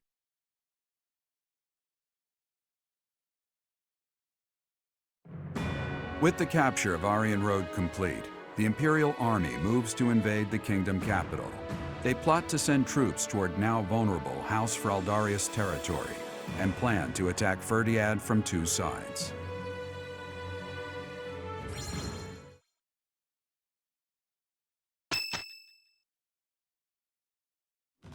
So, Aryan Road has fallen. Rodrigue, Felix, Ingrid. I swear that I will not allow your deaths to be in vain. The scouts have just now returned. Seems the Imperial Army is marching toward the kingdom capital. Are you certain about this, Dimitri? As king, do you think it wise to intercept them yourself? No need to worry yourself. Even if I am defeated, the Blathed bloodline will live on. And the kingdom's territory has never been rich in resources. If the castle falls under siege, our loss is inevitable. I will deploy my army onto the plains and wait for the enemy. Please position your forces so that they can flank the Imperial Army. Yes. Given the present situation, making the plains our battlefield is a logical choice. I have no objection. However, there is only one person I am after. I have no interest in any other prey. I will take you at your word. Erasing the other child's existence is my task, and mine alone. I will get you back, Mother. I promise. What do you think, Lady Edelgard? Will they shut themselves inside of Ferdiad? They will try to intercept us. Of course, Ferdiad will not fall so easily. Even so, if we were to cut off their supply line with a large army, it would eventually fall. It makes much more sense for them to wager everything on a victory at the Tailtean Plains. The same plains where the so-called divine Seros defeated Nemesis, the King of Liberation, in a comeback victory over 1,000 years ago. And about 400 years ago, the hero Lu created the kingdom by defeating the Emperor of the time on those very plains. Their goal must be to recreate that scene. Yes, I suppose so. Although the Imperial Army is powerful, if we were to compare the strength of our best to the best of the Knights of Seros, we would likely come up short. The Kingdom's army and House Blathed are also renowned for their unmatched persistence. On the battlefield, it can be assumed that their one and only goal will be to strike you down. Are you telling me to stay off the battlefield? Naturally. You are their aim, Your Majesty. You must know it only makes sense to keep you out of their reach. And you must know that, at a time like this, I absolutely cannot withdraw. Of course I know that. That is why I will refrain from asking you again to stay away from the battlefield. The Immaculate One, descendants of the 10 elites, and other extremely fearsome foes await us. But with the help of our friends, we have a chance of defeating them. We're the only ones who can. Within our group, I am included among those with the kind of strength we need to win. I absolutely will not remove myself from the front lines. Professor, you have that same strength as well, whether or not you realize it yet.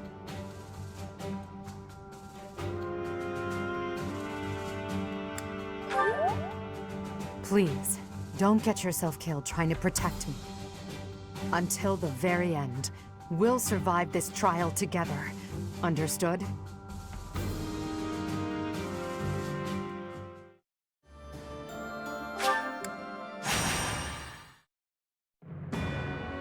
With Aryan Road behind them, the Black Eagle Strike Force marches north to Ferdiad. They plan for the Imperial Army, stationed in former Alliance territory, to take over Fraldarius land, so they are able to attack Ferdiad from 2 directions. King Dimitri anticipates the Imperial Army's strategy, leading the Kingdom Army and Rhea's Knights of Seros out of Ferdiad, and prepares to intercept the Imperial Army at the Tailtean Plains.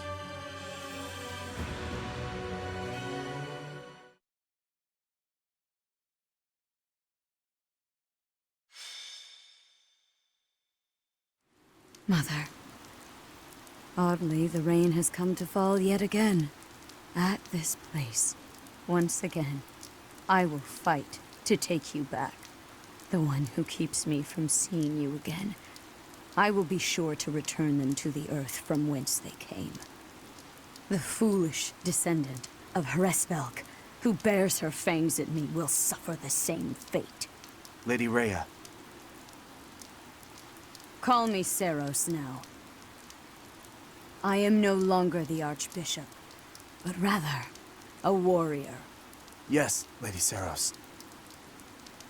Because of the rain, we have not yet confirmed the position of our enemy, or of the Kingdom Army. Search the route to Ferdiad. It is unlikely that they have strayed far from it. When you discover the Imperial Army's main force, commence the attack. If the Kingdom's army has already engaged, flank the enemy as planned. As you wish. Wait for me, dear child. I will be paying you a visit soon. When this sword has been plunged into your chest, yes, that is the very moment I long for. I was hoping they would strike the church first. We must have miscalculated the rate of their advance. Reorganize the formation. We have no choice but to buy time until the church arrives. It will be a long battle. Are you afraid to do? No. So long as I am at your side, there is nothing to fear. I can always rely on you. Just watch, my friend. We will prevail. I will not fail to get revenge for all who have fallen. I would follow you anywhere, Your Majesty. Good luck out there. You as well, Dedue. You as well. Your Majesty. For you, I will. A flag of blue is flapping in the rain. It must be the Kingdom Army. Yes. It seems that King Dimitri is leading the troops himself. However, the Knights of Seiros have yet to be seen. Perhaps they have split up. I can't imagine that Dimitri would leave the capital to the church and face us with the Kingdom Army alone. He must be planning to use the church to gain the upper hand in battle. With the rain, that must be difficult to coordinate. Still, the Knights of Seiros must be around here somewhere. And we should be on alert for attacks from the side and rear as well. Inform the entire army. Yes, sir. Now that I think about it, the Kingdom's army is quite different than it once was. They have taken a position of interception. In the past, the king would have introduced himself before beginning a fair fight. A fair fight. The words alone remind me of how he once was. Don't you agree, Professor?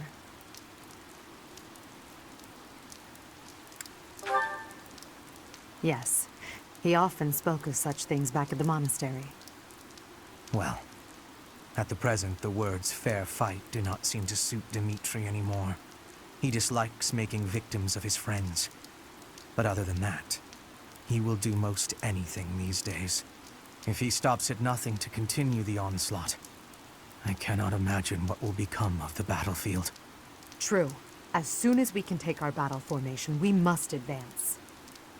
Dimitri, that past you cling to, I will soon free you from it.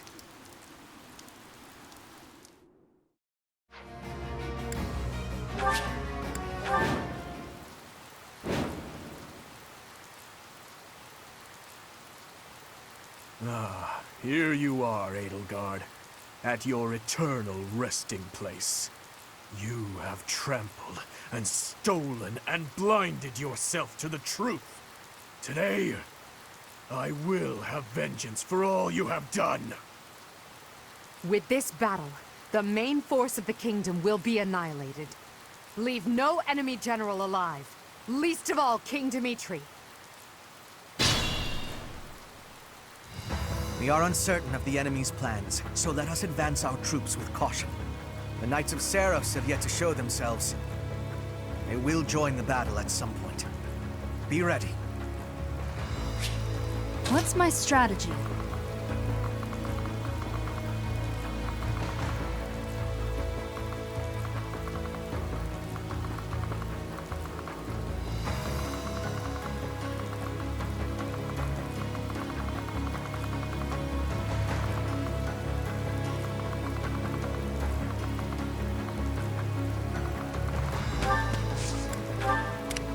I'm awake. Ready for anything. Let's clean up.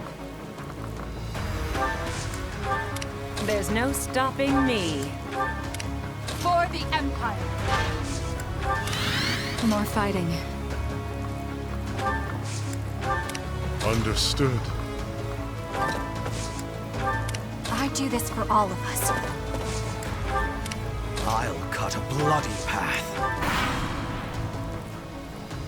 We're first in line! Charge! Glory to the flag of the Knights! Good fortune to His Majesty! Fortune to Vargas! Ah! What the? That kingdom soldier just changed into a demonic beast. Did Tullus? No. This is something simpler. This is the work of a crest stone. But why? I gave them crest stones from the castle vaults. Fool! Why did you do that? If we lose here, the kingdom falls. It's our only hope. You call this hope? Well, we must now claim victory so their deaths were not in vain. Yes, Your Majesty. I am with you.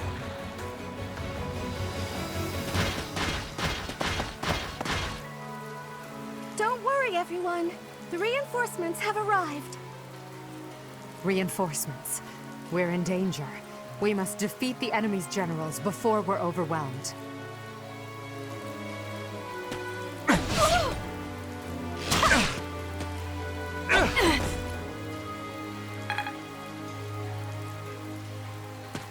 Appreciate it.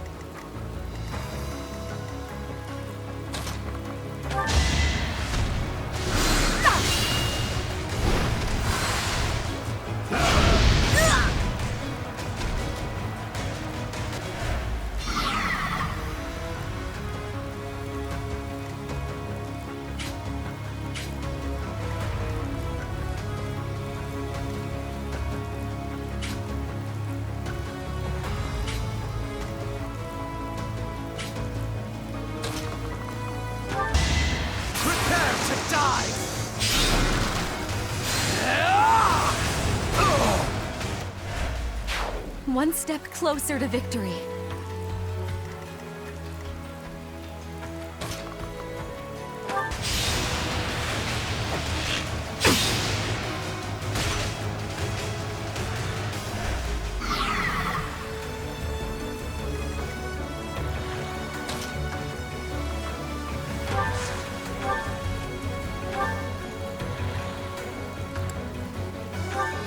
Thanks so much.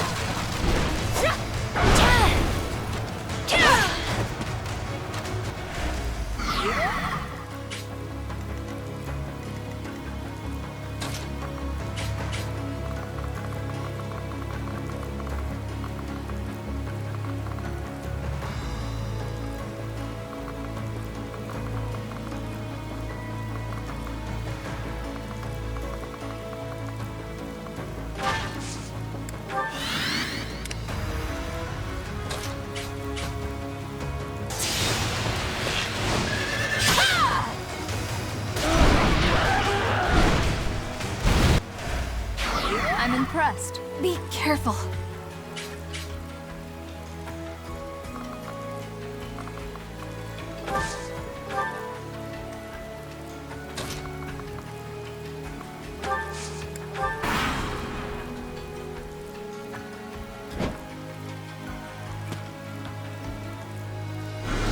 I'm fine.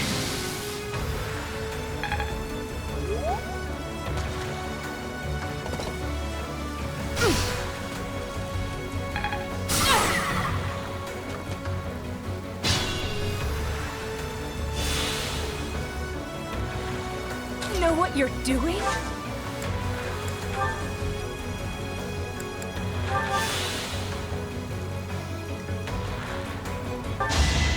Going for the kill.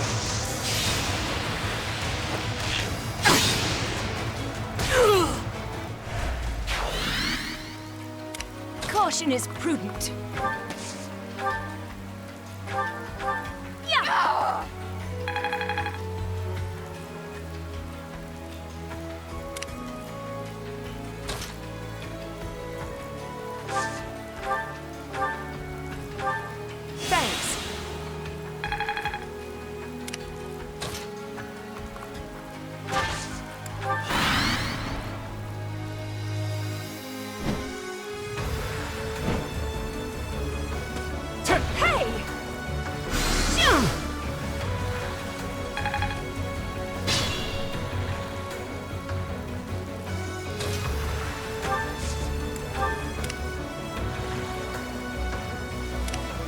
ready for anything.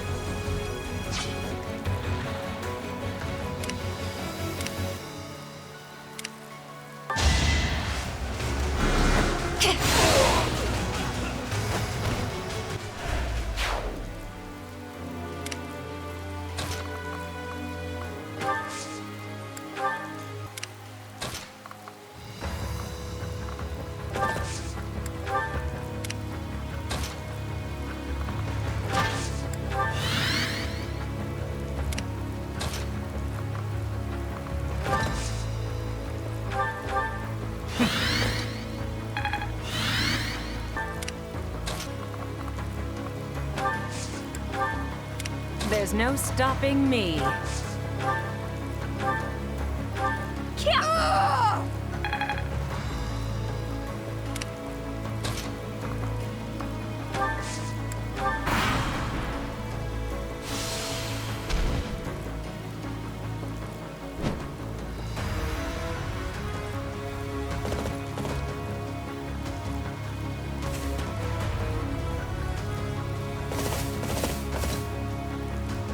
How could I be late when I finally have the opportunity to destroy the Fallen One?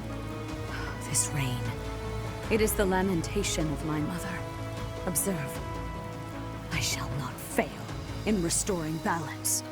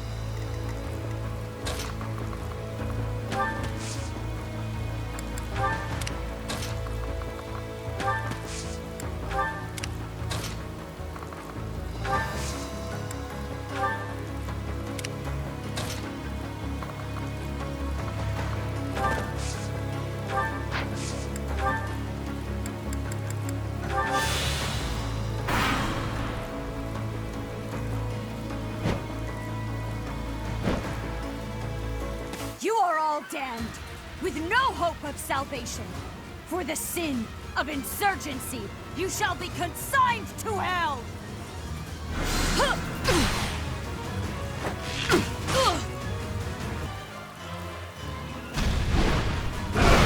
Watch and learn.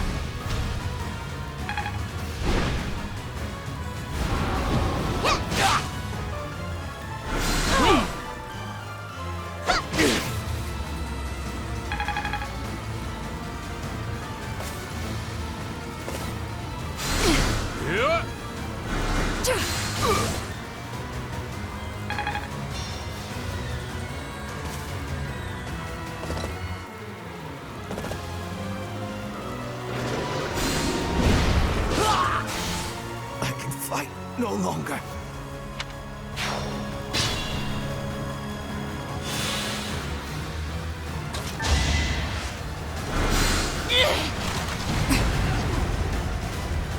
It's not personal.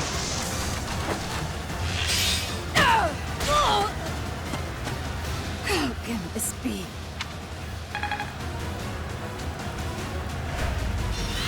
I lost to that thief? Unacceptable! Watch out, Lady Rhea! Please retreat!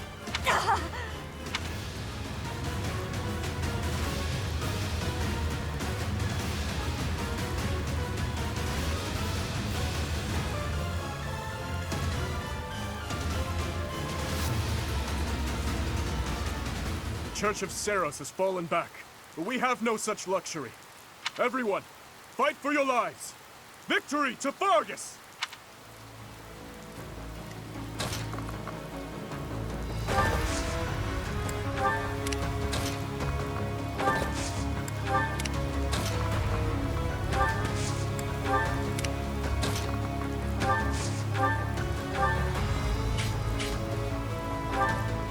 Sweet of you.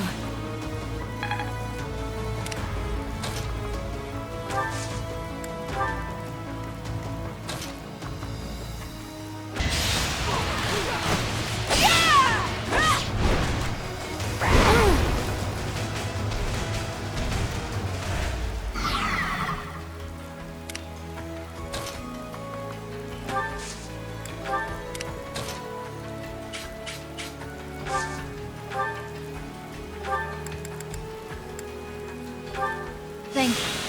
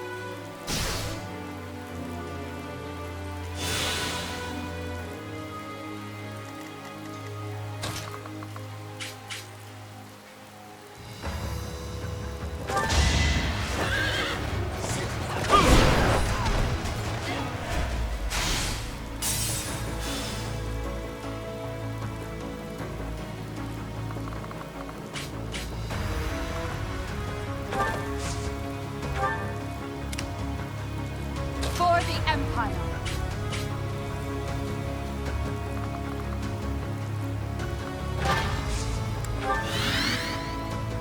I must pull through.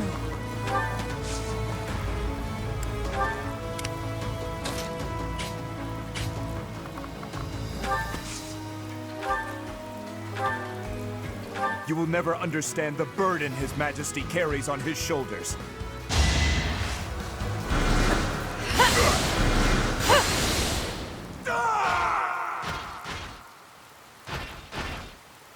Your Majesty, you must survive. Dedu, you fought well, my friend. Caution is prudent.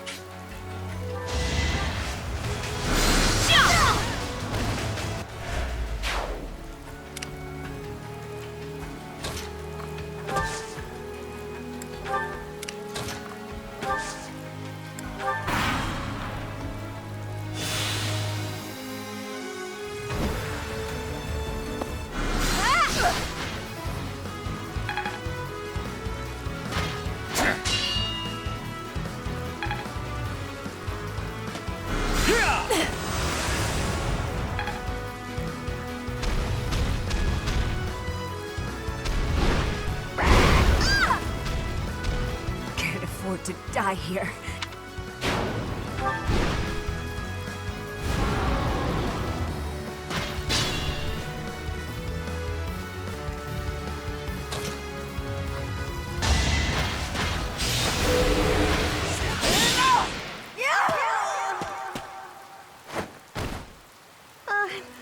I'm sorry, Dimitri.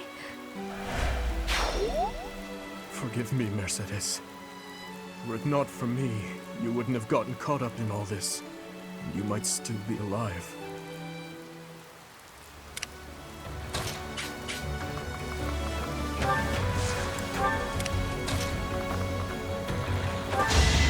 Squirm for me!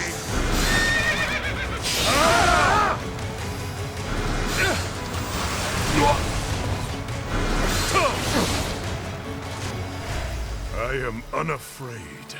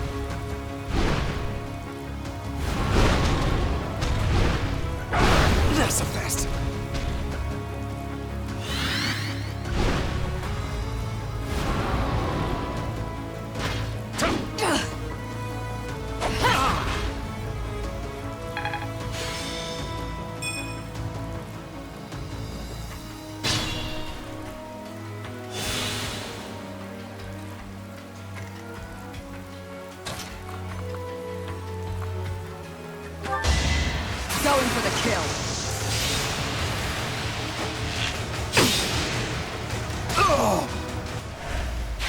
Very impressive.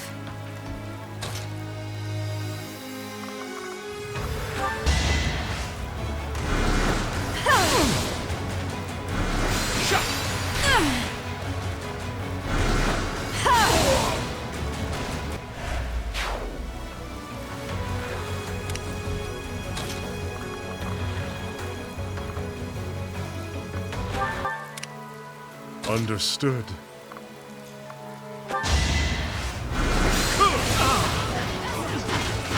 How about this?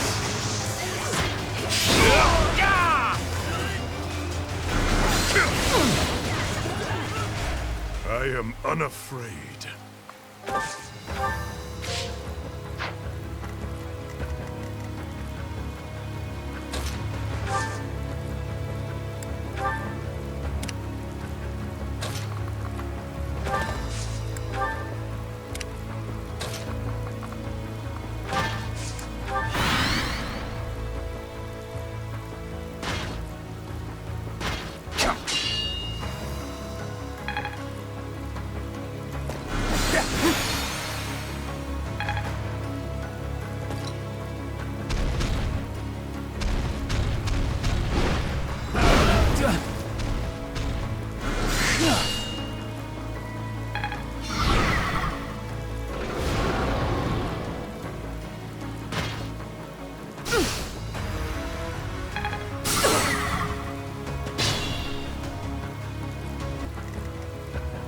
I am unafraid.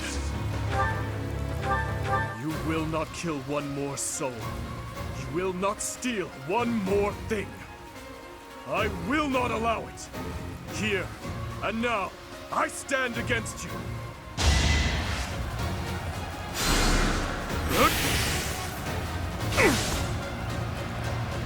What's this? You call that strength?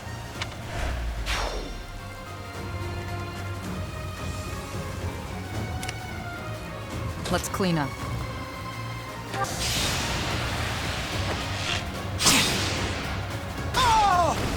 Pause. I knew you could do it. I must pull through. Why did you choose Edelgard, Professor? Why did you choose to walk this savage, bloody path? I cannot shake this feeling of regret. Regret that I must kill you now.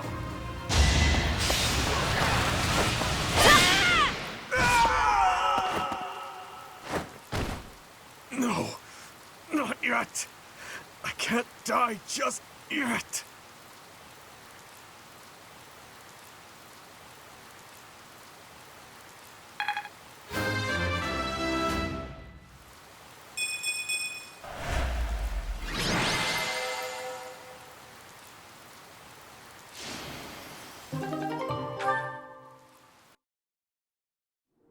Majesty.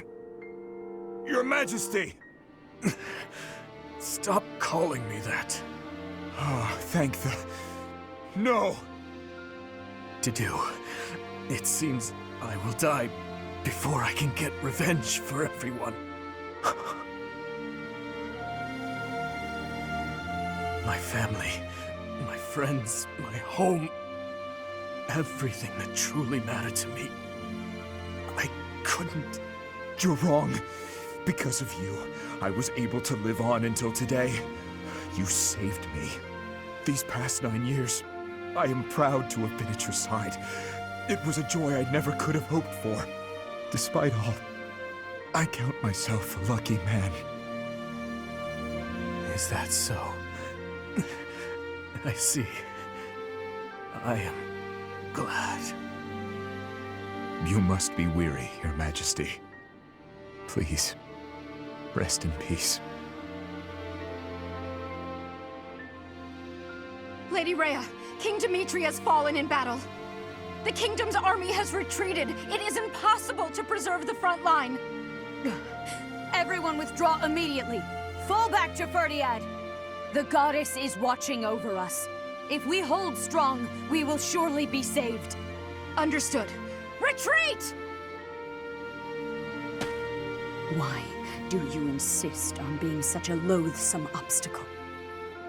You stole my mother's heart and wield the sword of the Creator, just like that savage King Nemesis. I swear, with these very hands, I will take her back. Until then, wait for me, dear mother.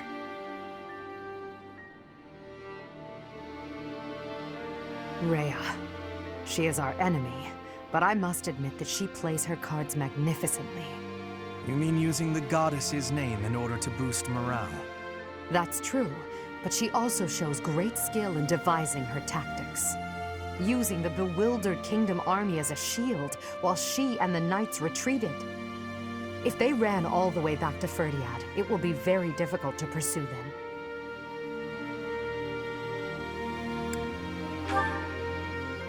Yes, together we'll end this once and for all. For all the lives lost in battle, by our allies and foes alike.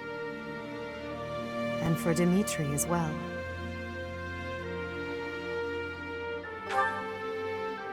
Yes, the thirst for revenge that imprisoned him was the result of my uncle's strategy.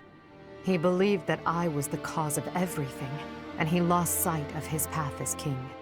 There was nothing I could do to save him, and so, the very least I could do was...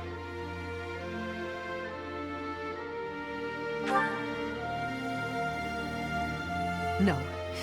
The Edelgard who shed tears died many years ago. Everything that's happened, it's all just part of the ebb and flow of history. The tragedy of Dusker, our days at the Academy, Father's death, and the 5 years you were gone. After all of that, at long last, we're here, at this point in time. I hope you'll stay by my side until the very end. It's time for humanity to take this world back.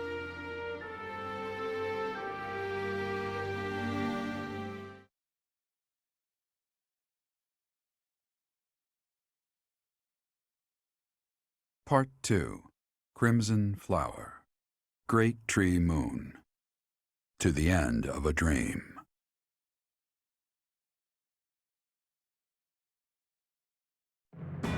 After defeating the Kingdom army and King Dimitri on the Tailtean Plains, Imperial forces set their sights on Ferdiad, the Kingdom capital. The final battle against Rhea draws near. So, we have finally arrived. It has been a very, very long road. Why are you here, Uncle? We haven't prevailed just yet. Even better. I decided I wanted to see the end with my own eyes.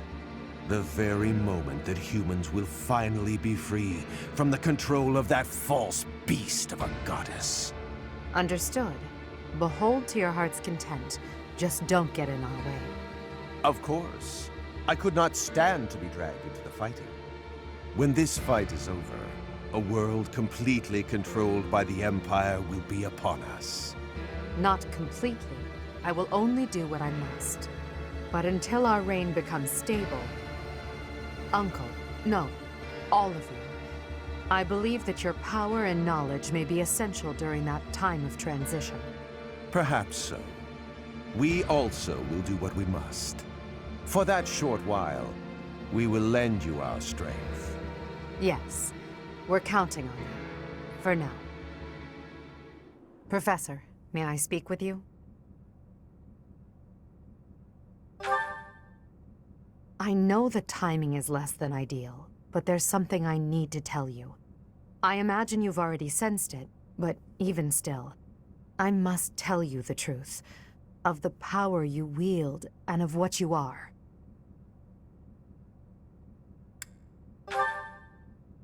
Have you still yet to realize it? If so, then it's absolutely vital that I tell you. You, like Rhea, share a bloodline with the so-called goddess.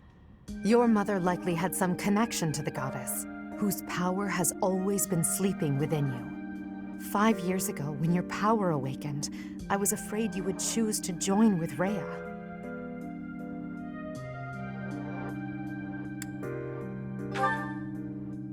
Yes, in the sealed forest, when you returned from the eternal darkness. As you know, my goal is to free our world from the control of Rhea and the other children of the goddess. I seek to obliterate her, as well as those around her who use the Church's power to control Fodlan. I swore to free the people from Rhea by striking her down, whether or not it meant making an enemy of you. And yet, you came to my aid, and chose to walk with me on the path against Rhea. I was overjoyed, of course, but I was also confused. I thought that perhaps it wasn't the path you were meant to take. But I chose to trust in you, to rely on you and your strength. And now, here we are. Thank you for listening, my teacher. I'm glad I finally had the chance to talk to you about it. After Rhea is gone from this world, I don't know what will become of you. But whatever happens, I hope you know that you're very special to me. I hope that I hold a special place in your heart as well. But regardless, it's time. Let's go, Professor.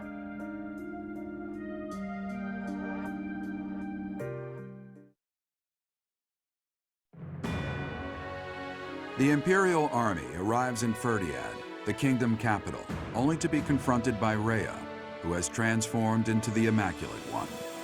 The Black Eagle strike force steels itself for an epic battle, hoping to soon return Fodlan to its people.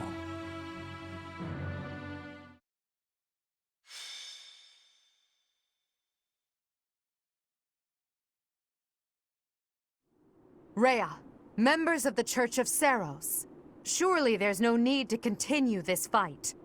What could be gained by shutting yourselves inside the capital of a kingdom without a king? I will give you this one chance, and no other. Throw down your weapons and surrender. Unlike you, I have no desire to unleash wicked atrocities upon this world. Their silence speaks volumes. Shall we commence our attack? I'll wait just a moment longer. There are still many residents within the city. Unlike my attack on Garreg Mach 5 years ago, the Church will not allow the inhabitants to evacuate. What the hell are they planning? Lady Rhea, or rather, Lady Seiros, the Imperial Army is calling for our surrender. Is it wise to ignore them?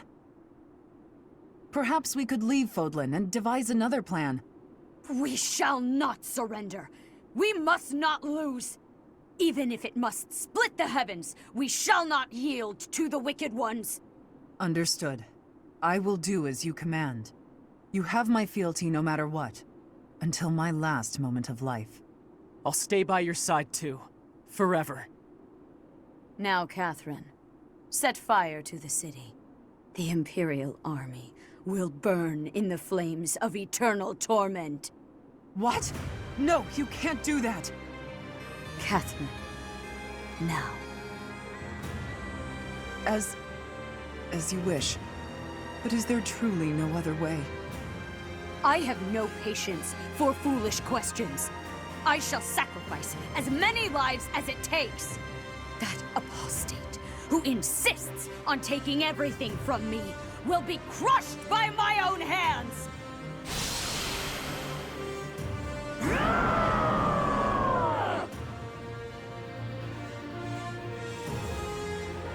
That ghastly voice. Your Majesty! There's smoke coming from every corner of the capital. It seems they've set fire to the city. What? Damn it, Rhea. There really is no depth you wouldn't sink to. Everyone, we must commence our attack at once. Are you ready? Preparations are complete. Just say the word. Then we attack. We'll head straight for the castle and strike down their leader, Rhea, that vile creature called the Immaculate One. This is the end of our long war. After this victory, Fodlan will finally be united and truly free. The capital we're about to invade is engulfed in flames. Do not rush to your deaths. Survive. Prevail. Do that and we'll witness the birth of a new world. I want to see it with all of you at my side. Understood? Of course. I will not fall and leave you without your protector. And you may live to see your dream come to fruition. For that, I shall survive and prevail. I am carrying the future of Brigid. I will not be dying here. I will be winning. For myself and for everyone. I will be surviving. We've been cutting our own path this whole way. There's no stopping until we reach the end. I can't die, or all my great work so far will have been wasted. Don't worry about me, AD. I won't fall before I've found my happily ever after. Maybe when this war is over, I can finally snag a good catch and settle down. Somehow we're already here. I wonder if the peace we secure will allow me to research as much as I'd like. If so, let's end this quickly. Edelgard, Professor, I'll do my best for both of you. If I die here, it would be with shame and regret. Oh, I can't let that happen! Once the world is united, I will lend my strength to both Edelgard and the Professor. To that end, I will lead us all safely to victory. My pride and duty as a noble demand no less, as do my own principles.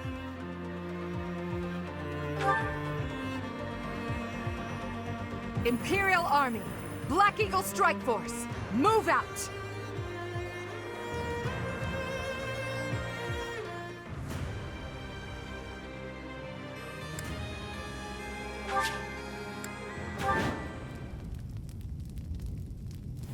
At last, we made it to Ferdiad, but it's in a pitiful state.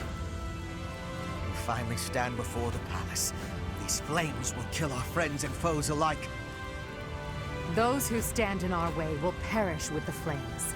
Immaculate One, your reign ends, here and now. With fire raging all over the city, our enemies won't be able to advance in large numbers. Instead, they may try to defeat us with small squads of elite warriors. Indeed. I suspect as much. And at their head is the one who stole my mother from me, and likely that mutinous whelp, Edelgard. The whole city's burning! Oh, this isn't good. I'm flammable, you know? If possible, we must be avoiding the flame and be careful of strong enemies. If we want to minimize our losses, we will need to be flexible in our approach. What's my strategy? Let's clean up. Ready for anything. I do this for all of us. For the Empire! I'll cut a bloody path. What's the plan? I will prevail. Understood. More fighting. I'm awake. There's no stopping me. I live.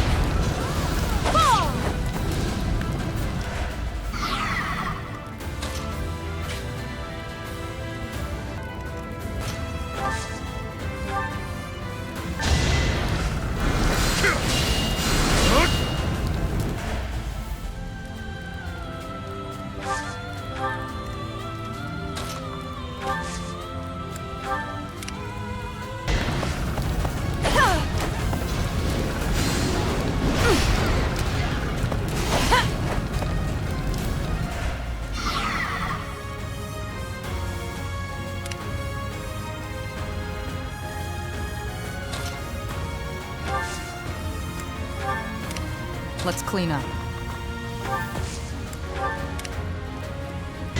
Prepare to die! You go. I do this for all of us.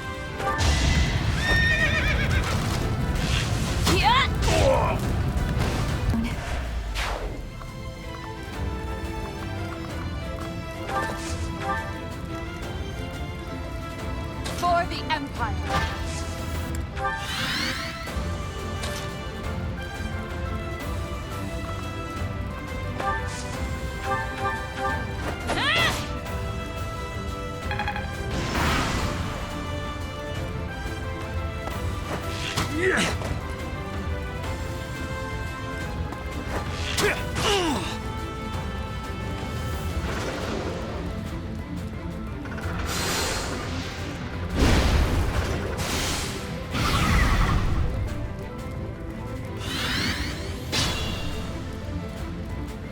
Open your hearts and accept your fate. The Immaculate War saves only the righteous!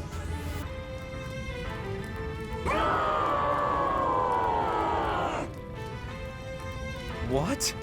Her howl was unadulterated magic.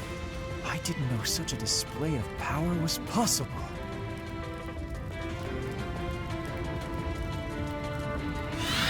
That roar seems to have affected the doll's movements. Whenever the Immaculate One howls, those dolls become stronger.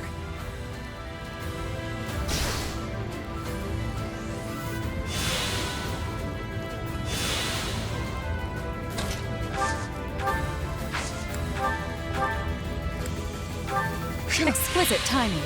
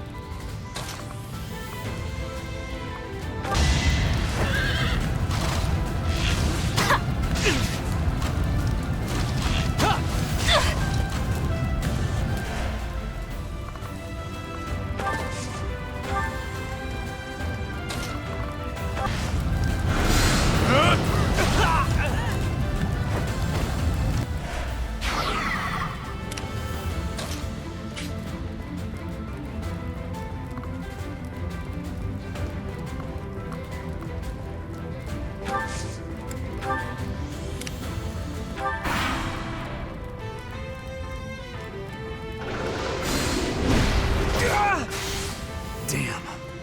I'm not dying here.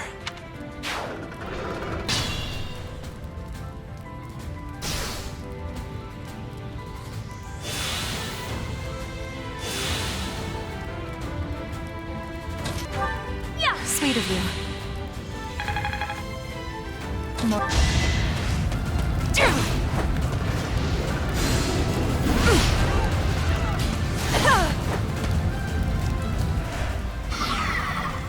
Dying would defeat the purpose. Thanks. I am near.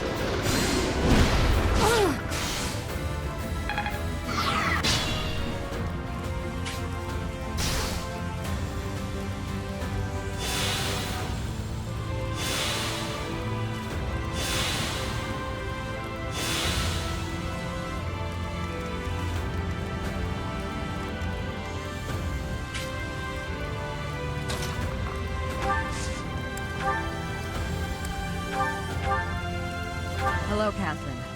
I always knew this day would come. What a coincidence. So did I. It seems that now we have no choice. We have nothing in common. Not our backgrounds, not our beliefs. Not the way we lived. Or the way we'll die.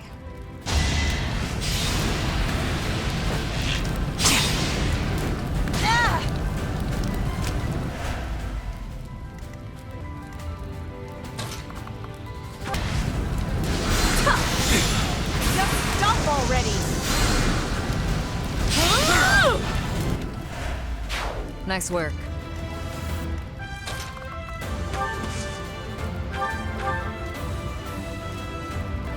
I wish you'd never shown your face at Garreg Mach. I always knew you were trouble, yet I did nothing. Time for me to correct that mistake. Prepare to meet your end!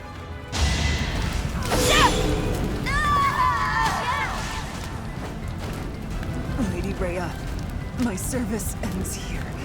It's been an honor.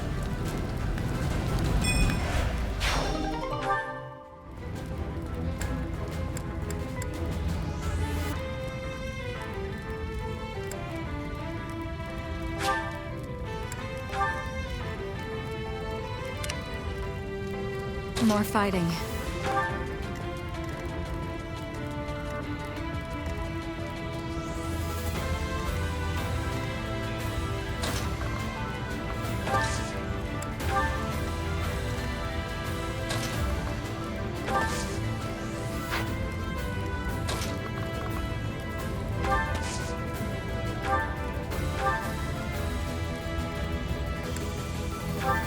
Inspired.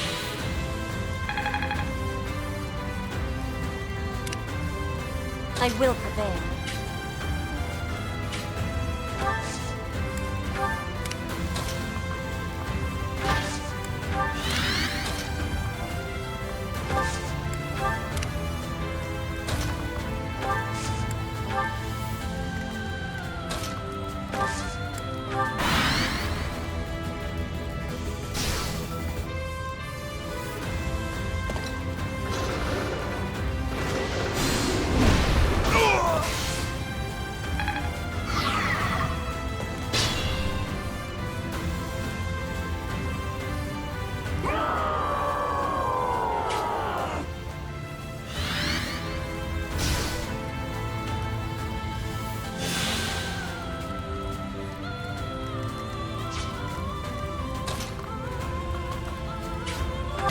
Going for the kill.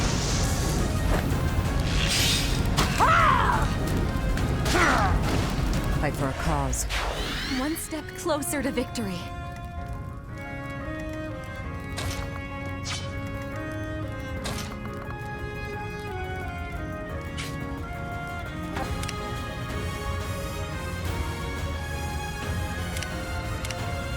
I'm awake.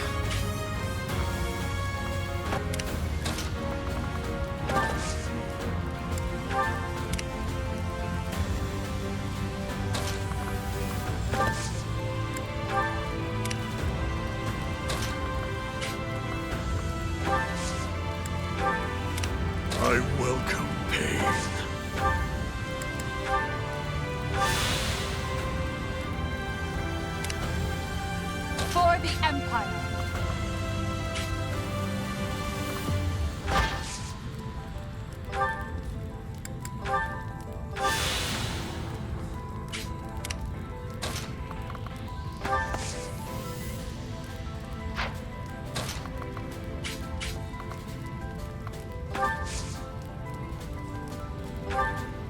I'm good now.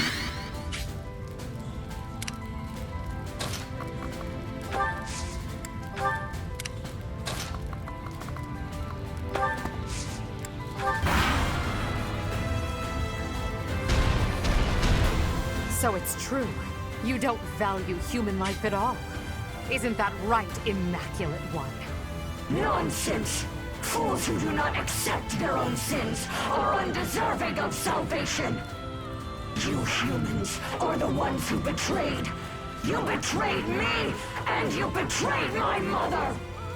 I did not betray you or her. I never believed in you from the beginning.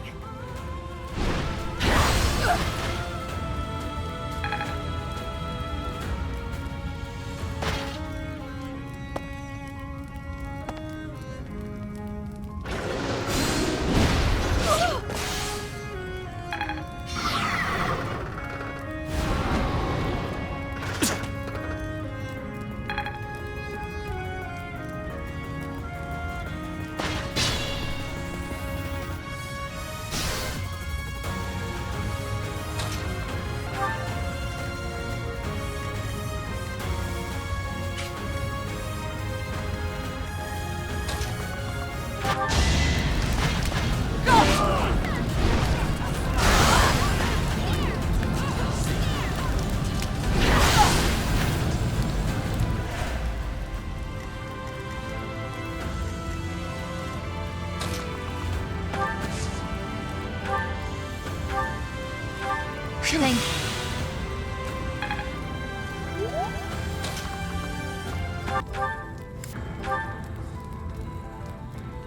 Give her back! Give back my mother!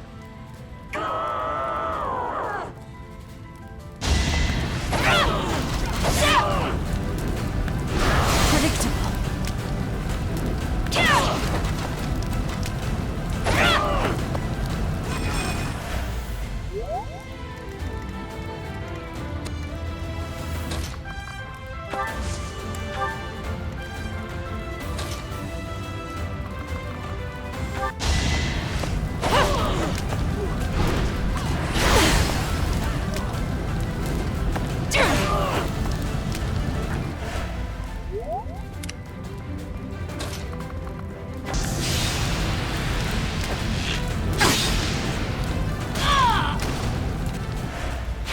They admire you.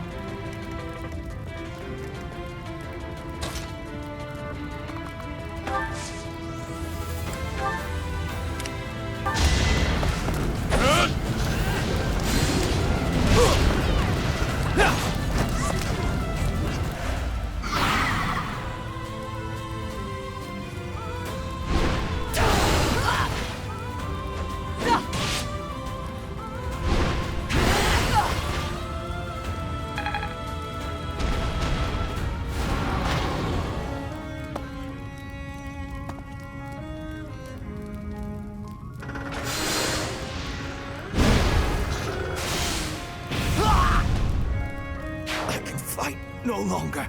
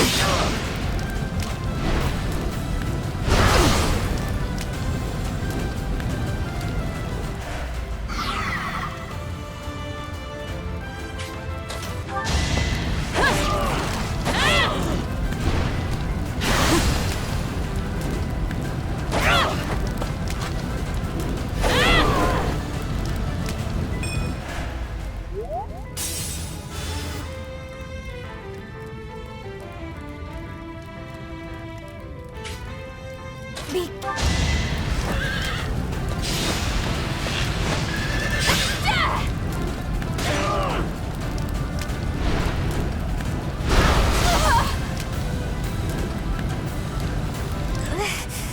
It hurts.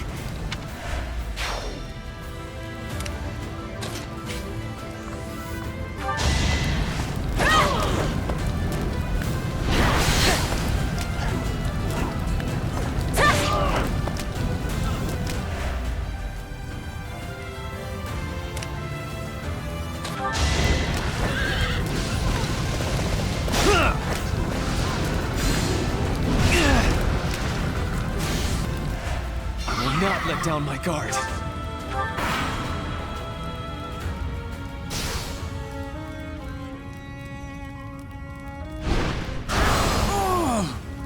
Not ready to die just yet.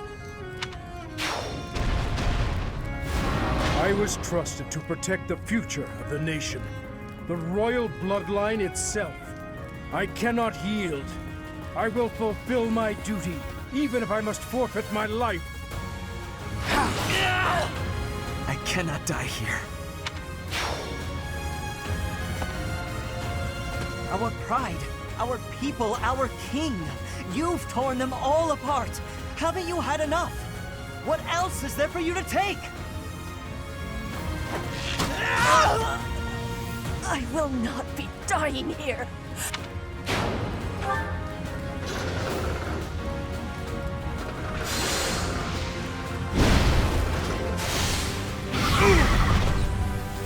You call that strength?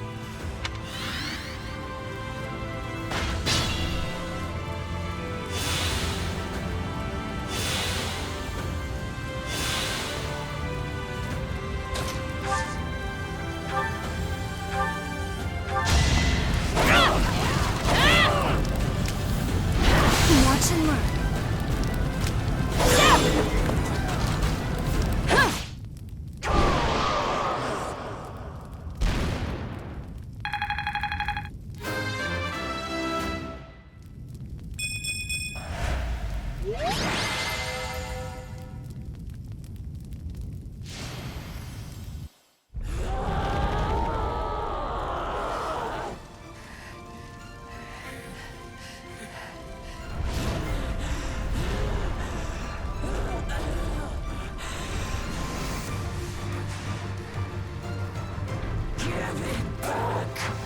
When humanity stands strong, and people reach out for each other, there's no need for gods.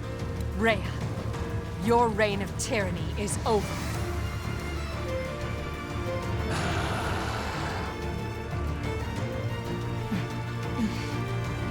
The time has come.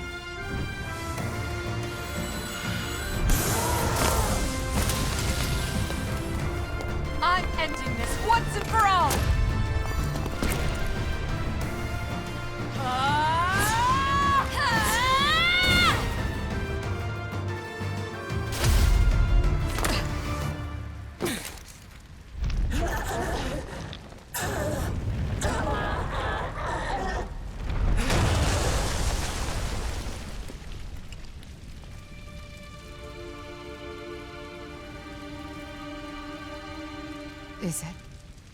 Is it over?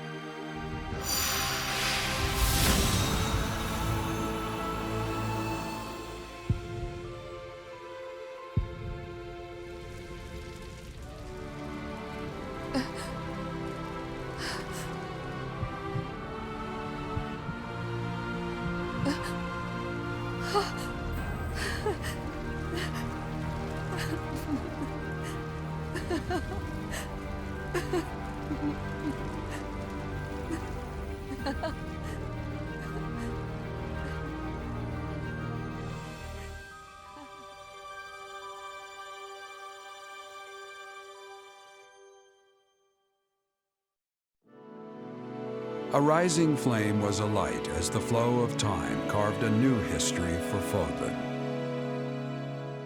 With the fall of Ferdiad, the Holy Kingdom of Fargus and the Church of Seros both vanished into the people's memories. Fodlan was finally one unified nation, under the rule of Emperor Edelgard and the Adrestine Empire. Embracing her newfound power, Edelgard could at last set about destroying Fodlan's entrenched system of nobility and rebuild a world free from the tyranny of crests and status. Yet, beneath the surface, an unseen and silent struggle began to take shape.